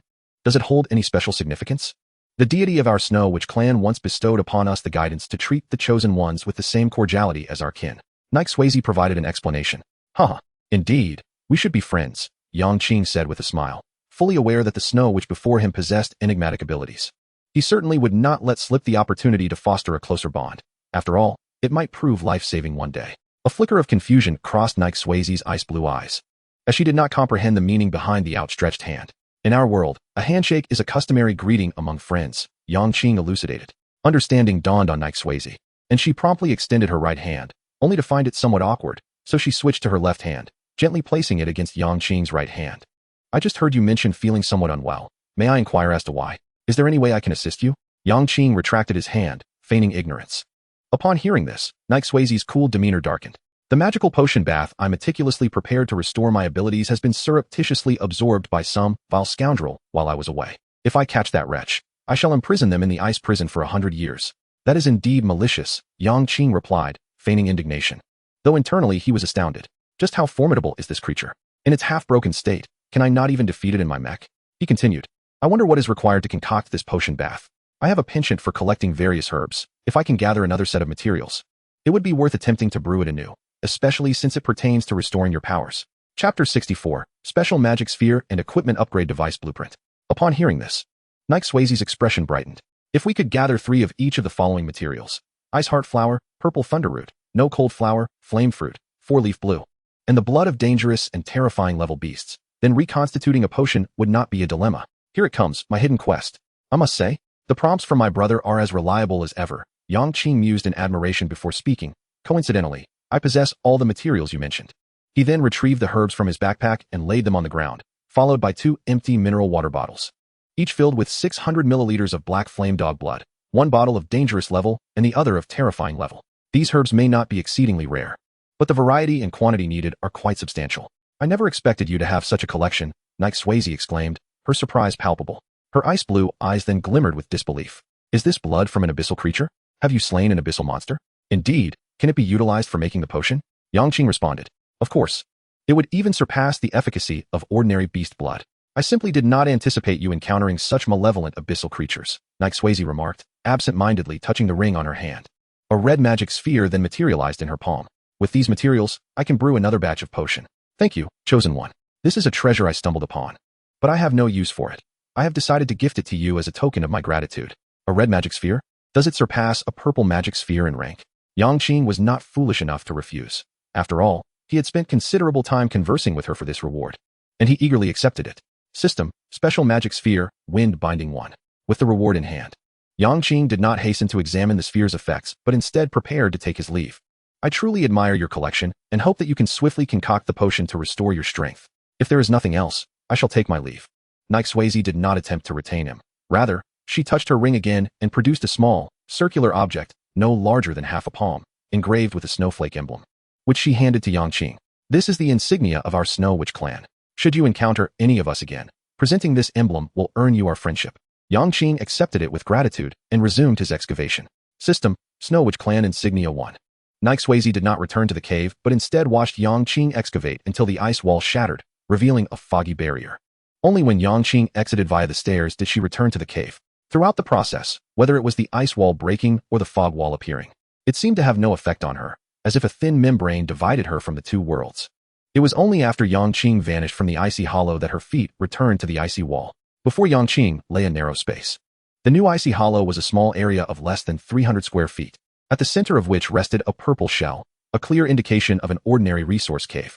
Yang Qing approached, and the prompt indicated that the purple shell was safe and harmless. He then cautiously opened the shell. System, Purple Shell 1. System, Ice Energy Stone 2. System, Spiritual Energy Water Heater Blueprint 1. System, Crystal 6. System, 500 grams of Great Spicy Snacks 3. He opened his backpack, first extracting the blueprint for the Spiritual Energy Water Heater to study. Then he took out the Special Magic Sphere. System, Special Magic Sphere, Wind Binding. This can manipulate the wind elements of the world to bind the target. While bound, the target is rendered immobile and unable to release magic sphere techniques. The duration of the binding is determined by the user's and target's mental strength. Every 100 points of mental strength adds 3 seconds, while every 100 points of the target's mental strength can negate 2 seconds. The fourth gene chain's magic sphere is yours. Such a potent control skill is certainly not to be overlooked by Yang Qing. In a match of equal skill, even a second of limitation could lead to a decisive victory, let alone with the exponential increase from talent. Once Yang Qing's mental strength increased, the binding duration could even extend to minutes. Once ensnared, the opponent would undoubtedly feel despair. He placed the magic sphere into his backpack and opened the crafting interface, focusing on the recently acquired blueprint for the Spiritual Energy Water Heater. The required materials included ice energy stones, water energy stones, and several high-quality metals like refined steel and refined gold, all of which he possessed. Finally, he could indulge in a proper bath. This device must be arranged for the evening, Yang Qing resolved firmly. He then consumed 2 portions of blood from his backpack, although the substance made him feel increasingly nauseous. He gritted his teeth and swallowed it for the sake of his attributes. However, the thought of the overflowing supply in his backpack left him feeling somewhat despondent. This world is so peculiar. Surely there must be some means of compressing or refining blood. He muttered in frustration. There remained 7 excavation opportunities for the day. He resolved to continue digging. As per his usual practice, he first surveyed the surroundings. Having just come from below, it was evident that the upper side was impassable. To the left lies a battlefield of ruins, the air thick with rampant magical elements. Entering would trigger a magical storm from which you cannot defend yourself. To the right is unremarkable, a resource cave capable of yielding some decent materials. Proceeding downward is acceptable, as there is a purple shell that can yield a mid-level magic sphere and 2 fire energy stones. Ahead, please halt your steps. I repeat, please halt your steps. Buried within are 452 magical bombs. Behind, oh my, there is actually a blueprint for an equipment upgrade device. How splendid. If I manage to craft this, it will undoubtedly enhance my abilities significantly. Moreover, the blueprint is hidden in midair and coated with an invisibility potion. Such a simple ruse, and yet it has fooled me? If the prompt were a tangible object, Yang Qing would undoubtedly offer it a whole cigarette while exclaiming, "Wow, my brother, that's impressive." Without a moment's hesitation, he would naturally dig behind it. With a flurry of vigorous strikes, the ice wall shattered, allowing him to step into the misty barrier. This was a rather peculiar ice cavern. Although modest in dimensions, it soared to astonishing heights, as if beckoning others to discover the treasures above. Yang Qing promptly retrieved his flying wings and ascended steadily. It was only upon reaching approximately halfway to the surface that the prompt materialized. This is the spot, seize it. Yang Qing's hands flailed in the void until he felt a distinct sensation in the left middle area, prompting him to grasp firmly. System Equipment Upgrade Device Blueprint 1. Chapter 65. The enhancement is terrifying. Maneuvering his flying wings back to the ice surface, he opened his backpack, extracted the Equipment Upgrade Device Blueprint, and clicked to learn it. He then accessed the manufacturing option. Equipment Upgrade Device. 2,110 Spirit Stones, 125 Fire Stones, 125 Lightning Stones, 115 Wind Stones, 32 20 Fine Steel, 26 10 Fine Gold, 17 10 Fine Silver, 28 10 Fine Copper. The materials were sufficient. Although the creation of the mech had nearly depleted Yang Qing's resources, within less than an hour at that ancient altar, his resources surged to a substantial quantity. Aside from a plethora of meat, the inheritance from 86 individuals alone would keep Yang Qing content for quite some time. The reserves of elemental stones comprised 21 spirit stones, 12 fire stones, 11 wind stones, 8 wood stones, 12 lightning stones, 9 ice stones, 12 water stones, and 11 earth stones. As for food, equipment, and magic spheres, they were piled high in the small courtyard. However, most were ordinary materials, and the equipment and magic spheres were predominantly of low quality. He clicked to manufacture. System, Equipment Upgrade Device 1. Materializing the courtyard, he approached the left side of the shell decomposer, retrieving the equipment upgrade device from his backpack and placing it beside him. It was a colossal machine, standing 3 meters tall and nearly 4 meters wide. Overall, it bore a resemblance to a small machine tool. The front featured double doors, which, when opened, revealed a space enclosed by fine steel walls. The walls were adorned with patterns shimmering with lightning, wind, and fire. Within the space stood a golden circular platform, less than a meter in diameter, accompanied by a system label indicating it as the equipment placement area.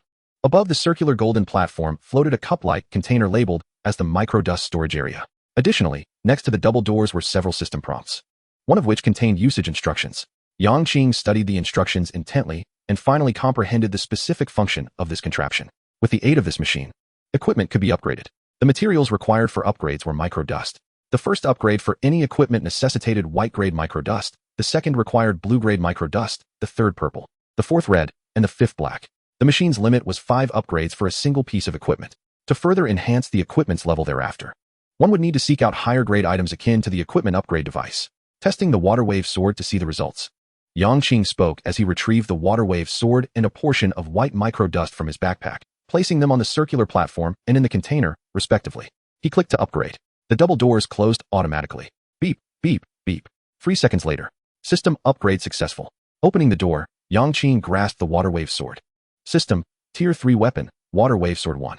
Spirit 3. Trait, triple wave, consuming some spirit energy to release up to 3 waves of water attacks ahead. Those covered by the waves will experience slowing and continuous damage. Weapons can also enhance attributes. Moreover, the enhancement is a percentage. This increase is quite formidable. He then took out the exquisite ice staff and the spirit energy repeating crossbow, wishing to examine whether the enhancement values differed based on the weapon's tier. He placed both pieces of equipment within the equipment enhancer. The final enhancement results were as follows. The Tier 7 exquisite ice staff gained a 7 increase in spirit, while the Tier 2 spirit energy repeating crossbow received a 2 increase in agility. This clearly demonstrated that the tier of the equipment influences the enhancement value, while the type affects the enhancement attributes.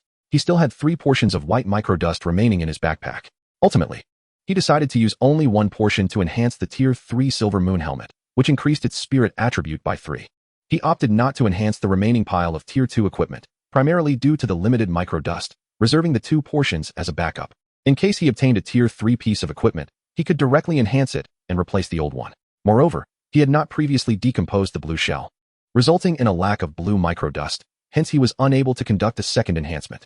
However, now knowing that enhanced equipment yields percentage increases, he would naturally begin to prioritize the production of microdust. Accessing the manufacturing interface, he glanced at the shell decomposer's inventory. Shell decomposer. Iron blocks 13610, gold blocks 975. Spirit stones 111, water stones 71. The materials required for manufacturing the decomposer were minimal, so Yang Qing chose to produce 3 units at once. All were placed side by side in the courtyard. He then added 1 blue shell, 1 purple shell, and 1 red shell to each of the 3 decomposers, respectively. The processing times were 1,200 seconds, 1,800 seconds, and 2,400 seconds. Retrieving the courtyard, he noted he had 6 more excavations remaining for the day. Scanning his surroundings, he found no additional resource prompts, and thus turned his attention back to the ice wall. This time, 2 possible paths lay before him, leading Yang Qing into a state of indecision. Continuing to dig further, you will encounter 3 terrifying beasts, the Earth Flame Armored Dragon, which contains the dragon flame grass you need along with 6 firestones. Taking the upper path will lead you into the skeleton graveyard, where a large number of filthy, vile, and foolish skeletons reside, accompanied by a ground-shaking skeleton lord. However, it cannot be denied that these foolish beings can provide a substantial boost to your spirit, and you will also have the chance to acquire a Tier 4 skeleton staff. One option promised significant personal enhancement, while the other hinted at hatching a mysterious ancient beast egg. After a moment's contemplation, he ultimately succumbed to the allure of the beast egg, believing that such a creature, requiring such precious materials for hatching, would not disappoint him. Continuing to dig further, he stepped into the misty barrier. 15 minutes later, he entered the mist wall. Instantly, a wave of heat and dryness enveloped him. Yang Qing surveyed his surroundings, greeted by a vivid crimson landscape. The ice surface was dotted with mounds of varying sizes, composed of fiery red rock. Each mound was adorned with a small, fiery red plant approximately 5 inches tall. Yang Qing surmised that these must be the dragon flame grass he sought. However, he refrained from plucking them immediately, instead scanning every corner of the ice cavern with his gaze. After all, the prompt had indicated the presence of 3 terrifying beasts guarding this area, so he had to remain vigilant. As his eyes fell upon a massive mound in the upper left corner, another prompt appeared. You thought hiding here would keep me from seeing you.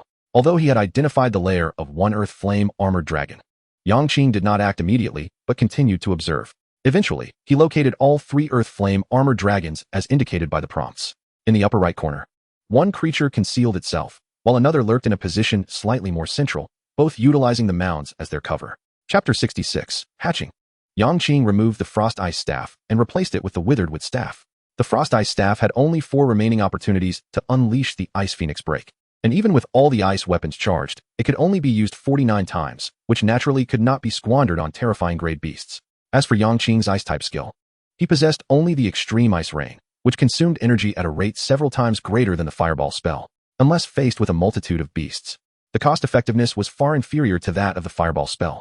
Although the repeating crossbow had a lower consumption rate, its damage output was somewhat lacking against terrifying grade beasts. Fireball. System. Due to genetic talent enhancement, this attack's damage multiplier is 9 times.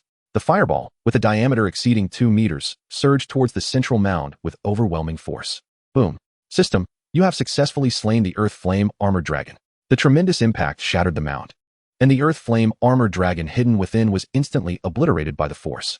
However, despite the colossal noise, the other 2 Earth Flame Armored Dragons remained hidden. Yang Qing was not one to hold back. He launched another fireball towards the mound in the upper right corner. This time, it triggered a 6x damage multiplier, swiftly dispatching another dragon. The sound was similarly thunderous, yet the last Earth Flame Armored Dragon still did not reveal itself. Yang Qing understood that the Earth Flame Armored Dragons, disguised beneath the mounds, relied on the dragon flame grass atop the mounds to lure prey and then strike suddenly for a lethal attack. This was the hidden danger of the ice cavern. Unfortunately, they encountered someone with a cheat, transforming their perfect ambush into target practice. Fireball. System. Due to genetic talent enhancement, this attack's damage multiplier is 2 times. Boom. The basketball-sized fireball hurtled towards the last hidden beast in the upper left mound. Roar. A mere 2-fold enhancement was insufficient to annihilate the Earth Flame Armored Dragon, a giant lizard, approximately 5 meters long and clad in a fiery red rocky armor. Charged at Yang Qing, propelled by its 4 short legs. Its speed was not remarkable, but it exuded a palpable power, particularly its tail, encased in rocky armor, which could effortlessly reduce nearby mounds to rubble with a casual swing. Yang Qing made no attempt to evade and sent forth another fireball. Just as he intended to move forward to collect the corpse, a 1-fold damage notification left him momentarily stunned. The soccer-sized fireball struck the Earth Flame Armored Dragon's head, rendering its right eye a mangled ruin, but the pain only incited its ferocity. Gritting its teeth, it charged forward despite the agony. What unreliable damage, Yang Qing muttered, hastily launching another fireball while retreating.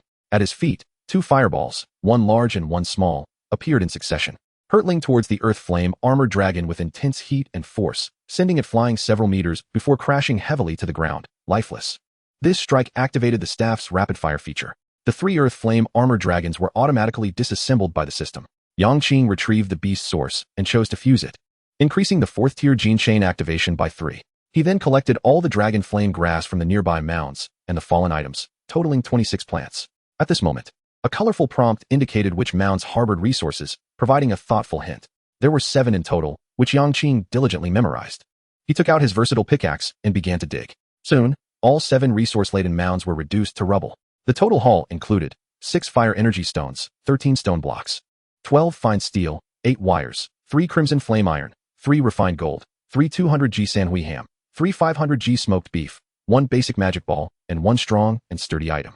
As for the other mounds, although they could also be smashed to collect stone blocks, the yield from a single mound was minimal. Reducing them all to rubble would take several hours, rendering the effort unworthy. Thus, Yang Qing abandoned that notion. After such extensive excavation, he had come to understand the rules of this world. Items used to adorn the ice cavern scene, such as ancient trees and colossal mountains, would always yield diminishing returns if one sought to convert them into materials. Opening his backpack, he placed the ancient beast egg on the icy surface. He then arranged 10 fire energy stones, along with one of each type of dragon flame grass, dragon flame flower, dragon flame root, and dragon flame fruit around the ancient beast egg. Finally, Yang Qing took a small knife and made a cut on his fingertip. However, he felt no pain whatsoever. It dawned on him that, with his current physique, ordinary tools would struggle to pierce his skin. He then retrieved the water wave sword, which successfully drew a small wound on his index finger. With his bloodied fingertip, he brushed it against the egg. Instantly, the previously tranquil red beast egg exuded an overwhelming heat. Simultaneously, the fire energy stones and the 4 herbs began to melt, transforming into wisps of fiery red vapor that were absorbed by the egg. With each tendril of vapor integrating into the shell, the patterns on its surface grew increasingly radiant. As the materials gradually diminished, the egg began to sway back and forth, then tremble violently. Crack! A crisp sound of shell breaking echoed. The egg shattered, revealing a creature approximately 30 centimeters long, adorned with wings, its entire body of fiery red and emanating flames, emerging from the shell. System: Ancient Red Dragon. The Sovereign of Flames, capable of reaching the pinnacle of strength, speed, vitality, and spirit. Its temperament is volatile, yet once it acknowledges you, it will become your most formidable ally. System: Congratulations on taming the ancient beast, the Red Dragon. Detailed information can be viewed in the pet interface. Roar, roar. The little creature flapped its wings and soared into the air, facing Yang Qing, its eyes blinking curiously. Yang Qing extended his right hand, approaching the body of the Red Dragon, eager to attempt a gentle caress. The little one offered no resistance, seemingly recognizing him as its master. Though it was engulfed in flames, making the surrounding air stifling, when Yang Qing's palm lightly touched the little one's head, he felt no burning sensation. Roar, roar. The little creature nudged its head against Yang Qing's palm. Ancient Red Dragon, let us see your abilities, Yang Qing thought, retracting his hand to summon the system panel and open the pet interface. In addition to Xiaoji, a new string of information appeared. Ancient Red Dragon. Level: Common. Age: Juvenile. Status: Healthy Brave. Ability: Dragon Breath, capable of continuously exhaling intense flames forward. Ability: Ancient Dragon Bloodline, passively immune to any control. Xiaoji requires the blood of flying-type beasts to enhance its abilities. It remained uncertain what this little one's potent conditions were. Could it require dragon blood? Upon seeing that passive skill, Yang Qing realized that once this creature matured, it would undoubtedly excel in group confrontations. With its resistance to control and ability to fly, charging into a crowd and unleashing fiery breath would create quite a spectacle. Chapter 67. The recipe for the blood condensation device has appeared. Opening his backpack, Yang Qing took out various types of blood in separate mineral water bottles. Come here, little one. Would you like to try some? He gestured to the little red dragon, preparing to test whether these ordinary beast blood types were to its liking. The little creature, upon spotting food, swooped down with a series of enthusiastic cries, gently nudging one of the mineral water bottles with its head, its eyes shimmering with a hint of longing.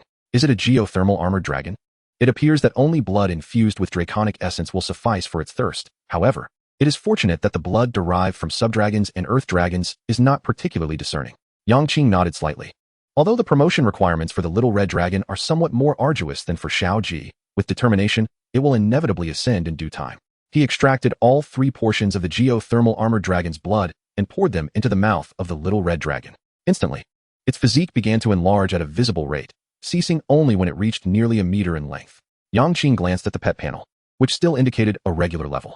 He distinctly recalled that Xiaoji had completed its first promotion after consuming merely 2 portions of ordinary grade blood. Is this little creature truly unable to satiate itself with 3 portions of terrifying grade blood? You are a dragon, after all. After consuming the remaining portions of blood himself, he addressed the flailing little red dragon in midair. Let us bestow upon you a name. How about Little Red? No, no, no. The little red dragon vehemently shook its head, expressing its disapproval, deeming the name unappealing. If you are so fond of howling, shall we call you Little Howl instead? Yang Qing pondered for a moment before suggesting anew. This time, the little red dragon nodded eagerly, its expression brimming with delight. Yang Qing felt a surge of joy. With 2 pets, one icy and one fiery, once they matured, he would merely need to stand back and enjoy the spectacle of them dispatching enemies while he leisurely indulged in his pipe. He surveyed his surroundings. Commencing the 6th excavation of the day, there were 3 paths available, all leading to ordinary resource caves, and he ultimately chose to descend, discovering a blue shell within. His total haul included 1 blue shell, 500 milliliters of vaping beverage, 500 grams of tomato sauce, 8 crystals, and 8 sponges. After consuming so much blood, his throat felt slightly viscous, prompting him to retrieve the freshly acquired vaping beverage, twist off the cap, and gulp it down in one go. Feeling considerably refreshed, he stowed the bottle in his backpack and continued excavating.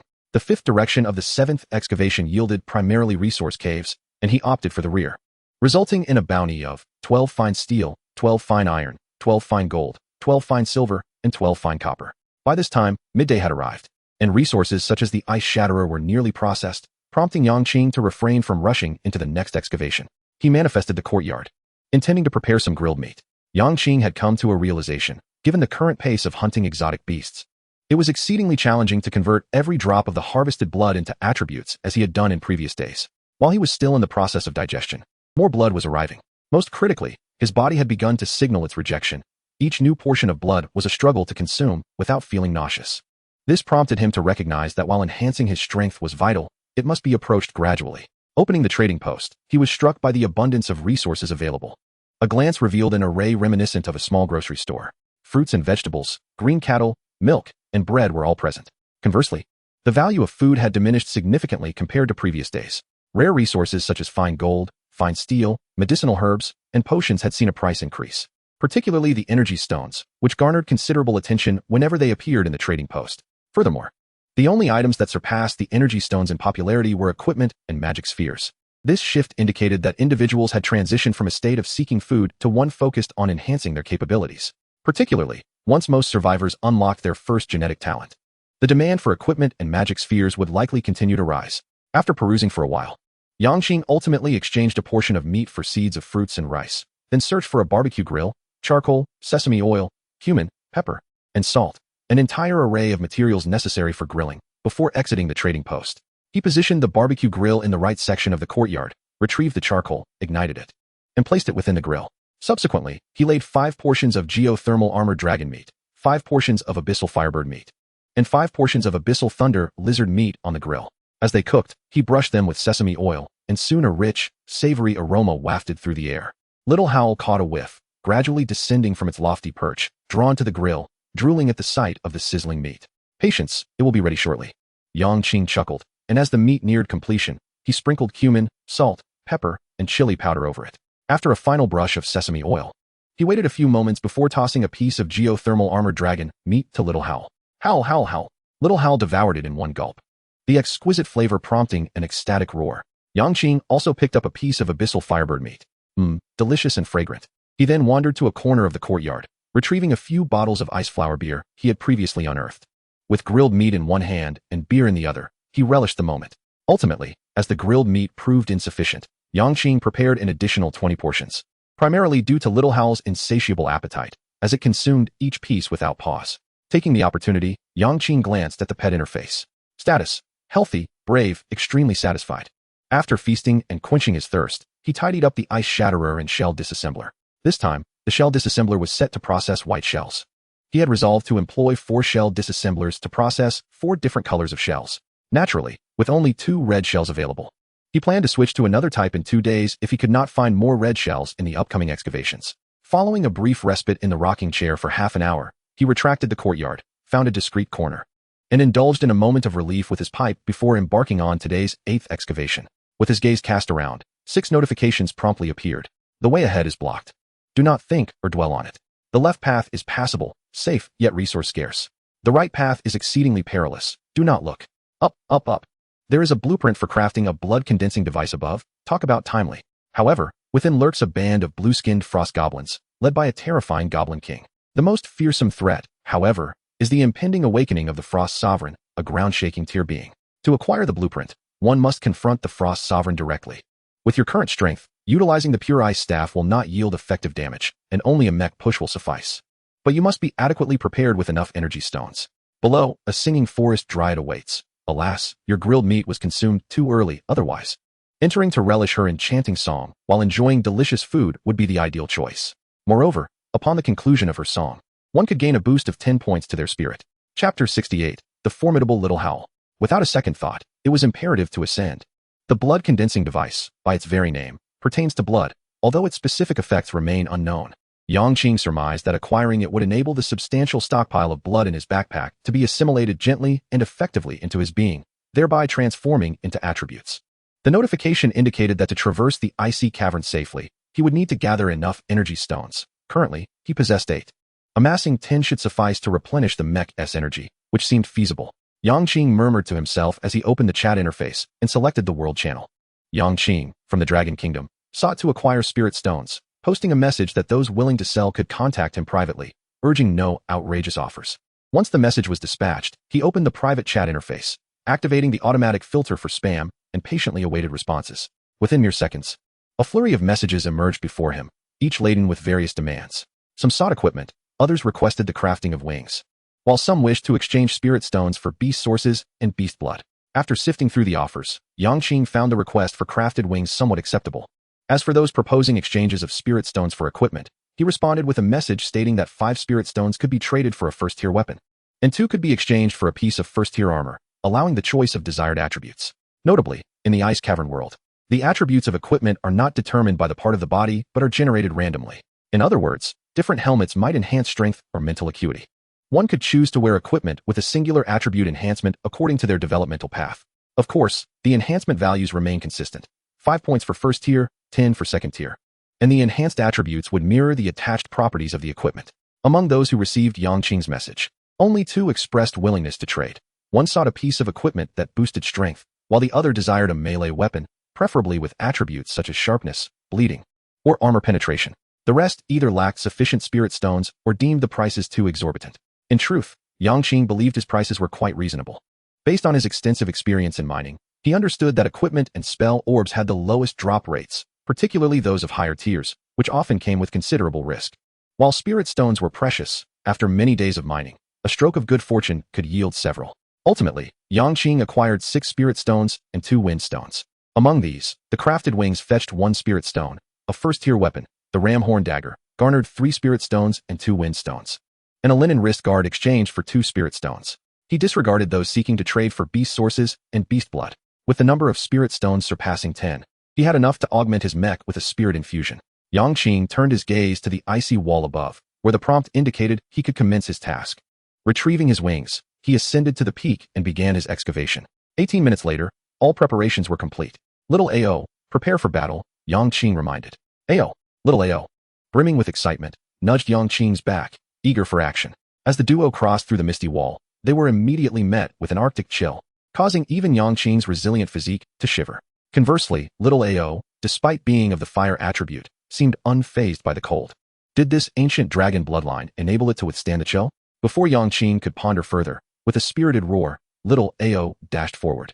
3 blue-skinned frost goblins, brandishing iron clubs, wandered aimlessly nearby. One suddenly sensed a surge of heat above its head and looked up, only to be enveloped by little Ao's 2-meter-long dragon breath descending from the sky. System, you have successfully slain a frost goblin. System, beast source 1. System, beast blood 1. System, first-tier weapon, frost iron club 1. Yang Qing was momentarily taken aback. Was this creature excessively combative? The system notification indicated that the slain frost goblin would not yield meat, but rather a first-tier weapon.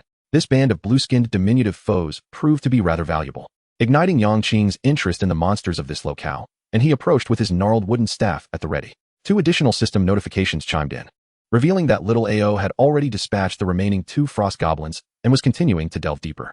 Observing this, Yang Qing hastened to follow. After a few paces, another system notification resounded.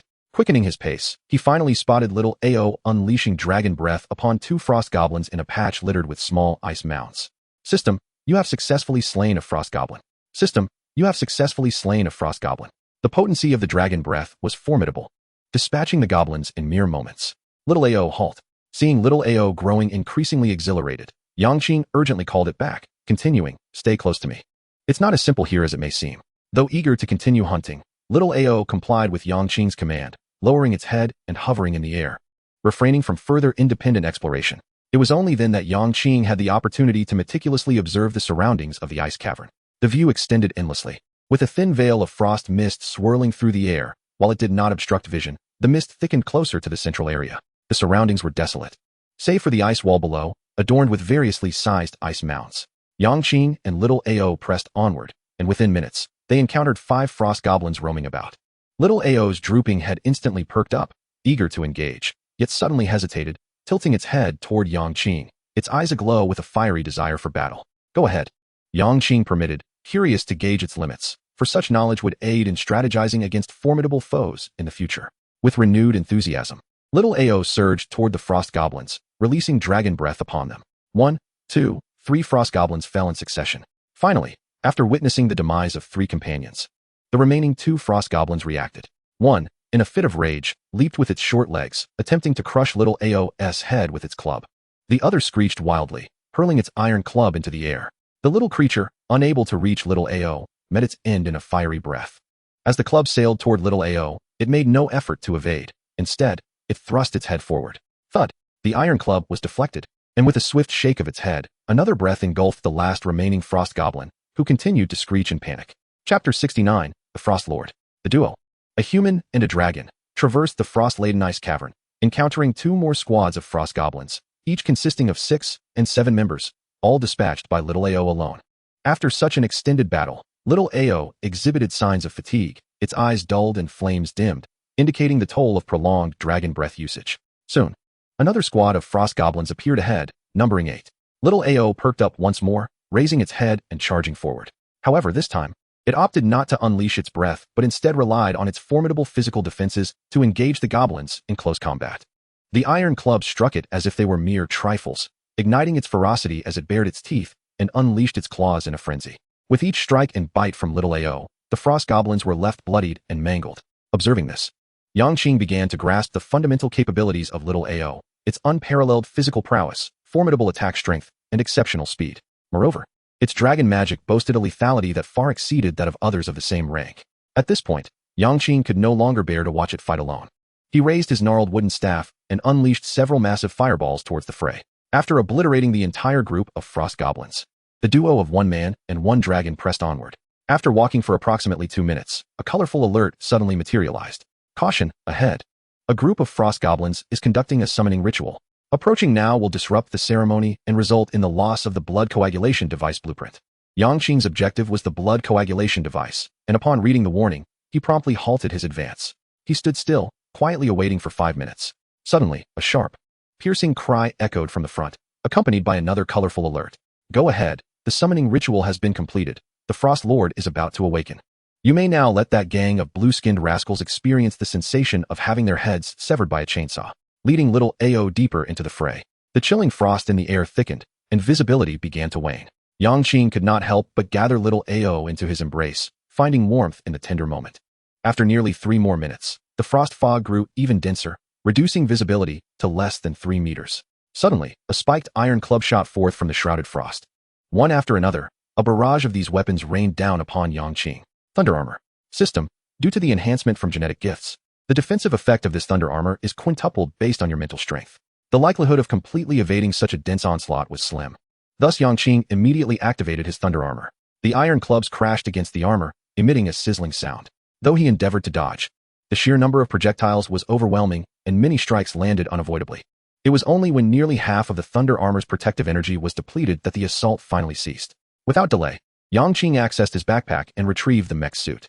At this point, the mech had sustained some wear from the previous battles and training, leaving it with only 35 energy. He opened the mech compartment, noting that his pet could not accompany him inside. So he instructed Little Ao to stay close and not wander off. Within the mech, his field of vision expanded slightly, and his sense of security significantly increased. As he continued forward, another wave of iron clubs came hurtling toward him. Yang Qing maneuvered the mech to shield Little Ao, charging ahead through the rain of projectiles. After running several dozen steps, he finally spotted the frost goblins responsible for the onslaught. Leading the pack was a terrifying frost goblin king, accompanied by 5 others of substantial danger and around 30 ordinary ones. Without concern for their identities, Yang Qing commanded the mech to leap into the midst of the goblin horde and swung the chainsaw arm downward, instantly clearing a vast area. Simultaneously, he brought down the massive iron club of his right arm, decimating another wave of frost goblins. After 2 rounds of projectiles, most of the frost goblins were now unarmed, and witnessing their comrades fall one by one sent them into a frenzied panic. The Frost Goblin King, equally furious, brandished a colossal iron club, leaped high, and aimed to smash it down upon the mech's head.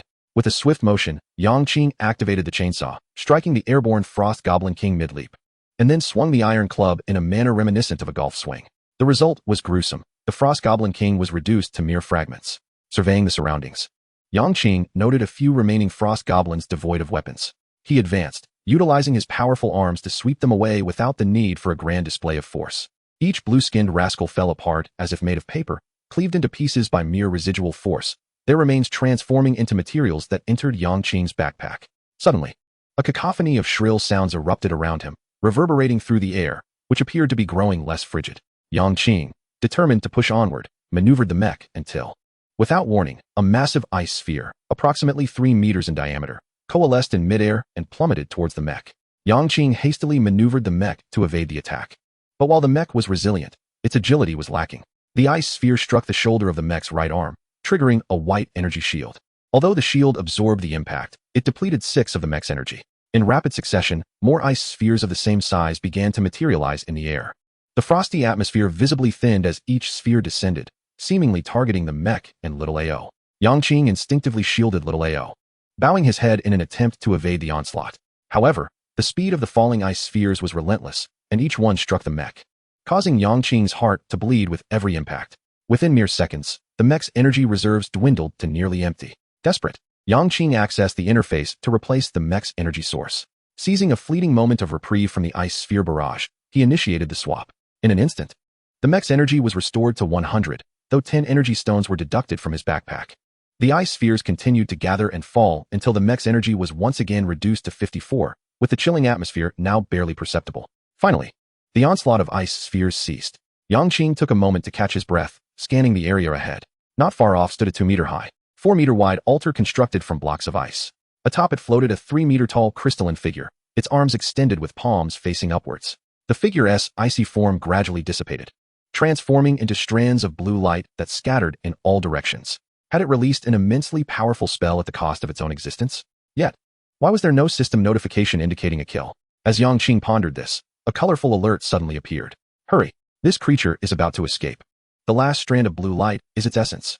It is currently very weak. Approach and gently grasp it with your hand to capture it. Chapter 70. Tremendous Advancement. Terrifying Yang Qing. So this was where it had led. Upon receiving the prompt, Yang Qing exited the mech compartment and swiftly approached the altar, immediately captivated by a black shell at its center. Resisting the urge to rush forward and open it, he directed his gaze to the dissipating Frost Lord above.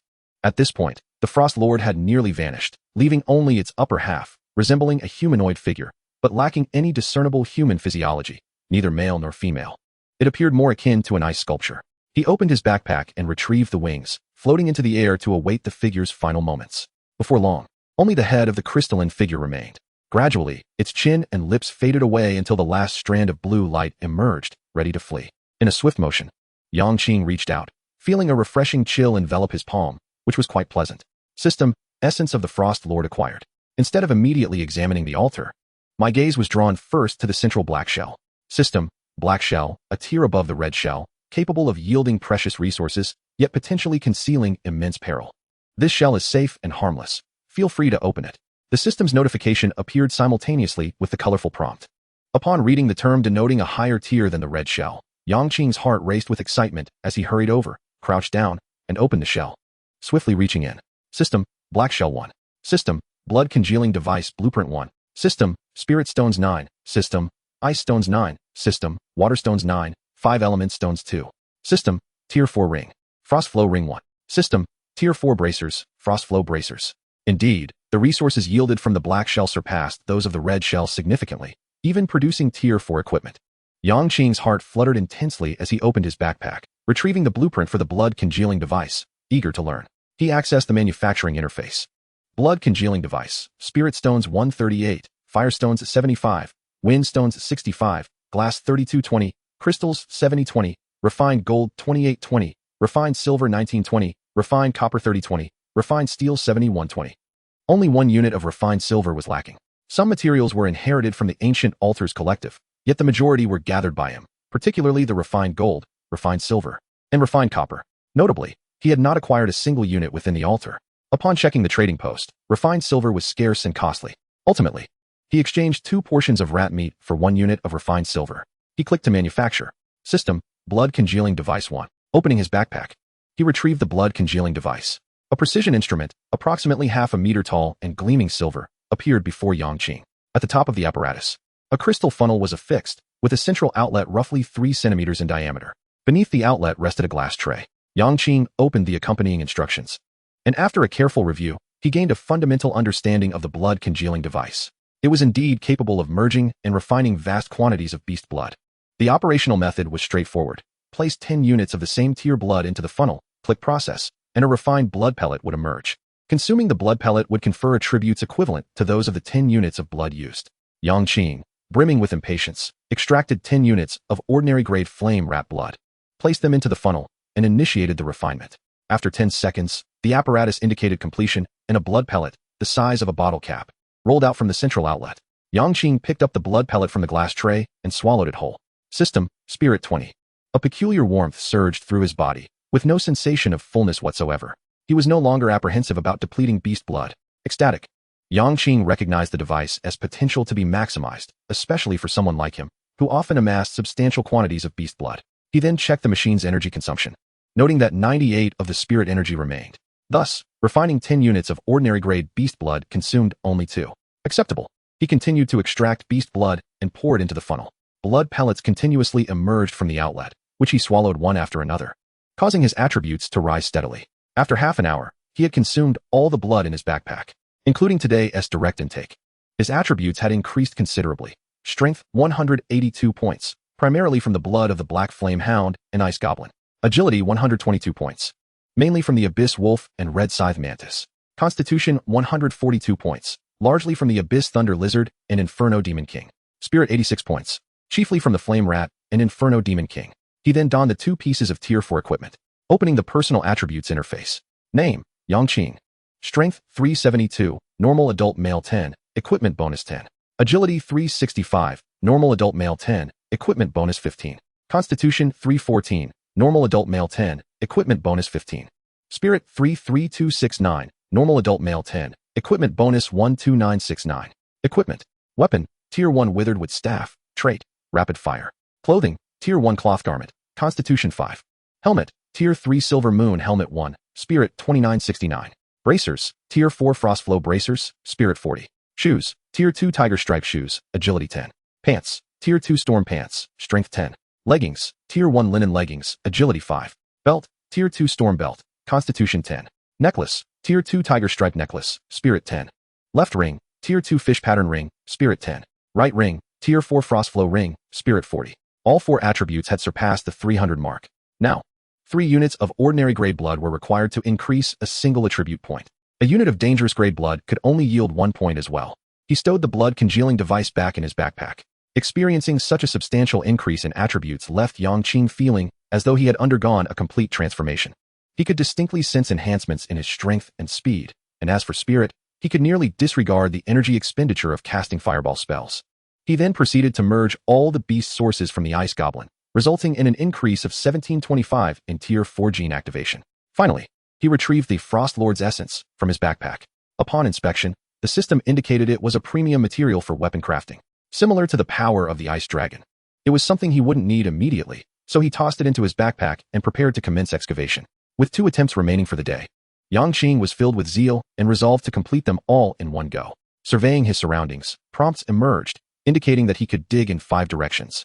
Among these, an ice cave above was guarded by a magical killing array, the Thunderstorm Array. However, the prompt indicated he could traverse it physically, showcasing the extraordinary constitution Yang Qing now possessed.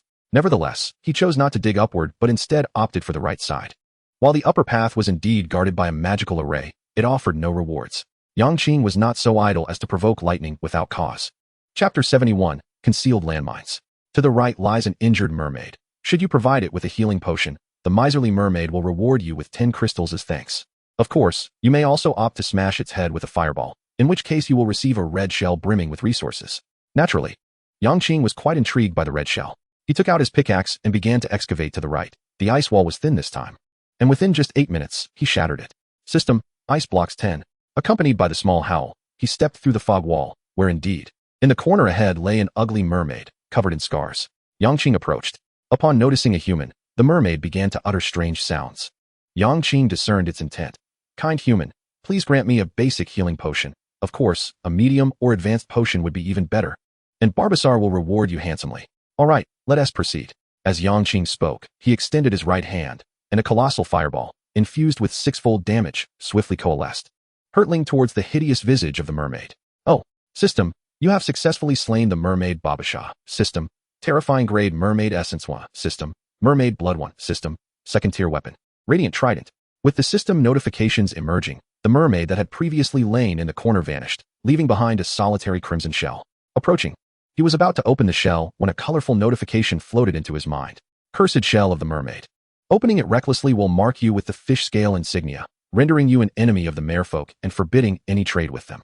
The best way to avoid the curse is to refrain from opening it for now. However, after 10 minutes, when you cast the fate coin, you may open it at the moment the divine radiance manifests. The divine light can dispel all curses. Thus, Yang Qing was compelled to crouch beside the crimson shell, patiently awaiting the passage of time. 10 minutes later, he retrieved the fate coin, and the colorful notification reappeared. Your throw will be favored by the god of fate, granting you the cloak of destiny. He placed the fate coin flat on his right thumb and flicked it upward with force. Ding! The coin spun into the air. System, You have thrown a fate coin. In an instant, a silvery gray radiance illuminated the entire ice cavern. Yang Qing surmised that this must be the divine radiance and hastily opened the shell. A somewhat eerie black scale leapt forth from within the shell, but was immediately engulfed by the surrounding divine light, dissipating into tendrils of black mist. Simultaneously, a cloak of the same silvery gray hue materialized from thin air, descending before Yang Qing. With that, the silvery light within the ice cavern also faded away. The cloak's fabric seemed to resemble layers of shimmering silver light, perpetually cascading without ever dissipating. The silver light bore distinct silver patterns reminiscent of meteors streaking across a starlit night sky. Yang Qing grasped the cloak, feeling no weight or texture. 2 system notifications appeared beside the cloak. System, do you wish to wear it? Note, the Cloak of Destiny is a tool-type item and will not appear in the equipment interface. System, Cloak of Destiny. A gift from the God of Fate. Wearing it will make you a disciple of the God of Fate, and you shall receive 3 abilities bestowed by the God of Fate. Trait 1, Fate Guidance. Allows you to predict the scene of the next ice cavern once per day. Trait 2, Fate Judgment. Allows you to unleash an attack equivalent to 1,000 of your mental strength once per day. Trait 3, Fate Concealment. Grants you 1 opportunity for absolute invisibility each day, lasting 3 minutes. This cloak would be considered a divine artifact in anyone's hands, yet it seemed somewhat regrettable for Yang Qing to don it, as he had received a notification indicating that the first ability, Fate Guidance, would be of no use to him. The second ability, in truth, paled in comparison to his fireball technique. The only usable feature was the third one. However, the notification indicated that wearing it would render him a disciple of the God of Fate, which left Yang Qing feeling somewhat conflicted, as he was uncertain what being a disciple entailed. At that moment, the colorful notification provided clarity. A deity cannot directly harm their disciples, but may employ various temptations to manipulate mortals. Of course, if the entity in question is the God of Fate, they may not even have the inclination to tempt you. While it is unclear why this being has bestowed upon you a divine cloak, you may wear it with confidence. Upon reading this notification, Yang Qing's thoughts immediately turned to the snow witch, Nike. She too donned a cloak. Could she be a disciple of some deity as well? Nevertheless, since the notification indicated minimal side effects, he decided against further hesitation. After all, having daily access to invisibility could indeed create opportunities for miraculous feats. He chose to wear the cloak. It was rather short, draping over him merely enough to conceal the area just below his waist. It appeared as though a delicate layer of silvery gray light adhered to his back. Curious about the Fate Guidance feature, Yang Qing sought to discern how this guidance differed from the colorful notifications he had received. He randomly selected a nearby ice wall and activated Fate Guidance. Suddenly, a silvery gray prompt appeared before him. A famished ice-striped tiger is searching for prey. Ah, is this it? How underwhelming. With 5 ice walls in total. The guidance offered only 1 per day, meaning it would take 5 days to ascertain a perfect direction. Simultaneously, the colorful notification emerged in his mind. Within the ice wall ahead lies a terrifying gray beast, the ice-striped tiger. Given your strength, there are numerous methods to slay it. But I still recommend swiftly resolving the battle with your fireball technique. The time saved can be spent enjoying some roasted meat, leisurely and at ease. Wouldn't that be delightful? The familiar notifications were indeed considerate, capable of not only identifying various aspects of a problem, but also suggesting solutions. Yang Qing's resolve solidified, casting aside the Fate Guidance feature into obscurity. Phew! His gaze returned to the now opened crimson shell, and with a glimmer of anticipation, Yang Qing reached inside. System, Red Shell 1. System, Etherstone 5. System, Aquastone 5. System, Terrastone 5. System, Intermediate Trap, Magical Minecrafting Blueprint 1. System, Intermediate Spell Ball. Dual Water Arrows. System, Intermediate Spell Ball, Water Wave Slash. System, Tier 3 Weapon, 1000 Layers Flow Shield. As he emptied the shell, Yang Qing retrieved the mermaid essence and chose to fuse it, increasing his 4th tier gene activation rate by 2. Today, he had one final excavation to undertake, and his gaze turned towards other directions. Ultimately, the prompt from the right ice wall piqued his interest. To the right, there is a group of frost goblins preparing for a bonfire. Leading them is a tremor-grade goblin. Typically, it is inadvisable to enter, as this group of goblins is both impoverished and troublesome, rendering it hardly worthwhile. However, the goblin leader possesses a dual arena token. Acquiring this token will allow you to unlock a new option on your system panel, while you could handle this group of frost goblins with your strength. The cost would be considerable. I suggest crafting magical mines and invisibly infiltrating their bonfire altar to bury a few, which would surely send them skyward. Chapter 72, Magical Minecrafting. A dual arena token? Although he was uncertain of its precise function, the prospect of developing a new option on his system panel intrigued Yang Qing. He opened his bag, retrieved the Intermediate Trap, Magical Minecrafting Blueprint, and selected it to study. He accessed the crafting interface. Intermediate Trap, Magical Mine, Ether Stone 101, Lightning Stone 81, Terra Stone 161, Aquastone 231, Firestone 21, Crystal 505. 5 energy stones for a single-use item. Furthermore, the prompt indicated that to effectively obliterate that group of goblins, he would require more than one magical mine. Yang Qing hesitated. However, considering the potential of a tremor-grade beast along with a horde of goblins, it should suffice for him to activate his 4th gene chain. Additionally, the allure of unlocking a new option was compelling, prompting him to ultimately press for crafting. System, Magical Mine 1. He withdrew the item from his bag. A crystal sphere, large enough to resemble a basin, adorned with yellow, blue, red, and purple hues, materialized in Yang Qing's hand. System, Magical Mine, possesses immense power, please use with caution. Can be integrated into soil, ice, rocks, lakes, and other environments. Detonation methods. 1. Mental control within 1 kilometer. 2. Time detonation. One might mistake this object for a mere decorative piece, as its vibrant colors completely obscure any sense of danger. However, considering it is crafted using 5 energy stones, one could surmise its potency is not to be underestimated. After a moment of contemplation, Yang Qing proceeded to create another one. He then approached the icy wall on his right, where colorful prompts provided new guidance, indicating that 2 magical landmines would suffice to obliterate most of the frost goblin heads, with only a few surviving to be dealt with thereafter. Extracting his pickaxe, he began to mine. 18 minutes later, the ice wall shattered. After this wave, I can finally have dinner, he mused. His companion Xiao Ao, reminded of the delightful feast from midday, involuntarily drooling at the thought. Stepping through the misty barrier, he beheld a sprawling scene of frost-laden trees. Rows of pristine white trees sprouted from the icy ground, obstructing Yang Qing's view. Yet he could still faintly hear the cacophony of barking emanating from the woods. Advancing forward, he casually scraped the side of a frost tree with his pickaxe, receiving a system prompt indicating that to fully fell the tree would require 12 hours. Yang Qing was accustomed to such decorative scenery. Recognizing that these resources were largely for mere observation, he stowed the pickaxe in his bag and retrieved his withered wooden staff. Venturing deeper into the frost-laden ancient forest with Xiao Ao, after several minutes of walking without encountering a single frost goblin, the barking grew progressively louder. Finally, after traversing several hundred meters, he stumbled upon a vast clearing encircled by the frost forest, adorned with numerous white tents. At the center stood an altar constructed from timber, measuring over 4 meters in diameter.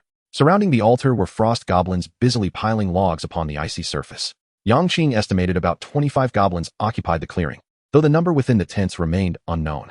The formidable earthquake-level frost goblin leader, mentioned in the prompts, was conspicuously absent from the throng of goblins. Upon witnessing the impending battle, Xiao Ao became invigorated, preparing to rush forward, only to be restrained by Yang Qing. Stay hidden here. I will plant the mines, he instructed. Releasing the power of Fate's veil, a soft silver-gray luminescence enveloped Yang Qing's form, rendering him invisible in Xiao Ao's eyes. Unaware of the situation, Xiao Ao felt a pang of anxiety, having just heard his master speak, only to find him suddenly vanished, prompting a frantic dance of worry. Observing Xiao Ao's distress, Yang Qing reassured him, "Do not fret, I am merely concealed. Remain here and await my return." Without further delay, he dashed toward the clearing. Mindful that his invisibility would last only 3 minutes, time was of the essence. Navigating through the throng of goblins, he reached the side of the altar. It became evident from the logs piled by the goblins that their bonfire festivities would be centered around the altar, standing 3 meters tall and supported by branches. Yang Qing approached the altar's base and seamlessly embedded 2 magical landmines within the ice below. The magical landmines bore his mental imprint, allowing him to detonate them with but a thought, provided he remained within a kilometer's distance. With less than 2 minutes of invisibility remaining and the mines set, Yang Qing turned to retreat. Suddenly, an idea struck him.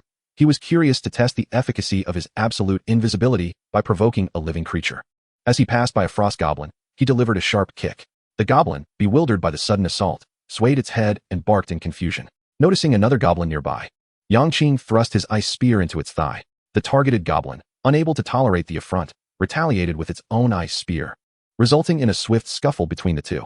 Meanwhile, Yang Qing, pleased that his invisibility remained unbroken, made his way back to Xiao Ao. When the 3-minute mark elapsed, he finally revealed himself. The goblins' bonfire festivities were still underway, as live beasts were dragged from the tents to the altar. As the light in the icy cavern began to dim and the wood piles ignited, the frost goblins emerged from their tents. It was at this moment that Yang Qing finally laid eyes on the earthquake-level goblin leader. Towering at 3 meters, its ice spear matched its height, rendering the ordinary goblins beside it akin to mere puppies. The goblin leader strode confidently to the altar, and with a resounding bark, the other goblins gathered around it. The chorus of barking reached a deafening crescendo. Yang Qing, exhilarated by the sight of the dense congregation of goblins, noted the presence of ordinary and dangerous goblins alike. With a swift thought, a surge of chaotic energy emanated from beneath the altar. The elements of earth, water, fire, and thunder intertwined, rising in two orbs of yellow, blue, red, and purple light from the altar's base. While the other goblins reveled, the earthquake-level goblin leader sensed an unsettling shift. Its canine visage twisted in alarm as it prepared to leap from the altar. But at that moment, boom, boom, two colossal shockwaves erupted, sending the goblin leader hurtling through the air, its face smashing against the upper ice wall. The four elemental orbs emitted blinding radiance, scattering the surrounding frost goblins like wheat before the harvest. Some were flung backward, while others, caught mid-air, crashed down heavily. The furious magical elements wreaked havoc on everything in their vicinity. The wooden altar was reduced to ashes, with frost goblins either disintegrating, incapacitated, or charred. Silence enveloped the clearing. There were no cries of anguish or the familiar barks. Yang Qing was greeted by a cascade of system prompts announcing his kills, along with the acquisition of beast essence and blood. Unlike their frost goblin counterparts, the defeated frost goblins did not yield flesh but instead provided an ice spear. With a thud, the goblin leader plummeted from above, its body a grotesque mass of blood and flesh, riddled with cracks as though on the verge of disintegration. Yang Qing approached, raising his staff. Boom, boom, boom, fireballs rained down upon it. System, you have successfully slain the frost goblin leader. System, beast essence 1, system, beast blood 1, system, 4th tier weapon, ice spear 1. Only upon receiving the system notification did he cease his assault and continue onward. Arriving at the spot where the goblin leader fell, he found a palm-sized black token left on the ice. Bending down, he picked it up. System, dual arena token 1. Shifting his gaze to the surroundings, he noted the remnants of wood, tents, and fabric transformed into debris swirling in the air, leaving only some iron and copper fragments behind. Yang Qing collected all the resources left nearby. Ultimately, he gathered a meager haul: 29 iron pieces, 23 copper pieces, 12 refined steel, and 9 crystals. Indeed, it was a paltry reward. Such a large contingent of goblins yielded no substantial treasures, explaining the disdain indicated in the prompts.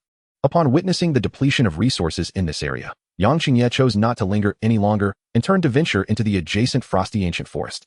The acrid scent of blood in this place rendered it unsuitable for nocturnal habitation. Wandering through the ancient woods, he eventually stumbled upon a relatively spacious clearing. Yang Qing conjured a courtyard and reclined in a rocking chair, retrieving the dueling arena token. System, dueling arena token upon use. Unlocks the dueling arena option on the system panel. He clicked to use it, summoning the system panel. He noticed that a dueling arena option had indeed materialized behind the gene options. Clicking on the dueling arena revealed 3 new selections: random shop, battle, and leaderboard. Yang Qing first selected the random shop. It displayed a total of 20 items, showcasing various levels of goods. Among them, the most coveted was a blueprint for an ultimate mech, dubbed the Skybreaker. However, to exchange for items, one required a currency known as dual points, with the Skybreaker mech demanding a staggering 100,000 points. Such grandiose expectations were clearly the work of an established enterprise, blunt and to the point. Yang Qing couldn't help but scoff, noting that even the cheapest item required 10 dual points, indicating that the acquisition of these points would undoubtedly be a formidable challenge. Furthermore, the items refreshed every 24 hours, implying that after a day, the Skybreaker might be replaced by some 9th tier weapon or an ultimate magical sphere. Essentially, opportunities abound daily. It merely depended on one's ability to seize them. Subsequently, Yang Qing clicked on battle. 2 new options appeared on the virtual panel: single duel and 5-person duel. After selecting both, he received the same result: insufficient participants for matchmaking. His gaze then shifted to the accompanying instructions, which elucidated the nature of these duels.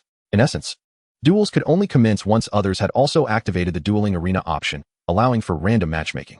Each individual was permitted 5 duels per day, with no risk of death in these contests. Both the single duel and 5-person duel consumed 1 duel opportunity. Victories yielded 10 duel points, while losses granted only 5. Additionally, consecutive wins awarded bonus duel points, with 2 consecutive victories yielding an extra 20 duel points, and 90 consecutive wins bestowing an impressive 8,100 points. Notably, surpassing 100 consecutive victories would also grant an additional 100 points. This was quite promising, as Yang Qing finally found an avenue for evening entertainment. He relished the thought of indulging in some lighthearted competition before sleep. However, it seemed that he was likely the sole individual to have activated the dueling arena option, suggesting he might have to wait several days to fully experience this feature. Following the Frost Goblin incident, Yang Qing's 4th tier gene chain activation had reached 9725. The 4th tier gene chain required 4 ordinary beast sources to increase by 1%. Hence, he directly fused 15 ordinary level Frost Goblin beast sources, successfully unlocking the 4th gene chain. Opening the gene options, he fused the special magical spheres, control, defense, and area attack into the 4th gene chain. With low-consumption single-target attacks combined with the multi-strike capability of the perfect ice staff, Yang Qing's skill set was remarkably comprehensive. He continued to fuse the remaining beast sources, which collectively provided a 13% activation rate for the 5th-tier gene chain. Of the 20 ordinary-level beast sources, 4% was contributed, while 6 dangerous-level sources added 2%. 2 horrific-level sources contributed 1%, and 1 earth-shattering-level source increased it by 6%. He then retrieved the blood condensation device. But due to insufficient quantities of other blood levels to form 10 units, Yang Qing could only temporarily condense 3 ordinary-level beast blood pills. After consuming them, he also ingested the earth-shattering-level beast blood, resulting in a total agility increase of 299, with the 3 pills contributing 99. He decided to set aside the remaining beast blood of other levels until he could gather enough to condense into pills for consumption. Next, Yang Qing turned his attention to the fertile fields. By this time, it was already past 7 in the evening, and all the plants in the fields had matured, particularly the ice fruits planted in the spiritual soil yesterday, which piqued his interest. Rising, he approached the fields to harvest the crops from the black and red soils. Finally, he focused on the spiritual soil fields, where fist-sized white fruits appeared plump and inviting. He harvested all the fruits. System, Spiritual Ice Fruit 18. Taking one of the spiritual ice fruits, he bit into it, and it felt akin to laboriously hauling bricks under the scorching sun for 5 hours, only to suddenly savor a slice of chilled watermelon, refreshingly invigorating. System, Strength 1, Agility 1, Constitution 1, Spirit 1. After consuming 1 fruit, the system notification emerged, indicating a total attribute increase of 4 points. While it may seem modest, considering Yang Qing's attributes had already surpassed the 300 threshold, 4 points equated to the enhancement derived from 12 ordinary-level beast blood sources, which was undeniably significant. Here, little AO, give this a try. Yang Qing tossed a spiritual ice fruit to little AO, who promptly swallowed it whole, then flicked its tongue, clearly expressing discontent with the flavor. Oh, I forgot you are of the fire element. This might not suit your palate. Yang Qing patted little AO's head apologetically and added, wait a moment. I'll prepare some roasted meat for you tonight, plenty to feast on. Upon hearing the mention of roasted meat, little AO eagerly nodded, clearly delighted at the prospect. Yang Qing then squatted down and planted 3 more ice fruits in the spiritual soil fields. He recalled the little G sealed within the ancient altar. It would surely relish these fruits. He planned to plant more in the coming days so that little G could enjoy them too. As for the remaining red and black soil fields, they continued to be sown with rice. Chapter 74, A Night of Unremarkable Calm. After tending to the fields, Yang Qing approached the barbecue grill to prepare dinner for the evening. As with lunch, a variety of meats were arranged, and he and little AO consumed a total of 6 pounds before finally ceasing their feasting. After satiating his hunger, Yang Qing reclined in the rocking chair, awaiting the completion of the ice-crushing device and the shell disassembler, while simultaneously monitoring the chat interface for any useful information. In contrast to little G's discipline and ambition, little AO displayed a more languid demeanor, seeking out a quiet spot to lie still after its meal. Is it because of its high aptitude that it can afford to be so carefree? Yang Qing mused, choosing to ignore it and continuing to observe the constantly scrolling messages on the chat interface. By the way, what percentage have everyone's gene chains reached? Can anyone showcase their progress to enlighten us? Just about 98. Tomorrow, my teammates and I should be able to activate our gene talents. Honestly, I'm a bit too excited to sleep. I'm at 86. Tomorrow, I'll strive to unlock my gene talent as well. Haha, I've reached 100 and activated the gene talent of immense strength, increasing my power by 50. Is there any suitable magical sphere or weapon for strength? I am willing to trade for energy stones. My gene talent is shield mastery, enhancing my defensive capability by 40 while wielding a shield. I'm seeking a shield-type weapon and can exchange energy stones or other rare resources. With the passage of several days, the discussions on the chat interface had predominantly shifted to the topic of gene talents. This was a prospect that Yang Qing was more than pleased to witness, for it meant that the considerable stockpile of equipment and mana orbs he had amassed would finally find a market. Without delay, he accessed the trading interface and posted 2 sale notices. Seller, Yang Qing, Dragon Country. Item for sale, first-tier weapon, Frost Spear. Required, any 5 energy stones. Alternatives, any 5 purple shells, or 2 red shells, or 1 black shell. Stock, 35. Seller, Yang Qing, Dragon Country. Item for sale, first-tier weapon, Wolf Fang Iron Rod. Required, any 5 energy stones. Alternatives, any 5 purple shells, or 2 red shells, or 1 black shell. Stock, 63. In addition to acquiring energy stones, Yang Qing had also included a request for purple and red shells. As for the white and blue shells, they were far too common. His inventory was sufficiently stocked, and there was no need to hoard such mundane items. After listing these 2 batches of first-tier weapons, he sent a message in the chat interface. Yang Qing, Dragon Country, various first-tier weapons can be exchanged for 5 energy stones. Various basic mana orbs can be traded for any 10 energy stones. Limited quantity, First come, first served. Apart from the equipment derived from the frost goblins and frost dogheads, he also possessed a collection of gear salvaged from the ancient altar in his own excavations. This time, he intended to convert all first-tier equipment and basic mana orbs into energy stones. He had an abundance of crafting blueprints, and energy stones were never in excess. Whereas such low-tier mana orbs and equipment were entirely useless to him. As for second-tier equipment and high-quality mana orbs, there was no rush to sell them. After all, should the market suddenly be flooded with items of varying levels, all eyes would inevitably gravitate towards the higher-tier goods. Even if they could not afford them immediately, players would surely think to tighten their belts until they had amassed enough energy stones to make a significant purchase. This would naturally impact the sales of lower-tier equipment and mana orbs. However, this delay could not extend too long. Otherwise, if others began to acquire surplus high-tier equipment, Yang Qing would lose his pricing power and would have to conform to the market rates. In simple terms, as long as he remained just a notch faster than others, Yang Qing could continually maximize the utilization of his resources. Yet, he must ensure that his prices were not excessively high. After all, equipment and mana orbs were not like the food from earlier. They were not an immediate necessity for others. Unlike the afternoon, this time, as soon as the message was sent, numerous individuals reached out via private messages expressing their willingness to trade. This surge was due, firstly, to the evening's leisurely atmosphere, which saw more people browsing the chat interface, and secondly, the emergence of several players who had unlocked their genetic talents throughout the afternoon. Given the pace of development, many players had likely reached the threshold to activate their genetic abilities, meaning that at any moment, someone was transforming from an ordinary individual into a genetic powerhouse. Yang Qing observed the messages streaming in his private chat, eventually trading away all the remaining first-tier equipment and basic mana orbs in his inventory. He amassed a total of 10 spirit stones, 13 fire stones, 12 wind stones, 10 water stones, 11 ice stones, 13 thunder stones, 12 earth stones, and 8 wood stones, along with 5 purple shells. With this, all first-tier equipment and mana orbs were traded, and once the batch listed in the trading post sold, his energy stones would reach an immense volume. He opened the crafting interface and focused on the production formula for the spirit energy water heater. After a long day's toil, it was time for a rejuvenating hot bath. Spirit energy water heater, 195 spirit stones, 315 water stones, 132 fire stones, 89 10 steel, 51 10 copper, 126 10 iron blocks. He clicked to craft. System, Spirit Energy Water Heater 1. Upon extracting it from his inventory, he noted that this was unlike the water heaters he remembered. It was a towering steel apparatus measuring roughly 50 centimeters in width and depth, but soaring to a height of 2 meters. It resembled a rectangular steel wall rather than a conventional heater. The front of the steel wall was adorned with countless delicate small openings, accompanied by several iron buttons to adjust temperature and water flow. Yang Qing pressed the water release button, and instantly, the heater revealed intricate red and blue patterns, while water began to flow from the small openings on the front. Seeing this, Yang Qing quickly shed his gear and clothing, adjusted the water to a comfortable temperature, and began to relish the soothing experience of his bath. Afterward, he took the opportunity to wash the clothes he had worn for several days, and, finally, glanced at the energy consumption of the water heater. Remaining energy, 59. Goodness, if he took too many baths, he might find himself financially strained. It was evident that producing water out of thin air came at a premium. This realization extinguished any thoughts he had of selling water produced by the heater. After all, judging by his recent water usage, even depleting all his spirit energy would yield far less water than the value of 5 spirit stones. He donned some gear to cover himself and then, sitting in a rocking chair, kindled a fire, placing his clothes nearby to dry gradually. He reclined in the rocking chair until the ice crusher was completed, at which point he collected all the water.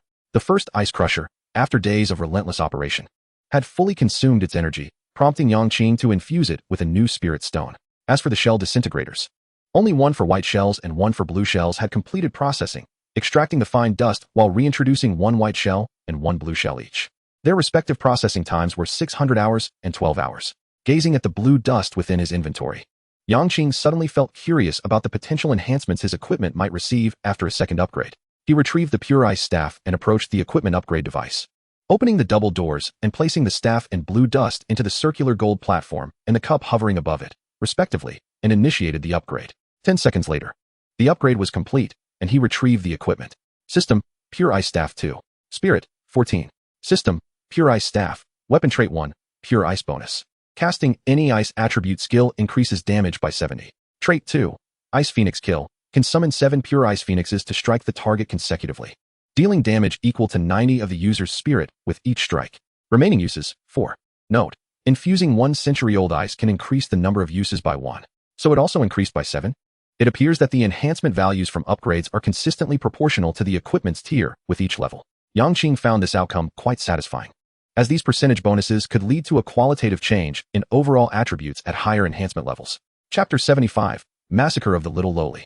The following day, after breakfast, Yang Qing tidied up the resources in the courtyard and commenced his excavation for the day. He circled the icy cave, with colorful prompts presenting various options. To the right is safe and harmless, but contains only ordinary resources. Above lies a battlefield in ruins, with merely a few black flame crows feasting on rotting flesh. Descending below, there are 2 ice ogres engaged in morning exercises. Ahead, there is a purple shell, yet the thickness of the ice wall is rather daunting. It is expected to require continuous digging for 3 hours. In the rear, there exists a human girl infected with deep crimson energy. Caution is warranted, for her crimson energy levels are substantial, and she wields an exceedingly terrifying crimson doll. While your capabilities may suffice to handle the situation, one must remain vigilant of the impending explosion. Beneath the little girl's bed lies a tome, cherished over the years, containing a secondary home upgrade blueprint and an intermediate treasure map tucked within its pages. At long last, the prospect of a home upgrade blueprint has presented itself again. One can bid farewell to the romantic pink hues. Undoubtedly, the direction of excavation must lead to the rear, although it appears significantly more perilous than the other routes. As long as it does not pose a lethal threat, nothing can deter Yang Qing's yearning for the home upgrade blueprint. 15 minutes later, with a resounding crash, the ice wall shattered, and with a swift movement, Xiao Ao stepped through the fog wall. This ice cave was modest in size, and in an instant, a blood-red cabin came into view in the corner. Before the cabin stood a petite girl, scarcely reaching 13 meters in height, clad in a gothic black skirt and barefoot. Her large eyes glimmered with an eerie shade of red, and in her left hand, she clutched a blood-red doll measuring approximately 30 centimeters. The little girl's head darted about, as if in search of something, and upon spotting Yang Qing, her eyes sparkled with excitement. With a swift dash, she reached Yang Qing in mere moments. Big brother, have you seen where my parents and little brother went? Whoa. I accidentally overslept, and now I can't find them. Her large, innocent eyes gazed up at Yang Qing as she spoke. I believe I may have seen them. Come closer, and I shall whisper it to you, Yang Qing replied, his expression earnest. Really? If you help me find my parents, I will surely thank you properly. The little girl's eyes brimmed with delight as she leaned in closer. No need for thanks. Fireball spell. System. Due to genetic talent enhancement, this attack will have a 5-fold increase. Boom. A massive fireball enveloped the little girl's head, transforming her once porcelain-like visage into a grotesque mass of flesh and blood, her large eyes entirely obscured by the deep crimson hue. Big brother, why are you hurting me? Don't you know that anyone who harms me will be devoured by the doll? Her voice remained soft and melodic, and she hurled the blood-red doll into the air. Seeing this, Yang Qing quickly distanced himself to the left while launching fireballs towards the little girl. In midair, the blood-red doll suddenly sprouted legs, followed by arms and a head, manifesting an unsettling figure that shielded the little girl. It possessed remarkably thick thighs, yet its arms were delicate and slender. And most terrifying of all was its head, resembling that of an infant barely 3 years old. Bang, bang, bang. The fireballs were deflected by the stitched creature. A gaping wound appeared in its chest, yet it seemed impervious to pain, charging towards Yang Qing as it withstood the fireball assault. With astonishing speed, its powerful legs propelled it forward, reaching Yang Qing in an instant. The infantile head twisted grotesquely, its small mouth agape, as its slender arms reached out, clawing and flailing. In response, Yang Qing swiftly conjured a protective lightning armor while aiming fireballs at the creature's head. The creature's delicate arms grasped at the lightning armor, emitting a crackling sound. Boom, boom, boom. The fireballs struck the infant's head with precision, reducing it to a bloody pulp. However, the assault from its arms remained unyielding. Realizing that his attacks were having no effect on the stitched creature, Yang Qing maneuvered to the left, creating distance while invoking a binding wind spell. System. Due to genetic talent enhancement, this control will last 6 times longer than normal. Swish. The stitched creature, which had been in pursuit, abruptly halted and became ensnared in place. Yang Qing stowed his withered wooden staff in his backpack and drew the water wave sword. Deciding that if magic could not subdue it, he would resort to brute force to dismantle its body. Rushing towards the creature, he swung the water wave sword decisively at its neck, instantly transforming it into a headless monstrosity. You dare damage my doll? I will make you pay. The little girl leapt high into the air, her translucent feet aimed at Yang Qing. Roar. Beside him, Xiao Ao opened its mouth and unleashed a torrent of dragon breath. A red glow emanated from the little girl's eyes, enveloping her entire being, as her body seemingly gained strength from the dragon's breath, intensifying her assault. Yang Qing did not evade. Instead, he released 2 more layers of lightning armor while aiming the water wave sword at the stitched creature's midsection. Splatter. Bang. The former was the sound of the creature being cleaved in 2, while the latter was the collision of the little girl's kick against the lightning armor. 3 waves. Witnessing the stitched creature split into 3 parts, now motionless upon the ice, Yang Qing redirected his assault towards the little girl. The 3 waves engulfed her, and he then shifted distance, equipping the frost staff, invoking Ice Phoenix Break. As Xiao Ao observed that its attack seemed to be merely bathing the enemy, it became enraged, unleashing an even more ferocious breath of fire. 2 formidable spells of ice and fire collided with the little girl. Cracks began to appear all over her body, radiant deep crimson shimmering through the fissures. Lightning armor. Yang Qing released 4 layers of lightning armor, 1 for himself and 3 for Xiao Ao. Boom! The little girl erupted, a torrent of deep crimson energy radiating outward, instantly reducing the distant wooden cabin to ashes, leaving behind only an ancient parchment book on the ground. Yang Qing felt the energy of the lightning armor rapidly depleting.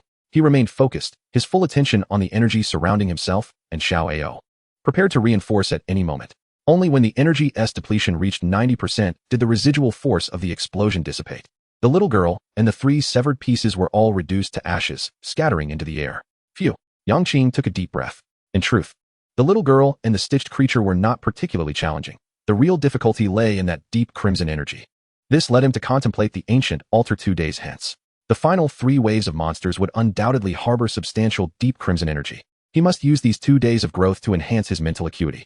Regrettably, the effort expended to vanquish the creature yielded no beast source. Shaking his head, he resolved not to engage with such troublesome and impoverished entities unless absolutely necessary. His gaze then turned to the sole remaining parchment book. Chapter 76, Upgrade Successful. He stepped forward to retrieve the ancient parchment. System, Historical Records, The Growth Journey of Queen Lilith 1. System, Secondary Home Upgrade Blueprint 1. System, Intermediate Treasure Map 1. Summoning the system panel, he clicked on the home option. Just like the first time, an upgrade option appeared in the upper right corner of the small cabin. Upon clicking Upgrade, a cascade of information materialized alongside. System, Secondary Home Upgrade Blueprint 11, Stone 6. 851,000, Iron 1, 162,000, Gold 89, 200, Silver 96, 200, Copper 112, 200, Crystal 50, 200, Glass 12, 200. Upon meeting the requirements, one may upgrade from a first tier to a second tier home. The material requirements were quite manageable, consisting of ordinary materials. After a moment of contemplation, Yang Qing resolved to exchange materials for an upgrade. Firstly, he had already accumulated the majority of the necessary components for upgrading his home, aside from crystals and glass. Secondly, his backpack was overflowing with meat, which was largely redundant. He realized that trading food for energy stones was not a feasible option, but using it to procure materials for the home upgrade was quite apparent. He opened the trading post and meticulously examined the required materials. After a thorough selection, he successfully completed the acquisition of all the necessary items. However, following this transaction, the assortment of miscellaneous food and snacks in his backpack had diminished significantly. With all ordinary grade meats exchanged entirely, he clicked on the home upgrade option. System, upgrading your home. Since you are using a random home upgrade diagram as the main material, the system will randomly select an upgrade style for you. Much like the first time, Yang Qing was once again presented with a myriad of home styles flashing before him. Sweet Barbie, Green Pastures, Enchanted Forest, Minimalist Green, and Sinister Hell. This time, he refrained from making any prayers, harboring an inexplicable premonition that whatever style he earnestly desired would ultimately manifest in its opposite form. Only by remaining indifferent could he evade any misjudgment of his wishes. System, style selection complete. Otaku's abode. How delightful. Yang Qing could not suppress a sigh of relief. At long last, he would not awaken each day to a sea of pink, which always reminded him of the time in his youth when a friend first led him into a narrow alley. Without lingering on the panel, he directly chose to materialize the new home. With a flash of light, the first thing Yang Qing beheld was a quaint little house constructed from stone. The modest dwelling, spanning around 100 square meters, was predominantly blue and white, accented with shades of green. It was considerably larger than his original home, and each wall was adorned with intricately carved comic illustrations, such as swimsuit Kaching, maid riding, white silk hutao, and dark wind rim. The 2 doors of the house were fashioned in the likeness of Ing and Kli, exuding a playful yet elegant charm. The courtyard had also expanded to approximately 300 square meters. The former pink wooden fence had transformed into a stone wall, standing about 25 meters tall, also primarily in shades of blue and white, depicting graceful figures. Yang Qing approached, playfully nudging Kli's small hand, and entered the little house. The previous wooden bed had metamorphosed into a grand crystal bed, adorned with a soft quilt. The furniture had similarly transitioned from wood to crystal, while the surrounding walls showcased an array of comic art. Most striking was a massive crystal counter facing the bed, filled with various miniatures of Kli and hutao, crafted from crystal and glass. After a brief, curious exploration of the room, Yang Qing reluctantly recalled the courtyard into the panel. He was immensely satisfied with this upgrade. However, the cost was that most of the treasures he had acquired from the ancient altar had nearly been exhausted. The only items of worth remaining were the weapons used by Alj, Meyer, and the women of the La Kingdom, all of which were of second-tier quality. He prepared to continue his excavation but first retrieved the other two items he had just acquired, a parchment book and a treasure map. The parchment, titled The Chronicles of Queen Lilith, was merely an ordinary manuscript that, upon brief examination, recounted the tale of a little girl named Lilith growing into a queen. Naturally, he found no interest in such narratives and quickly closed the book, tossing it into his backpack. He then turned his attention to the intermediate treasure map. System, intermediate treasure map, allows you to view the specifics of two nearby ice caverns. Would you like to use it? He clicked to use it. A virtual panel materialized before Yang Qing, displaying 12 prompts arranged in the directions of front, back, left, right, up, down, and center, with the center indicating his current ice cavern. Only the forward direction was marked as impassable, while the remaining 5 directions provided descriptions of the scenarios within the next and subsequent ice caverns. For instance, the right side indicated a resource cavern, accompanied by a note that 3 terrifying grade beasts lurked nearby. While this information would be advantageous to others, allowing for at least 2 safe excavations, it was merely of moderate significance to Yang Qing. He glanced around, triggering colorful prompts and comparing them to the details on the treasure map, which were largely consistent. However, based on the colorful prompts, his original plan was to excavate downwards, where a purple shell awaited. Yet the treasure map indicated that the second ice cavern above held a schematic for crafting a 4th-tier fire attribute staff, guarded by 3 terrifying grade beasts. The first ice cavern above was simply a standard resource cavern. Naturally, the crafting schematic piqued Yang Qing's interest, prompting him to retrieve his wings and ascend to begin excavating. Before long, the ice wall shattered, and he stepped through the fog wall. This ice cavern, as the hint suggested, was indeed a standard resource cavern, yielding 10 units each of refined gold, silver, steel, and iron. He continued to gaze upward, and the colorful prompts confirmed the presence of the 4th-tier staff schematic, indicating that the 3 terrifying grade beasts posed no threat to him. Reassured, he deftly maneuvered his wings higher to continue his excavation. 15 minutes later, the ice wall crumbled, and he guided his wings alongside his companion, Xiao Ao, through the fog wall. 3 creatures resembling small mountains, adorned with vertical spines and a fiery red hue, lay before them, motionless. Thorned Fire Dragon possesses extremely high fire resistance and moves clumsily. It is advised to use ice magic. The colorful prompt provided an introduction. Xiao Ao, invigorated, noticed that the adversary bore draconic blood and charged toward the left one. Yang Qing swiftly drew the ice staff and followed closely behind. With a roar, Xiao Ao unleashed a breath of dragon fire. The Thorned Fire Dragon, caught off guard by the sudden scorching sensation on its back, erupted in fury, lashing its long tail toward Xiao Ao. The other 2 Thorned Fire Dragons, alerted by the commotion, began to rise and rush to assist, only to find massive ice spikes raining down from above, an onslaught of extreme ice rain. Simultaneously, Xiao Ao shimmered with a layer of purple lightning. Despite Xiao Ao's strength, being only of ordinary grade, facing a terrifying grade beast with draconic heritage posed a significant challenge. Thus, Yang Qing promptly bestowed a layer of lightning armor upon him. With a swish, the tail of the Thorned Fire Dragon swung toward them, cutting through the air with a deafening sound. Empowered by the lightning armor, Xiao Ao deftly evaded the incoming blow, simultaneously continuing to unleash dragon fire toward the Thorned Fire Dragon. However, the Thorned Fire Dragon, with its already high fire resistance, was undeterred by such an attack, retaliating by launching its spines at Xiao Ao, while its companion dragons were being battered by the relentless ice spikes. Realizing the dire situation, they too unleashed the spines on their backs, resembling a torrential downpour of large needles, cascading towards Yang Qing. Observing this, Yang Qing activated a layer of thunderous armor around himself, while simultaneously unleashing a freezing rain to envelop the thorned explosive dragon near Xiao Ao. The spine struck both Xiao Ao and Yang Qing, producing a series of resounding thuds. However, with the thunderous armor boasting an impressive base of nearly 400 points of spirit, augmented by multiple enhancements, it was hardly a few spines that could breach such formidable defenses.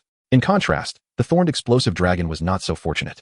As the freezing rain descended, the dragon in the center succumbed first, losing all vitality.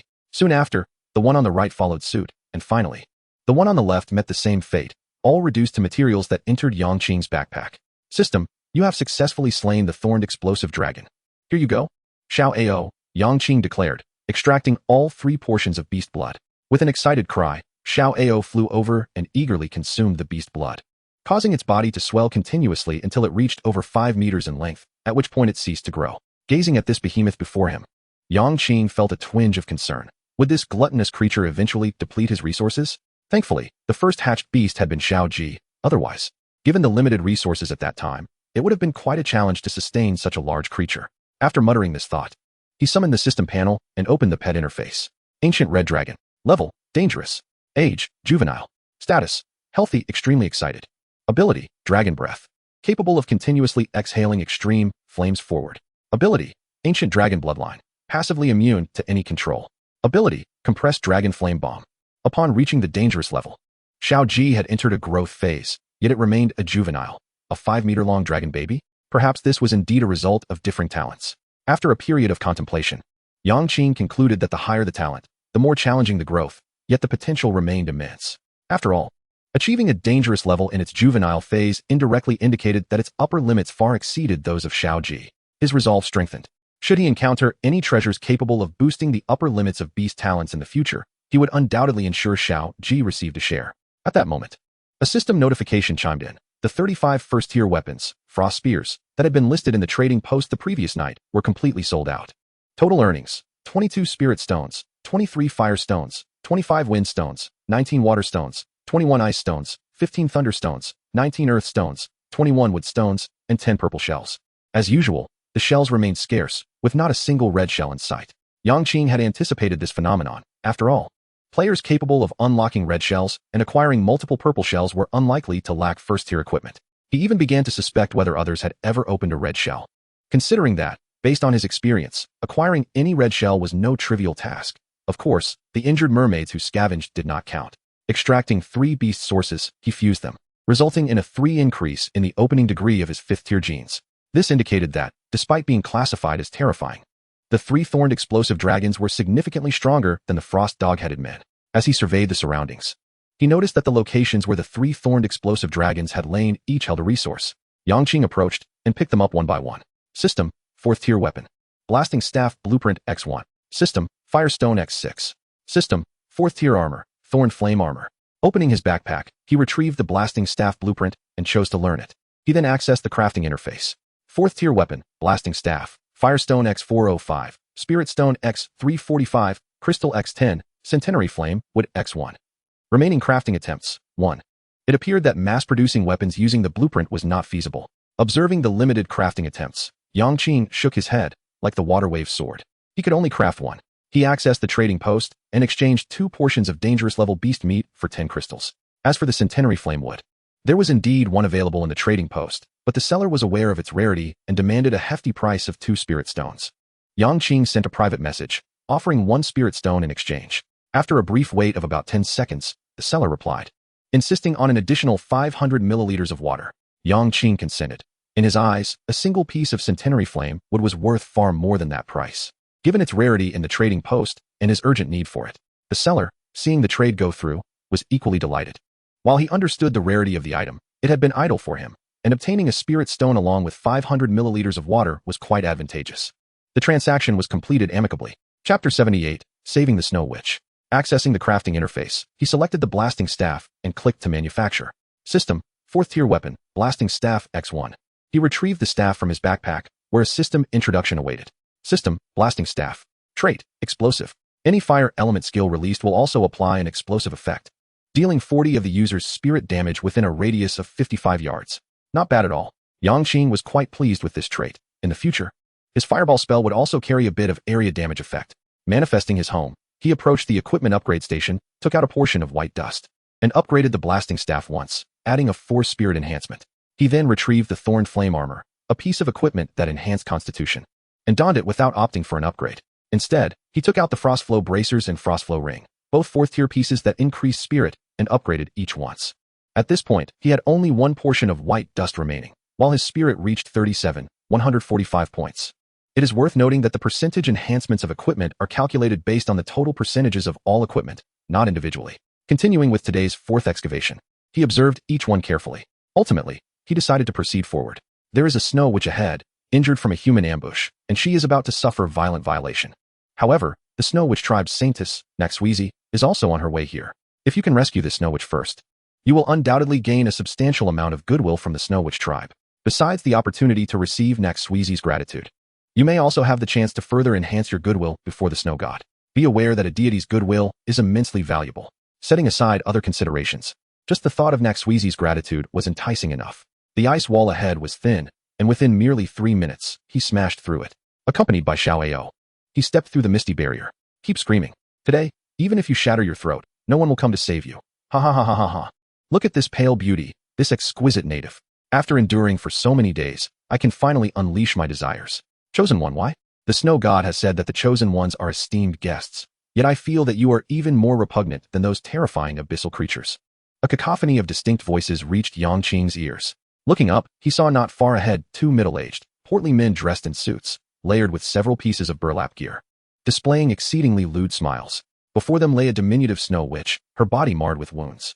Like Naxweezy, snow witches possessed exquisitely cold and delicate features.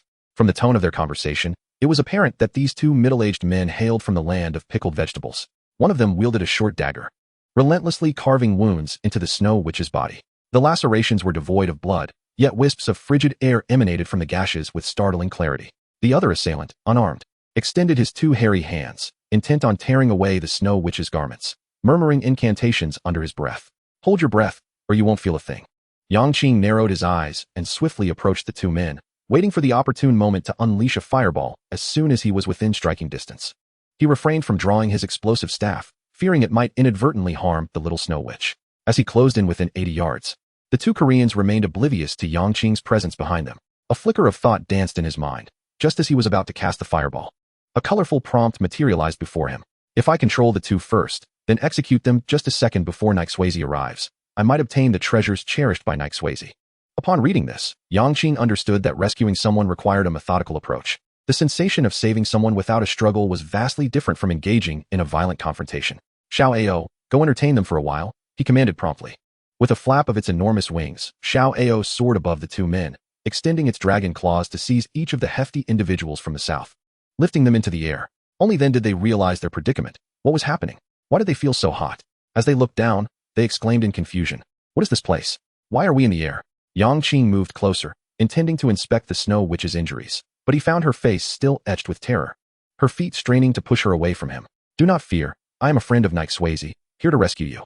He invoked Naxweezy's name while retrieving a talisman from his backpack, representative of the Snow Witch clan. Whether it was the weight of Naxweezy's name or the talisman itself, the little snow witch's expression shifted from fear to surprise. She ceased her retreat and said, Sister Naxweezy's friend? Thank you for saving me. Yang Qing nodded, eager to advance. But another colorful prompt appeared. Naxweezy will arrive in 3 seconds. Realizing this, Yang Qing shouted into the air, Xiao Ao, drop them. Xiao Ao exerted a forceful toss, sending the 2 hefty figures crashing down from the sky. Timing his actions, 2 massive fireballs coalesced in front of Yang Qing, hurtling towards the Koreans, who were barely clinging to life, as he bellowed, anyone who dares to harm my friends shall perish. This very scene was witnessed by Naxweezy, who was hastily descending from the icy wall above. She stood there, bewildered by the unfolding events, uncertain of what was transpiring. She had sensed her sister was enduring torment, prompting her urgent arrival. But here was a starkly different scenario. Wasn't he this the chosen one who had assisted her in gathering the potion ingredients? However, upon seeing the little snow witch sprawled on the ice, covered in wounds, her expression drastically changed. She swiftly darted to her sister's side, scooping her up as she exclaimed, Yakshuizi, what has happened? The cold, trembling Yakshuizi, upon seeing her sister, could no longer hold back her tears. Large, icy droplets cascaded down her cheeks, a clear testament to the immense fright she had just endured. She recounted the events in detail, revealing that when the 2 Koreans stumbled upon the icy cavern, she had immediately attempted to expel them. Yet, upon witnessing their ability to breach the eternal wall, she recognized them as chosen ones. Following the directive of the snow goddess, she was instructed to treat the chosen ones kindly, and thus, she had hastily apologized for her earlier rudeness. The 2 Koreans seized the opportunity, drawing near to Yakshuizi under the guise of their chosen status, and then struck her waist with their daggers. The subsequent events unfolded as she described, particularly highlighting Yang Qing, and curiously asking, Sister, how do you know such a powerful friend? As Naxweezy retrieved various vials from her ring, pouring a cerulean liquid onto Yakshuizi's wounds, she explained how she came to know Yang Qing. By the end of her story, Yakshuizi couldn't help but exclaim, This chosen brother is truly a good person. Ahem. Yang Qing cleared his throat. After Yakshuizi had clarified everything, he approached the 2 women, eager to collect his reward and depart swiftly. To his surprise, he found himself on the receiving end of praise. Reflecting on his own actions, he mused on the unpredictability of life. Chapter 79. Advanced Beast Armor. Thanks to Naxweezy's diligent application of the healing elixir, Yakshuizi's superficial wounds were nearly healed. Manhwaedit promptly rose and approached Yang Qing, expressing her gratitude. Thank you, chosen one. Had you not arrived in time, Manhwaedit might have. There's no need for thanks. Did you not say that I am a friend of your Snow Witch clan? It is only natural to assist a friend in distress, Yang Qing replied, waving his hand dismissively. Yes, we are friends. Manhwaedit rarely smiled, a hint of warmth gracing her features. According to the customs of our Snow Witch clan, since you saved Manhwaedit, I must bestow upon you a precious gift as a token of gratitude. Yang Qing awaited this very proclamation, not intending to decline, he stated plainly. Thank you. The magic orb you gifted me last time was quite useful, and I look forward to this gift. Manhwaedit paused, taken aback by his directness. But her smile widened, secretly thinking that he was far easier to interact with than the hypocritical princes of the empire. At that moment, Manhwaedit chimed in. My name is Manhwaedit. I still do not know your name. I am Yang Qing. Ah, Xiao Ao, seeking to assert its presence, descended from the sky to stand beside Yang Qing. What is this? An ancient red dragon? I can't believe a true dragon still exists within the dragon clan. Manhwaedit, who had previously focused solely on Manhwaedit, could not suppress her astonishment upon seeing Xiao Ao. Yang Qing, curious about her reaction, wondered if the dragon clan had indeed been extinguished. Just as he was about to inquire about the basic circumstances of this world, Manhwaedit's voice rang out again. Since brother Yang Qing can tame even a true dragon, why not gift him that item as a token of gratitude? Manhwaedit was momentarily taken aback, but nodded in agreement. That is indeed a splendid idea. She then touched her ring, and a blueprint materialized in her hand, which she presented to Yang Qing while saying, this item, I believe, will be of use to you. Intrigued, Yang Qing accepted the blueprint. System Advanced Beast Armor Blueprint 1. The name of the armor suggested it might enhance the combat prowess of his pets. Resisting the urge to learn it immediately, he turned to the two women to express his gratitude while also inquiring, I overheard your conversation. Is it true that the dragon clan has been extinguished? Could you also enlighten me about the state of your world? Manhwaedit nodded and replied, this is not a great secret. However, having grown up on Snow God Mountain, we are not well acquainted with the outside world. I only know that since my childhood, humans have occasionally visited our Snow Witch clan, some proclaiming themselves as kings, others as divine servants, hunters, or adventurers. As for the extinction of the dragon clan, it is indeed a fact, as documented in ancient texts and ancestral teachings. Our Snow Witch clan has been on amicable terms with the dragon clan since antiquity. In this current era, the true dragon clan has long since vanished, the specific reasons for which remain shrouded in mystery. After listening to Manhwaedit's narrative, Yang Qing felt as though he had merely engaged in a conversation devoid of any substantial value, gleaning no noteworthy information. He could only ascertain that this world indeed harbors indigenous humans, rather than being solely populated by a myriad of exotic beasts and peculiar races. Subsequently, he felt no desire to linger in this place any longer. The exotic beast armor he had recently acquired weighed heavily on his mind, prompting him to voice his gratitude. Thank you for your clarification. I have matters to attend to, so I shall take my leave. Manhwaedit nodded in acknowledgement and, from her ring, produced a pristine white beast hide scroll, proclaiming, in 5 days, we will hold the decennial sacrificial ceremony of Snow God Mountain. As a friend of our Snow Witch clan, I, Manhwaedit, cordially invite you to partake in this event. At that time, the Snow God shall bestow blessings. And I hope my friend can also bask in divine favor. Yang Qing raised an eyebrow. This was likely the opportunity indicated in the prompt to garner the Snow God's favor. After a moment's contemplation, he accepted the white beast hide scroll from Manhwaedit's hand. System, designated teleportation scroll to Snow God Mountain 1. The prompt did not indicate any danger in participating in the ceremony, and although he had taken the scroll, the choice to teleport remained his own. There was no need to risk offending Manhwaedit by declining her invitation. After assuring both women of his timely participation in the ceremony, Yang Qing commenced with his 5th excavation of the day. As for the relics dropped by the two from the pickled vegetable nation, they had already been collected. The most valuable being 2 first-tier weapons, a finely crafted copper dagger and an exquisite iron sword. His gaze shifted, ultimately resolving to excavate downward. Within lay a blue shell, which, compared to other directions, presented itself as the most favorable option. Thus, under the watchful eyes of Manhwaedit and Manhwaedit, Yang Qing gradually shattered the icy wall, stepping into the mist and vanishing within the icy cavern. Upon entering the new ice cavern, Yang Qing eagerly retrieved the blueprint for the advanced exotic beast armor, absorbing its knowledge before immediately accessing the manufacturing interface. Advanced exotic beast armor. Earth energy stones 21, water energy stones 4510, fire energy stones 4010, wind energy stones 3810, ice energy stones 5010, thunder energy stones 3810, earth energy stones 4510, wood energy stones 3710, spirit energy stones 3410, fine gold 850, fine silver 50, fine copper 4150, fine iron 2150, fine steel 7950, crystal 50. The materials required seem far more precious than those for crafting a mech. One could only surmise the remarkable enhancements that accompany such a prestigious prefix. With such high demands, how formidable must the bonuses be? Yang Qing's gaze burned with fervor as he studied the crafting formula displayed on the interface. Eager to proceed, he discovered a significant shortfall in materials and perused the trading post for a while, ultimately spending 70 L of water and 126 portions of dangerous level beast meat to gather all necessary components. Notably, the fine gold and fine silver alone cost him 40 L of water and 73 portions of dangerous level beast meat. As the prices for such rare materials rivaled that of gold and iron, typically hovering around 600 milliliters of water per portion. Thus, within his backpack, aside from a few portions of terrifying level beast meat and some exceedingly rare materials akin to the power of the ice dragon, he was left with merely some second-tier equipment, energy stones, and high-grade spell orbs. His water supply dwindled to a mere 5 L reserved for drinking. It could be said that apart from the high-tier items, he possessed nothing of worth.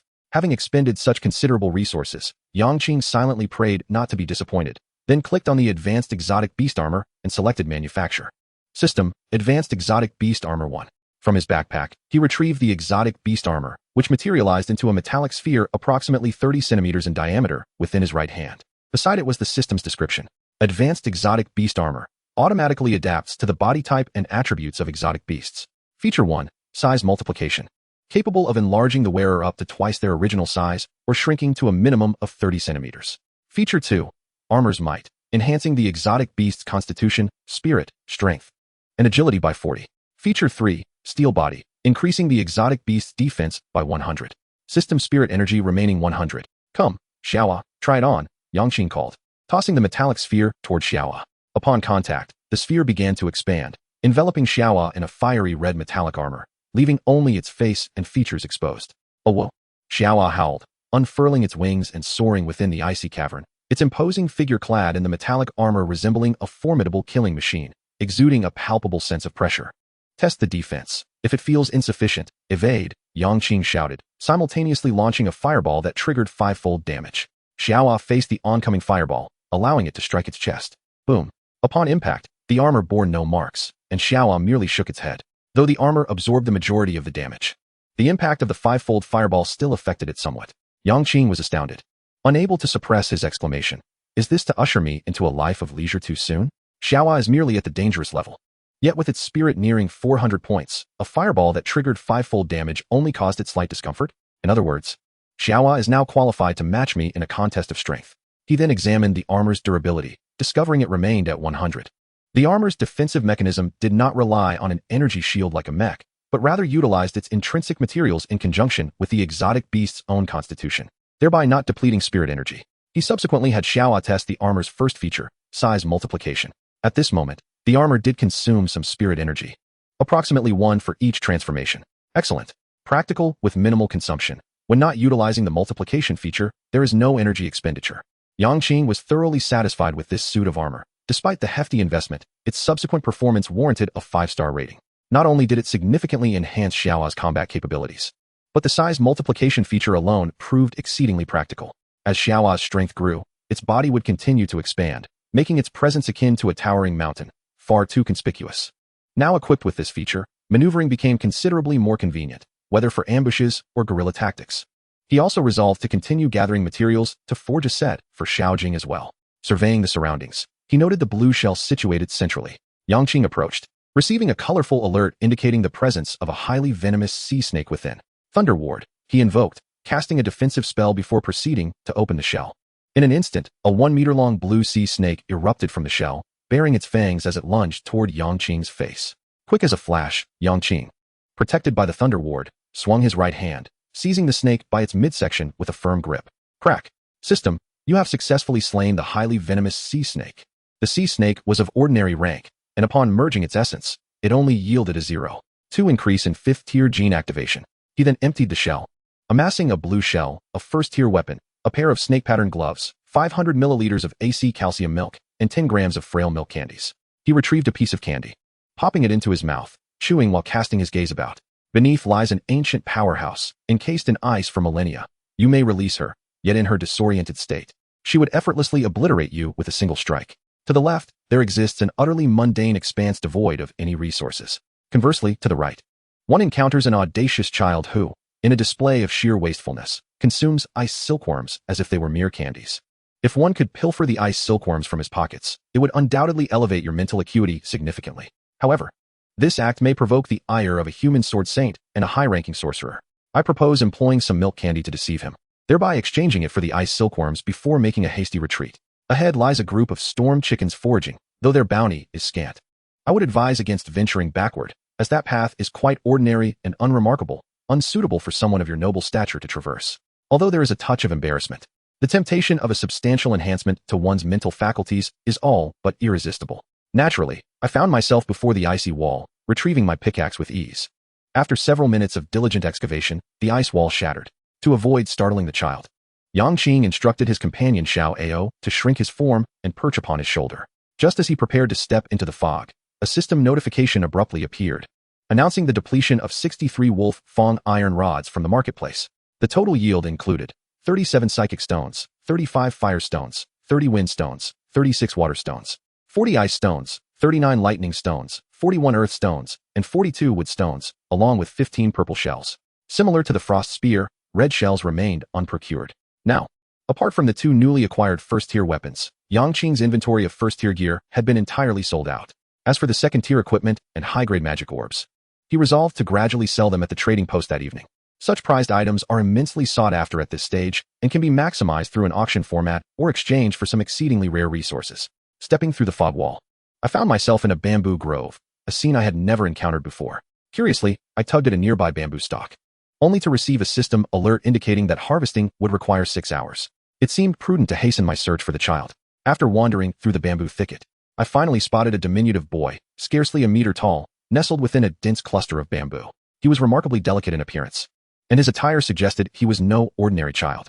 Leaning against a bamboo stalk, he repeatedly retrieved ice silkworms, each the size of a thumb, from his pocket and devoured them with fervor, mumbling, "Umph." They either tell me to practice swordplay or compel me to contemplate magical elements without a moment's respite. Today, I've finally found an opportunity to escape and must take full advantage of it. It's a pity I can't go to Wine City to play with Yana. Otherwise, I'd certainly give her a good spanking, just like my father does to my mother. Yang Qing's attention, however, was fixated on the ice silkworms in the boy's pocket, and he felt a pang of anguish at the thought of such a precious resource being squandered. Approaching the boy from behind, he exclaimed, "Is this truly someone's child? Such revolting insects, and yet he consumes them with such gusto. Even my dog would turn its nose up at this. How pitiful." "Who?" The boy turned to look, his defiance ignited upon encountering this oddly dressed figure who dared to criticize his snacks. "You don't understand. These are special treats my father made for me. They are the best." Seeing the boy take the bait, Yang Qing felt no need to engage further in banter. He swiftly produced a piece of milk candy from his backpack and tossed it to the boy, declaring, "Ignorant child, taste this, and you shall know what true delicacy is." Although Yang Qing had never tasted the ice silkworms, judging by their appearance, which resembled icy lumps, he doubted they offered much in the way of flavor. Even if they were palatable, consuming them daily would surely lead to monotony. As for the milk candy, it was the result of extensive research by countless experts aimed at appealing to children. He found it hard to believe it could be outdone by an icy lump. The boy, emboldened by Yang Qing's confidence, succumbed to his competitive spirit and promptly popped the milk candy into his mouth, chewing thoughtfully. "Wow, what is this flavor? How can it be so delicious? I've never tasted anything like it." His cheeks flushed with excitement, as no child could escape the allure of additives. "What is this? How can it be so delectable? Do you have more? I'm willing to trade ice silkworms for it. This is my most prized possession." With an expression of eagerness and sincerity, the boy's previously arrogant demeanor had vanished along with the milk candy. What would I want with such icy lumps? Moreover, the materials required to produce them are intricate and precious, and my own supply is scant, Yang Qing replied, shaking his head and feigning an intent to leave. I can offer this in exchange," the boy stammered, biting his lip as he removed a blue necklace from around his neck. "This was given to me by my father. He said it could save my life in critical moments. It's very precious." Just as Yang Qing reached out to examine it, a colorful alert suddenly flashed before him. "Beware, this item bears the mark of a sword saint. Accepting it will incur the wrath of said sword saint. Never mind, seeing your sincerity, I shall forego the necklace, but my treasure cannot be given freely. Let us proceed with the exchange for the ice silkworms, as you suggested." Recognizing the potential trouble indicated by the alert, Yang Qing aimed to complete the transaction swiftly and depart before the boy's father arrived, which could complicate matters. Upon hearing this, the boy was overjoyed and eagerly began to extract ice silkworms from his pockets, handing them over one by one. Yang Qing accepted them into his backpack until the boy's pockets were entirely emptied, at which point the boy declared, "These are all my ice silkworms. They are yours." Yang Qing glanced at the haul, totaling 21. He then retrieved the remaining 8 pieces of milk candy from his backpack and handed them to the boy, stating, "This too is all I have, take it." Having acquired what he desired, Yang Qing felt no need to haggle further. If fate allowed, he might encounter this child again and wish to leave a favorable impression for future dealings. The boy, delighted by Yang Qing's generosity, boldly proposed to acknowledge him as an older brother. Yang Qing, however, paid him no mind, recognizing the boy's intent to curry favor for more candy. He swiftly made his way deeper into the bamboo grove, leaving only the silhouette of his retreating form behind. The boy, undeterred by the rejection of his offer, relished in the thought of his newfound treats, deciding to savor one a day to avoid depleting his supply. So delicious, truly delightful. After surveying his surroundings, the system provided a notification, and after some deliberation, he resolved to forge ahead.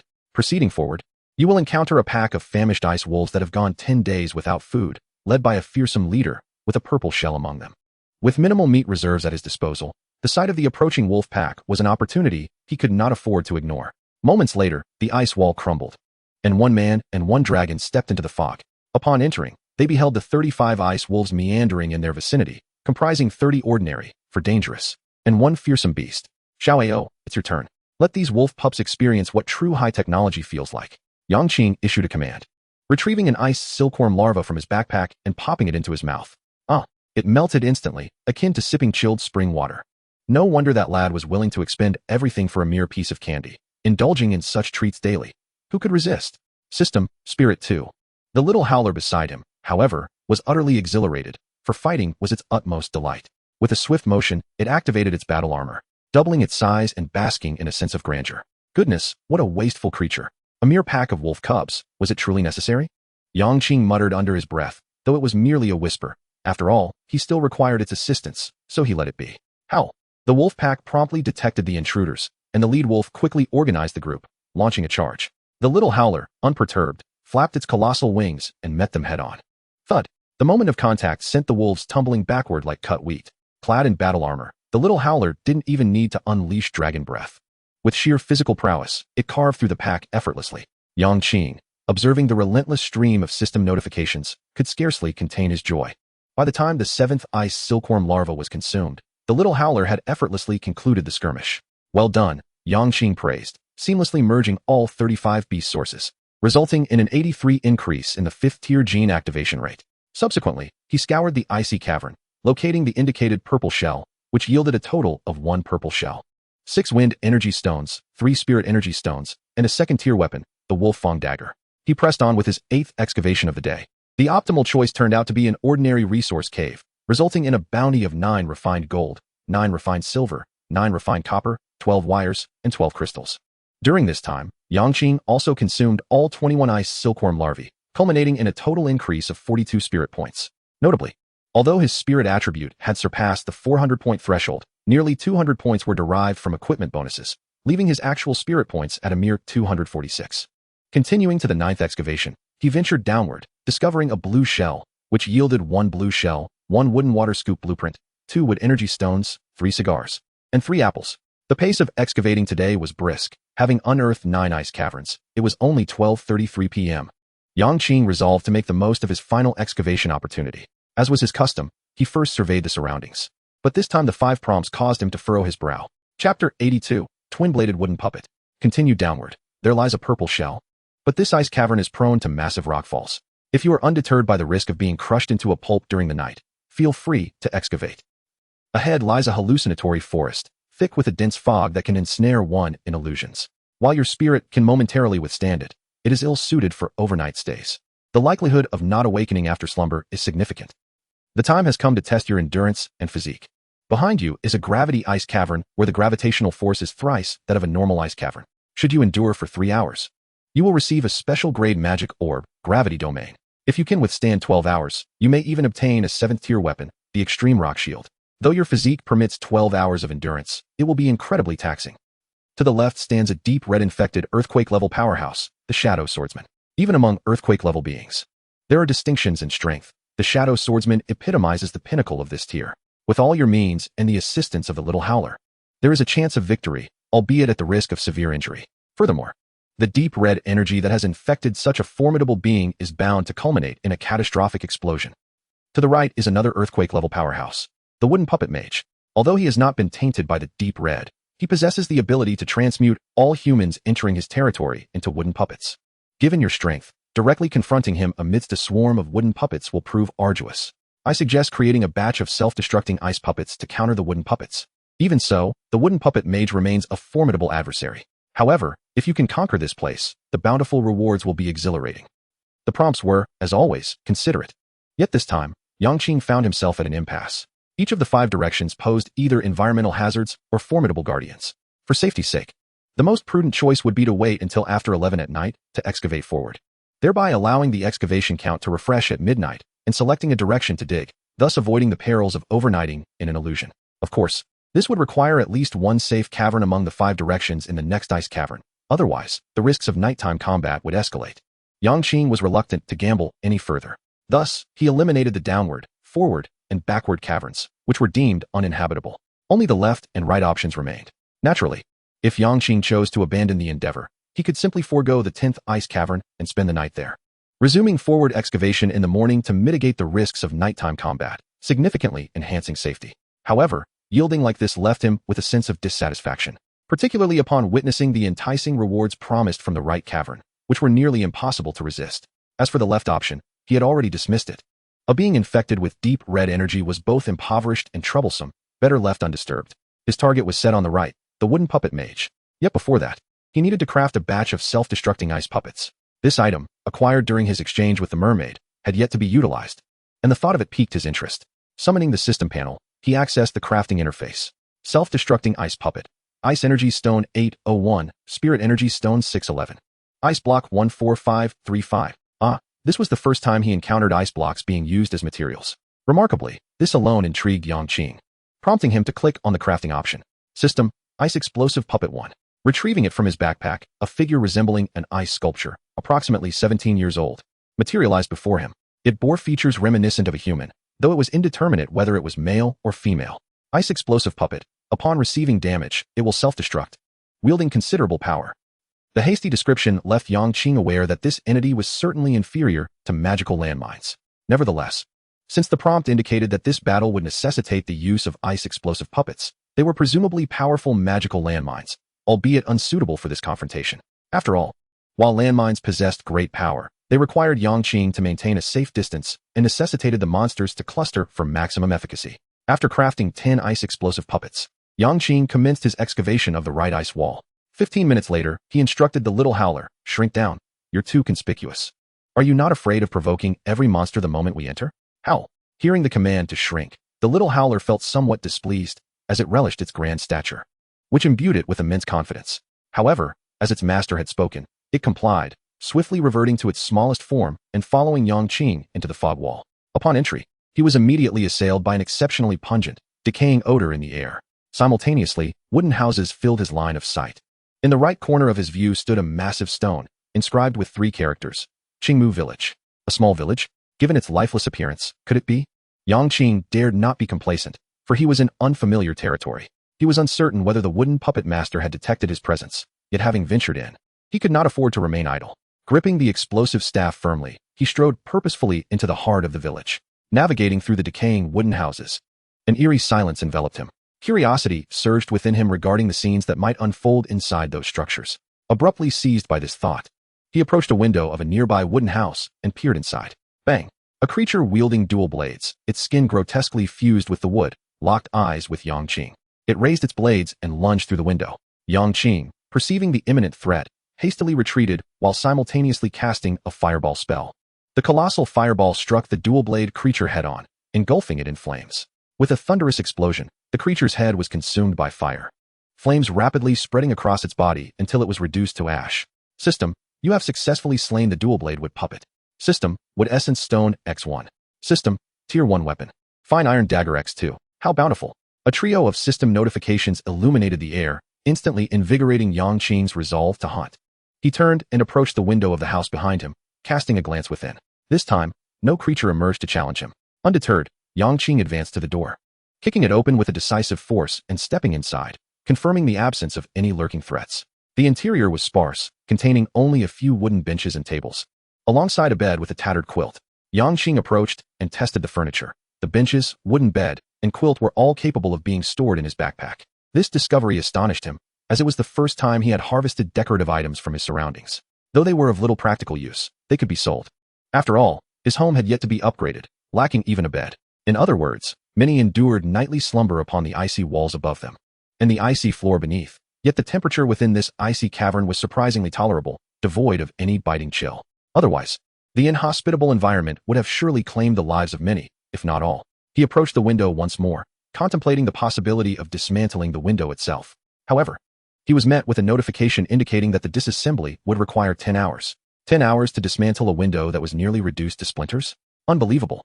Regrettably, he had to abandon the notion of packing the entire wooden house. Chapter 83, The Reopening of the Black Shell.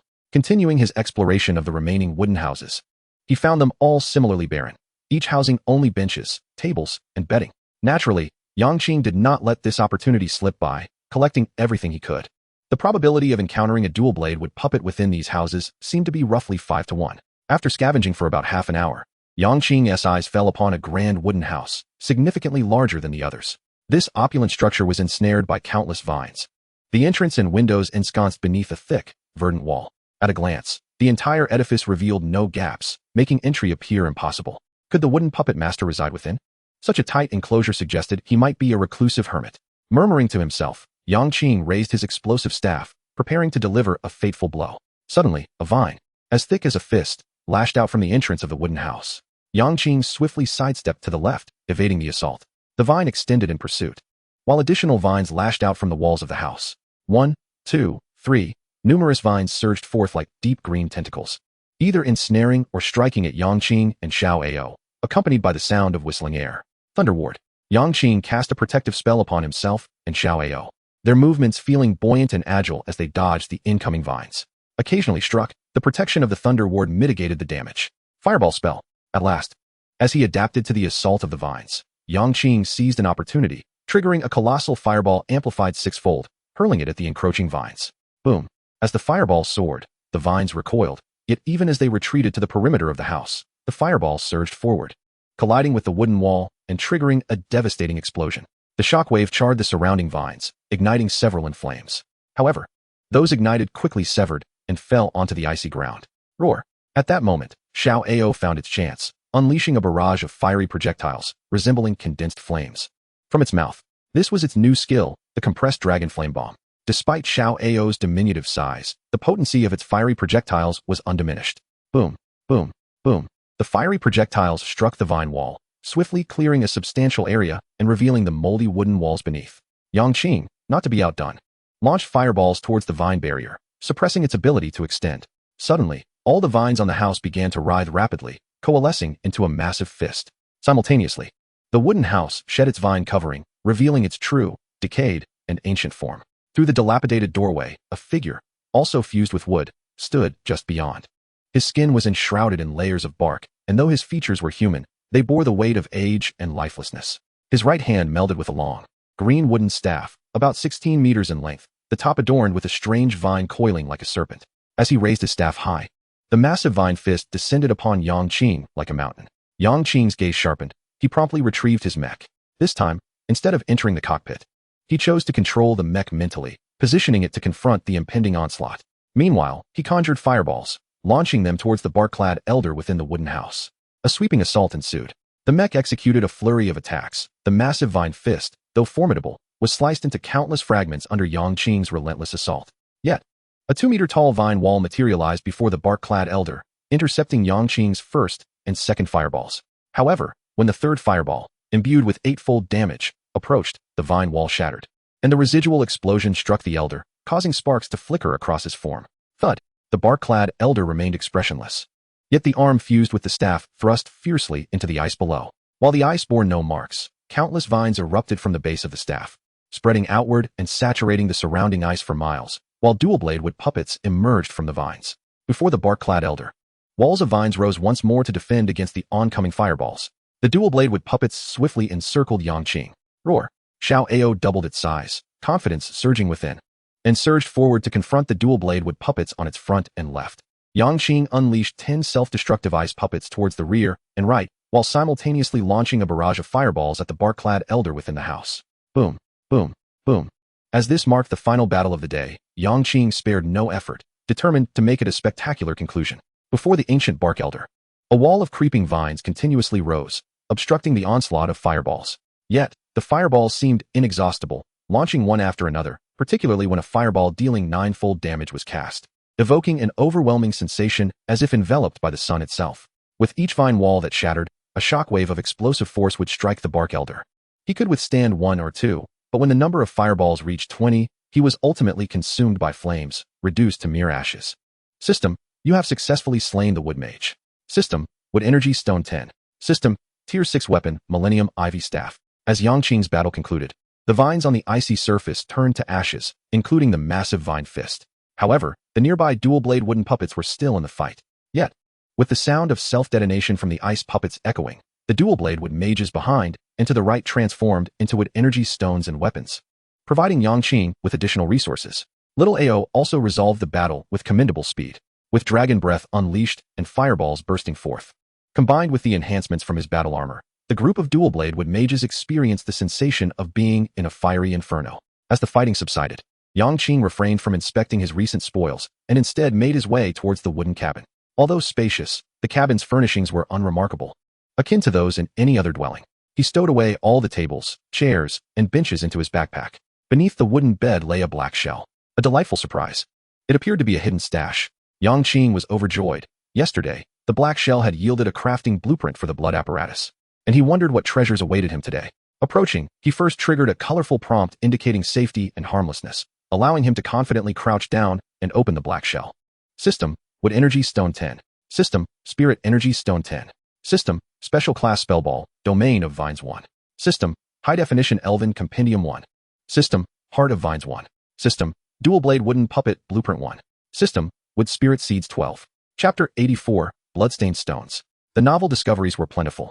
Watching the cascade of system notifications, a smile crept onto Yang Qing's lips, and he first retrieved the elven compendium to peruse its contents. After an hour of meticulous examination, he reluctantly set the compendium beside the high-definition comic of Silver Bottle May. In this icy cavern, he had only scavenged less than a quarter of the wooden cabin, and the remaining furniture could not be overlooked. Another half-hour passed, and the entire icy cave was left with only the indestructible wooden cabin. During this time, he had not encountered any dual-blade wooden puppets, likely having been eliminated in the previous skirmish. Finding a sufficiently large space, he manifested a courtyard. He first arranged everything that could be collected or cultivated within the courtyard before reclining in a rocking chair to meticulously sort through his recent acquisitions. Among the spoils, he had obtained 53 wood energy stones from the dual-blade wooden puppets, along with 106 fine iron blades. In terms of furniture, he amassed a total of 215 sets. Opening the trading interface, he noted: Seller: Yang Qing, Dragon Nation. Trade items: wooden table, wooden chair, wooden bed, quilt. Requirements: any 5 pieces of fine gold, fine silver, fine copper, fine steel, fine iron. Stock: 215. Such items would have been unsellable in the first 2 days, given the survival struggles. Who would care about comfort and sleep? However, Yang Qing felt a slight market potential now, for once individuals were well-fed and materials were abundant, they might not mind spending a bit to enhance their quality of life. Sleeping comfortably would boost their spirits and aid their adventures the following day. Moreover, while these furnishings could be individually searched in the trading interface, quilts remained a rare commodity, justifying Yang Qing's elevated pricing. As for the fine iron blades, he had yet to sell them, having recently acquired additional resources, and he intended to first assess their effects, particularly in crafting the dual-blade wooden puppets. Who knew when they might come in handy? Continuing to explore his backpack, he first learned the crafting blueprint for the dual-blade wooden puppets. Then, he retrieved all the intriguing items he had just collected, inspecting them one by one. System: special class spellball, domain of vines. Centered on oneself, it can coalesce a field of vines in the surrounding area. For every 100 points of spirit, the vine's reach extends 10 yards. While within the domain of vines, your wood-type skills are enhanced by 60. Additionally, within the covered area of the domain of vines, you can perceive all movements. Note: requires wood elemental body for fusion. System: tier 6 weapon, millennium ivy staff. Characteristics: mastery of wood element. Within the domain of vines, you can utilize 3 basic wood-type skills: wall of vines, vine entanglement, and vine spear. System: heart of vines. Upon fusion, it expands the domain of vines tenfold, but you will transform into a half-trent, losing primal desires, rendering you devoid of emotions. Note: requires wood elemental body for fusion. System: wood spirit seeds. When planted, they will yield wood spirits. Wood spirits can fuse with wood-type puppets, granting them potential for advancement and additionally bestowing a characteristic upon the puppet. It was evident that the weapon, spell ball, and Heart of Vines constituted a cohesive set. Lacking any one of the three would significantly diminish their efficacy. Yet, their harmonious combination could instantaneously create a formidable wood mage. Yang Qing could certainly learn, but having witnessed the appearance of a half-trent, he would never entertain the notion.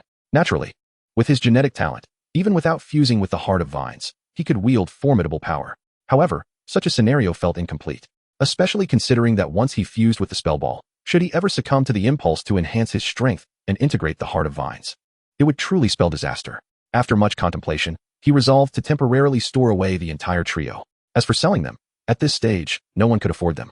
300 wood energy stones was hardly unreasonable. Regarding the remaining wood spirit seeds, he decided to plant them in fertile spirit soil, as anything that could enhance the puppet's strength deserved the best farmland. Opening the crafting interface, he focused on the formula for the dual blade wooden puppets. Dual blade wooden puppet, wood energy stones 1, 221, spirit energy stones 641, fine iron blades 1, 062, blue wood 3, fine steel 293. Checking the trading interface for blue wood, he found only 9 pieces available, all from a single seller, priced at 5 wood energy stones each. With a note stating no negotiations, Yang Qing pondered but ultimately refrained from trading, although he possessed ample wood energy stones. Engaging in such a disadvantageous transaction felt more painful than a slap to his face. In his view, blue wood was hardly worth that price. He resolved to keep a keen eye out for ice caves that might contain blue wood, prioritizing them in the future. Of course, the primary reason was that dual blade puppets were not an immediate necessity, so there was no rush. After a busy day, Yang Qing realized he had yet to eat. Now that he had a moment to spare, he naturally prioritized filling his stomach.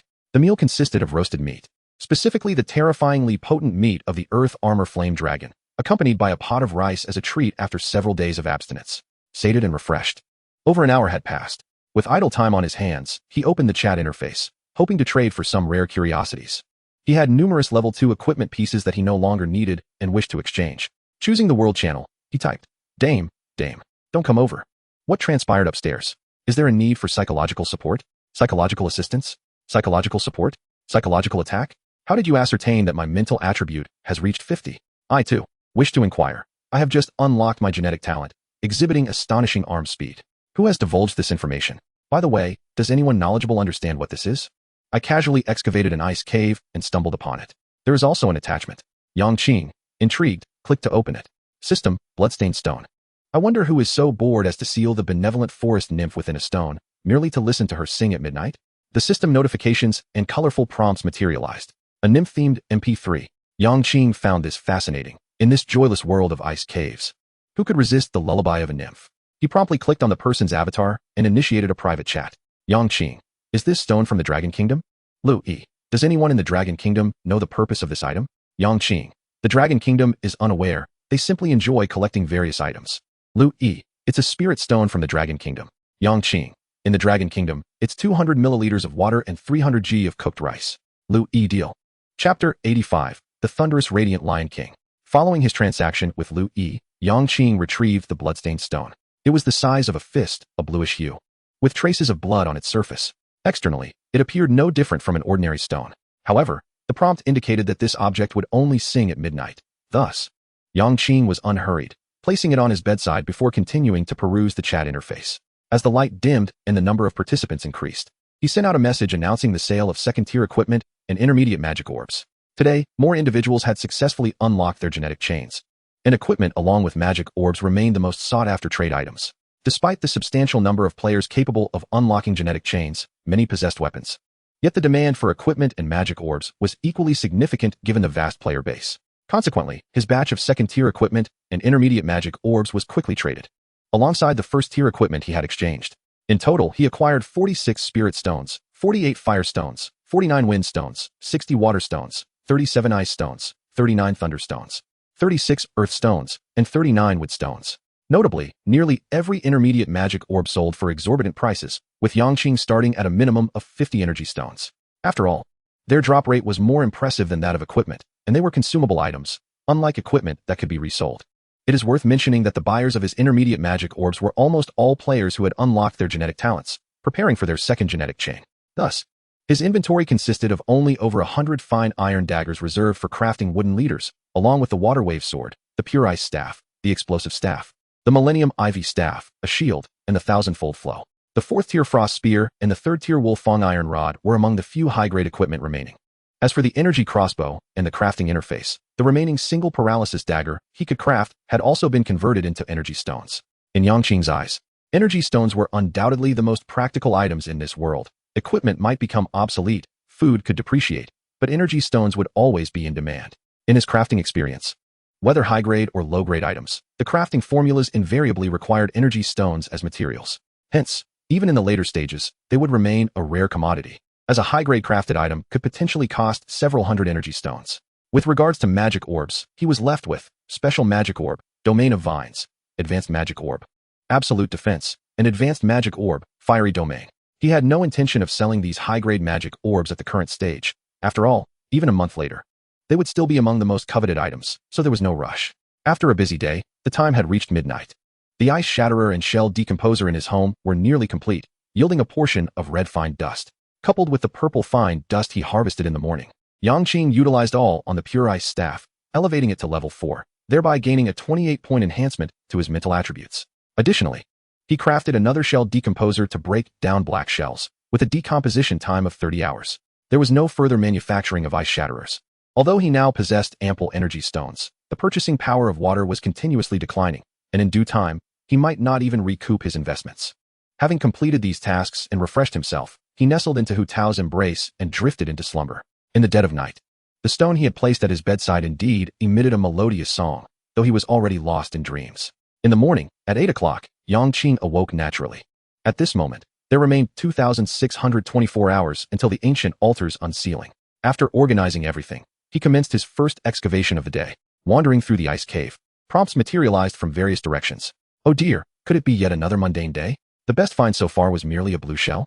Yang Qing murmured as he aimed his pickaxe at the icy wall below. In total, he unearthed 1 blue shell, 2 fire stones, a pair of first-tier shoes, 1 linen shoe, and 1 pineapple. During the second excavation, still observing his surroundings, he noted that the only accessible paths led forward and backward, both leading to ordinary resource caves, inferior to the initial blue shell.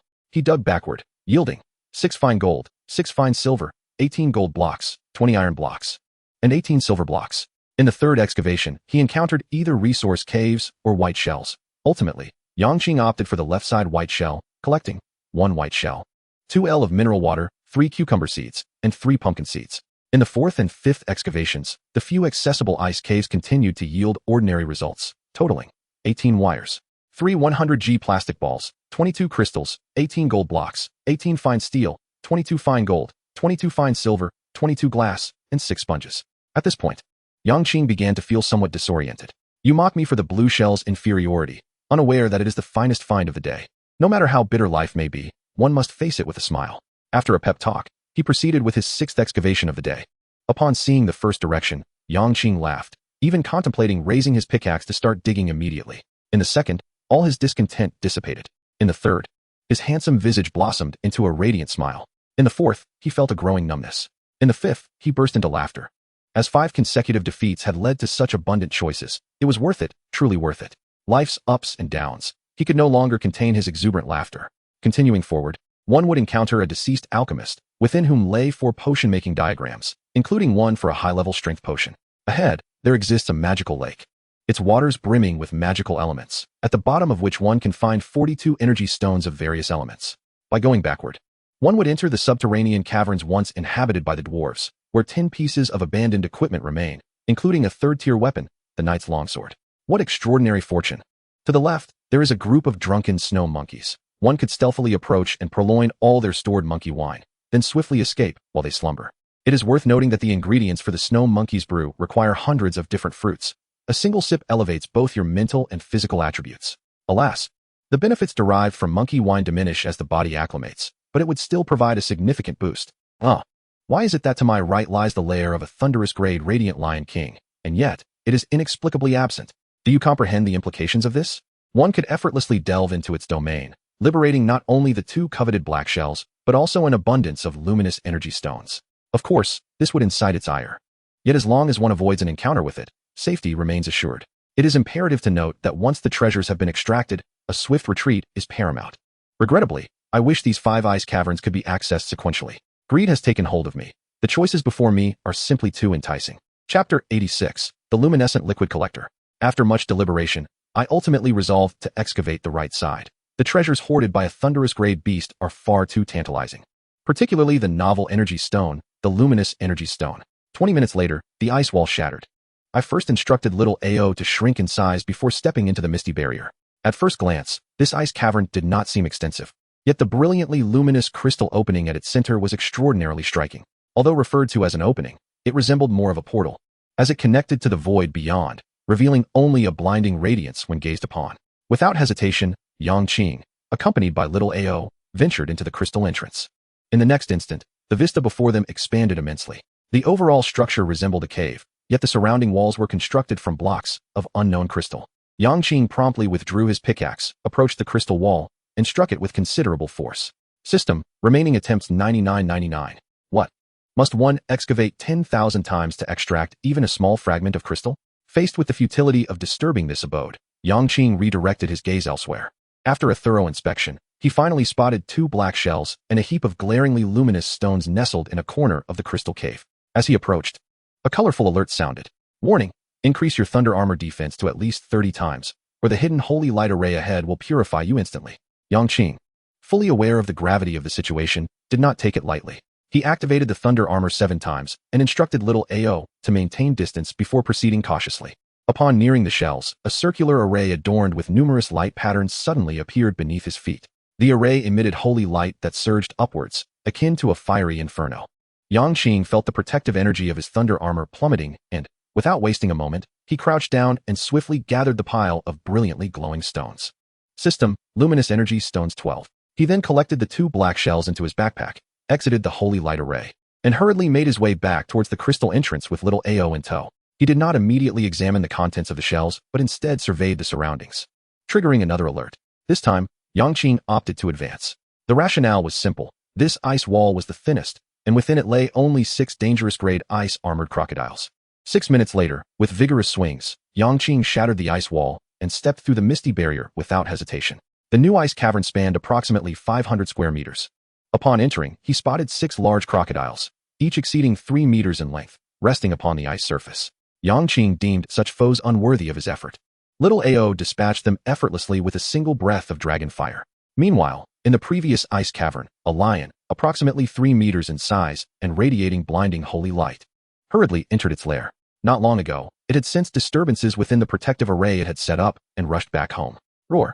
Upon entering the cavern, rage engulfed it at the sight before its eyes. Its precious treasures were gone. Just moments ago, it had heard whispers of a newly emerged thunderous grade ruler in the North Wind Mountains, the tempestuous Wind Lion, and had intended to visit this kin for a cordial exchange. Who could have foreseen that, midway, its abode would be pillaged? Roar. It vowed that should it ever encounter this despicable thief, it would flay, shatter, and rend them limb from limb. Meanwhile, Yang Qing was exuberantly opening the shells. The 2 black shells yielded. Black Shell 2, Luminous Energy Stones 12, Spiritual Energy Stones 12. 4th Grade Radiant Leggings 1, 4th Grade Radiant Trousers 1, 4th Grade Radiant Longsword 1, Special Spell Ball, Holy Light, /1, Advanced Spell Ball, Holy Light Power. And the blueprint for the Luminescent Liquid Collector. He first donned the 2 pieces of 4th Grade trousers and leggings, augmenting his strength by 80 points. He then examined the 2 spell balls. Both skills seemed more suited for melee combat. The Holy Light Slash was a single target attack technique, usable only with sword-type weapons. Its damage was determined by both strength and spirit, categorizing it as hybrid damage. However, being an elemental skill, it benefited from genetic talent bonuses. Holy Light Power was an auxiliary skill that could bestow holy light upon any unit, enhancing strength by 40 for 30 seconds. Yang Qing found little interest in these skills. Holy Light Power offered minimal enhancement to his capabilities, and while he could switch weapons in combat, the continuous need to do so for a single target attack was inconvenient. Finally, he retrieved the blueprint for the Luminescent Liquid Collector and chose to study it. Compared to other items, his interest in the blueprint was far greater. He clicked on the manufacturing interface. Luminescent Liquid Collector requires Spiritual Energy Stones 11210, Luminous Energy Stones 2410, Crystals 3430, Refined Gold 3730, Refined Copper 930, Refined Steel 4730. This world, in terms of manufacturing, is rife with malice, or at least that is Yang Qing's perspective. For any manufactured item, one must expend materials to ascertain its specific function, leaving one to rely solely on a name for initial guesses, which is undeniably a pitfall. Should one incur substantial costs to produce an unusable item, it would indeed be a waste, especially for players lacking abundant resources. At this moment, Yang Qing faced a similar dilemma. Although his resources were plentiful, the hard-earned luminous energy stones needed to be utilized promptly, leaving him in a state of indecision. Nevertheless, reflecting on past experiences, it seemed that none of the items he had crafted had ever disappointed him. Resolute, he decided to manufacture a luminescent liquid collector since he had already learned the blueprint. The only missing material was refined copper. The furniture he had listed for sale at the trading post the previous night had sold half, yielding a substantial amount of refined copper. He promptly retrieved 21 units of refined copper from the trading interface, thereby completing the material requirements. He clicked on the manufacturing button. System, Luminescent Liquid Collector 1. Opening his backpack, he extracted it. Before Yang Qing stood a precisely crafted device, approximately 1 meter tall, constructed from refined copper and steel, with crystal embellishments. Nearby, several system prompts appeared. Yang Qing clicked on the explanation and studied it for a while, gaining a clearer understanding of this contraption. It is a machine capable of converting light elements from the air into liquid form. This liquid, aptly named luminescent liquid, serves a specific purpose. Consuming 100 milliliters can enhance mental acuity by a fixed 10 points. Naturally, this is effective only for those possessing a body of light elements. For individuals lacking awakened genetic talents, consuming 500 milliliters guarantees awakening the talent of a body of light elements once their first genetic chain reaches 100 activation. As for its collection speed, it stands at 100 milliliters every 10 hours. The object in question is undoubtedly a remarkable artifact, particularly given its capability to cultivate a body of light elements, thus qualifying it for the establishment of a new sect. However, for Yang Qing, its utility is limited to a mere enhancement of 20 points of mental acuity per day. Naturally, were this world to facilitate the development of personal factions and the undertaking of grand wars, he could undoubtedly forge a Legion of Light, potentially earning the esteemed titles of Lord of Light or even Pope of Light. Chapter 87. The Dragonborn of Heaven and Earth, acknowledged as a patriarch. He placed the spiritual essence liquid collector in the courtyard and proceeded with the 7th excavation of the day. Among the 5 promising directions, only 2, upward and downward, seemed viable. Below, 5 terrifying ice explosion bears await. With your capabilities, there are several methods to dispatch them all at once, yielding a purple shell as bounty. Above lies the crystal territory, guarded by 2 earth-shattering elemental lords and a host of elemental spirits. Be cautious. Do not allow the 2 earth-shattering elemental lords to merge, lest they unleash a cataclysmic assault. However, danger and opportunity coexist, for within resides the terrifying schematic for the construction of a spiritual energy ice-fire cannon. After merely 3 seconds of hesitation, Yang Qing resolved to ascend. Though fraught with peril, only a few excavation opportunities remained for the day, as the ancient altar would unlock tomorrow. Given the presence of such a formidable weapon, it was imperative to seize it. 20 minutes later, a man and a dragon traversed through the misty barrier. Yang Qing first retracted his wings before meticulously surveying the expansive ice cavern before him. The cavern appeared boundless, revealing several crystal mountains ranging from 310 meters in height. Each mountain displayed an intricate interplay of red and blue hues, and beside each, 2 unknown entities floated, one a deep crimson, the other an icy blue, both lacking physical forms. Resembling flames, each approximately 40 to 80 centimeters tall. Yang Qing drew forth his explosive staff and cast 2 fireballs at the nearest creatures. System, Fire Element Spirit, Common Level. System, Ice Element Spirit, Common Level. With Yang Qing's current damage output, the 2 common level elemental spirits were swiftly annihilated. System, Fire Energy Stone, X1. System, Ice Energy Stone, X1. Regrettably, no beast source was obtained, yet the common level creatures could yield energy stones, presenting a lucrative opportunity. Muttering to himself, Yang Qing approached the crystal mountain and struck it a few times with his pickaxe, only to find it still unyielding. Meanwhile, Xiao Ao eagerly began hunting the nearby elemental spirits, always brimming with unparalleled enthusiasm for battle. This time, Yang Qing refrained from letting Xiao Ao fight alone. The cavern was vast, and who could predict what lay ahead? They needed to eliminate these minor threats swiftly. The man and dragon pressed deeper until they reached a crystal mountain nearly 15 meters high, guarded by 2 formidable elemental spirits that had attained terrifying levels. Without a change in expression, Yang Qing unleashed 2 fireballs, this time encountering only moderate luck, with damage multipliers of 1x and 2x. Boom. The fireballs exploded, causing the 2 terrifying elemental spirits to momentarily stagger before swiftly merging. Their blue-red amalgamation surged to 2 meters in height, the outline of a human face discernible upon their form. Simultaneously, a circular energy sphere, large enough to resemble a basin, coalesced at their mouth, half imbued with searing red and the other half exuding a chilling blue. With a whoosh, the red-blue energy sphere was expelled. Yang Qing quickly retreated, while Xiao Ao soared higher into the air. Boom.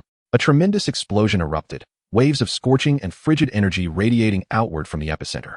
The energy waves spread rapidly, prompting Yang Qing to don his lightning cloak for protection, while Xiao Ao, positioned above, escaped unscathed, only feeling the residual force of the explosion. Xiao Ao steadied himself, gathering a dense concentration of fire elements, which subsequently transformed into a barrage of maximally compressed fireballs that rained down. Yang Qing, too, upon regaining his composure, launched fireballs in response. In an instant, the towering 2-meter elemental spirit was engulfed in an inferno, as the extreme heat and potent shockwaves ravaged its surroundings. The man and dragon bombarded it for 5 consecutive seconds before the system notification of a successful kill appeared before Yang Qing. They continued their descent. Along the way, they encountered another terrifying elemental spirit, yet this time, Yang Qing skillfully directed Xiao Ao to assist him in swiftly eliminating one spirit before the two could merge, considerably simplifying their task. After 10 minutes of relentless exploration, a crystal mountain soaring approximately 30 meters loomed before Yang Qing. Adjacent to this colossal structure stood 2 elemental spirits, each around 3 meters tall. Yang Qing surmised that these must be the elemental lords indicated in the system prompt.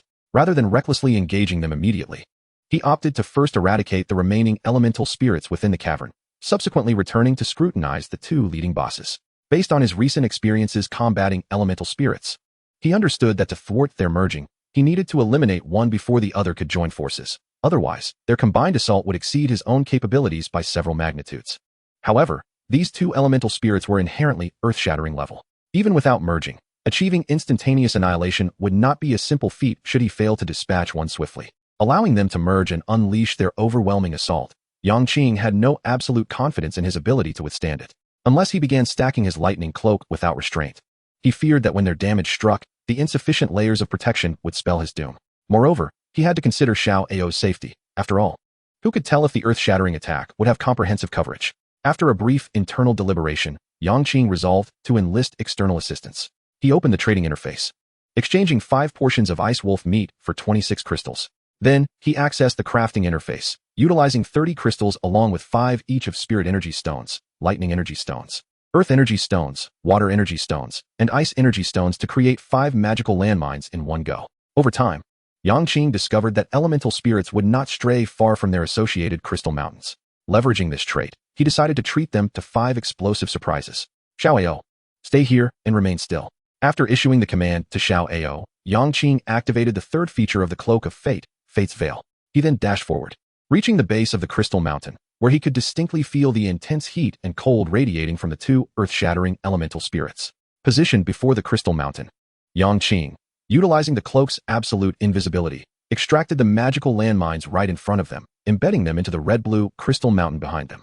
After ensuring the landmines were securely placed, he wasted no time retreating to Xiao Ao's side, urging it to follow him as they hastily withdrew.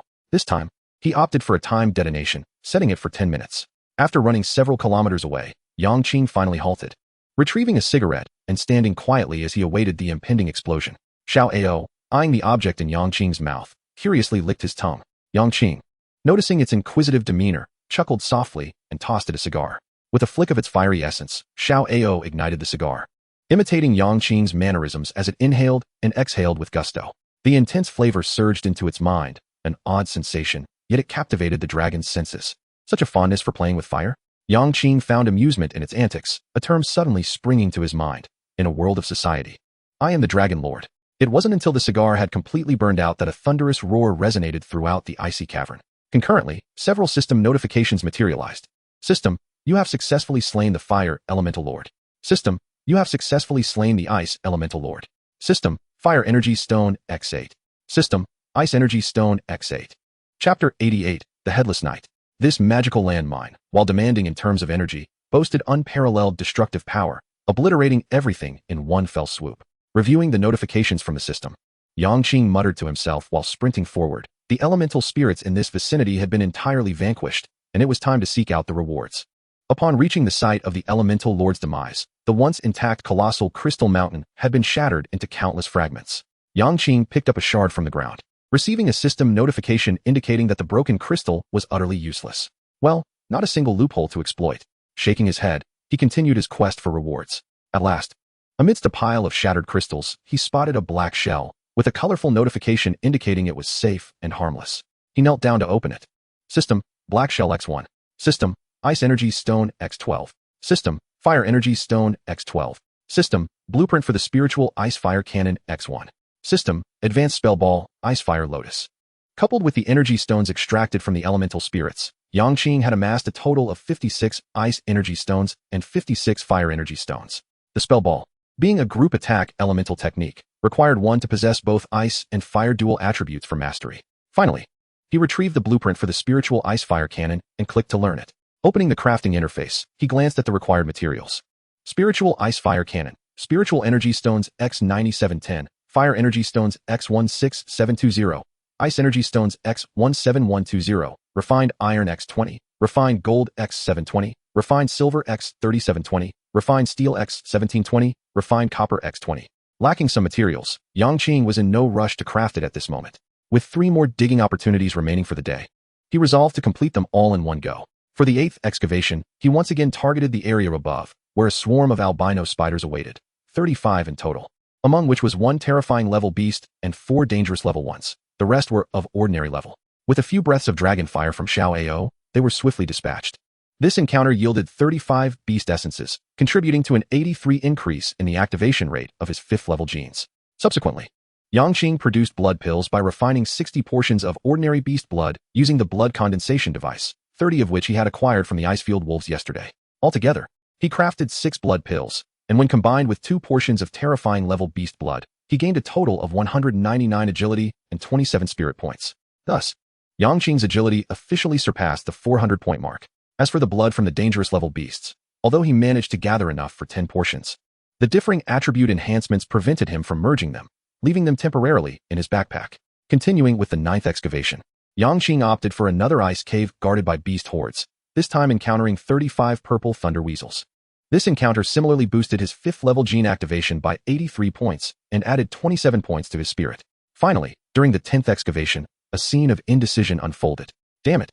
I really don't want to enter the ice cave on the right. There lies a vast graveyard of skeletons, guarded by a horde of filthy, foolish, and vile skeleton swordsmen. At the forefront stands the grotesquely terrifying Headless Knight, whose strength is esteemed among the Tremor class. Of course, you now possess the power to handle it. But do exercise caution with its spear. Behind you are 6 terrifying level rock-armored earth dragons, which your strength can easily dispatch. One option promised to enhance Xiao Ao's strength, while the other would significantly bolster his own spirit. In terms of sheer benefit, the skeleton graveyard, with its singular tremor-level Headless Knight, far outweighed the 6 terrifying level rock-armored earth dragons. Yet, Yang Qing found himself torn. Choosing the graveyard meant he would have to spend the night there, an undeniably poor decision. After a moment's contemplation, he steeled himself and resolved to dig to the right. After all, he needed to return to the ancient altar by tomorrow, and enhancing his strength now would bolster his confidence. 25 minutes later, all preparations were complete. He stowed his pickaxe in his backpack, donned the pure ice staff, and grasped it firmly. Together with Xiao Ao, they stepped into the misty wall. The previously well-lit environment was instantly shrouded in darkness and dampness, the air thick with a putrid, decaying stench. Before them lay a multitude of burial mounds, each occupied by a wandering skeleton wielding a longsword. Xiao Ao seemed to share an aversion to this environment, shaking its head before transforming into its largest form and launching itself atop the mound of bones, unleashing a terrifying breath of the dragon. In an instant, the once serene graveyard erupted into a fiery inferno. One by one, the pallid skeletons, engulfed by the dragon's breath, were transmuted into flaming skeletons, reduced to ashes. System, successfully slain skeleton warrior. System, soul essence, white, X1. System, soul essence, blue, X1. System, first tier weapon, ordinary iron sword, X1. System, second tier weapon, exquisite iron sword, X1. Just then, the ground littered with burial mounds suddenly split open, and a bronze spear shot up from the fissure, aiming straight for the airborne Xiao Ao. Lightning armor. Yang Qing reacted swiftly, instantly casting a defensive spell over Xiao Ao. The bronze spear, propelled with immense force, surged towards Xiao Ao like a dragon. Crack! The lightning armor, amplifying defense by 5 times, shattered in an instant, the tremendous impact sending Xiao Ao hurtling back to the ground. Following the trajectory of the bronze spear, a formidable Headless Knight emerged from the crevice. Clad in bronze armor and wielding a bronze spear, it rode a towering blue-flame skeletal horse, standing approximately 3 meters tall. Most unsettling was the vacancy where its head should be, amplifying its terrifying presence. Xiao Ao surged into the air once more, its fiery gaze flickering with intensity. For the first time, this invincible being tasted the bitterness of defeat, igniting an overwhelming fury within it. Yang Qing approached to assess Xiao Ao's condition. Although the lightning armor had not entirely absorbed the force of the bronze spear, it had mitigated 80 of the impact, combined with the defense of the battle armor. leaving Xiao Ao relatively unscathed. However, the Headless Knight's strength was overwhelming. Even the perilous Xiao Ao could not withstand such formidable power, resulting in its violent toss. Yang Qing summoned his mech, mentally controlling it as it faced the Headless Knight head-on. From the very first attack, he recognized this being as the most potent adversary he had encountered in direct confrontation, and thus he did not dare to be complacent, unleashing his most powerful attack. The Headless Knight raised its bronze spear once more, the blue flame skeletal horse galloping forward with thunderous hoofs. Each skeletal hoof was enshrouded in blue fire. And as the flames intensified, it moved so swiftly that it left behind a blue afterimage. Clang! The mech extended its chainsaw arm to block, the clang of metal reverberating throughout the icy cavern. Chapter 89. The duel arena finally activated. Upon witnessing his attacks thwarted, the Headless Horseman swiftly redirected his steed, charging forth once more. Each charge left behind a long, ethereal blue afterimage. In contrast, the mech, lacking the swiftness of the Headless Horseman, was forced into a defensive stance. Rendered passive, the sounds of collision echoed incessantly. Duong, duong, duong. Hovering in midair, Xiao Ao, unable to penetrate the chaos of battle, sought trouble with the remaining skeletal warriors instead.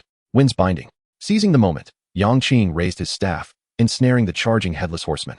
Subsequently, he maneuvered the mech to unleash a series of devastating strikes. The chainsaw roared while the wolf-toothed iron rod struck the Headless Horseman's bronze armor, creating a slender fissure. The flames enveloping the blue-flamed skeletal horse diminished from their fervent blaze to a mere flicker, rendering them nothing more than targets. An exceedingly vexing predicament. However, as the decomposer began to whirl, this frustration would soon be laid to rest. The already cracked bronze armor shattered into fragments, cascading to the ground under the rapid rotation of the mech. The skeletal horse, disoriented, shook its head incessantly, its blue flames fading with each turn of the mech, until they were extinguished entirely. System, you have successfully slain the Headless Horseman. System, Tier 4 weapon, Headless Horseman S Lance X1. System, Soul Essence, Red X1. System, Blue Flame Skeletal Horse's Reins X1. Strength is irrelevant when bound by such constraints, Yang Qing mused as he beheld the once formidable Headless Horseman succumb to defeat. He then shifted his gaze toward Xiao Ao, who was bathing the skeletal warriors in draconic flames, reducing them to ashes. Against the airborne Xiao Ao, the skeletal warriors were utterly helpless. Ice Rain. Yang Qing unleashed a flurry of attacks to assist Xiao Ao in clearing the battlefield. 3 minutes later, all skeletal warriors in the burial mound had been vanquished. Approaching the mech, Yang Qing checked its energy reserves, finding them at a mere 3. He quickly extracted 10 energy stones to replenish its power. His strength had grown considerably, and he now favored psychic manipulation in combat. Thus, he could not swiftly replace energy during battles. Therefore, ensuring ample energy prior to each engagement was paramount to prevent the risk of the mech stalling mid-fight. Next, he sought a spacious area to manifest his courtyard. The icy cavern was inherently dim, and even in the early afternoon, Yang Qing had to retrieve a luminous energy bulb to illuminate the space. Carrying the bulb to the fertile land, he noted that the other plants required a few more hours to mature, yet the second batch of spirit ice fruits had already ripened. Yang Qing harvested them all and subsequently planted 3 spirit wood seeds. This particular seed could nurture the fusion of wooden puppets, while the specific effects remained unknown. The ability to foster growth alone warranted prioritization for planting. Due to the foul, rotting stench that permeated the icy cavern, Yang Qing found himself devoid of appetite. Hence he opted to forego lunch, tossing a few pounds of thorny blazing dragon meat to Xiao Ao as a makeshift meal. Back in his room, the noxious odor in the air had slightly abated. He casually took a seat on a crystal chair, preparing to organize the day's haul. At that moment, he noticed that the 200 sets of furniture listed at the trading post had all sold out. In addition to the 21 units of fine copper extracted earlier, he had remaining 216 fine gold, 195 fine silver, 182 fine copper, 231 fine steel, and 230 fine iron. Opening the manufacturing interface, he selected the Spirit Energy Ice Fire Cannon and initiated the creation process. System, Spirit Energy Ice Fire Cannon X1. He retrieved it from his inventory. A crystal cannon platform, approximately 25 meters long and predominantly red and blue, materialized before Yang Qing. Atop the platform rested a crystal cannon barrel, supported by 2 large golden wheels. 2 system prompts appeared beside him. System, would you like to fire? System, remaining spirit energy, 100. Yang Qing stowed the cannon and stepped outside the courtyard. Once again producing the cannon, he prepared to test its power and consumption, ensuring he had an accurate understanding for future use. Aiming the cannon at a distant grave mound, he initiated the firing sequence. Suddenly, intricate red and blue patterns illuminated the barrel, resembling veins as they conveyed concentrated magical elements to the cannon's head. Boom! A sphere of elemental energy, roughly half a meter in diameter, erupted from the barrel, clearing a vast area around the grave and sending countless bones swirling through the air. While its power fell short of that of a magical landmine, the latter's usage was heavily restricted and could easily lead to collateral damage. The cannon, however, offered much greater convenience, making it well suited for positional warfare. Tomorrow's battle will be exhilarating, Yang Qing remarked as he checked the energy consumption, discovering that a single shot had depleted 20 of his spirit energy. Translating this into usage, each shot consumed the equivalent of 2 energy stones. Well then, off you go to gather dust. With such consumption, it would be wiser to exchange a few more pounds of meat for Xiao. It might even unlock some of its potential. He placed the spirit energy ice fire cannon back in his inventory, resolved that unless it could yield tenfold profits from a single shot, he would refrain from using it, barring dire necessity. He had come to understand that all technological items, be it mechs, cannons, or landmines, consumed vast resources. Conversely, Xiao and Xiao Ji required only a few pounds of meat to sustain them throughout a battle. This realization strengthened his conviction that these two precious beings must be nurtured with utmost care. Returning to his room, he reclined on his crystal bed and absorbed all 67 units of soul essence he had just gathered, resulting in an increase of 43 points to his spirit. Thus, without any equipment, his spirit reached a staggering 343 points. Should he don the Junbing staff and other spirit-enhancing gear, his spirit could soar to an astonishing 59677. Concurrently, the skeletal warriors had yielded 51 first-tier ordinary iron swords, 11 second-tier exquisite iron swords, 4 third-tier perfect iron swords, and 1 fourth-tier headless horseman's lance. He promptly listed all 51 first-tier iron swords on the trading post, priced at 5 energy stones each, along with either 5 purple shells or 2 red shells. He decided to hold off on listing the higher-grade swords, planning to wait until the first-tier swords sold out before proceeding. As for the meat he had collected that day, he opted not to list it for sale. With everyone's increasing strength, hunting exotic beasts had become constant, and food prices had plummeted. It was far wiser to reserve it for Xiao and the others. During this period of resource organization, the water and fine dust outside the courtyard had been processed, and after sorting it all, he returned to his bed to lie down. Opening the chat interface, he selected the Dragon Nation channel. After skimming through the discussions, he noted that today's conversations primarily revolved around genetic talents, equipment, and magic orbs, topics closely tied to one's strength. There were also inquiries about exchanging beast blood for beast blood. As individuals awakened their unique genetic talents, they recognized the need to cultivate their attributes accordingly, as not everyone possessed Yang Qing's abundant blood reserves to act without concern. At that moment, a particular message caught his attention. Wang Feifei, Dragon Nation. Has anyone activated the dual arena option? I, Wang Feifei, a first-tier genetic warrior, hereby lay down the gauntlet, challenging all you weaklings present. Chapter 90. The Great Battle with Wang Feifei. As soon as the words were uttered, they incited a torrent of vitriol from countless individuals. While they may not comprehend everything else, being labeled as weaklings is intolerable. Who do you think you are? Should our paths cross, I would not hesitate to break your legs. In this era, be it man or beast, everyone seeks to assert their presence. One simply must acclimate. Yet, you are nothing but a mere waste that has merely unlocked a strand of genetic potential. What audacity grants you the liberty to spout such nonsense? Nevertheless, some curious onlookers seized upon the focal point, the dual arena, prompting a flurry of inquiries. What have I missed? What is this dual arena? Can someone competent come forth to elucidate? I've only been away for 2 days, and it feels as though I've fallen behind by a century. The name alone is exhilarating. May I timidly inquire how one activates it? As for Yang Qing, his interest was piqued in an instant. Finally, he could experience a new feature. He accessed the dual interface and selected a solo duel. This time, the system indicated not a lack of participants, but that it was currently matching. Ding. In the next moment, the system announced a successful match. Would he like to teleport? He selected yes. A beam of white light emanating from the void enveloped Yang Qing, and soon his figure found itself upon a vast prairie. System, the dual venue is the verdant prairie. Yang Qing surveyed his surroundings. The expansive grassland spanned several tens of thousands of square meters, encircled by a barrier of white energy. 100 meters away stood a bald man, whose head was adorned with a string of system information. Wang Feifei, Dragon Country, wins, 0, losses, 0. Yang Qing also noted that Xiao had not been teleported alongside him, and he was unable to utilize any items from his backpack. Moreover, only the weapons he was currently equipped with could be drawn, meaning that although he possessed a plethora of weapons, he was permitted to wield but one. Was this a complete test of one's abilities? Yang Qing bore no complaints, muttering softly. While this configuration might prevent him from showcasing his utmost strength, did it truly matter? Not in the slightest. I wondered who this brave soul was. It turns out to be the affluent Yang Qing. What brings you here? Abandoning your business to seek torment? His opponent quickly recognized Yang Qing, but felt no fear. Firstly, this place was devoid of death, providing him with a significant sense of security. Secondly, he had recently awakened his genetic talent, and his confidence was at an all-time high.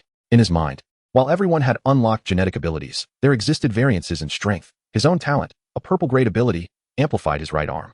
The universe had decreed it.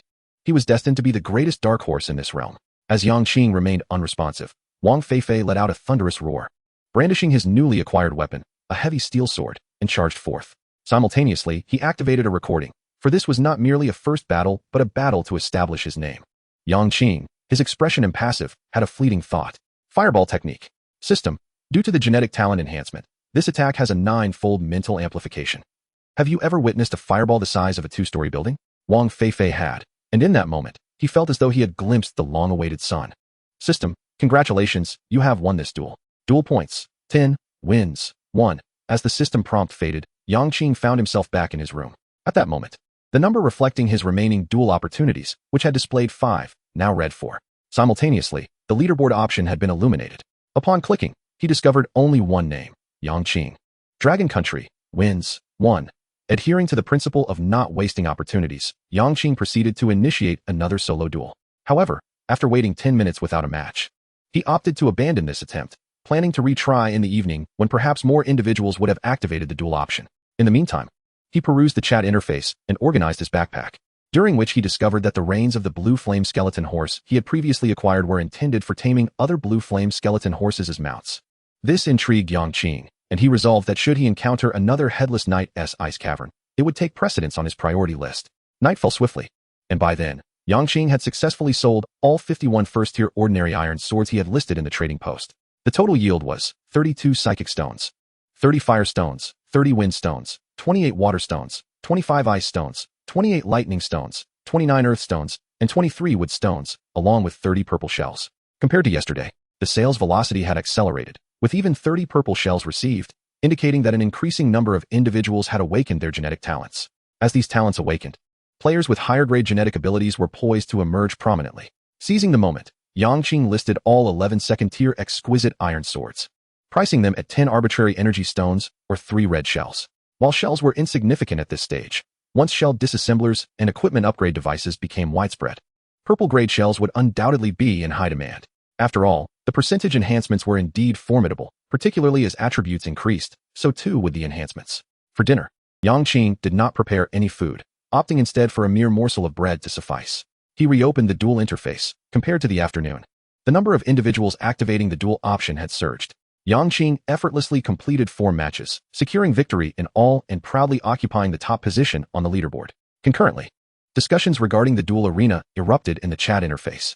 Naturally, the topic of the night was monopolized by the phrase duel arena, with some individuals even reserving dozens of solo matches in advance, creating an atmosphere thick with tension. As for Yang Qing, who held the top spot on the leaderboard, he became the subject of renewed interest. Observing all this, Yang Qing remained silent, choosing not to comment. By midnight, the first batch of spiritual liquid was collected and consumed, enhancing his mental acuity by 10 points.